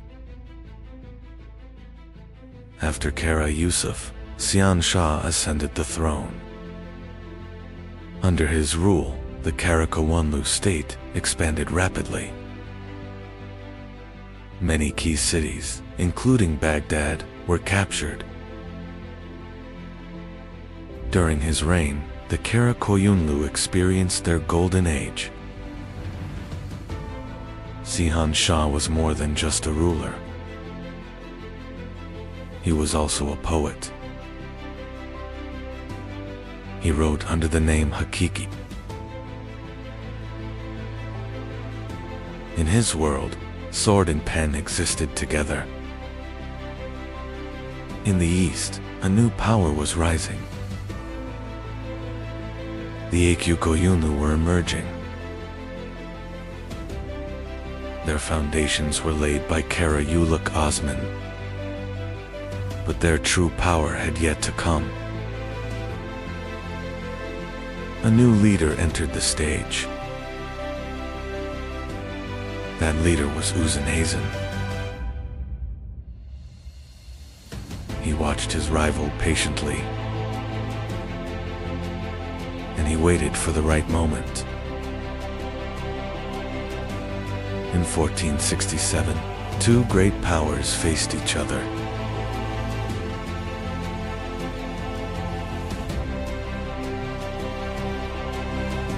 The battle was fierce and brutal.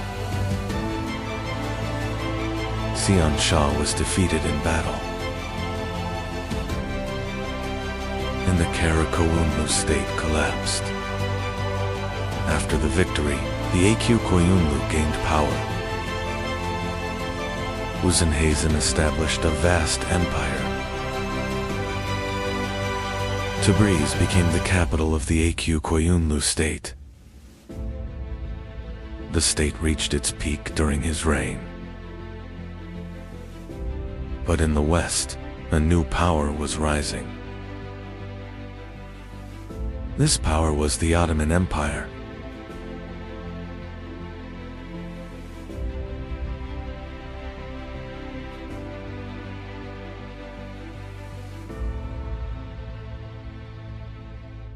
Uzenhazen closely watched this rise. Tension between the two great powers was rising. The Ottoman army was disciplined and powerful.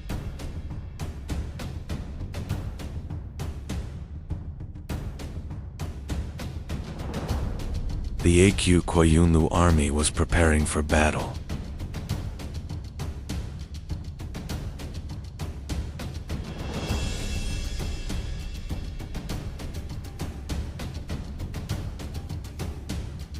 The two armies faced each other. Before the battle, there was a heavy silence. The battle began suddenly.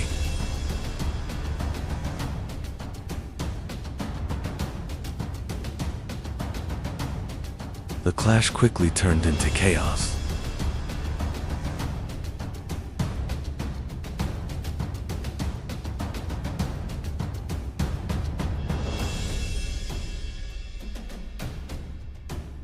The Ottoman army used its firepower.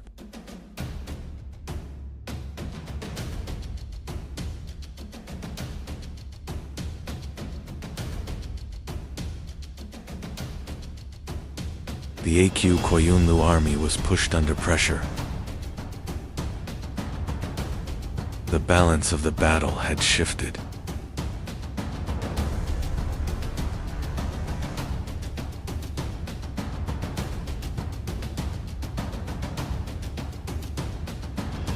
The AQ Koyunlu forces began to retreat. The battlefield turned into a scene of devastation, with hundreds fallen and order completely shattered. This defeat permanently ended the military dominance of the AQ Koyunlu state. After the defeat at Otluk Belli, succession struggles began within the AQ Koyunlu court. Power struggles among members of the dynasty intensified.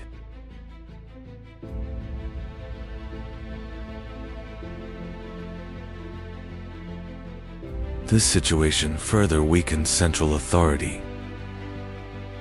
The state was now shaken more by internal conflict than by external enemies. As the AQ Koyunlu weakened, a new power was emerging in the east.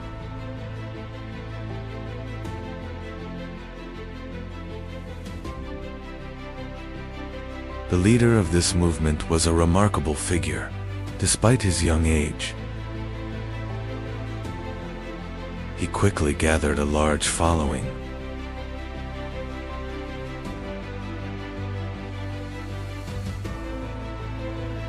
This rise marked the beginning of a shift in the regional balance of power. The leader of this movement was Shah Ismail.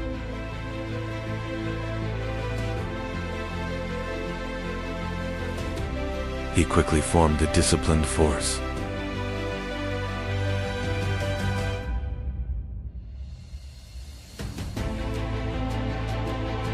The force around him grew rapidly.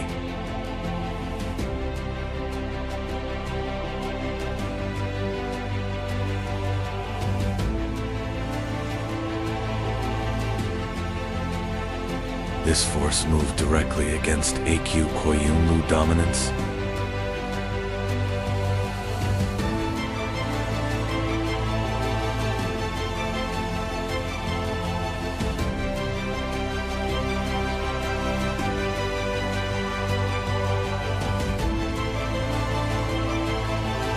By 1501, Shah Ismail was advancing toward the heart of AQ Koyunlu territory.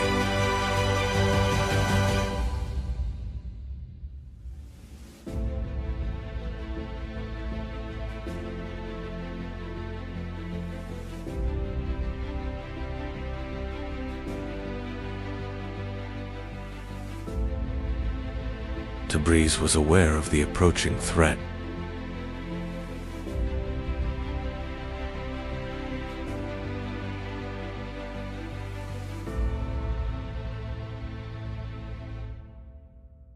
Shah Ismail entered the city with little resistance.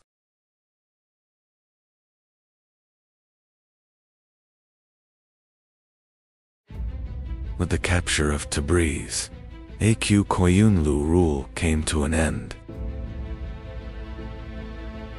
After the capture of Tabriz, a new political order began to take shape. Shah Ismail quickly established central authority. The state was built upon a strong administrative system. Thus, the Safavid state officially emerged. The end of the AQ Koyunlu and Kara Koyunlu era led to a new balance of power in the region.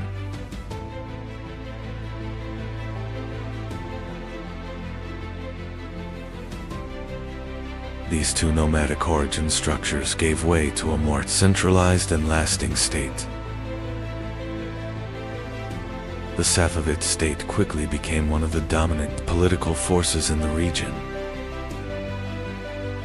This transformation opened the door to a new era, Ottoman-Safavid rivalry.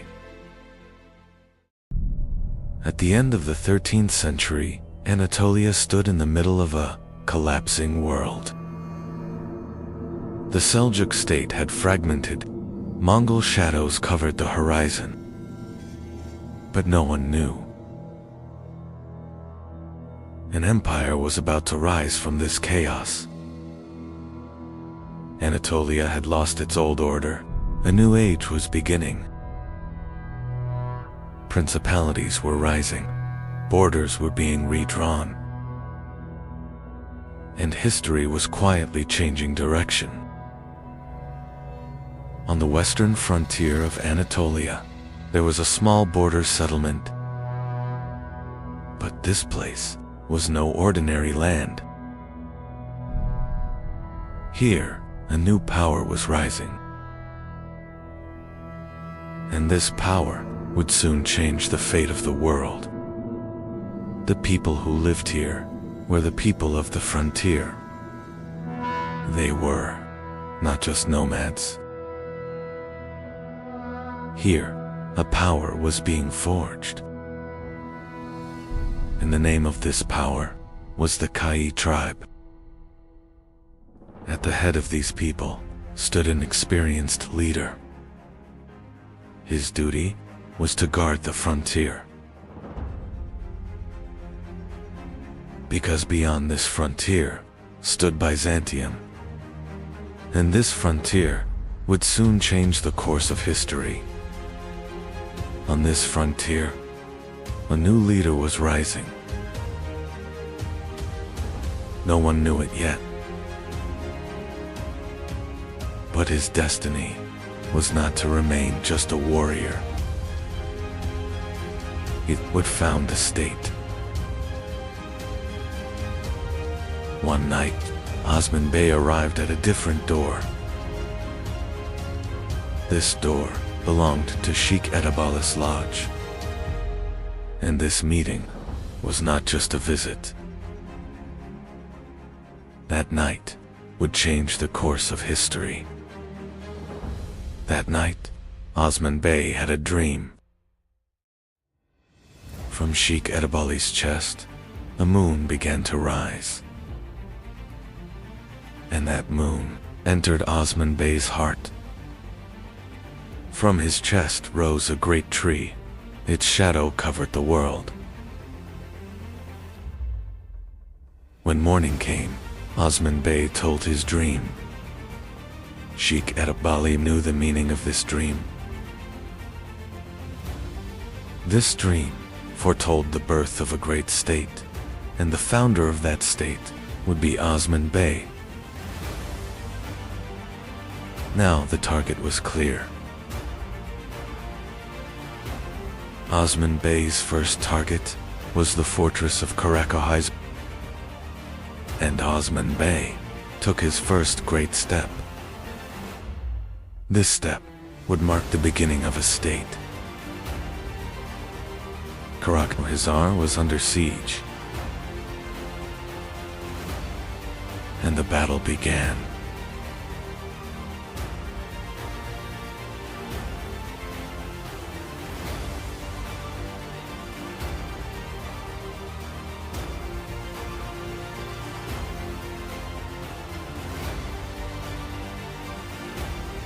Soon after, Chronological was conquered, and Osman Bey had taken his first city.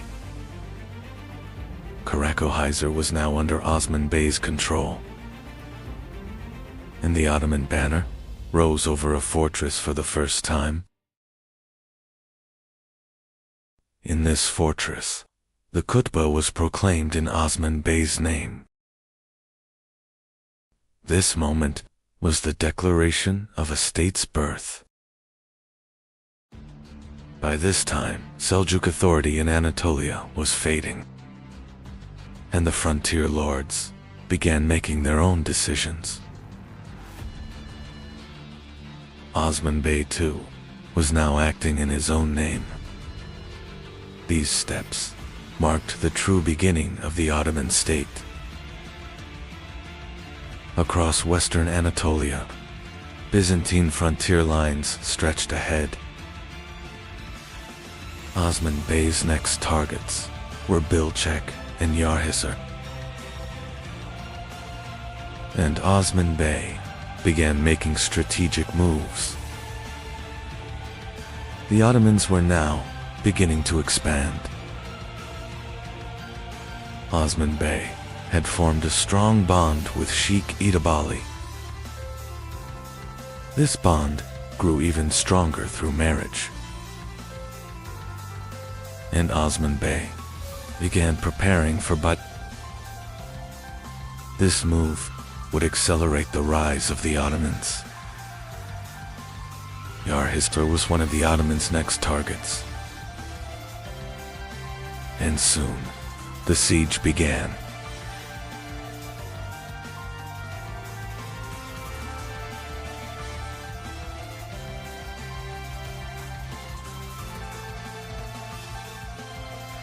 The Ottomans were now the rising power of the region. But ahead of the Ottomans stood a greater target. That target was Bursa. And Bursa would become the first great capital of the Ottomans. But the conquest of Bursa had not yet begun. Across western Anatolia, Byzantine defenses were weakening. Ottoman pressure was steadily increasing. New warriors were gathering around Osman Bey. The Ottomans were now one of the strongest frontier principalities. The Byzantine Empire sought to stop the Ottoman advance. And the two armies met at Koyunhisar. The outcome of this battle would change the balance in Anatolia.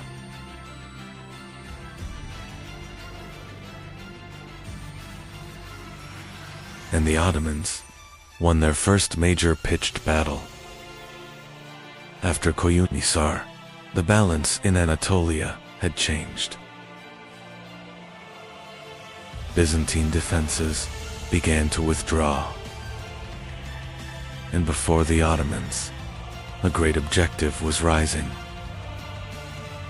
That objective was Bursa. The rise of the Ottomans was only just beginning. The next destination was Bursa. And the Ottoman army continued its march westward. To be continued. The year is 1204. The Fourth Crusade was no longer heading to the Holy Land, but toward one of the richest cities in the world.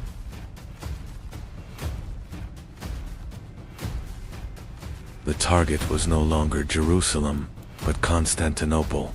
The Christian world was turning against itself.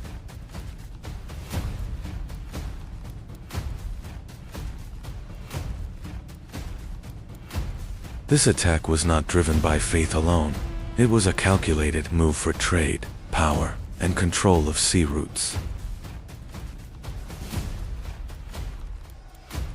And at the center of this plan stood a rising maritime power, Venice.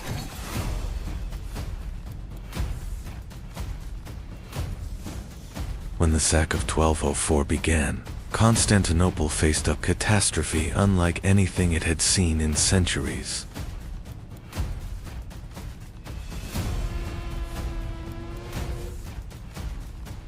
Churches were looted, sacred relics were stolen, and the wealth of Byzantium was loaded onto ships. One of the greatest beneficiaries of this destruction was Venice. Constantinople had fallen, Byzantium was shattered, and the Latin Empire had been established within the city. But Venice was not the only rising power in the Mediterranean. Another maritime republic was growing in the west, Genoa.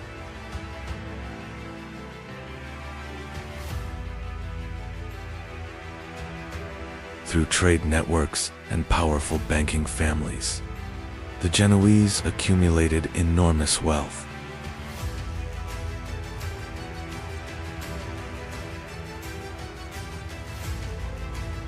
Their main ambition was to dominate the trade routes leading into the Black Sea.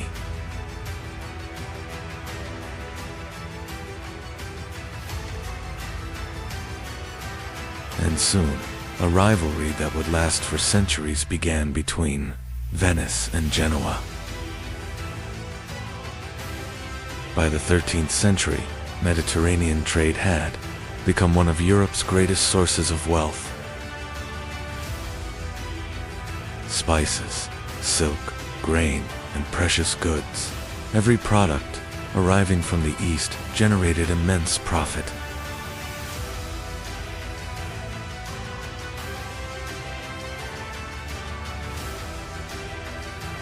The states controlling the ports were also controlling the economic state of the Mediterranean.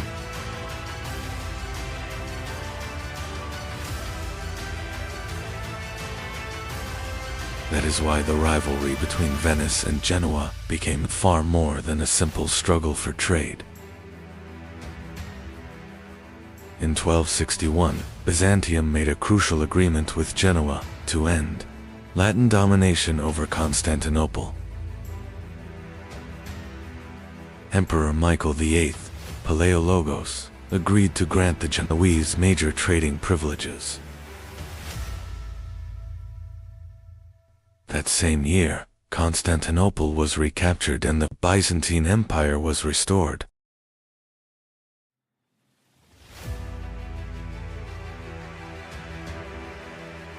But even after its return, Byzantium was no longer as powerful as before. The city's economy was increasingly falling under foreign influence. One of the greatest privileges granted to the Genoese by Byzantium was the district of Galata. Rising across the Golden Horn, Galata quickly became one of Genoa's most important trading bases. Surrounded by warehouses, walls, and towers, the district became almost a separate city within Constantinople itself.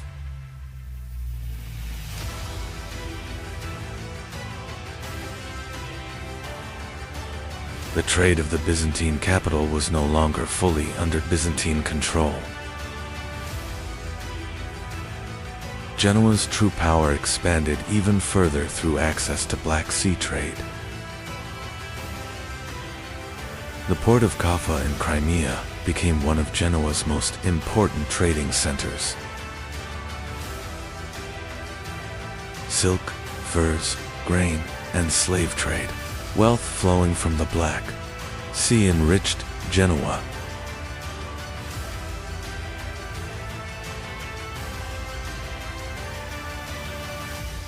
This expansion represented a major threat to Venice. By the late 13th century, the rivalry had begun turning into open warfare. Across the Mediterranean, the two great maritime republics fought each other for control of trade routes.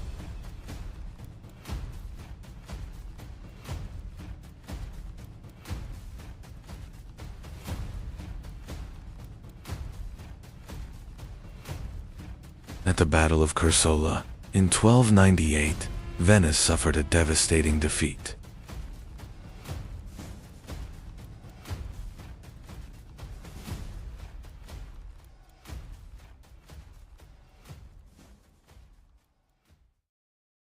It is even believed that the famous traveler Marco Polo was captured during this battle. Despite the defeat at Cursola, Venice recovered rapidly. The Venetian arsenal was one of the most advanced shipbuilding centers of the medieval world.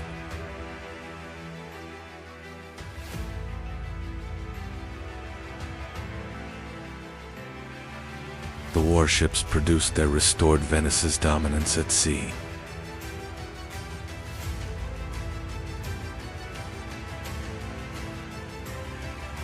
For Venice, maritime trade was not just about wealth, but survival itself. Genoa drew its strength not only from warships, but from bankers and merchant families as well.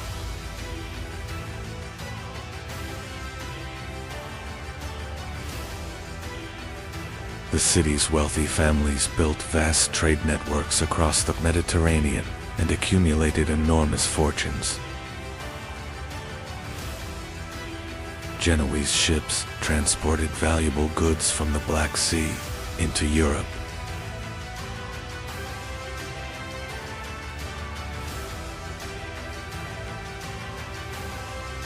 Now there were two dominant powers in the Mediterranean, and both sought to rule the seas. By the 14th century, the Byzantine Empire was far from its former glory. Much of the city's trade had fallen under the control of Venetian and Genoese merchants. The Byzantine emperors struggled to maintain balance between the two maritime powers.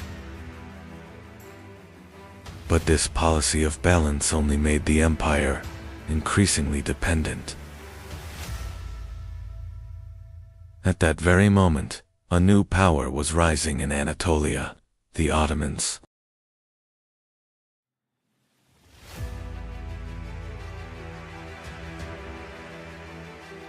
At first a small frontier principality, the Ottomans quickly gained strength along the Byzantine borders.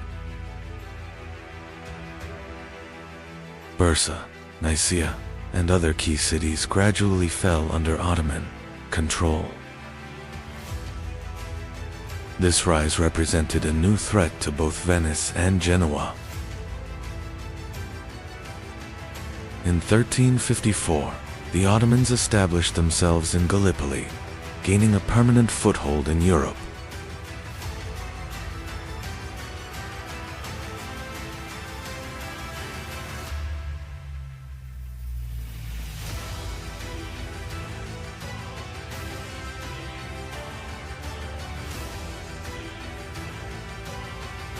This development marked a major turning point for Byzantium. Venice saw Ottoman expansion as a threat to trade in the eastern Mediterranean. Genoa often tried to protect its interests rather than directly confront the Ottomans. But this fragile balance across the Mediterranean would not last for long, because the rise of the Ottomans was about to change the struggle between Venice and Genoa forever.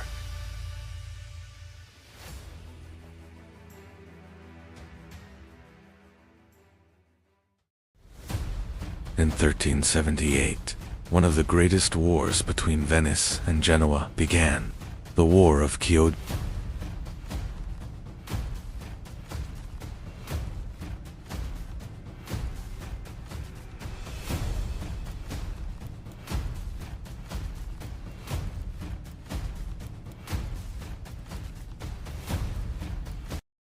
The Genoese fleet advanced far enough to directly threaten Venice itself.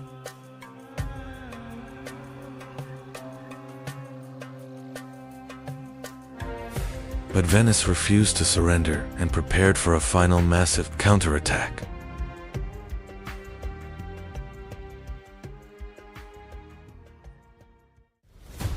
In the end, Venice emerged victorious at Chioggia, and the balance of the Mediterranean shifted once again.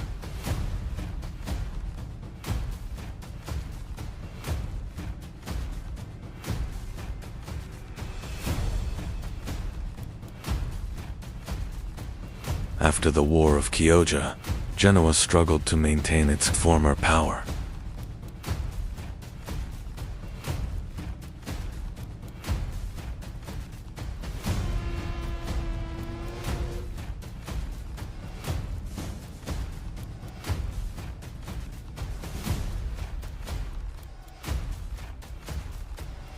Political rivalries and economic troubles slowly weakened the city from within.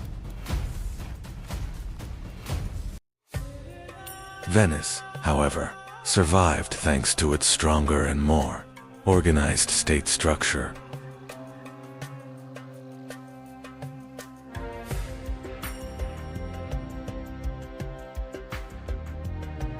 But the true rising power in the Mediterranean was no longer Venice or Genoa. It was the Ottomans. By the late 14th century, the Ottomans were advancing rapidly through the Balkans.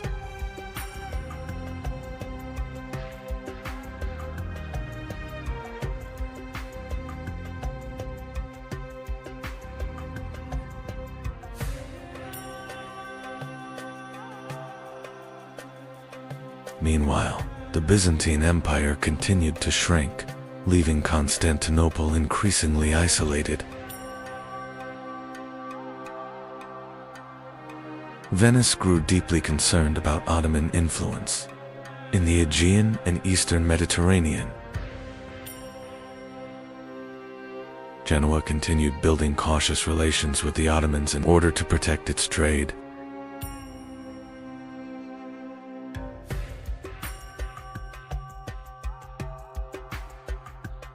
By the 15th century, Constantinople was far from its former glory.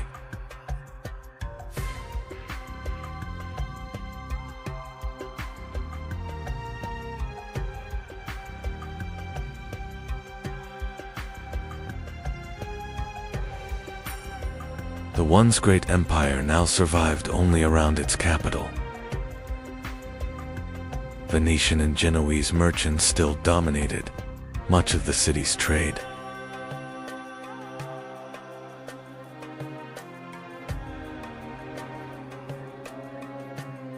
Meanwhile, the Ottoman state was growing stronger with every passing year.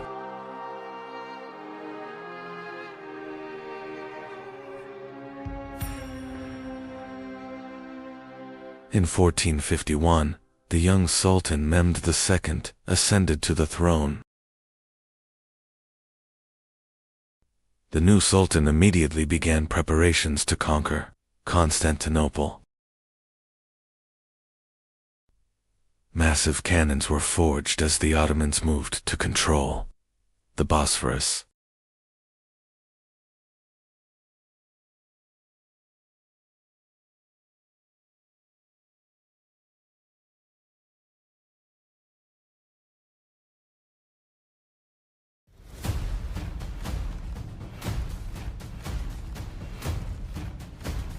Constantinople knew that a great siege was approaching.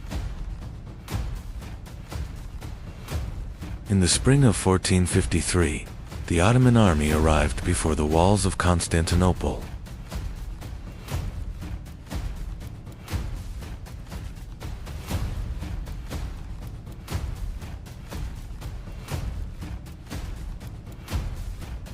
Inside the city, the defenders prepared for their final great resistance.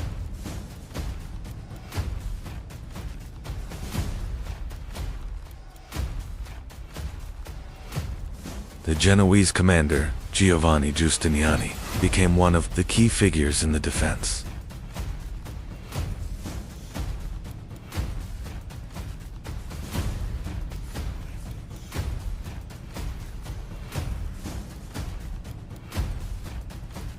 Venetian and Genoese fighters also joined the defense of the city. For days, Ottoman cannons relentlessly bombarded the walls of Constantinople.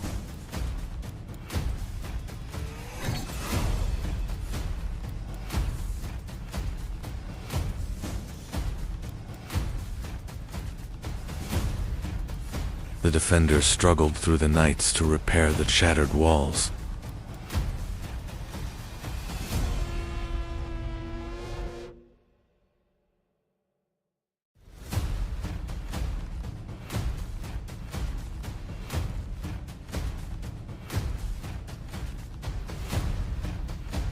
But the move that changed the fate of the siege was the transport of Ottoman ships over land.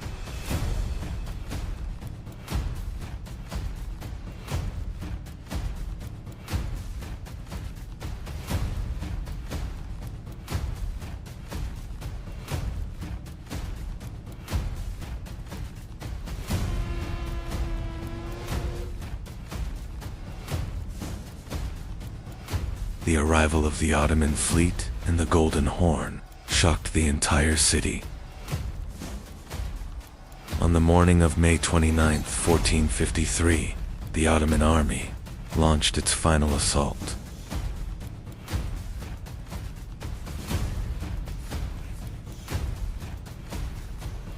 The defenders resisted on the walls until the very last moment.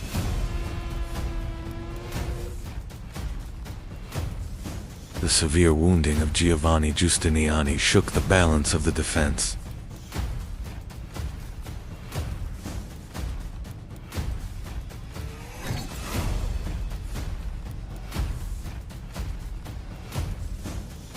And at last, the walls of Constantinople were breached. As Constantinople fell, chaos spread throughout the city. The young Sultan Mehmed II had opened the gates to a new era. The Genoese colony of Galata had now fallen under Ottoman rule as well.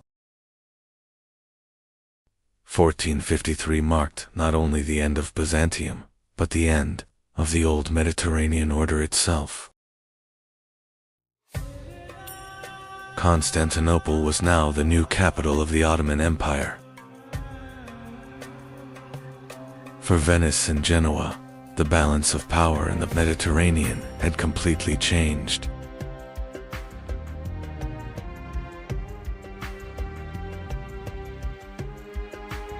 The search for new trade routes would soon push Europe toward distant seas.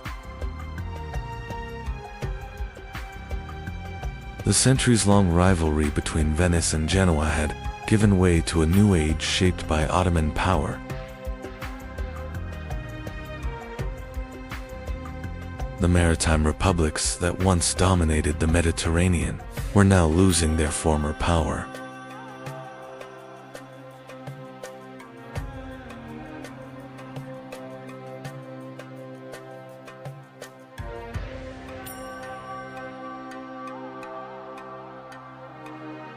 Trade routes were changing, and new empires were rising.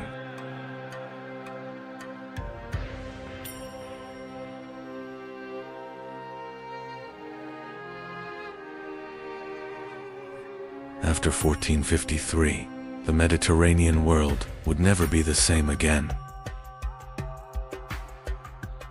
But when the city fell to the Ottomans in 1453, both Venice and Genoa saw the end of the old world. There was no longer Constantinople, but Istanbul. Before the Ottomans stood a great city. That city was Bursa. And the conquest of Bursa would change the destiny of the Ottomans. Years had passed. Osman Bey had grown old. But the siege of Bursa was still ongoing. During this time, Orhan Bey began to rise.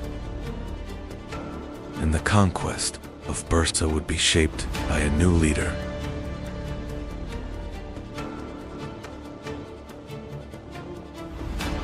Bursa was one of the most strategic cities in Anatolia.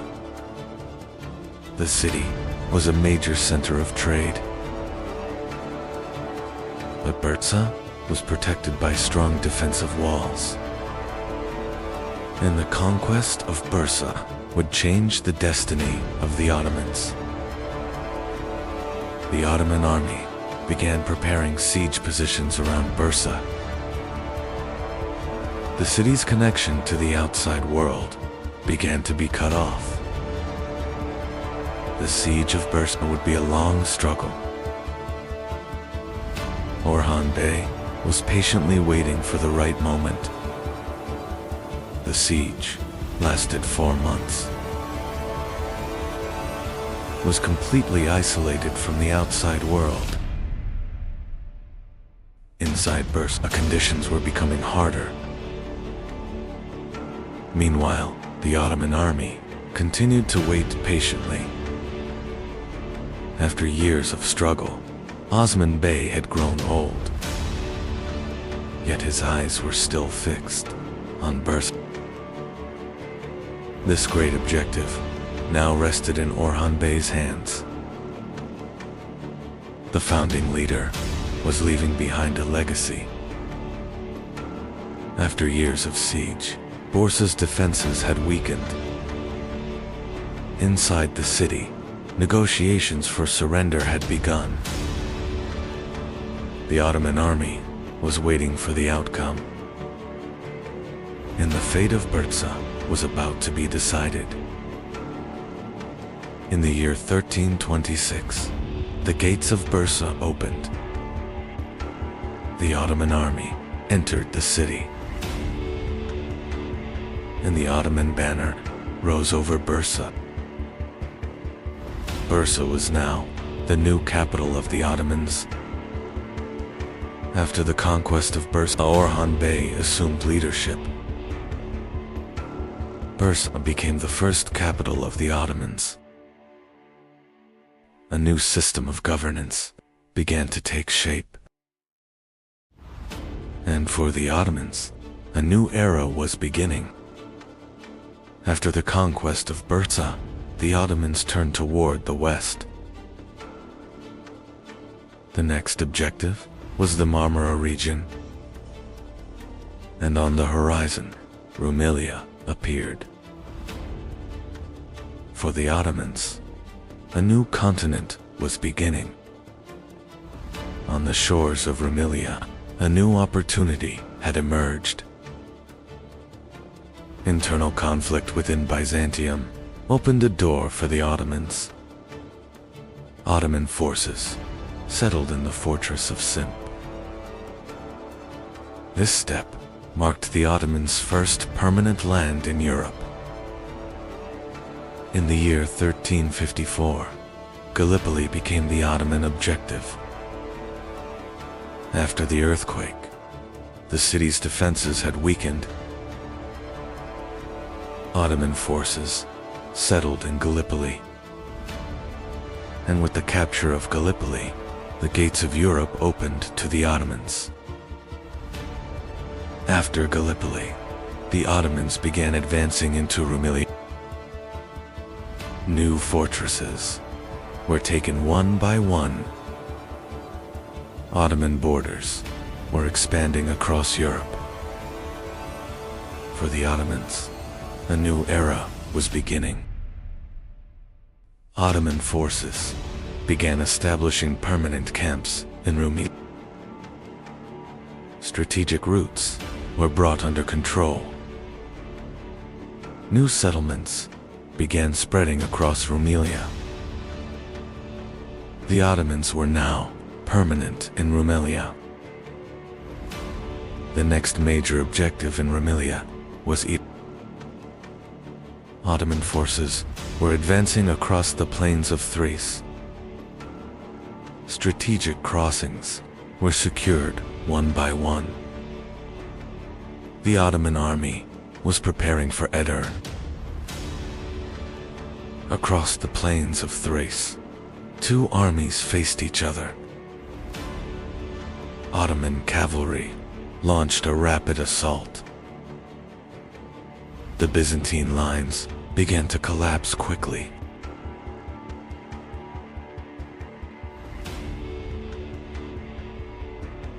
This victory opened the road to Edirne. In the year 1361, the Ottoman army reached Edirne. Soon after, the city gates opened. The Ottoman army entered Edirne.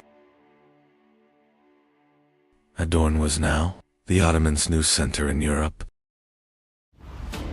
With the capture of Edirne, Ottoman administration moved into Europe. Edirne was becoming a new capital. The Ottomans had now established a strong center in Europe. And for the Ottomans, the gates of the Balkans had opened. After Edirne, the Ottomans advanced deeper into the Balkans. Frontier fortresses became the next targets. Some fortresses surrendered without resistance. In Rumelia, Ottoman order began to take shape.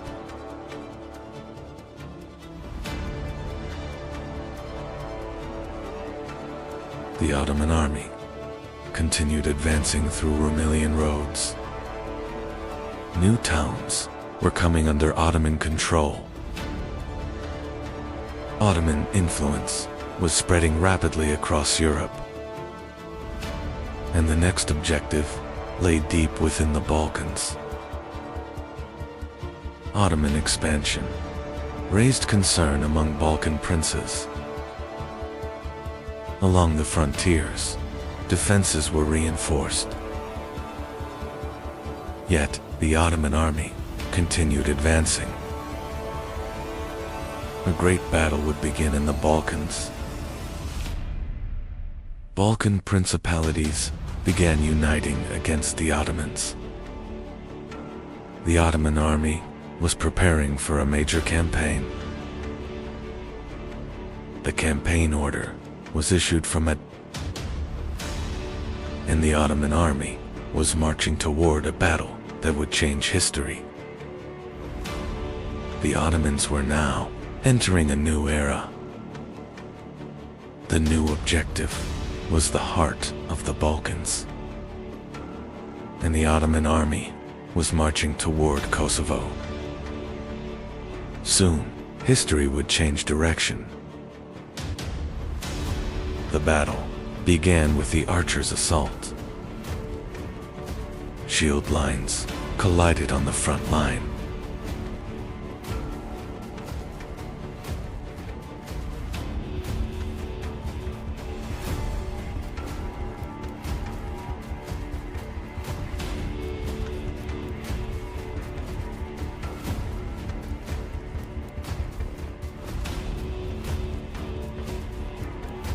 Ottoman cavalry struck from the flank. The balance of the battle shifted in favor of the Ottomans. The Balkan lines began to withdraw. Ottoman central forces continued advancing. The battlefield came under control. Victory was now within reach.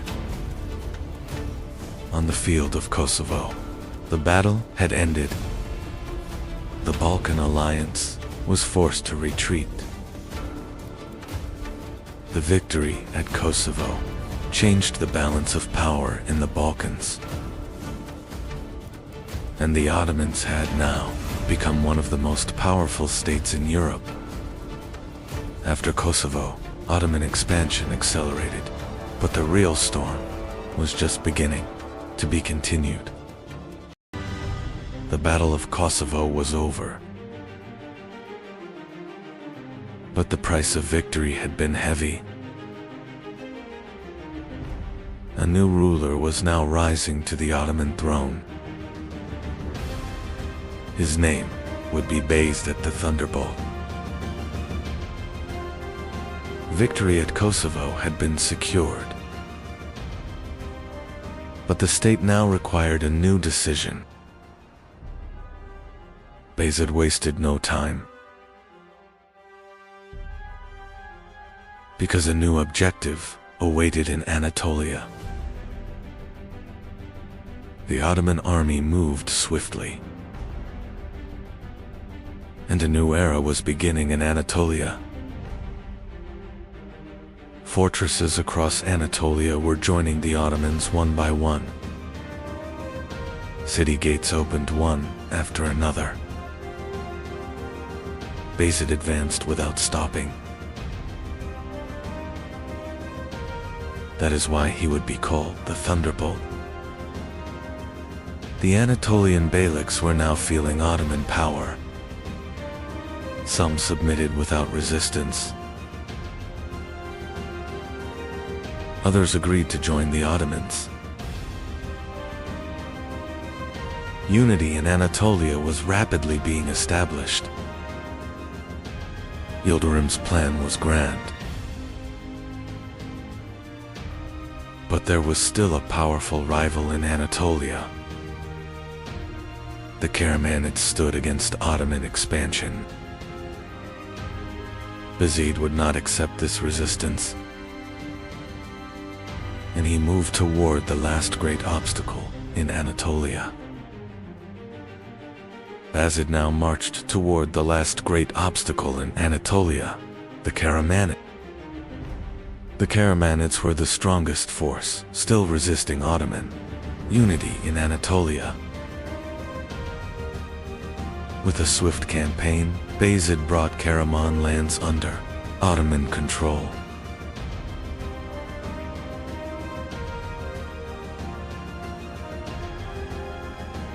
Now, no major power remained in Anatolia to challenge Ottoman authority.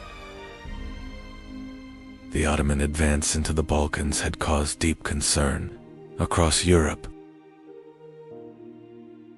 The Pope called for a new crusade to stop the Ottoman advance. Knights from across Europe answered the call. A massive crusader army began marching toward the Ottomans. As soon as he learned of the crusader advance, Bayezid moved with remarkable speed. He quickly gathered his army and marched toward Nicopolis without delay. Bayezid's rapid advance caught the crusader army unprepared. As soon as he learned of the crusader advance, Bayezid moved with remarkable speed. He quickly gathered his army and marched toward Nicopolis without delay. Bayezid's rapid advance caught the crusader army unprepared. Near Nicopolis, the battle had begun. The first lines collapsed into brutal close combat. As they advanced, the knights began losing formation.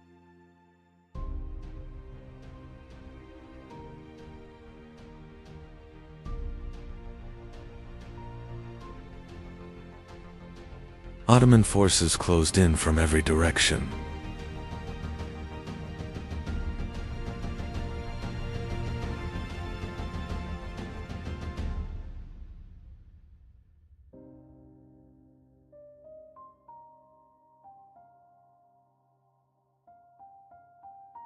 Bayezid ordered the counterattack.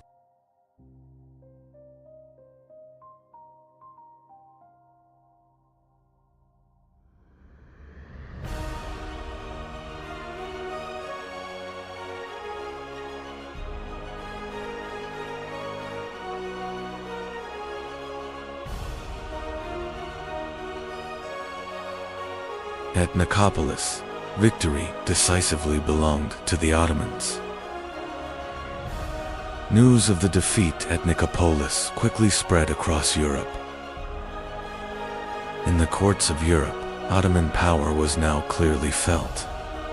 Bayezid's reputation spread across all of Europe.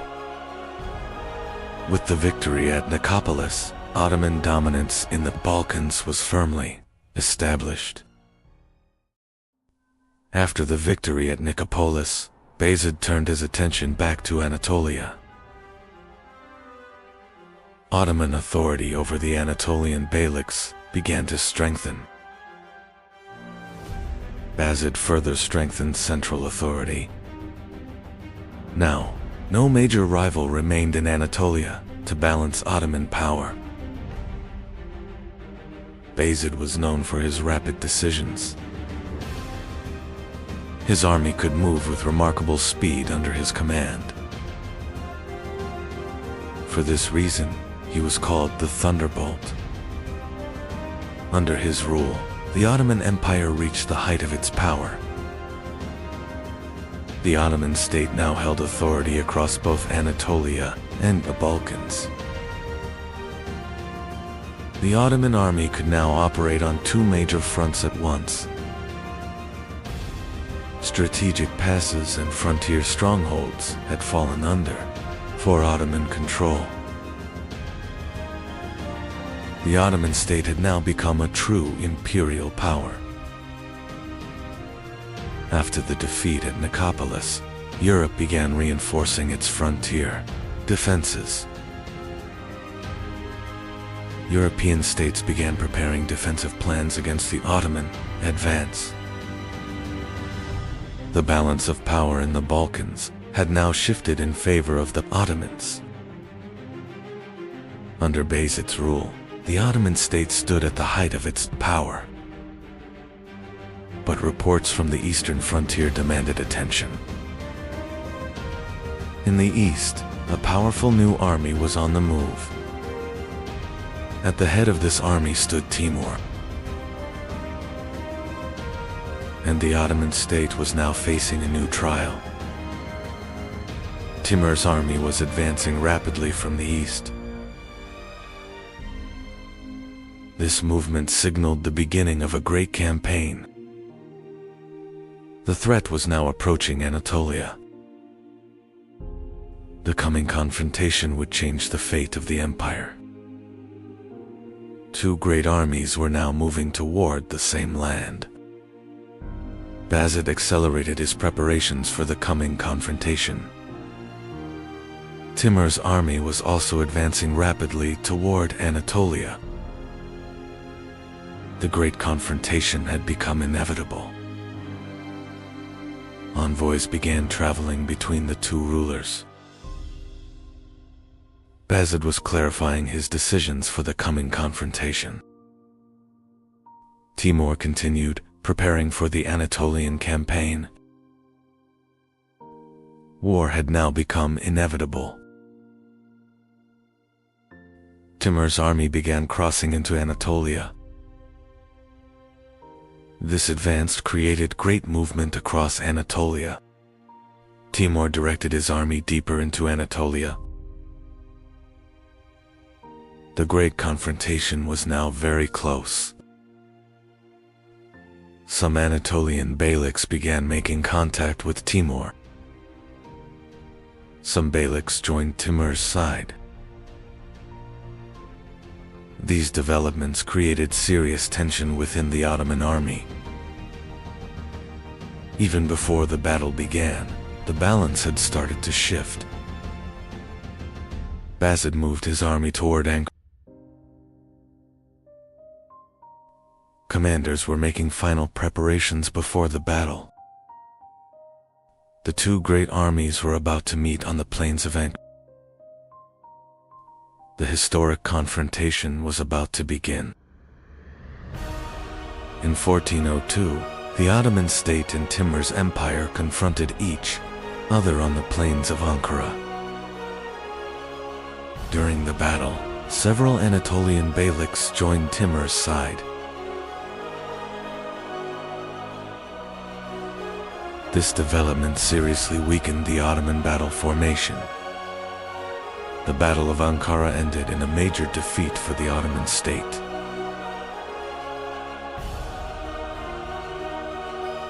The defeat at Ankara would push the Ottoman state into one of the most dangerous crises in its history.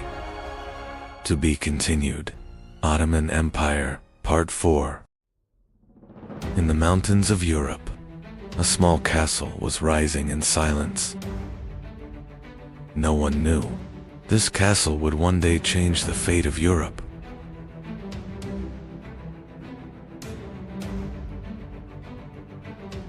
The name of this family would become Habsburg. And for centuries, kings, emperors, and armies would live beneath their shadow. At the center of Europe stood the Holy Roman Empire.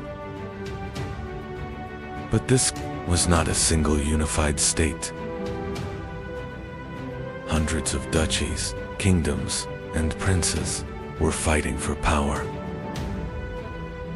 and the Habsburgs were searching for a way to rise within this chaos. In 1273, a decision was made that would change the balance of Europe. Rudolf of Habsburg was elected King of the Romans. Many nobles never expected him to rise this far. But in that moment, the true rise of the Habsburgs had begun. But standing before Rudolf was still a great obstacle.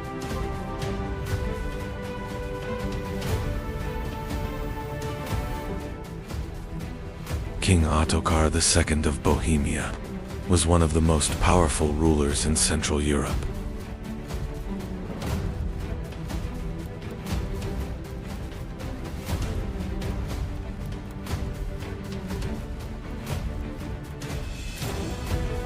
In 1278, the two armies met on the plains of Marchfeld.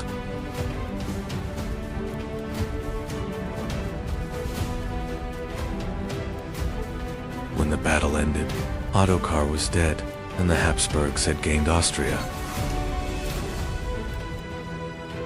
With Ottokar's death, the balance of power in Central Europe began to change. Austria had now become the center of the Habsburg dynasty. The dynasty understood not only war, but also how to grow patiently. And soon, marriages would become more powerful than swords. The Habsburgs had chosen a different path. They wanted to grow without constant war. One marriage was followed by another, and the dynasty began spreading across Europe. While rival dynasties weakened through wars, the Habsburgs gained strength through alliances. And a new reality was emerging in Europe. The Habsburgs were becoming unstoppable. In the 15th century, a leader appeared who would change the fate of the Habsburgs. Maximilian's marriage to Mary of Burgundy changed the balance of power in Europe.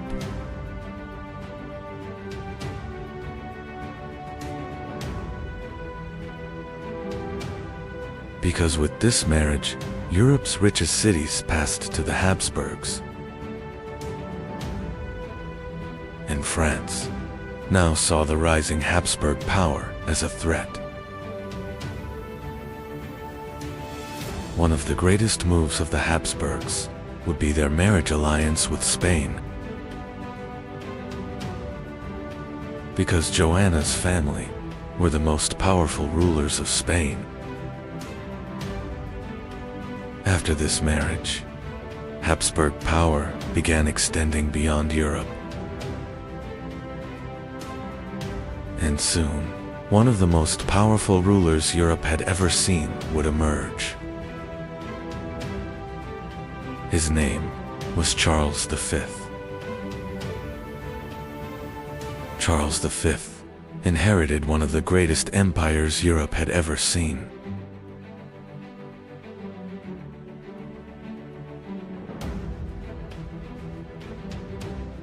Gold and silver from the New World were filling the Habsburg inns. And across Europe, everyone was asking the same question: who could stop the Habsburgs?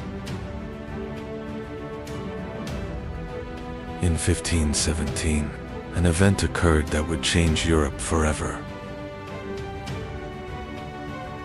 Martin Luther was challenging the Catholic Church. Europe was now dividing in two, Catholics and Protestants. For Charles V, the struggle was no longer only about territory. At the same time, from the east, another superpower was rising. And at the head of this empire stood Suleiman the Magnificent. The Battle of Mohacs in Yiwu Harliu changed the fate of Central Europe.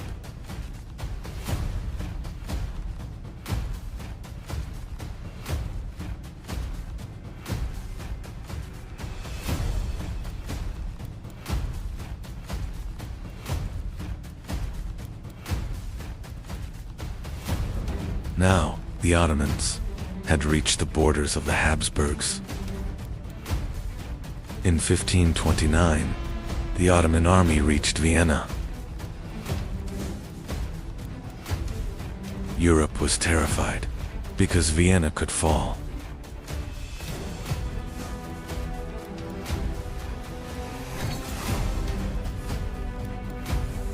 For days, deadly fighting raged across the city walls.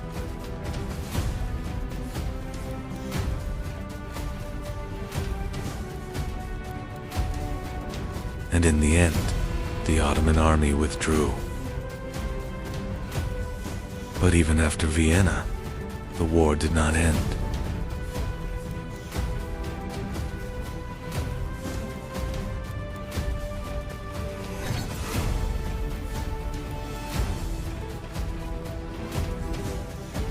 Hungary and the Balkans had become the battleground of two empires.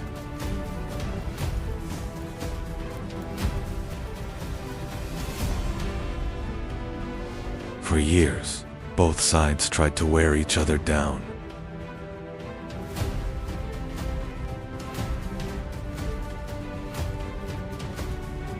And the fate of Europe was being shaped by the struggle between the Ottomans and the Habsburgs. In 1683, the Ottoman army once again arrived before Vienna. In 1683, the Ottoman army once again arrived before Vienna. At the final moment, the arriving European armies changed the fate of the siege. With this defeat, the Ottoman advance into Europe began to slow. After Vienna, the balance of power began to change. The Habsburgs were no longer only defending, they were becoming one of Europe's greatest dynasties. Kings and ambassadors were now recognizing the power of the Habsburg court. But before the dynasty, even greater storms still awaited. In the 17th century, Europe was dragged into a new catastrophe. Catholics and Protestants had declared war on one another.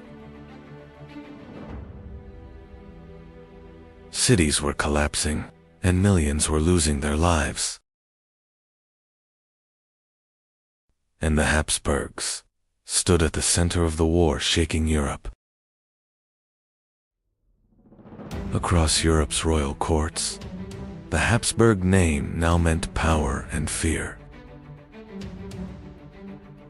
They had built an empire not only through war, but also through marriage and diplomacy.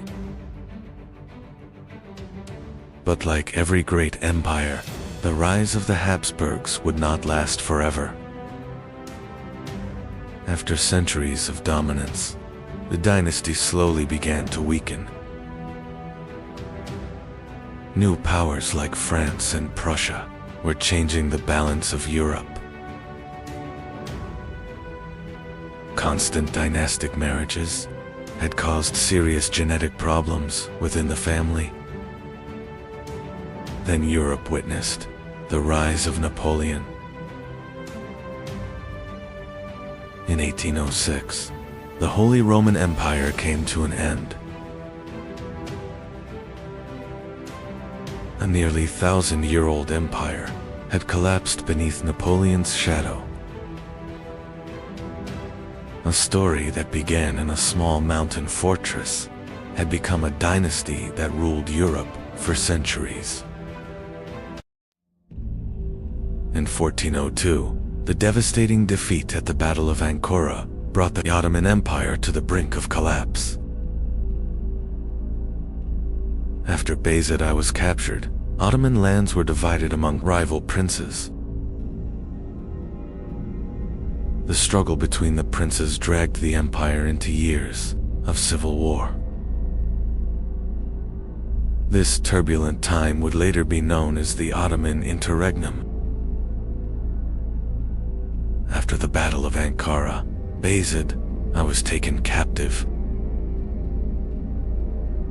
Timur's advance across Anatolia severely weakened Ottoman authority. Many Anatolian beyliks declared their independence once again. The Ottoman Empire now faced a major crisis of authority in both Anatolia and Rumelia. In Rumelia, Suleiman Celebi seized control and became one of the strongest contenders. In western Anatolia, Isa Celebi was trying to establish his authority. In Amasya, Mehmed Celebi patiently began gathering his strength. Thus, Ottoman lands were effectively divided among the rival princes. Mehmed Celebi moved against his rival, Isa Celebi, in Anatolia. Isa Celebi prepared to defend his authority in Anatolia. The struggle between the two princes soon turned into open warfare. At the end of these clashes, Mehmed Celebi gained the upper hand. In Rumelia, Suleiman Celebi had established strong authority. Mehmed Celebi was preparing to confront this powerful rival in Rumelia. The struggle for the throne now extended beyond Anatolia, into Rumelia. The struggle between the Ottoman princes was turning into a larger war. Despite his control in Rumelia, Suleiman Celebi's authority was gradually weakening. Many local commanders and soldiers began changing their allegiance. Meanwhile, Musa Celebi emerged as a new power in Rumelia. These developments prepared the end of Suleiman Celebi's rule in Rumelia. Musa Celebi crossed into Rumelia and quickly began gaining strength in the region. Soon, many soldiers and commanders gathered around Musa Celebi. The clashes in Rumelia quickly weakened Suleiman Celebi's power. Thus, Musa Celebi took control of Rumelia. After taking control of Rumelia, Musa Celebi moved quickly to strengthen his authority. He made strict decisions to consolidate his control over the region. These developments once again alarmed the Byzantine Empire. The Byzantine leadership began seeking a new balance against Musa Celebi. Emperor Manuel sought a new ally against Musa Celebi. For this purpose, contact was established with Mehmed Celebi. By accepting this support, Mehmed Celebi gained the opportunity to cross into Rumelia. Thus began a new struggle that would change the fate of the interregnum. With Byzantine support, Mehmed Celebi crossed into Rumelia and began his campaign.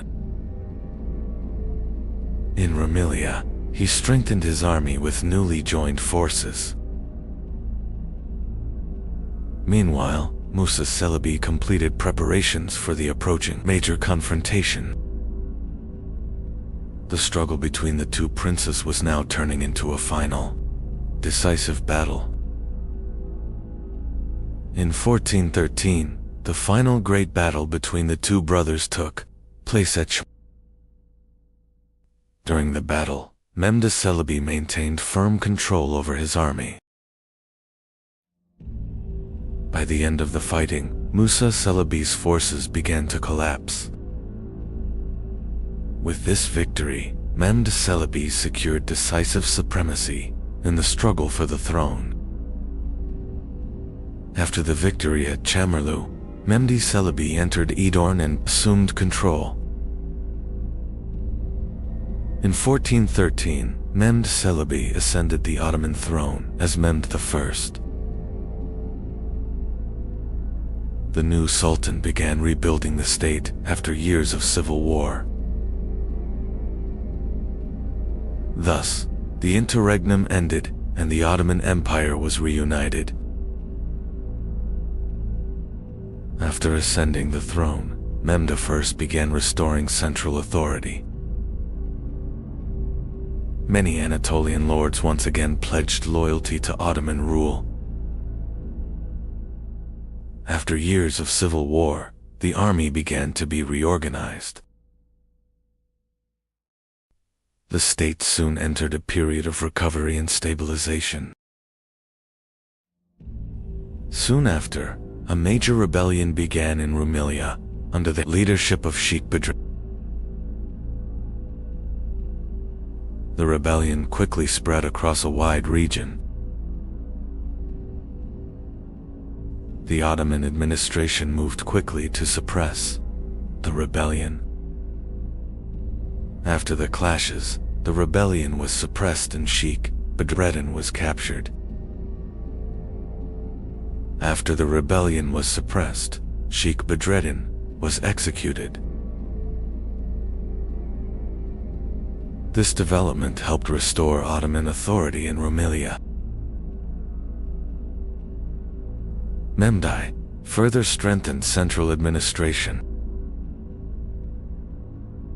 Thus, the state regained strength against internal threats.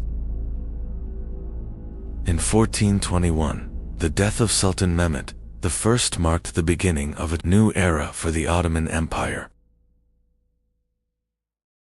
Murad II ascended the throne and assumed control of the state despite his young age. The Ottoman ruling elite gathered around the new sultan once again. However, Murad II's reign would soon face new challenges. Shortly after Murad II ascended the throne, the rebellion of False Mustafa began. The Byzantine leadership supported this rebellion to weaken the Ottoman state. False Mustafa quickly managed to gather significant support in Rumelia. The young Sultan Murad II moved quickly to confront this threat. Murad II quickly mobilized his army against False Mustafa.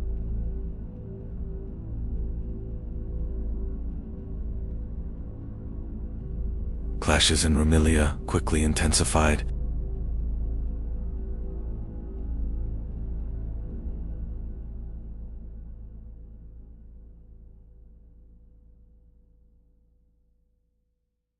After the fighting, False Mustafa's forces collapsed. With the rebellion suppressed, False Mustafa was captured and neutralized.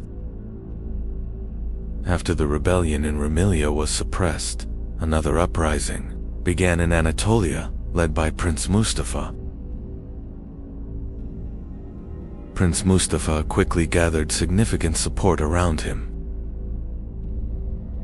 Murad II turned toward Anatolia to confront this new threat. These developments triggered a new internal struggle in Anatolia. Murad II quickly moved to suppress the rebellion in Anatolia. Prince Mustafa's resistance soon began to weaken. Following these events, Prince Mustafa was captured. With this development, Murad II strengthened his authority in Anatolia.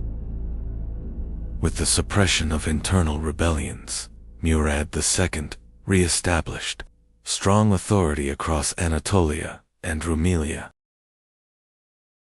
With the suppression of internal rebellions, Murad II re-established strong authority across Anatolia and Rumelia. As the Ottoman Empire regained its strength, greater wars were about to reshape the course of history, to be continued. During the reign of Murad II, the Ottoman Empire began regaining strength in the Balkans. The Ottoman resurgence caused serious concern across Europe. European powers began forming a new alliance to stop Ottoman expansion. Soon, a large Crusader army began marching toward Ottoman lands. In 1443, the Crusader army began advancing toward Ottoman territories through the Balkans. Ottoman forces began preparing defensive positions along the frontier against the advancing Crusaders. Heavy clashes took place between the two armies in the mountain passes of the Balkans.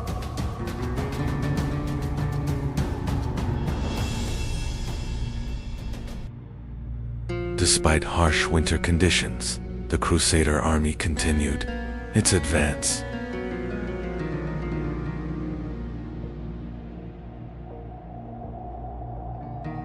Facing the Crusader advance, Ottoman forces were forced to withdraw from several positions. During this time, Murad II reorganized his army and began preparing for a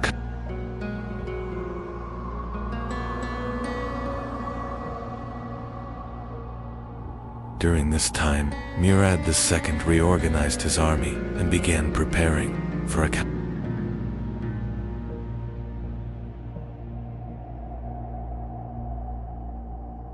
This situation gave the Ottoman army an opportunity to regroup.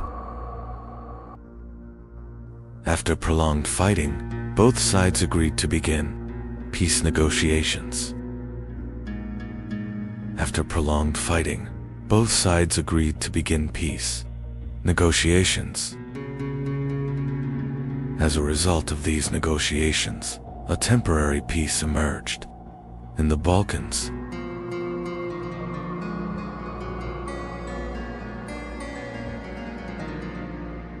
These developments paved the way for an important treaty between the Ottoman state and the European powers.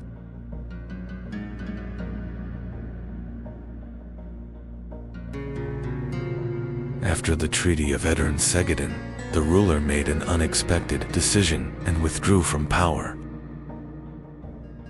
At a very young age, the new ruler assumed control of the state. European powers saw this leadership change as a major opportunity. Soon, preparations began for a new Crusader campaign against the Ottoman state.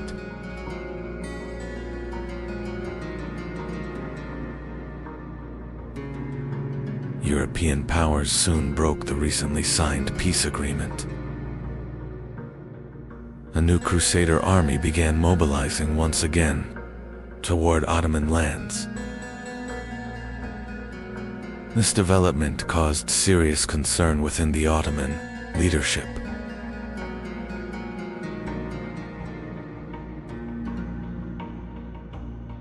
The Ottoman army quickly began preparing for the approaching major confrontation.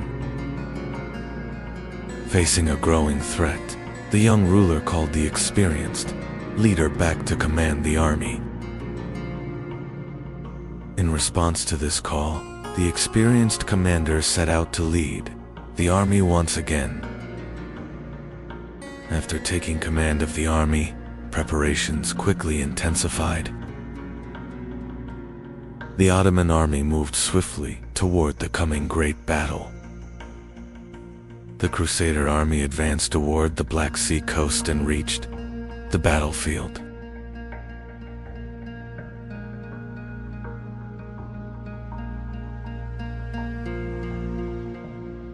Soon after, the Ottoman army formed its battle lines in the same region.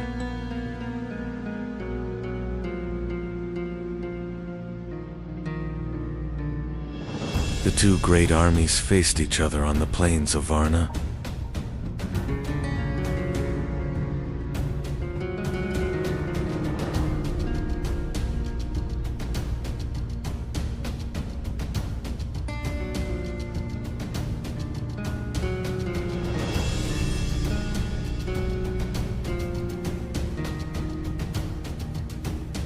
One of the most critical battles in history was about to begin.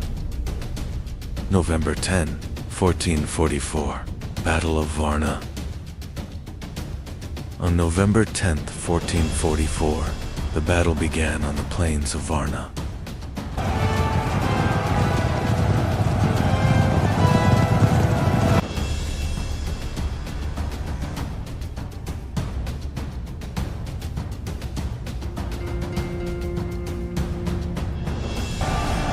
Fierce clashes erupted between the two armies. As the battle progressed, cavalry units began to play a decisive role.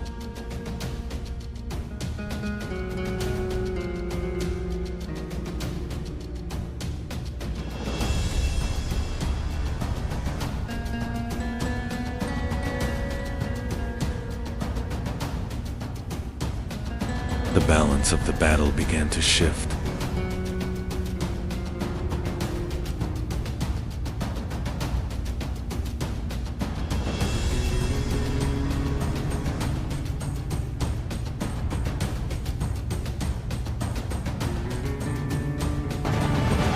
Critical moment in the battle, the Crusaders' central forces launched a direct assault on the Ottoman command line.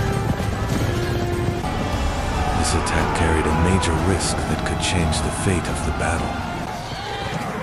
Events at the center quickly disrupted the command structure of the Crusader army.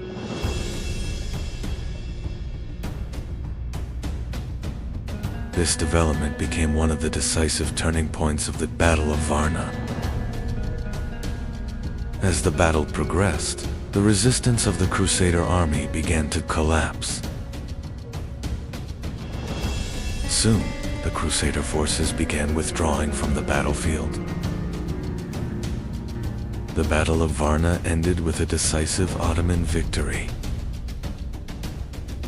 This victory strengthened Ottoman dominance in the Balkans once again. Despite the defeat at Varna, European powers did not abandon their goal of stopping Ottoman expansion. Soon, a new Crusader army began preparing for another campaign against the Ottoman state. This newly formed army began advancing once again through the Balkans.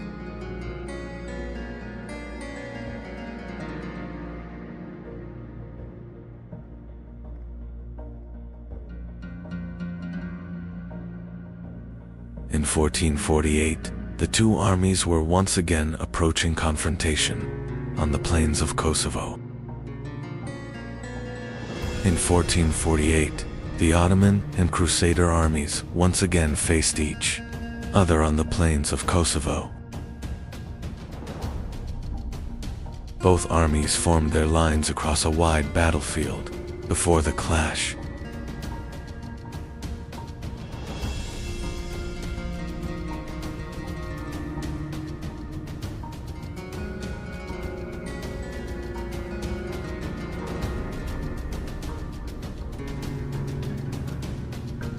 Soon, intense fighting began across the plains of Kosovo.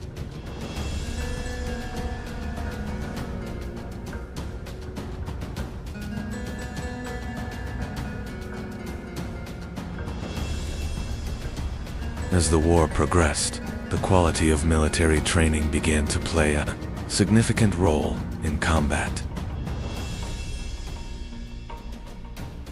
In 1448, the battle on the plains of Kosovo continued for days.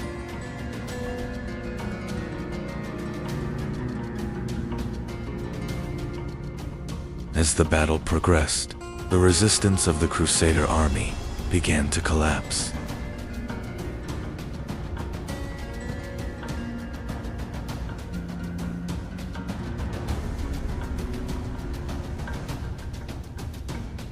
The Second Battle of Kosovo ended with a decisive Ottoman victory.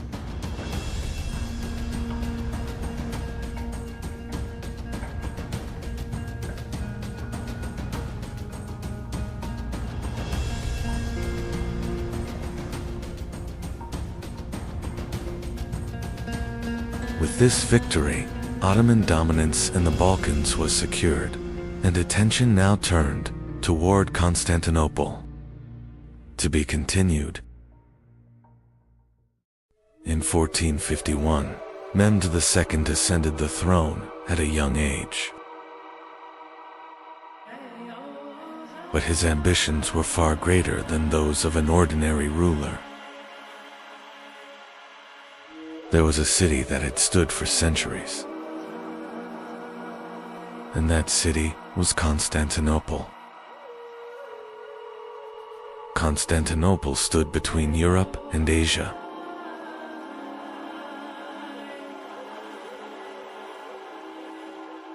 It controlled one of the most important crossroads of the world. Its massive walls had protected the city for centuries.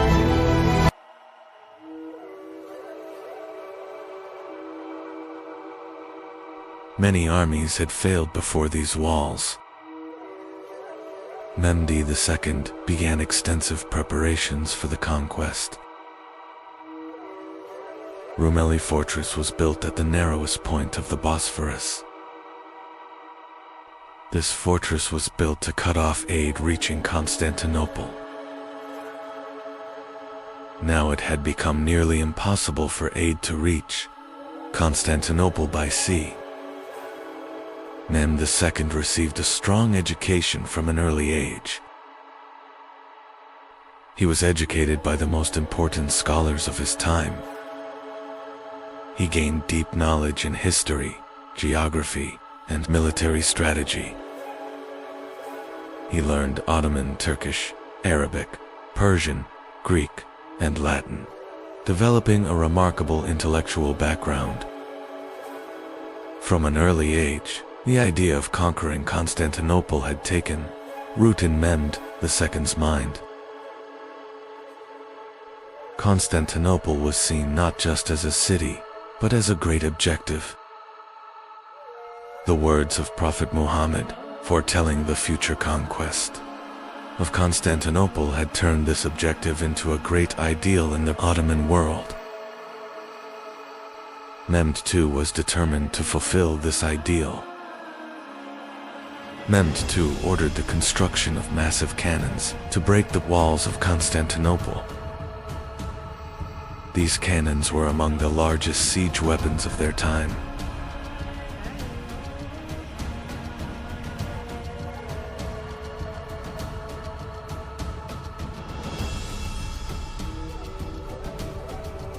The massive cannons were transported with great difficulty to the walls of Constantinople.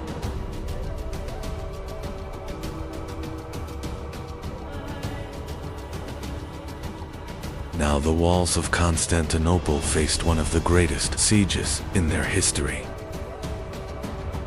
Constantinople was no longer as powerful as it once had been. The defense of the city rested on Byzantine Emperor Constantine XI. However, the defensive strength of the city was very limited. The great chain placed across the Golden Horn was one of the key elements of the city's defense. Emperor Constantine XI had requested help from the European states. However, the European states could not respond to this call as quickly as expected. Only a limited number of reinforcements were able to reach the city.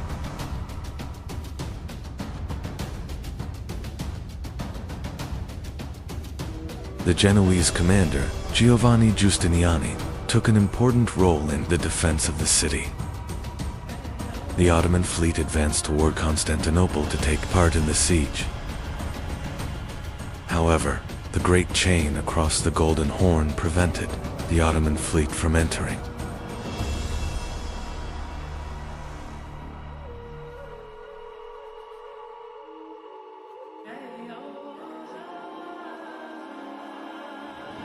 This obstacle significantly limited the movement of the Ottoman fleet.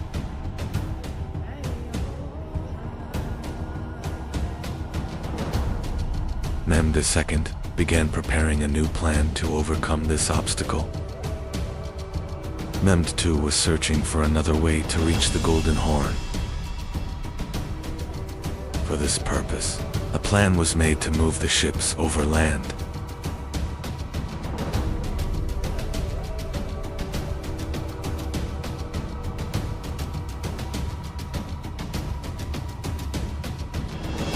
The Ottoman ships began to be transported over land with great preparation.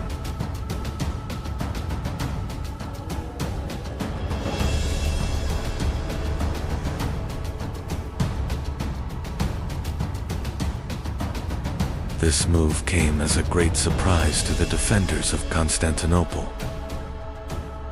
The entry of the Ottoman fleet into the harbor changed the course of the siege.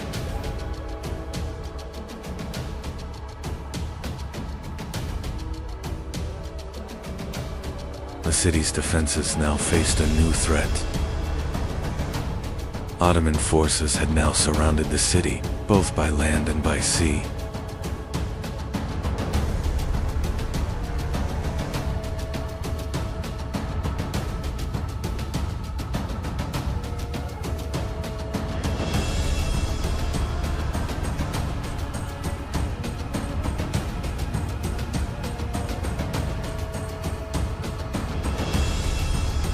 The balance of the siege was gradually shifting in favor of the Ottoman Empire.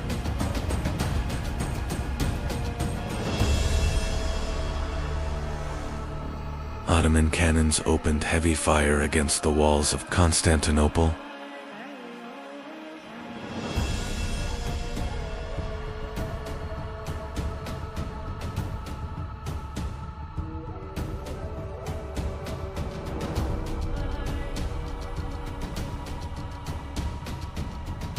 The massive cannons continued, firing without interruption for days.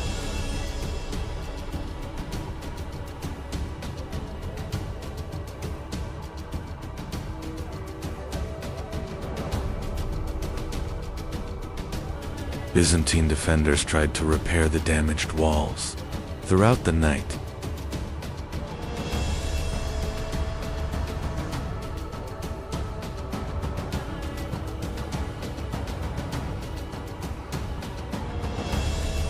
however, the walls were now struggling to withstand the massive assault.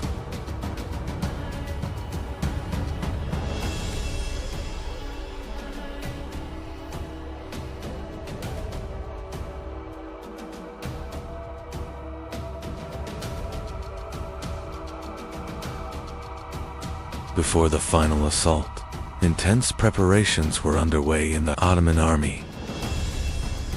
The soldiers prayed before the approaching great assault. Mehmed II personally inspected his army before the assault. A silent but historic night unfolded before the walls of Constantinople. On the morning of May 29, 1453, the Ottoman army launched the final assault. Ottoman soldiers advanced with determination to reach the walls.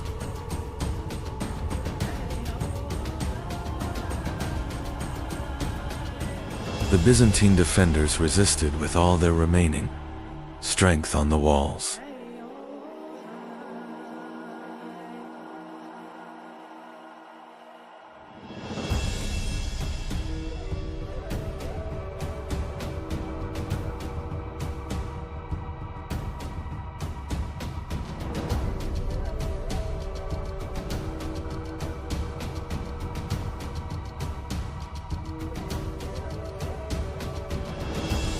The breaches in the walls showed that the defense of Constantinople was beginning to collapse. After a long siege, Ottoman soldiers finally breached the walls of Constantinople.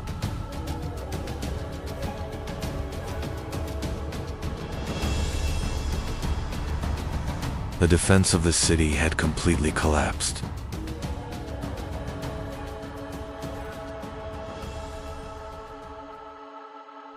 Mehmed II entered the conquered city, marking the beginning of a new era.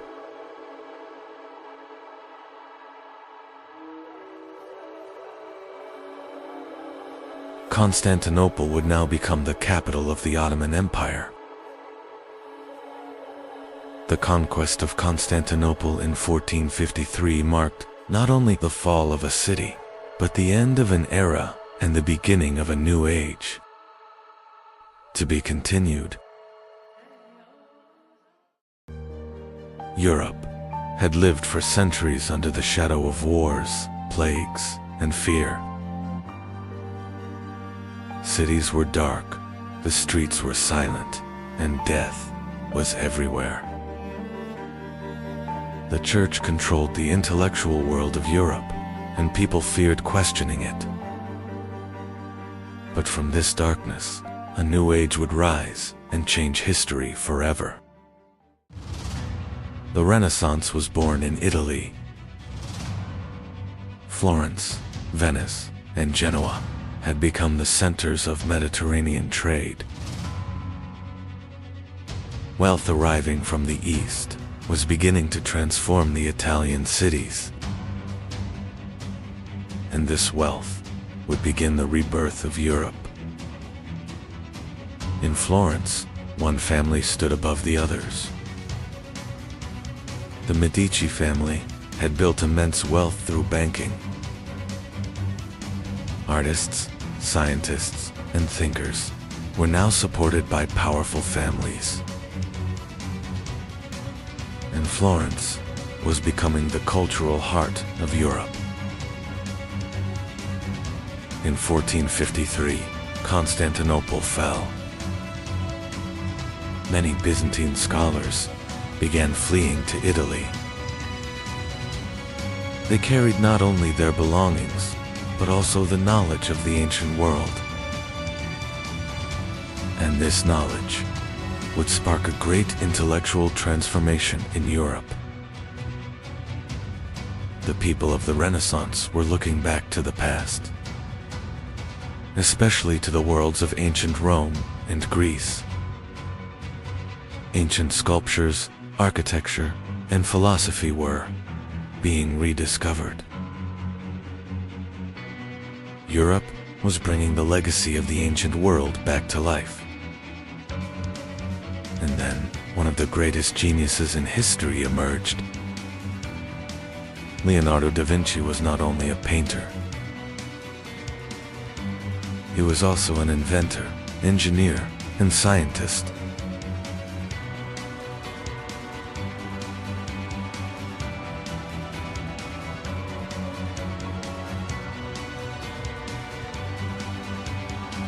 And his ideas would influence centuries to come.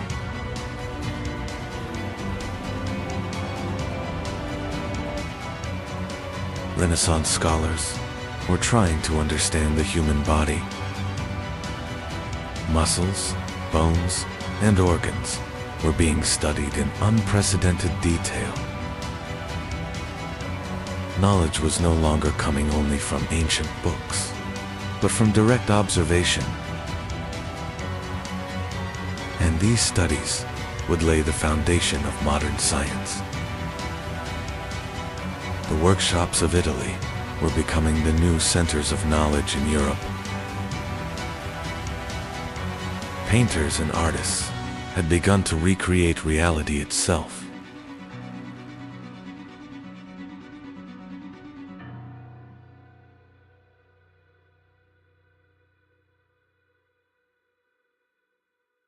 Perspective, light, and human anatomy were transforming art forever.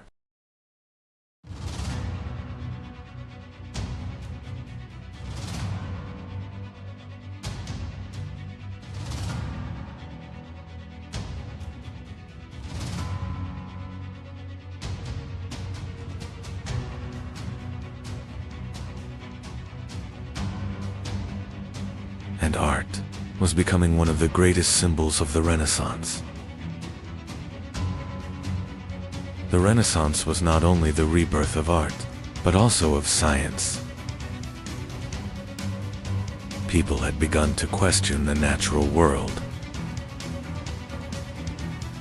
New ideas were spreading across Europe, and this transformation would lay the foundation of modern science. Scholars had begun to study the heavens.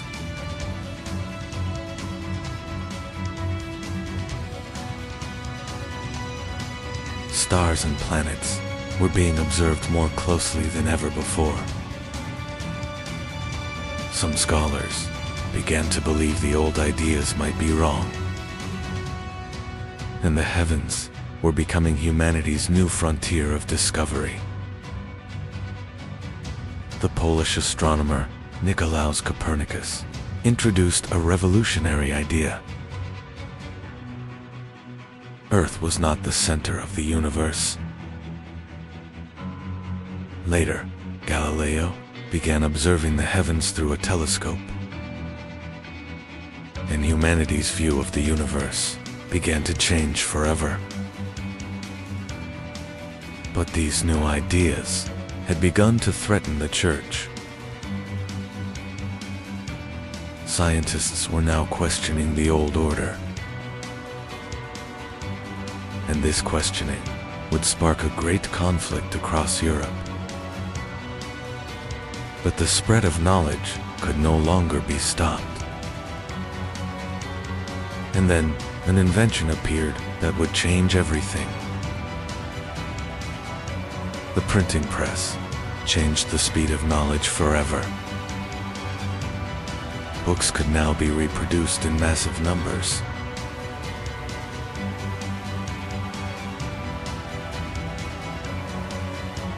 And ideas began spreading across all of Europe.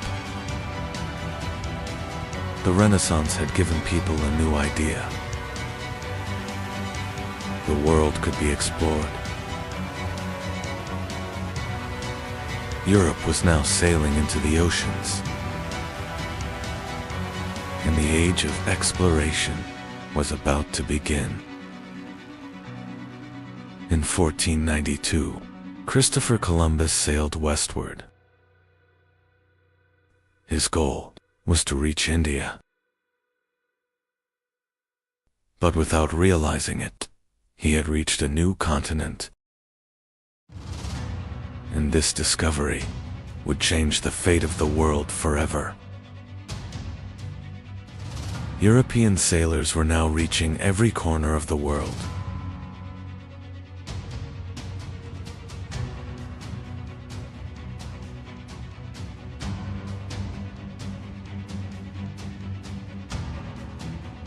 Vasco da Gama had found the sea route to India, and Magellan's fleet would sail around the world.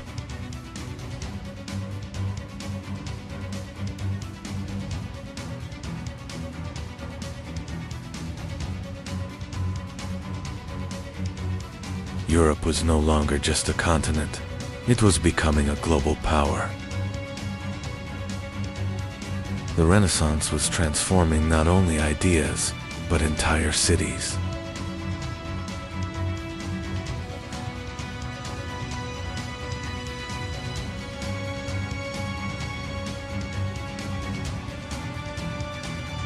Massive domes, marble columns, and grand structures were rising everywhere.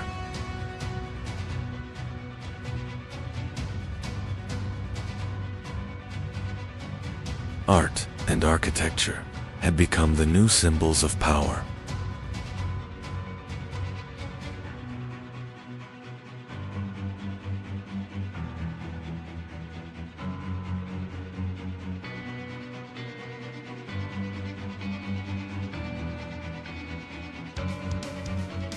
And Europe was being reborn. The Renaissance had completely transformed Europe. Kings were growing stronger, and new states were rising. Science, education, and ideas were shaping Europe's future. And a new age had begun. Europe was no longer the old world.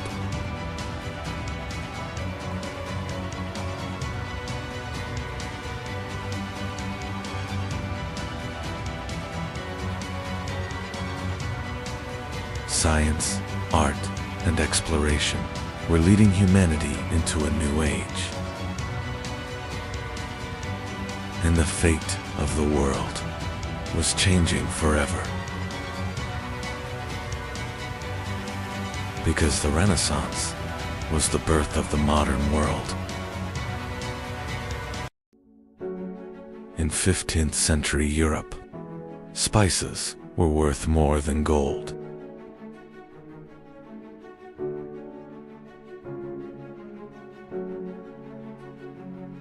The Ottoman control over trade routes forced Europe to search for new paths. And so the kingdoms of Europe turned toward the oceans.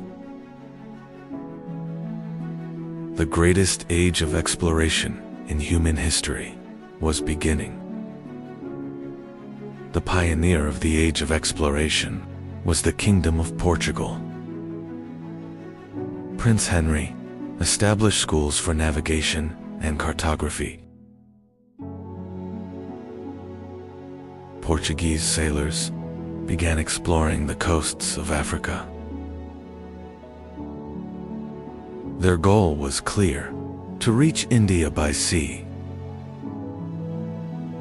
In 1497, Vasco da Gama began his voyage to India. Throughout the long journey, the sailors fought against death.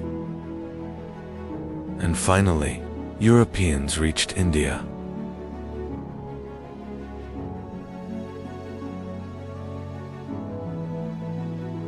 The spice trade was changing, and world trade was entering a new era. Christopher Columbus's voyage continued for weeks in uncertainty.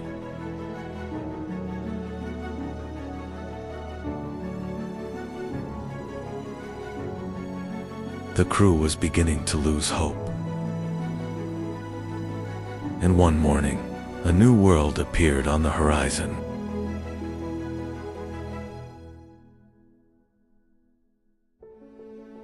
Columbus believed he had reached Asia, but he had actually discovered America.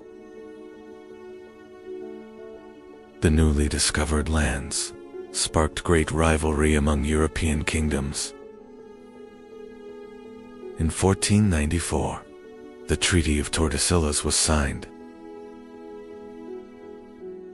The world was being divided between two great powers.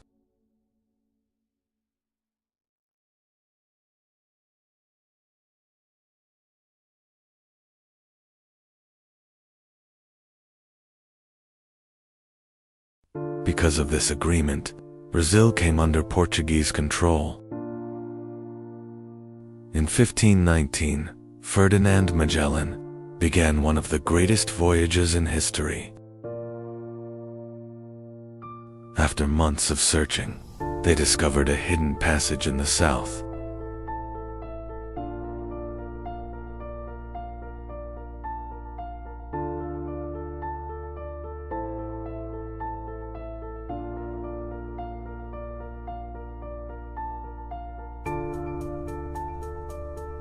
The Pacific Ocean was far greater than they had imagined.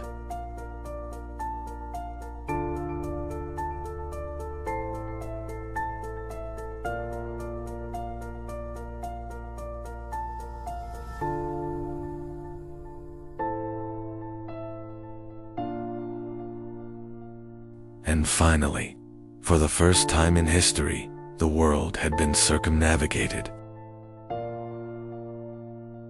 The Spanish did not only explore America, they also began conquering it.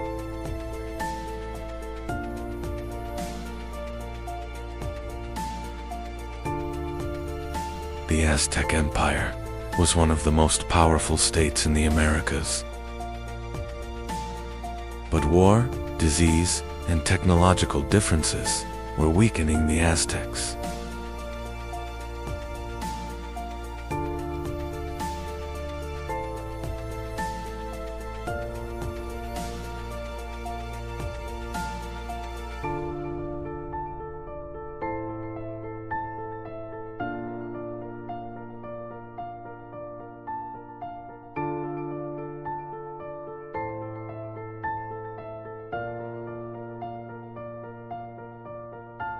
and in the end, the Aztec Empire collapsed.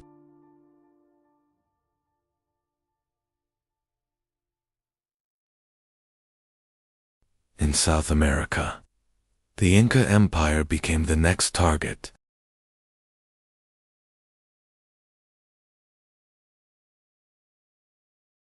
The Incas were one of the greatest civilizations of the Andes.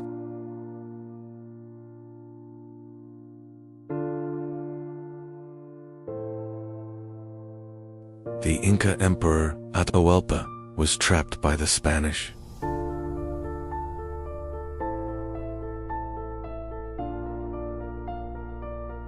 And soon after, the Inca Empire also collapsed. The Age of Exploration increased the wealth of Europe. The center of world trade had shifted to the Atlantic Ocean.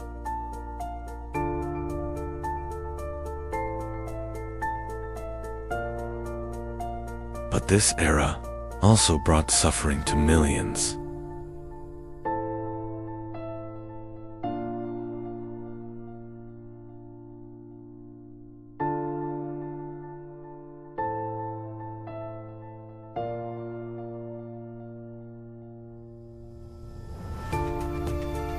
And the world had changed forever. Gold and silver from the Americas began transforming the European economy.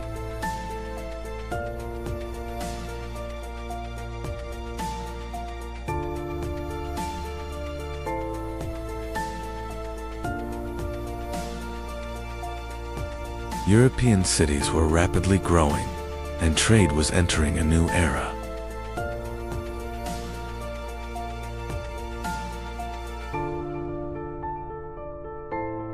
While Mediterranean ports declined, the Atlantic coasts were rising. England, Spain, and Portugal were becoming the greatest maritime powers in the world.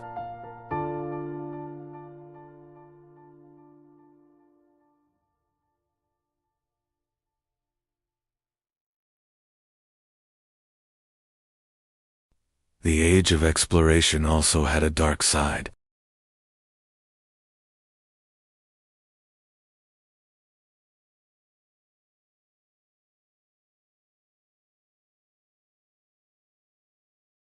Millions of Africans were forced into slavery.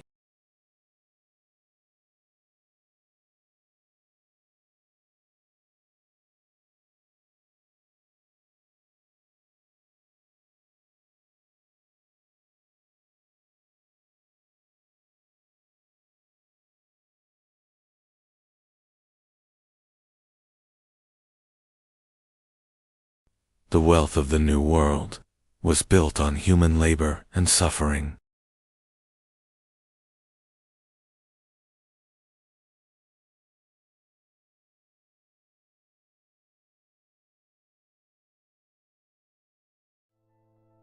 And the Atlantic Ocean became the new center of global trade. Over time, new maritime powers also emerged.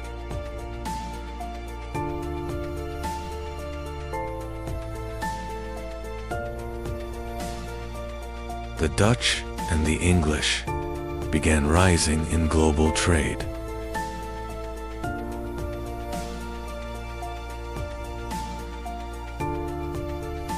The riches of the East were falling under the control of European companies.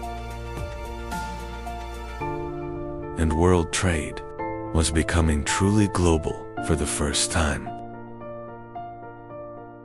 The Age of Exploration marked the rise of European empires.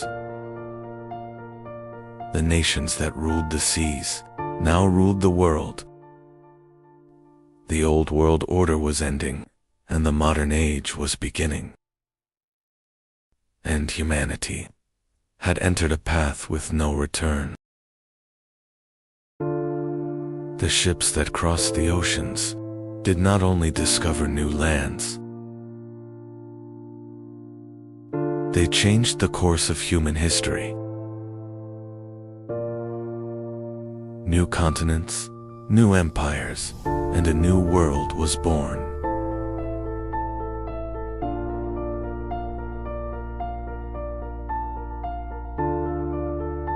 And the world would never be the same again. For centuries, Europe stood united under one faith. The Catholic Church was the most powerful authority on the continent. Kings were changing, wars were ending. But the power of the Church remained above all else. People believed salvation could only come through the Church. Fear of damnation had spread across every corner of Europe. The Church controlled not only religion, but laws, education, and human life itself. Europe was ruled under a single spiritual authority. Over time, corruption within the Church began to grow. Some priests were selling forgiveness for money.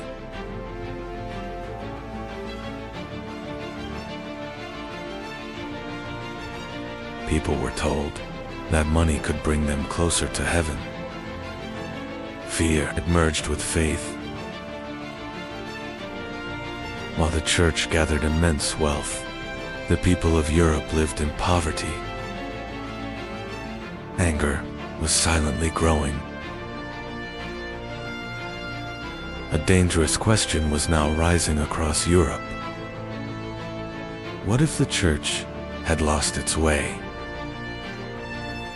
At that moment, an invention appeared that would change the course of history: the printing press.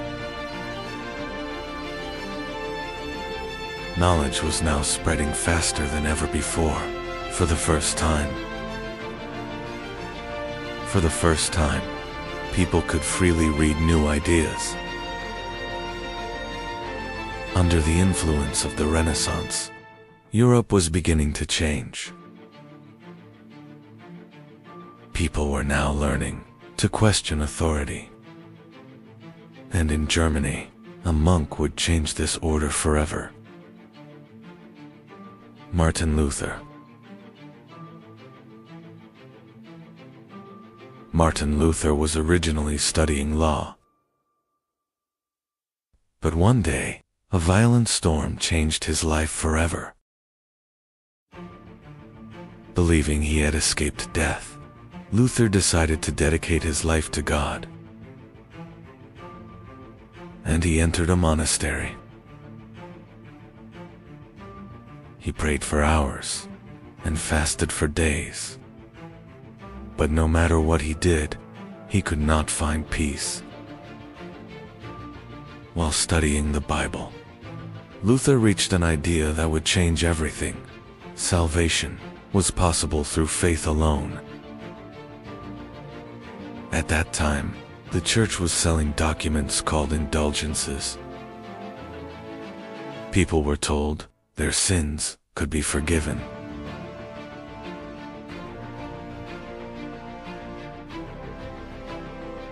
Some preachers claimed that paying money could bring people closer to heaven.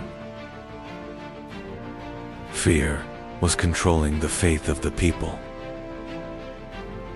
Pope Leo X was gathering enormous wealth for St. Peter's Basilica in Rome. And the sale of indulgences was spreading rapidly across Europe. Martin Luther grew furious as he witnessed these events, because to him, faith was not something to be sold. In 1517, Martin Luther wrote one of the most important documents in history, the 95 Theses. Luther nailed his theses to the door of Wittenberg Church, and the silence of Europe was broken. Thanks to the printing press, Luther's ideas spread across Europe within weeks. People were now openly questioning the Church. Rome was consumed with anger. For the first time, the authority of the Church was being seriously challenged. In 1521, Martin Luther was summoned to the Diet of Worms. The emperor and church officials demanded that he take back his words. But Luther refused to step back. "Unless proven otherwise, I cannot take back my words." The Pope excommunicated Luther, and the Holy Roman Empire declared him an outlaw. Now anyone could kill Martin Luther without punishment. But several German princes secretly began protecting him. Martin Luther continued working while hidden inside Wartburg Castle, and he began translating the Bible into German.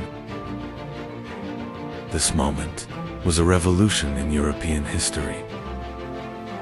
For the first time, ordinary people could read the Bible in their own language.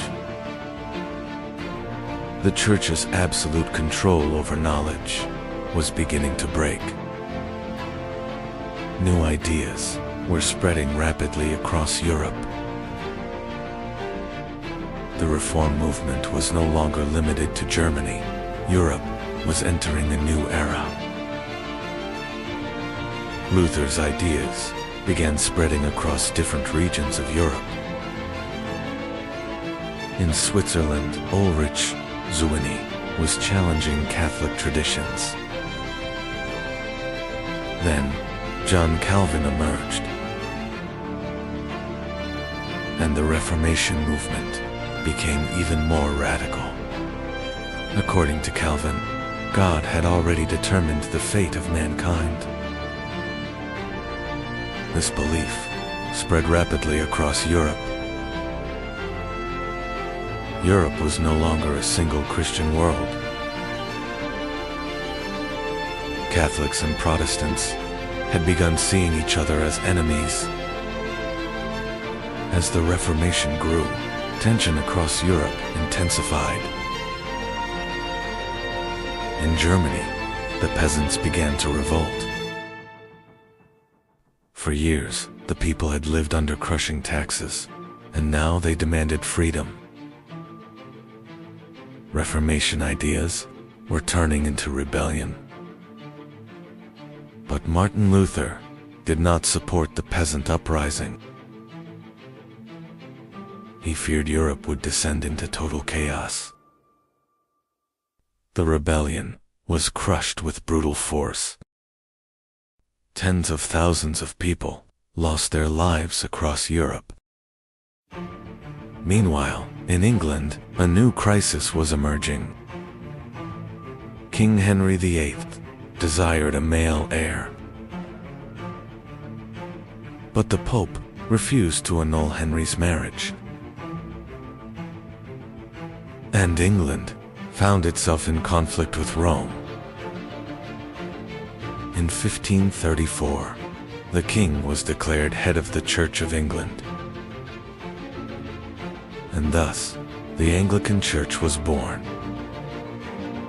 Monasteries were closed, and church lands were seized. England was now entering a completely different path. The Catholic Church realized it was facing a massive crisis, and the Counter-Reformation began. The Council of Trent was assembled. The Church was trying to stop corruption within itself. During this period, the Jesuits emerged. They became one of the strongest defenders of Catholicism. The Jesuits built schools, educated people, and spread Christianity across the world. But the conflicts in Europe were far from over. The religious division in Europe soon turned into massive wars. Catholics and Protestants took up arms against one another. In 1572, Paris witnessed a horrific massacre. Thousands of Protestants were killed during the St. Bartholomew's Day massacre.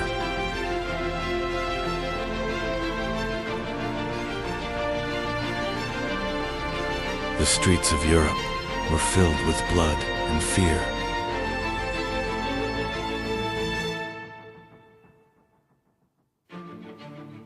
The religious wars were tearing the continent apart. In Spain, the Inquisition brutally punished religious dissent.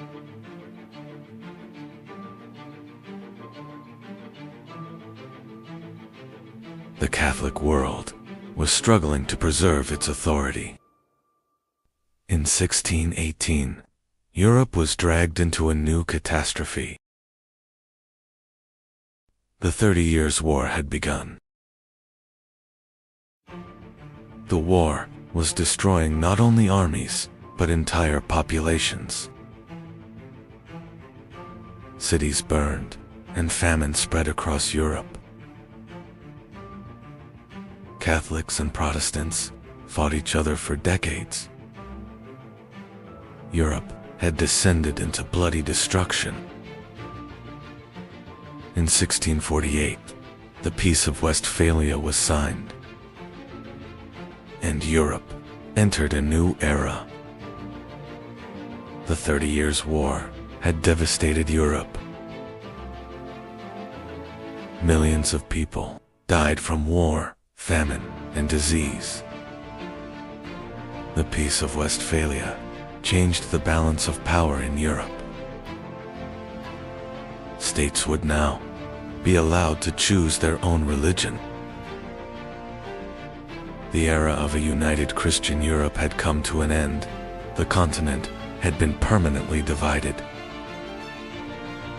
The Reformation was not only a religious movement, it was a great revolution that carried Europe into the modern age.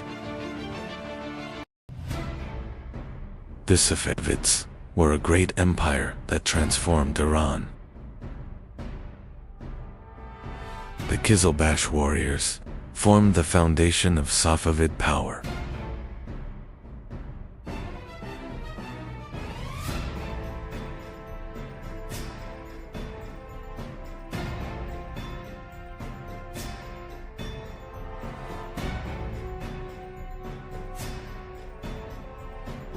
The Safavids did not only fight wars, they also expanded Persian culture and art.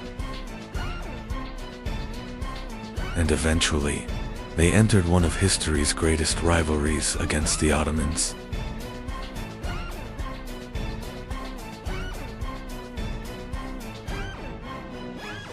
In 1501, a new power was rising in Persia. A young leader was about to change the fate of the Middle East. That leader was Shah Ismail Safavi. At a very young age, he captured Tabriz and founded the Safavid Empire. The greatest power of the Safavids was the Qizilbash Turkoman warriors. They were not just soldiers, they were a fanatical force loyal to Shah Ismail. The rise of the Safavids would become a major threat to the Ottomans, and soon the two empires would enter a deadly struggle. The origins of the Safavids did not come from an empire, but from a religious order. Everything began in Ardabil. The founder of the order was Sheikh Safi al-Din Ardabili. At first, the Safaviya was only a mystical Sufi movement. But over time, the order began to grow. Turkoman tribes were gathering under the Safavid banner.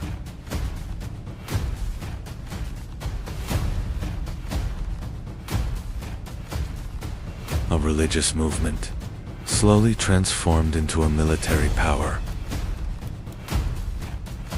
And eventually, the Safavids marched toward the throne of Persia. Shah Ismail's greatest decision was changing the official faith of Persia. The Safavids declared Shi'ism as the state religion. This decision completely changed Persian history, because Persia slowly began to form a Shiite identity. But this situation would create a major conflict with the Ottoman Empire.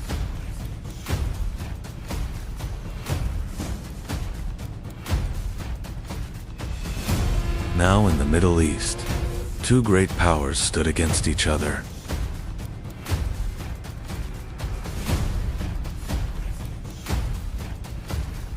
And this rivalry would soon turn into devastating wars.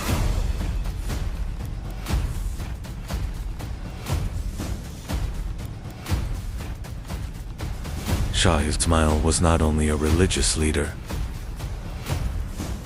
he was also a highly successful commander. The Qizilbash armies rapidly conquered much of Persia. Rival Turkoman states were falling one by one. Within a short time, the Safavid state became a vast empire.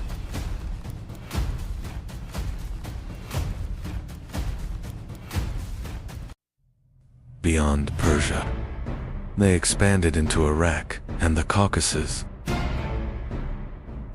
The rapid rise of the Safavids created great concern in the Ottoman palace, because in the east, a dangerous new rival had emerged. A harsh and determined ruler had now taken the Ottoman throne. Sultan Selim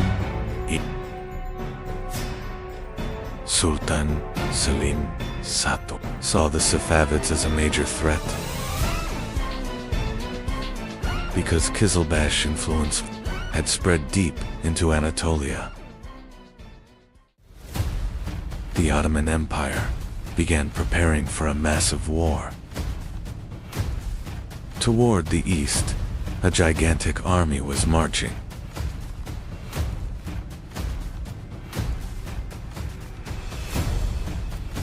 Now, war was inevitable. The Ottomans and the Safavids were preparing for one of history's greatest conflicts. War was now inevitable. In 1514, the two armies met on the plains of Chaldiran.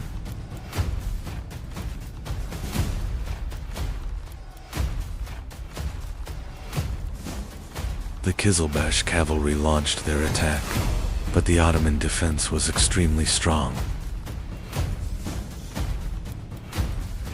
The Battle of Chaldiran became one of the moments that changed military history forever.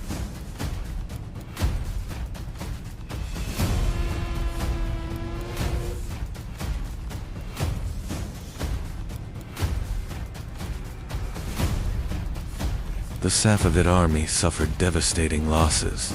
Shah Ismail was forced to retreat. When Chaldiran marked the beginning of the Ottoman-Safavid rivalry.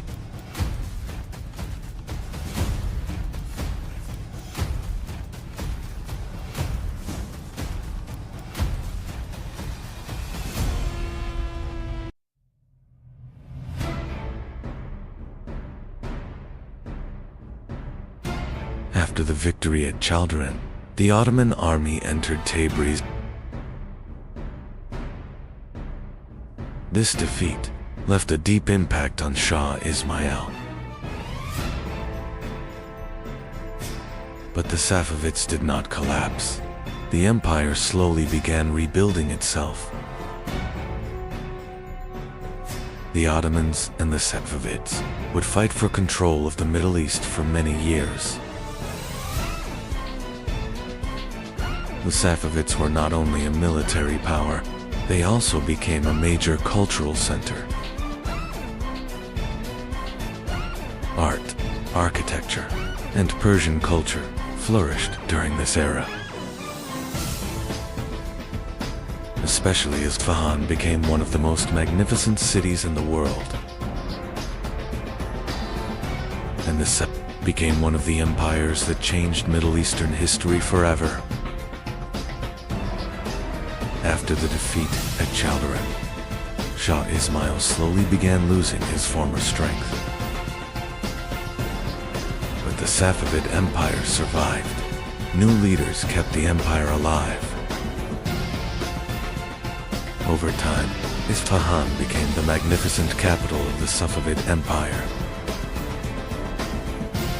And this became one of the most powerful empires in Middle Eastern history. Years later, a powerful ruler rose to the Safavid throne. Shah Abbas completely transformed the military system. During his reign, Isfahan became one of the richest and most magnificent cities in the world. Art and science also flourished. Safavid culture influenced the entire region. But the Ottomans' favorite rivalry did not end.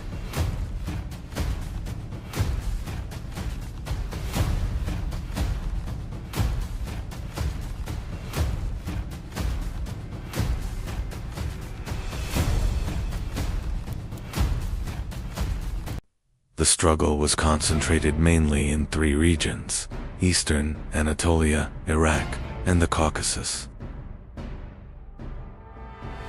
But over time, the Safavid Empire began to weaken.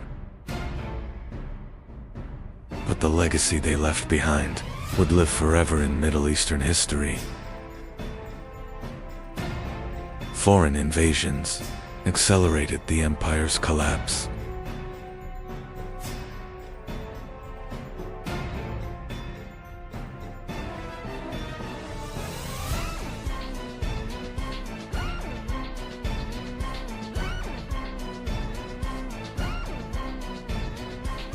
In 1722, the Safavid Empire effectively collapsed.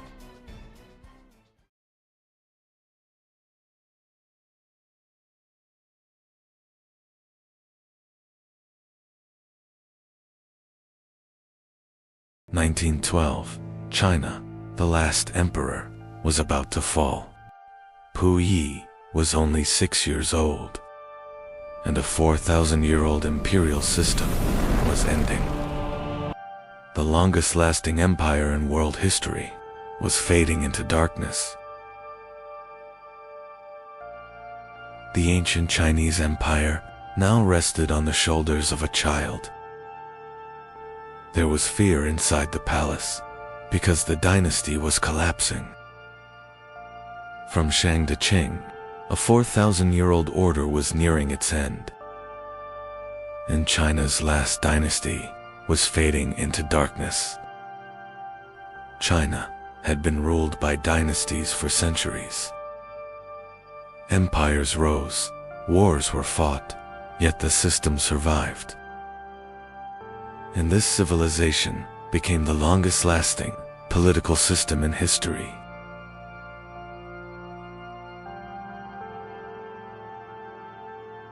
But now, that order was collapsing.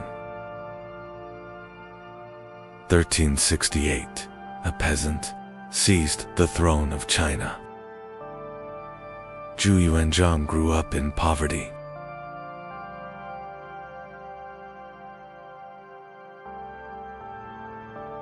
He became a monk, then a rebel, and the Ming dynasty was born. Hongwu was a ruthless emperor. He executed thousands of officials. But he rebuilt agriculture.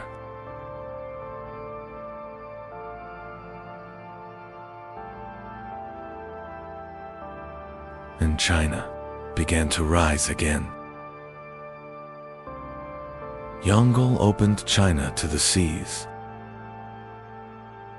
and Zheng He commanded the greatest fleet on earth. Chinese ships reached the coasts of Africa.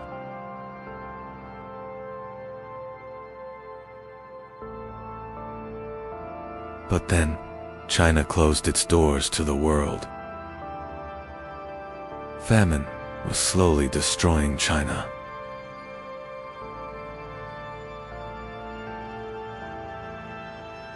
And the rebellions began.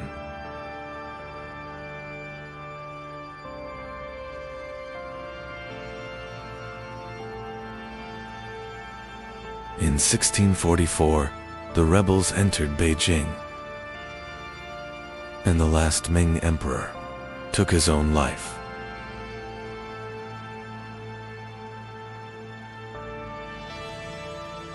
But the real threat came from the north.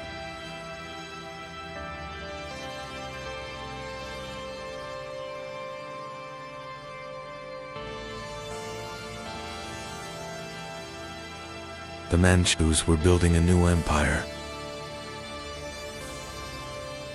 and the gates of China were opened to the Manchus. In 1644, the Qing dynasty began. The new emperor was only a child. The Qing regime changed China by force.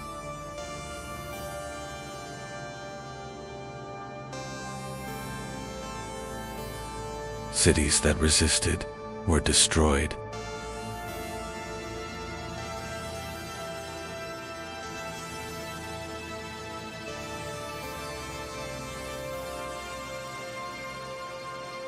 And the Qing began ruling all of China. In 1661, Kangxi ascended the throne. Kangxi remained on the throne of China for 61 years. He crushed rebellions and reunified the Qing Empire.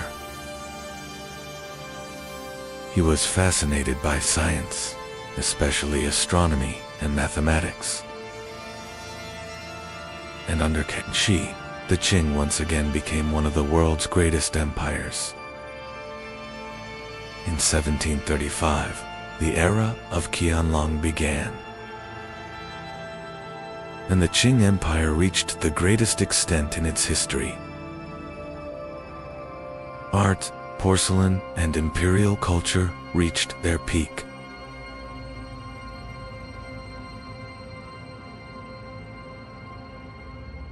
But China still believed it had no need for the outside world. In the 1830s, a new war was approaching. Opium addicted millions of people.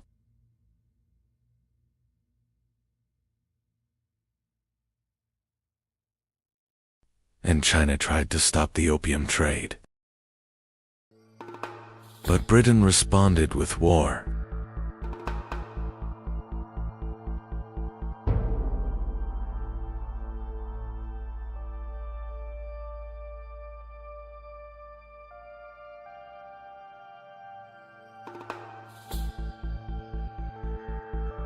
The Qing army was unprepared for modern warfare.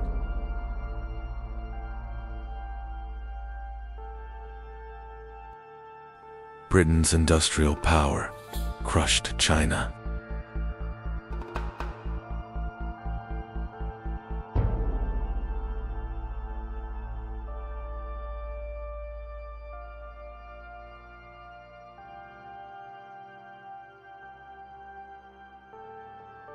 In 1842, the Treaty of Nanking was signed. Hong Kong now belonged to Britain. In 1860, Beijing fell.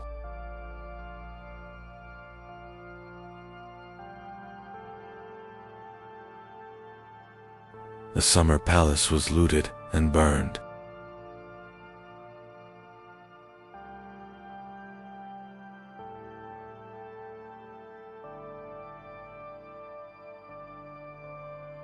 At the same time, China was falling into civil war. The Taiping Rebellion caused the deaths of millions. In 1894, the Qing entered war with Japan.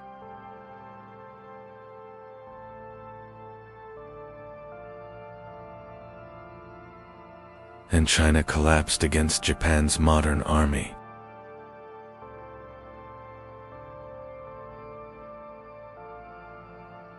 Taiwan was lost, the Qing was humiliated once again, and some believed China needed to change.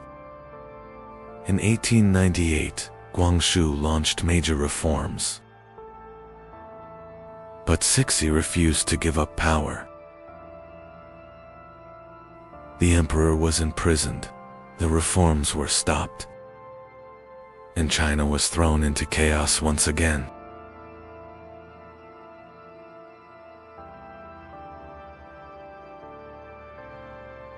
In 1900, the Eight-Nation Alliance marched toward Beijing.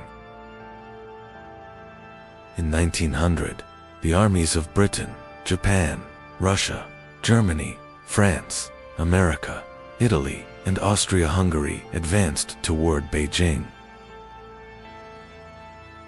Cixi fled the capital. China was now under the pressure of foreign powers, and the Qing dynasty was living through its final days. China was occupied by foreign armies in its own capital. The Qing dynasty agreed to pay massive reparations, and the Chinese people began losing faith in the empire. Inside the army, revolution was now being discussed. In 1908, Empress Dowager Cixi died, and the Qing dynasty lost its last powerful ruler. The one who ascended the throne was only a small child, Pui, the last emperor of China. In 1911, the uprising began in Wuchang, and the revolution quickly spread across China.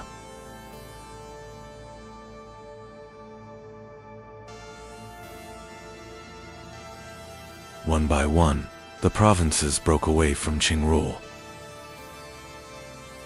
The revolutionaries wanted a new China, a republic.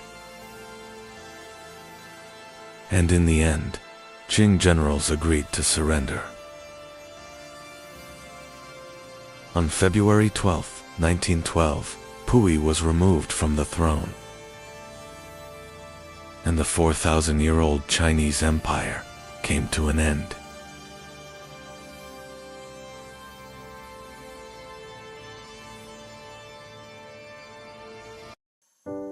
$541 million years ago, Earth did not resemble the world we know today. In the depths of the oceans, life suddenly began to multiply. Predators appeared. The First Great War began beneath the seas. And within just a few million years, Earth transformed into an alien world.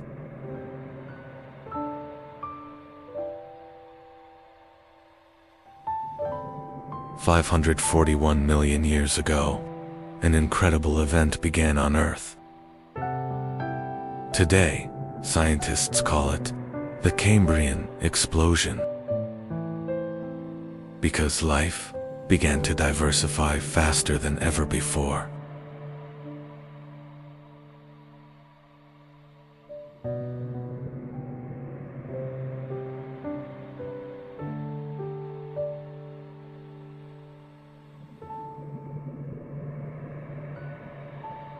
Life had existed on Earth for billions of years, but most organisms were extremely simple.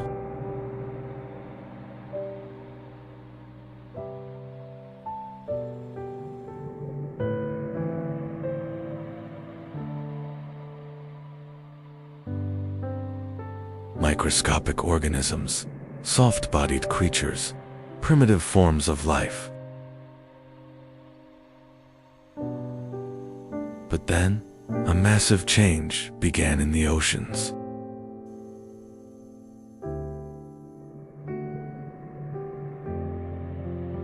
The atmosphere was changing. Oxygen levels were rising.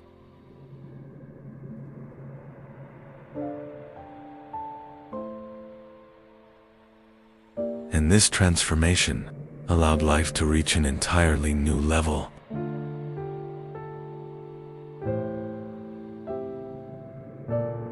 For the first time, complex eyes evolved. Hard shells appeared. Powerful muscle systems developed. Creatures could now move efficiently.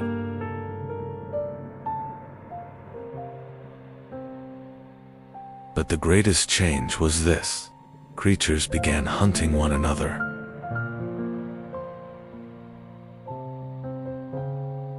And so, Earth's first great predators emerged. One of the most terrifying creatures of the Cambrian seas was Chronological. It was nearly 1 meter long. By the standards of its age, it was a gigantic monster. It had enormous eyes. It captured prey with sharp, grasping limbs. The trilobites were among the most common creatures of the Cambrian period. They had hard outer shells. Some could swim, while others crawled across the ocean floor.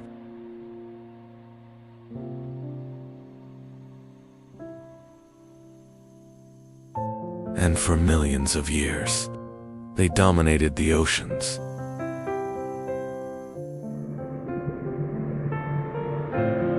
But the Cambrian Explosion did not only create new creatures, it also created competition.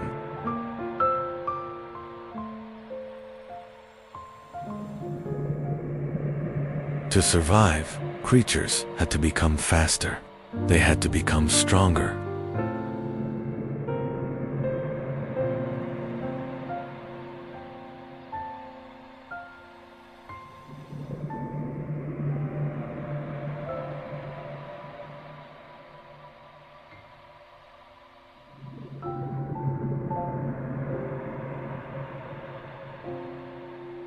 Defenses began to evolve.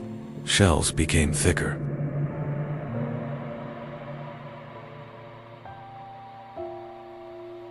Spikes appeared. Camouflage began to evolve. Earth's first great evolutionary arms race had begun. The Cambrian oceans were extremely dangerous. Predators were everywhere. Strange creatures roamed the seas.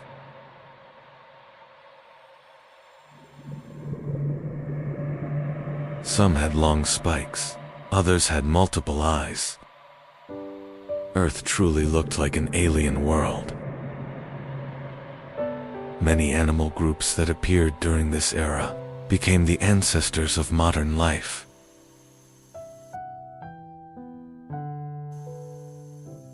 Scientists still ask one question: why did the Cambrian explosion begin? Some point to rising oxygen levels. Others believe genetic changes were responsible. But one thing is certain. Without this event, complex life might never have evolved. There would be no fish, no dinosaurs.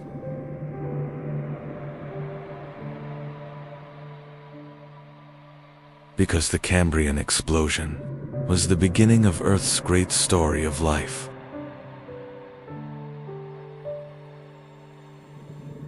The story of humanity began in dark prehistoric oceans. 541 million years ago. Massive continents drifted slowly, while oceans covered most of the planet. On land, there was still great silence. The oceans were the true center of life.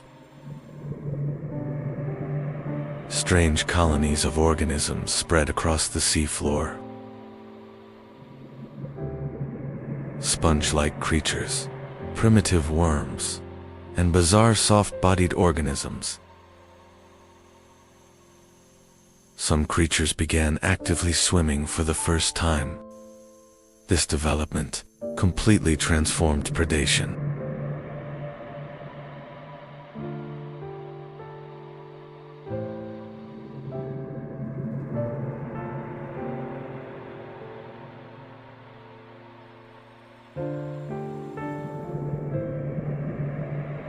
Now, hiding was no longer enough.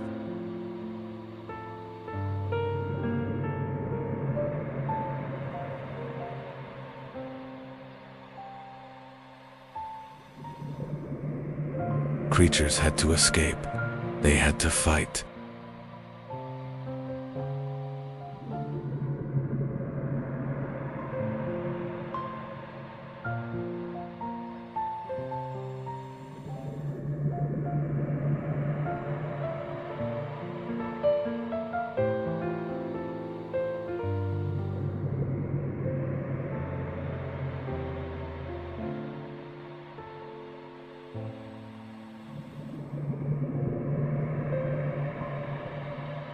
During the Cambrian Explosion, evolution accelerated dramatically.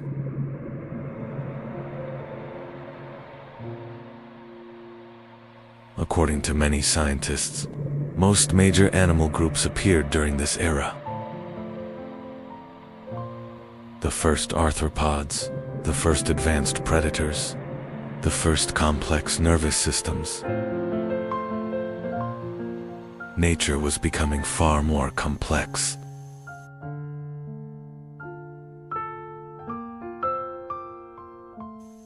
And this complexity became the foundation of all future life.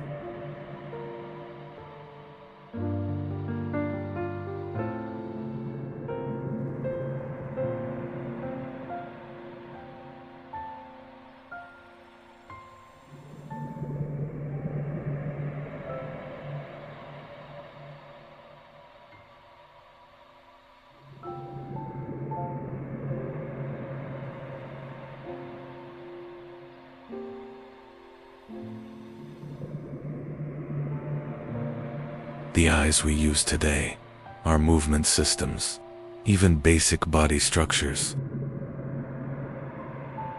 may trace much of their origin back to this period.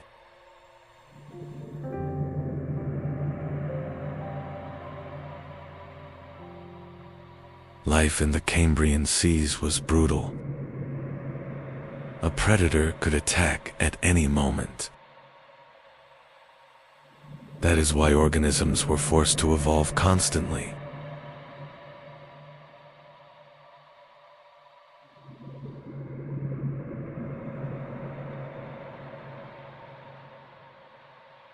Faster fins, stronger shells, sharper senses. For millions of years, this struggle continued.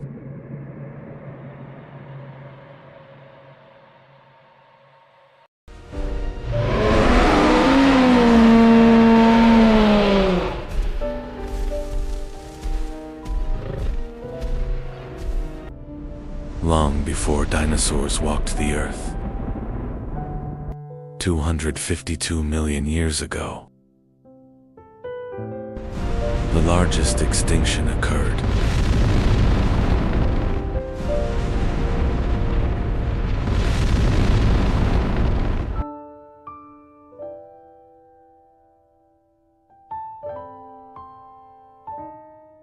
World.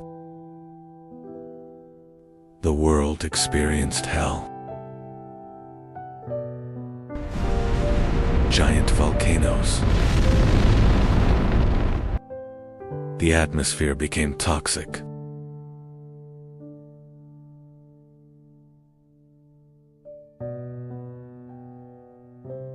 Oceans warmed and lost oxygen.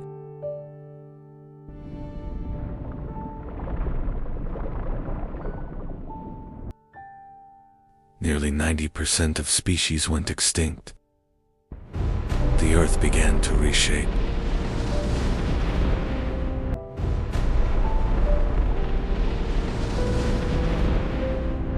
The climate was mostly hot and dry. Only the strongest could survive. The Triassic began after this devastation.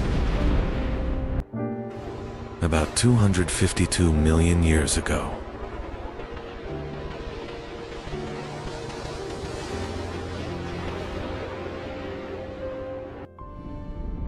End of the Permian period. Pangea.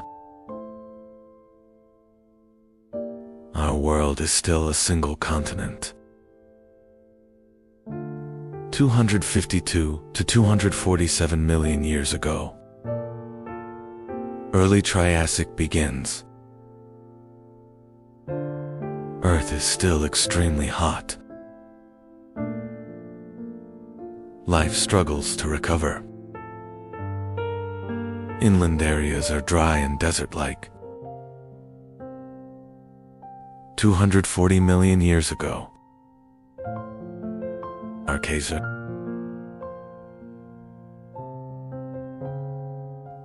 Ecosystems slowly stabilize. A new era is about to begin. Reptiles spread across the land.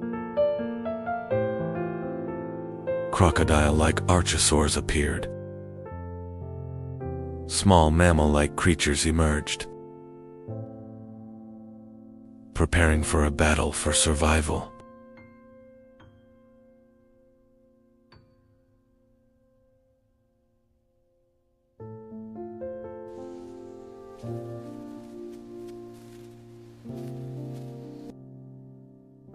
Giants had not appeared yet.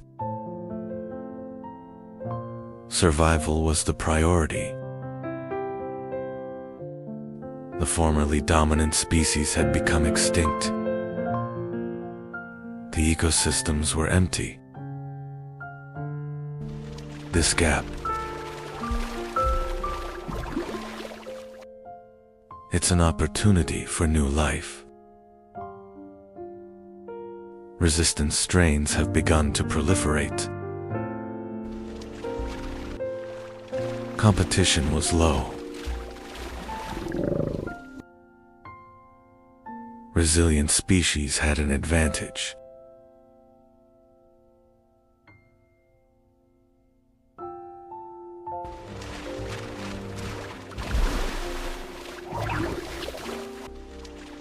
Reptiles began to spread.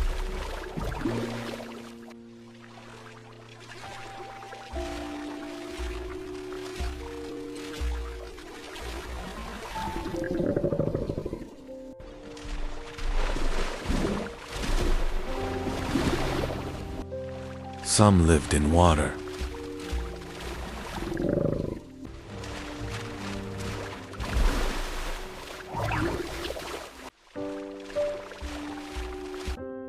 About 230 million years ago,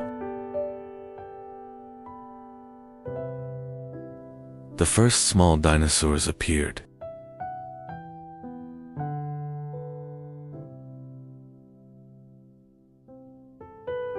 They were small in size.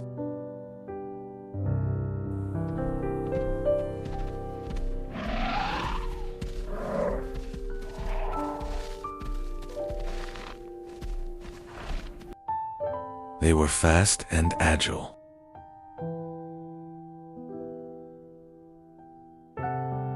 They were not dominant yet.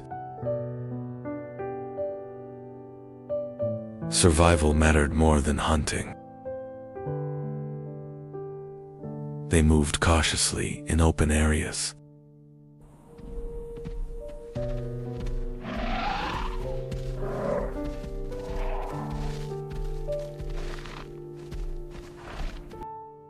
Being small was an advantage. Speed mattered more than strength. These traits set them apart. But they were still few in number. The age of dinosaurs had not begun yet. 225 million years ago, Earth was slowly changing. Large reptiles struggled. Small dinosaurs used these gaps. They could reproduce quickly. They adapted more easily. But they were still not dominant. Earth was approaching another turning point.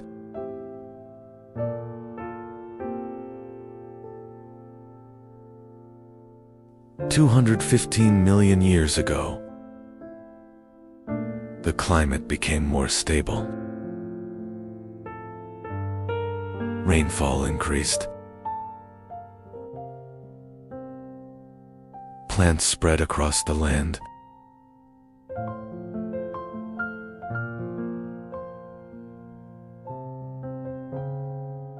Green landscapes expanded. Ecosystems began to strengthen. Food sources increased. Survival became easier. Dinosaur numbers slowly increased. Species diversity grew. Small groups formed.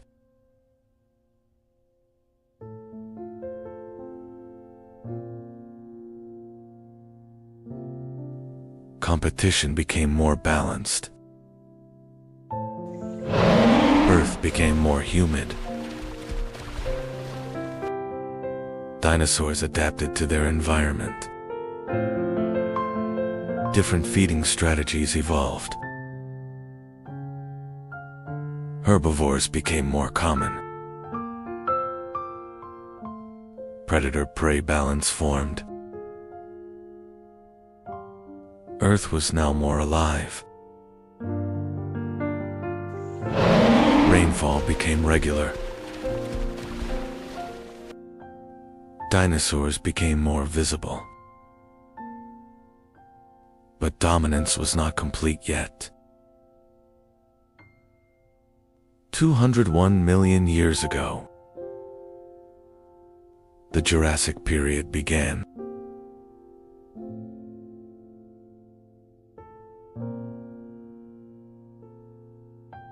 Climate stabilized.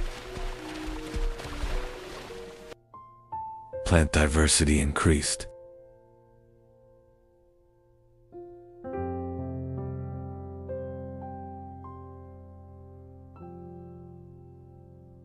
Dinosaurs rapidly multiplied. Species became more defined. Large body size became an advantage. Predators specialize. Initially, the small dinosaurs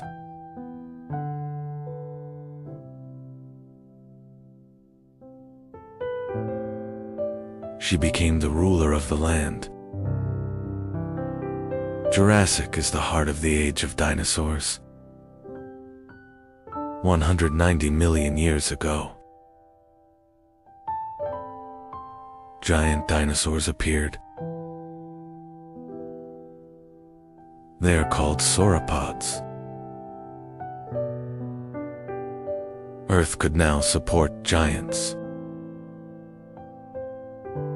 When life found balance, it grew. Power came not from destruction, but from harmony. Subscribe and like. The world was changing. Life endured. The survivors.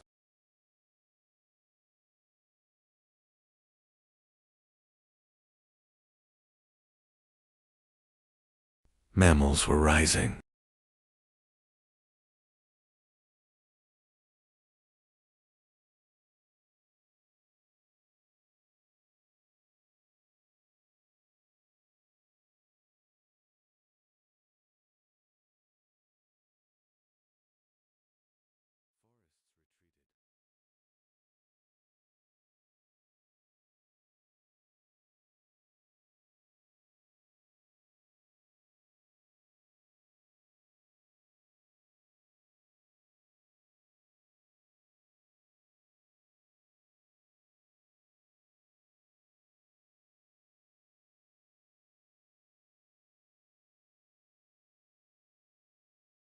Open lands prevailed.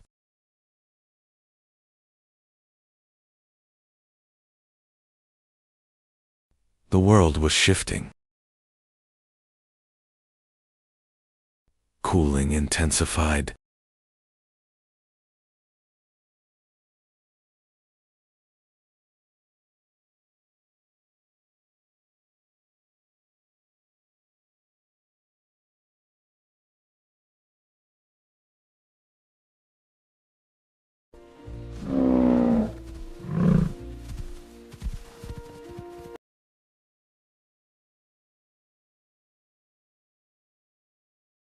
The adaptable endured.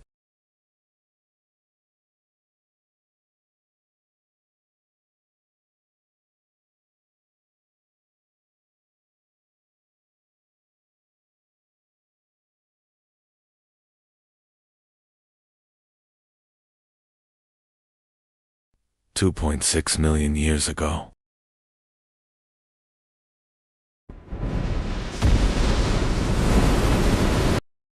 The Ice Age began.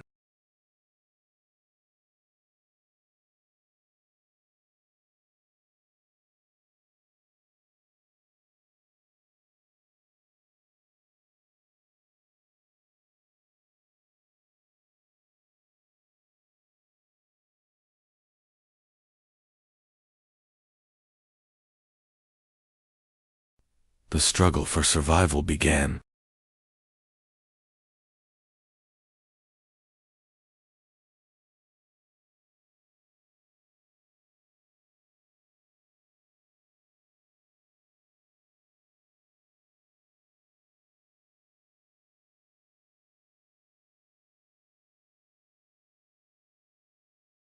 Cold and warm periods alternated repeatedly.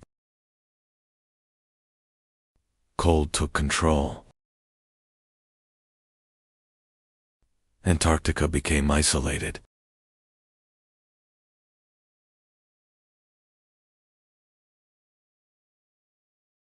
The ice sheets expanded further each year.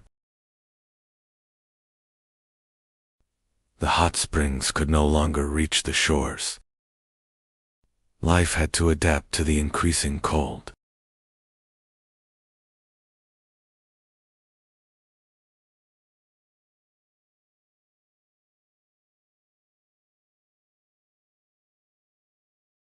Polar life began.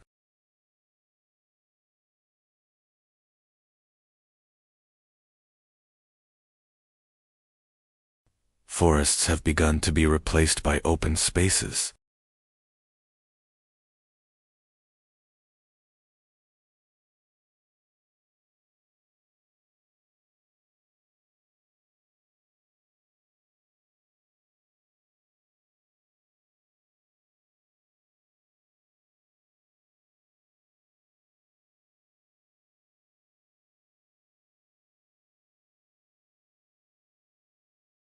The planet's balance was shifting.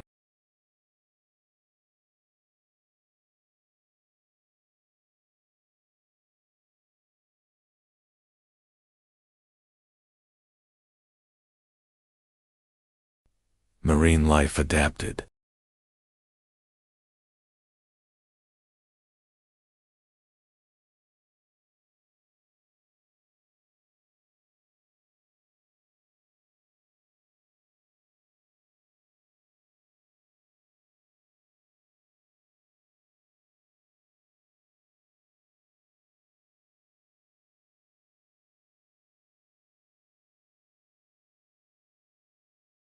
Life carried on.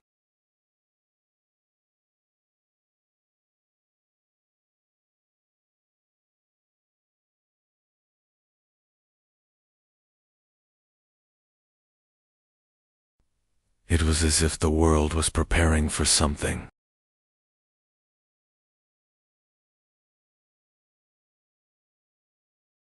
And the story continued.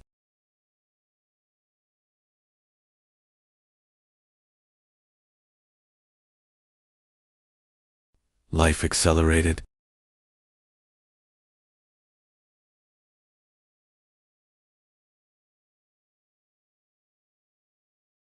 Nature came alive again. Rapport. The land dried.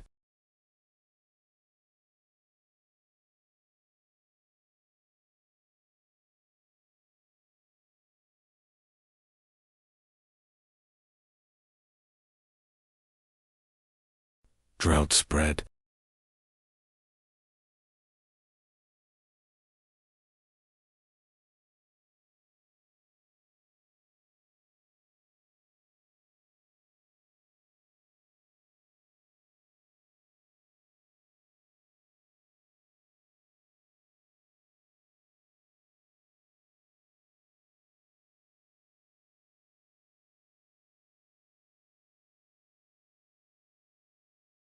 The silence would not last.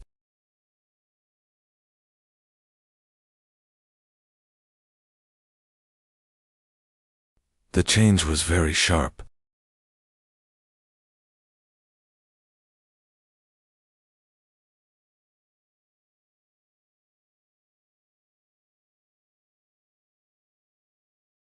Why this preparation?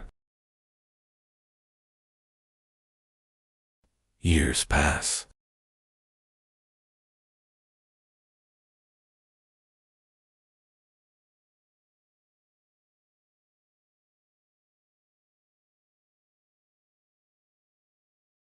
It's as if a guest is coming.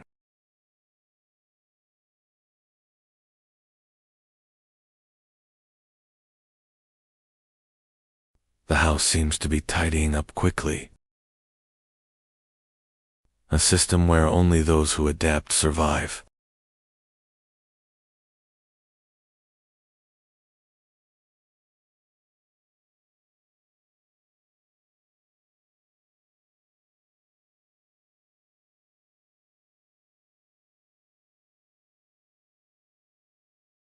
Glacial cycles began.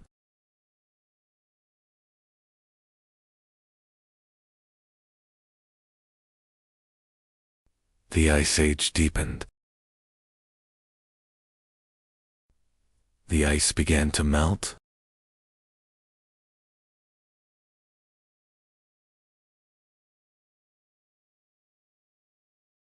The Ice Age lasted long.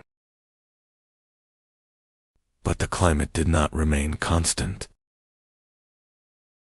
Sunlight reached the land again.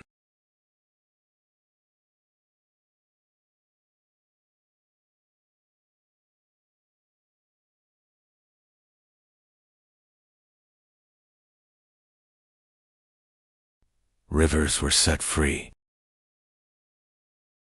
Grasslands expanded.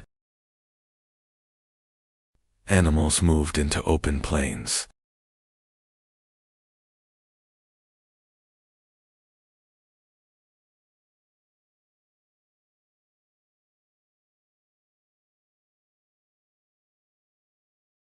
Time flowed.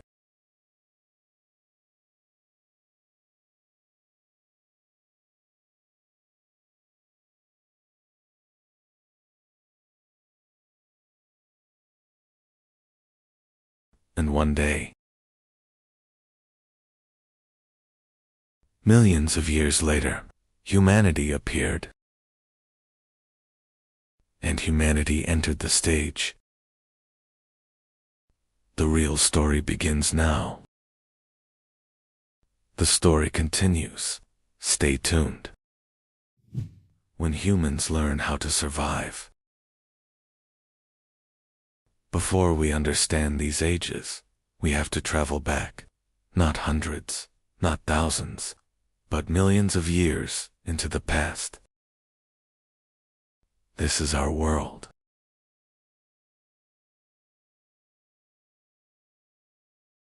Travel back before humanity. A colder earth ruled life. Much of the planet was covered in ice.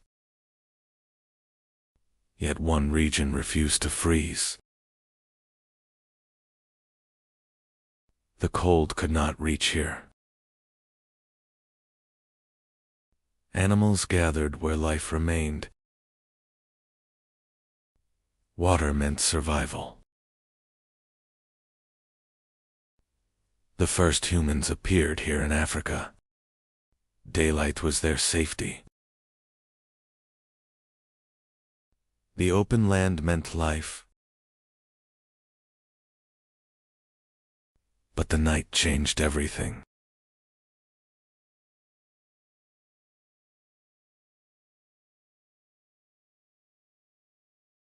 In the dark, they were not alone. Running was survival. They could not fight.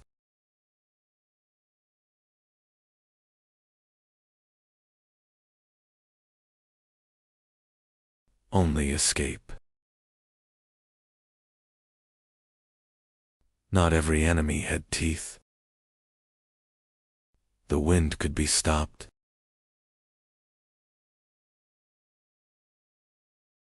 Not everywhere meant death.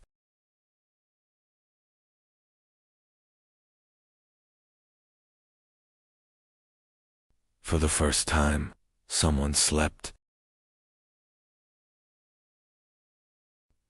Something was wrong with the stone. They had found a place the wind could not reach.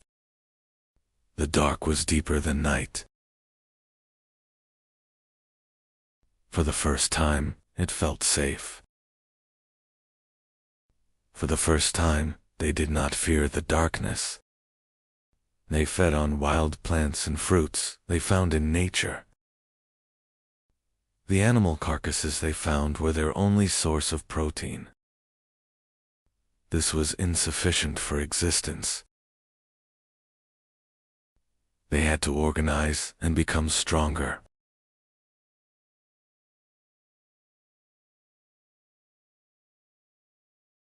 The line between life and death was very thin. Survival came first. The stone broke. The edge was different.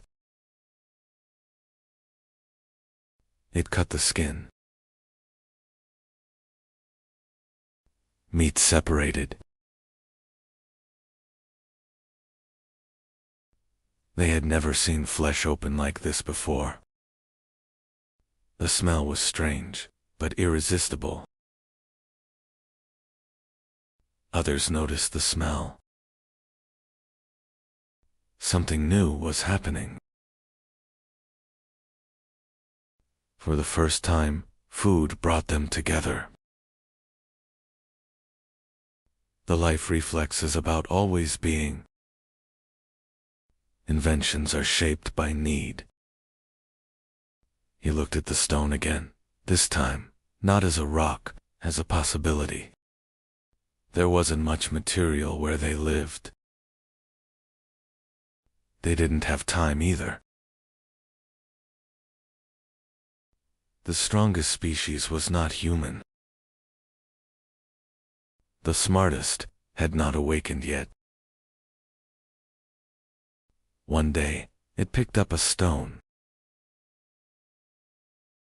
Not to throw. Not to hide. It looked at it. Something was happening. The bone cracked, not by teeth, but by stone. They had found a new force. He struck again. Same place, same motion. This time, on purpose. He struck. The others watched. The movement repeated. Now there was not only a doer, but learners. This was not a hunt. This became a lesson. Humanity began here. They fixed the sharp stone to a branch. It became the first spear. With the handle, the blow grew stronger. Even bone could break now. They moved together through the grass, not fleeing anymore, approaching. Step by step, they advanced. The sticks were no longer for defense. They stopped. So did it. No one fled. Something had changed. They held the spears tighter. Fear was still there, but controlled. For the first time, they faced nature, together. It stepped back. For the first time, they advanced.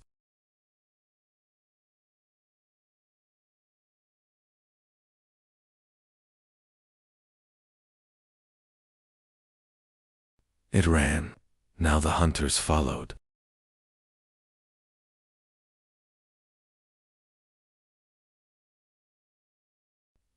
No escape remained. Everything was decided here. Closer and closer. There was nowhere left to go.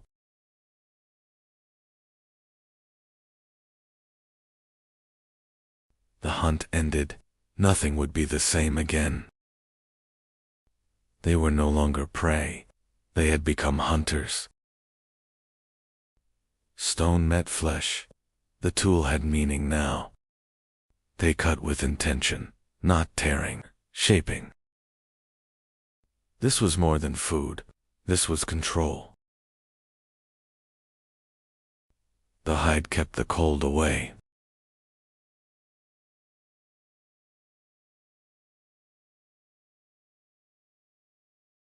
Stone-shaped bone, tools could now create tools. A tiny hole appeared. Nothing would fall apart again. They no longer searched for shelter. They built it. Bone, wood, and hide became walls. Nature was reshaped. For the first time, they had a place to return to. From stone came tools. From tools came life.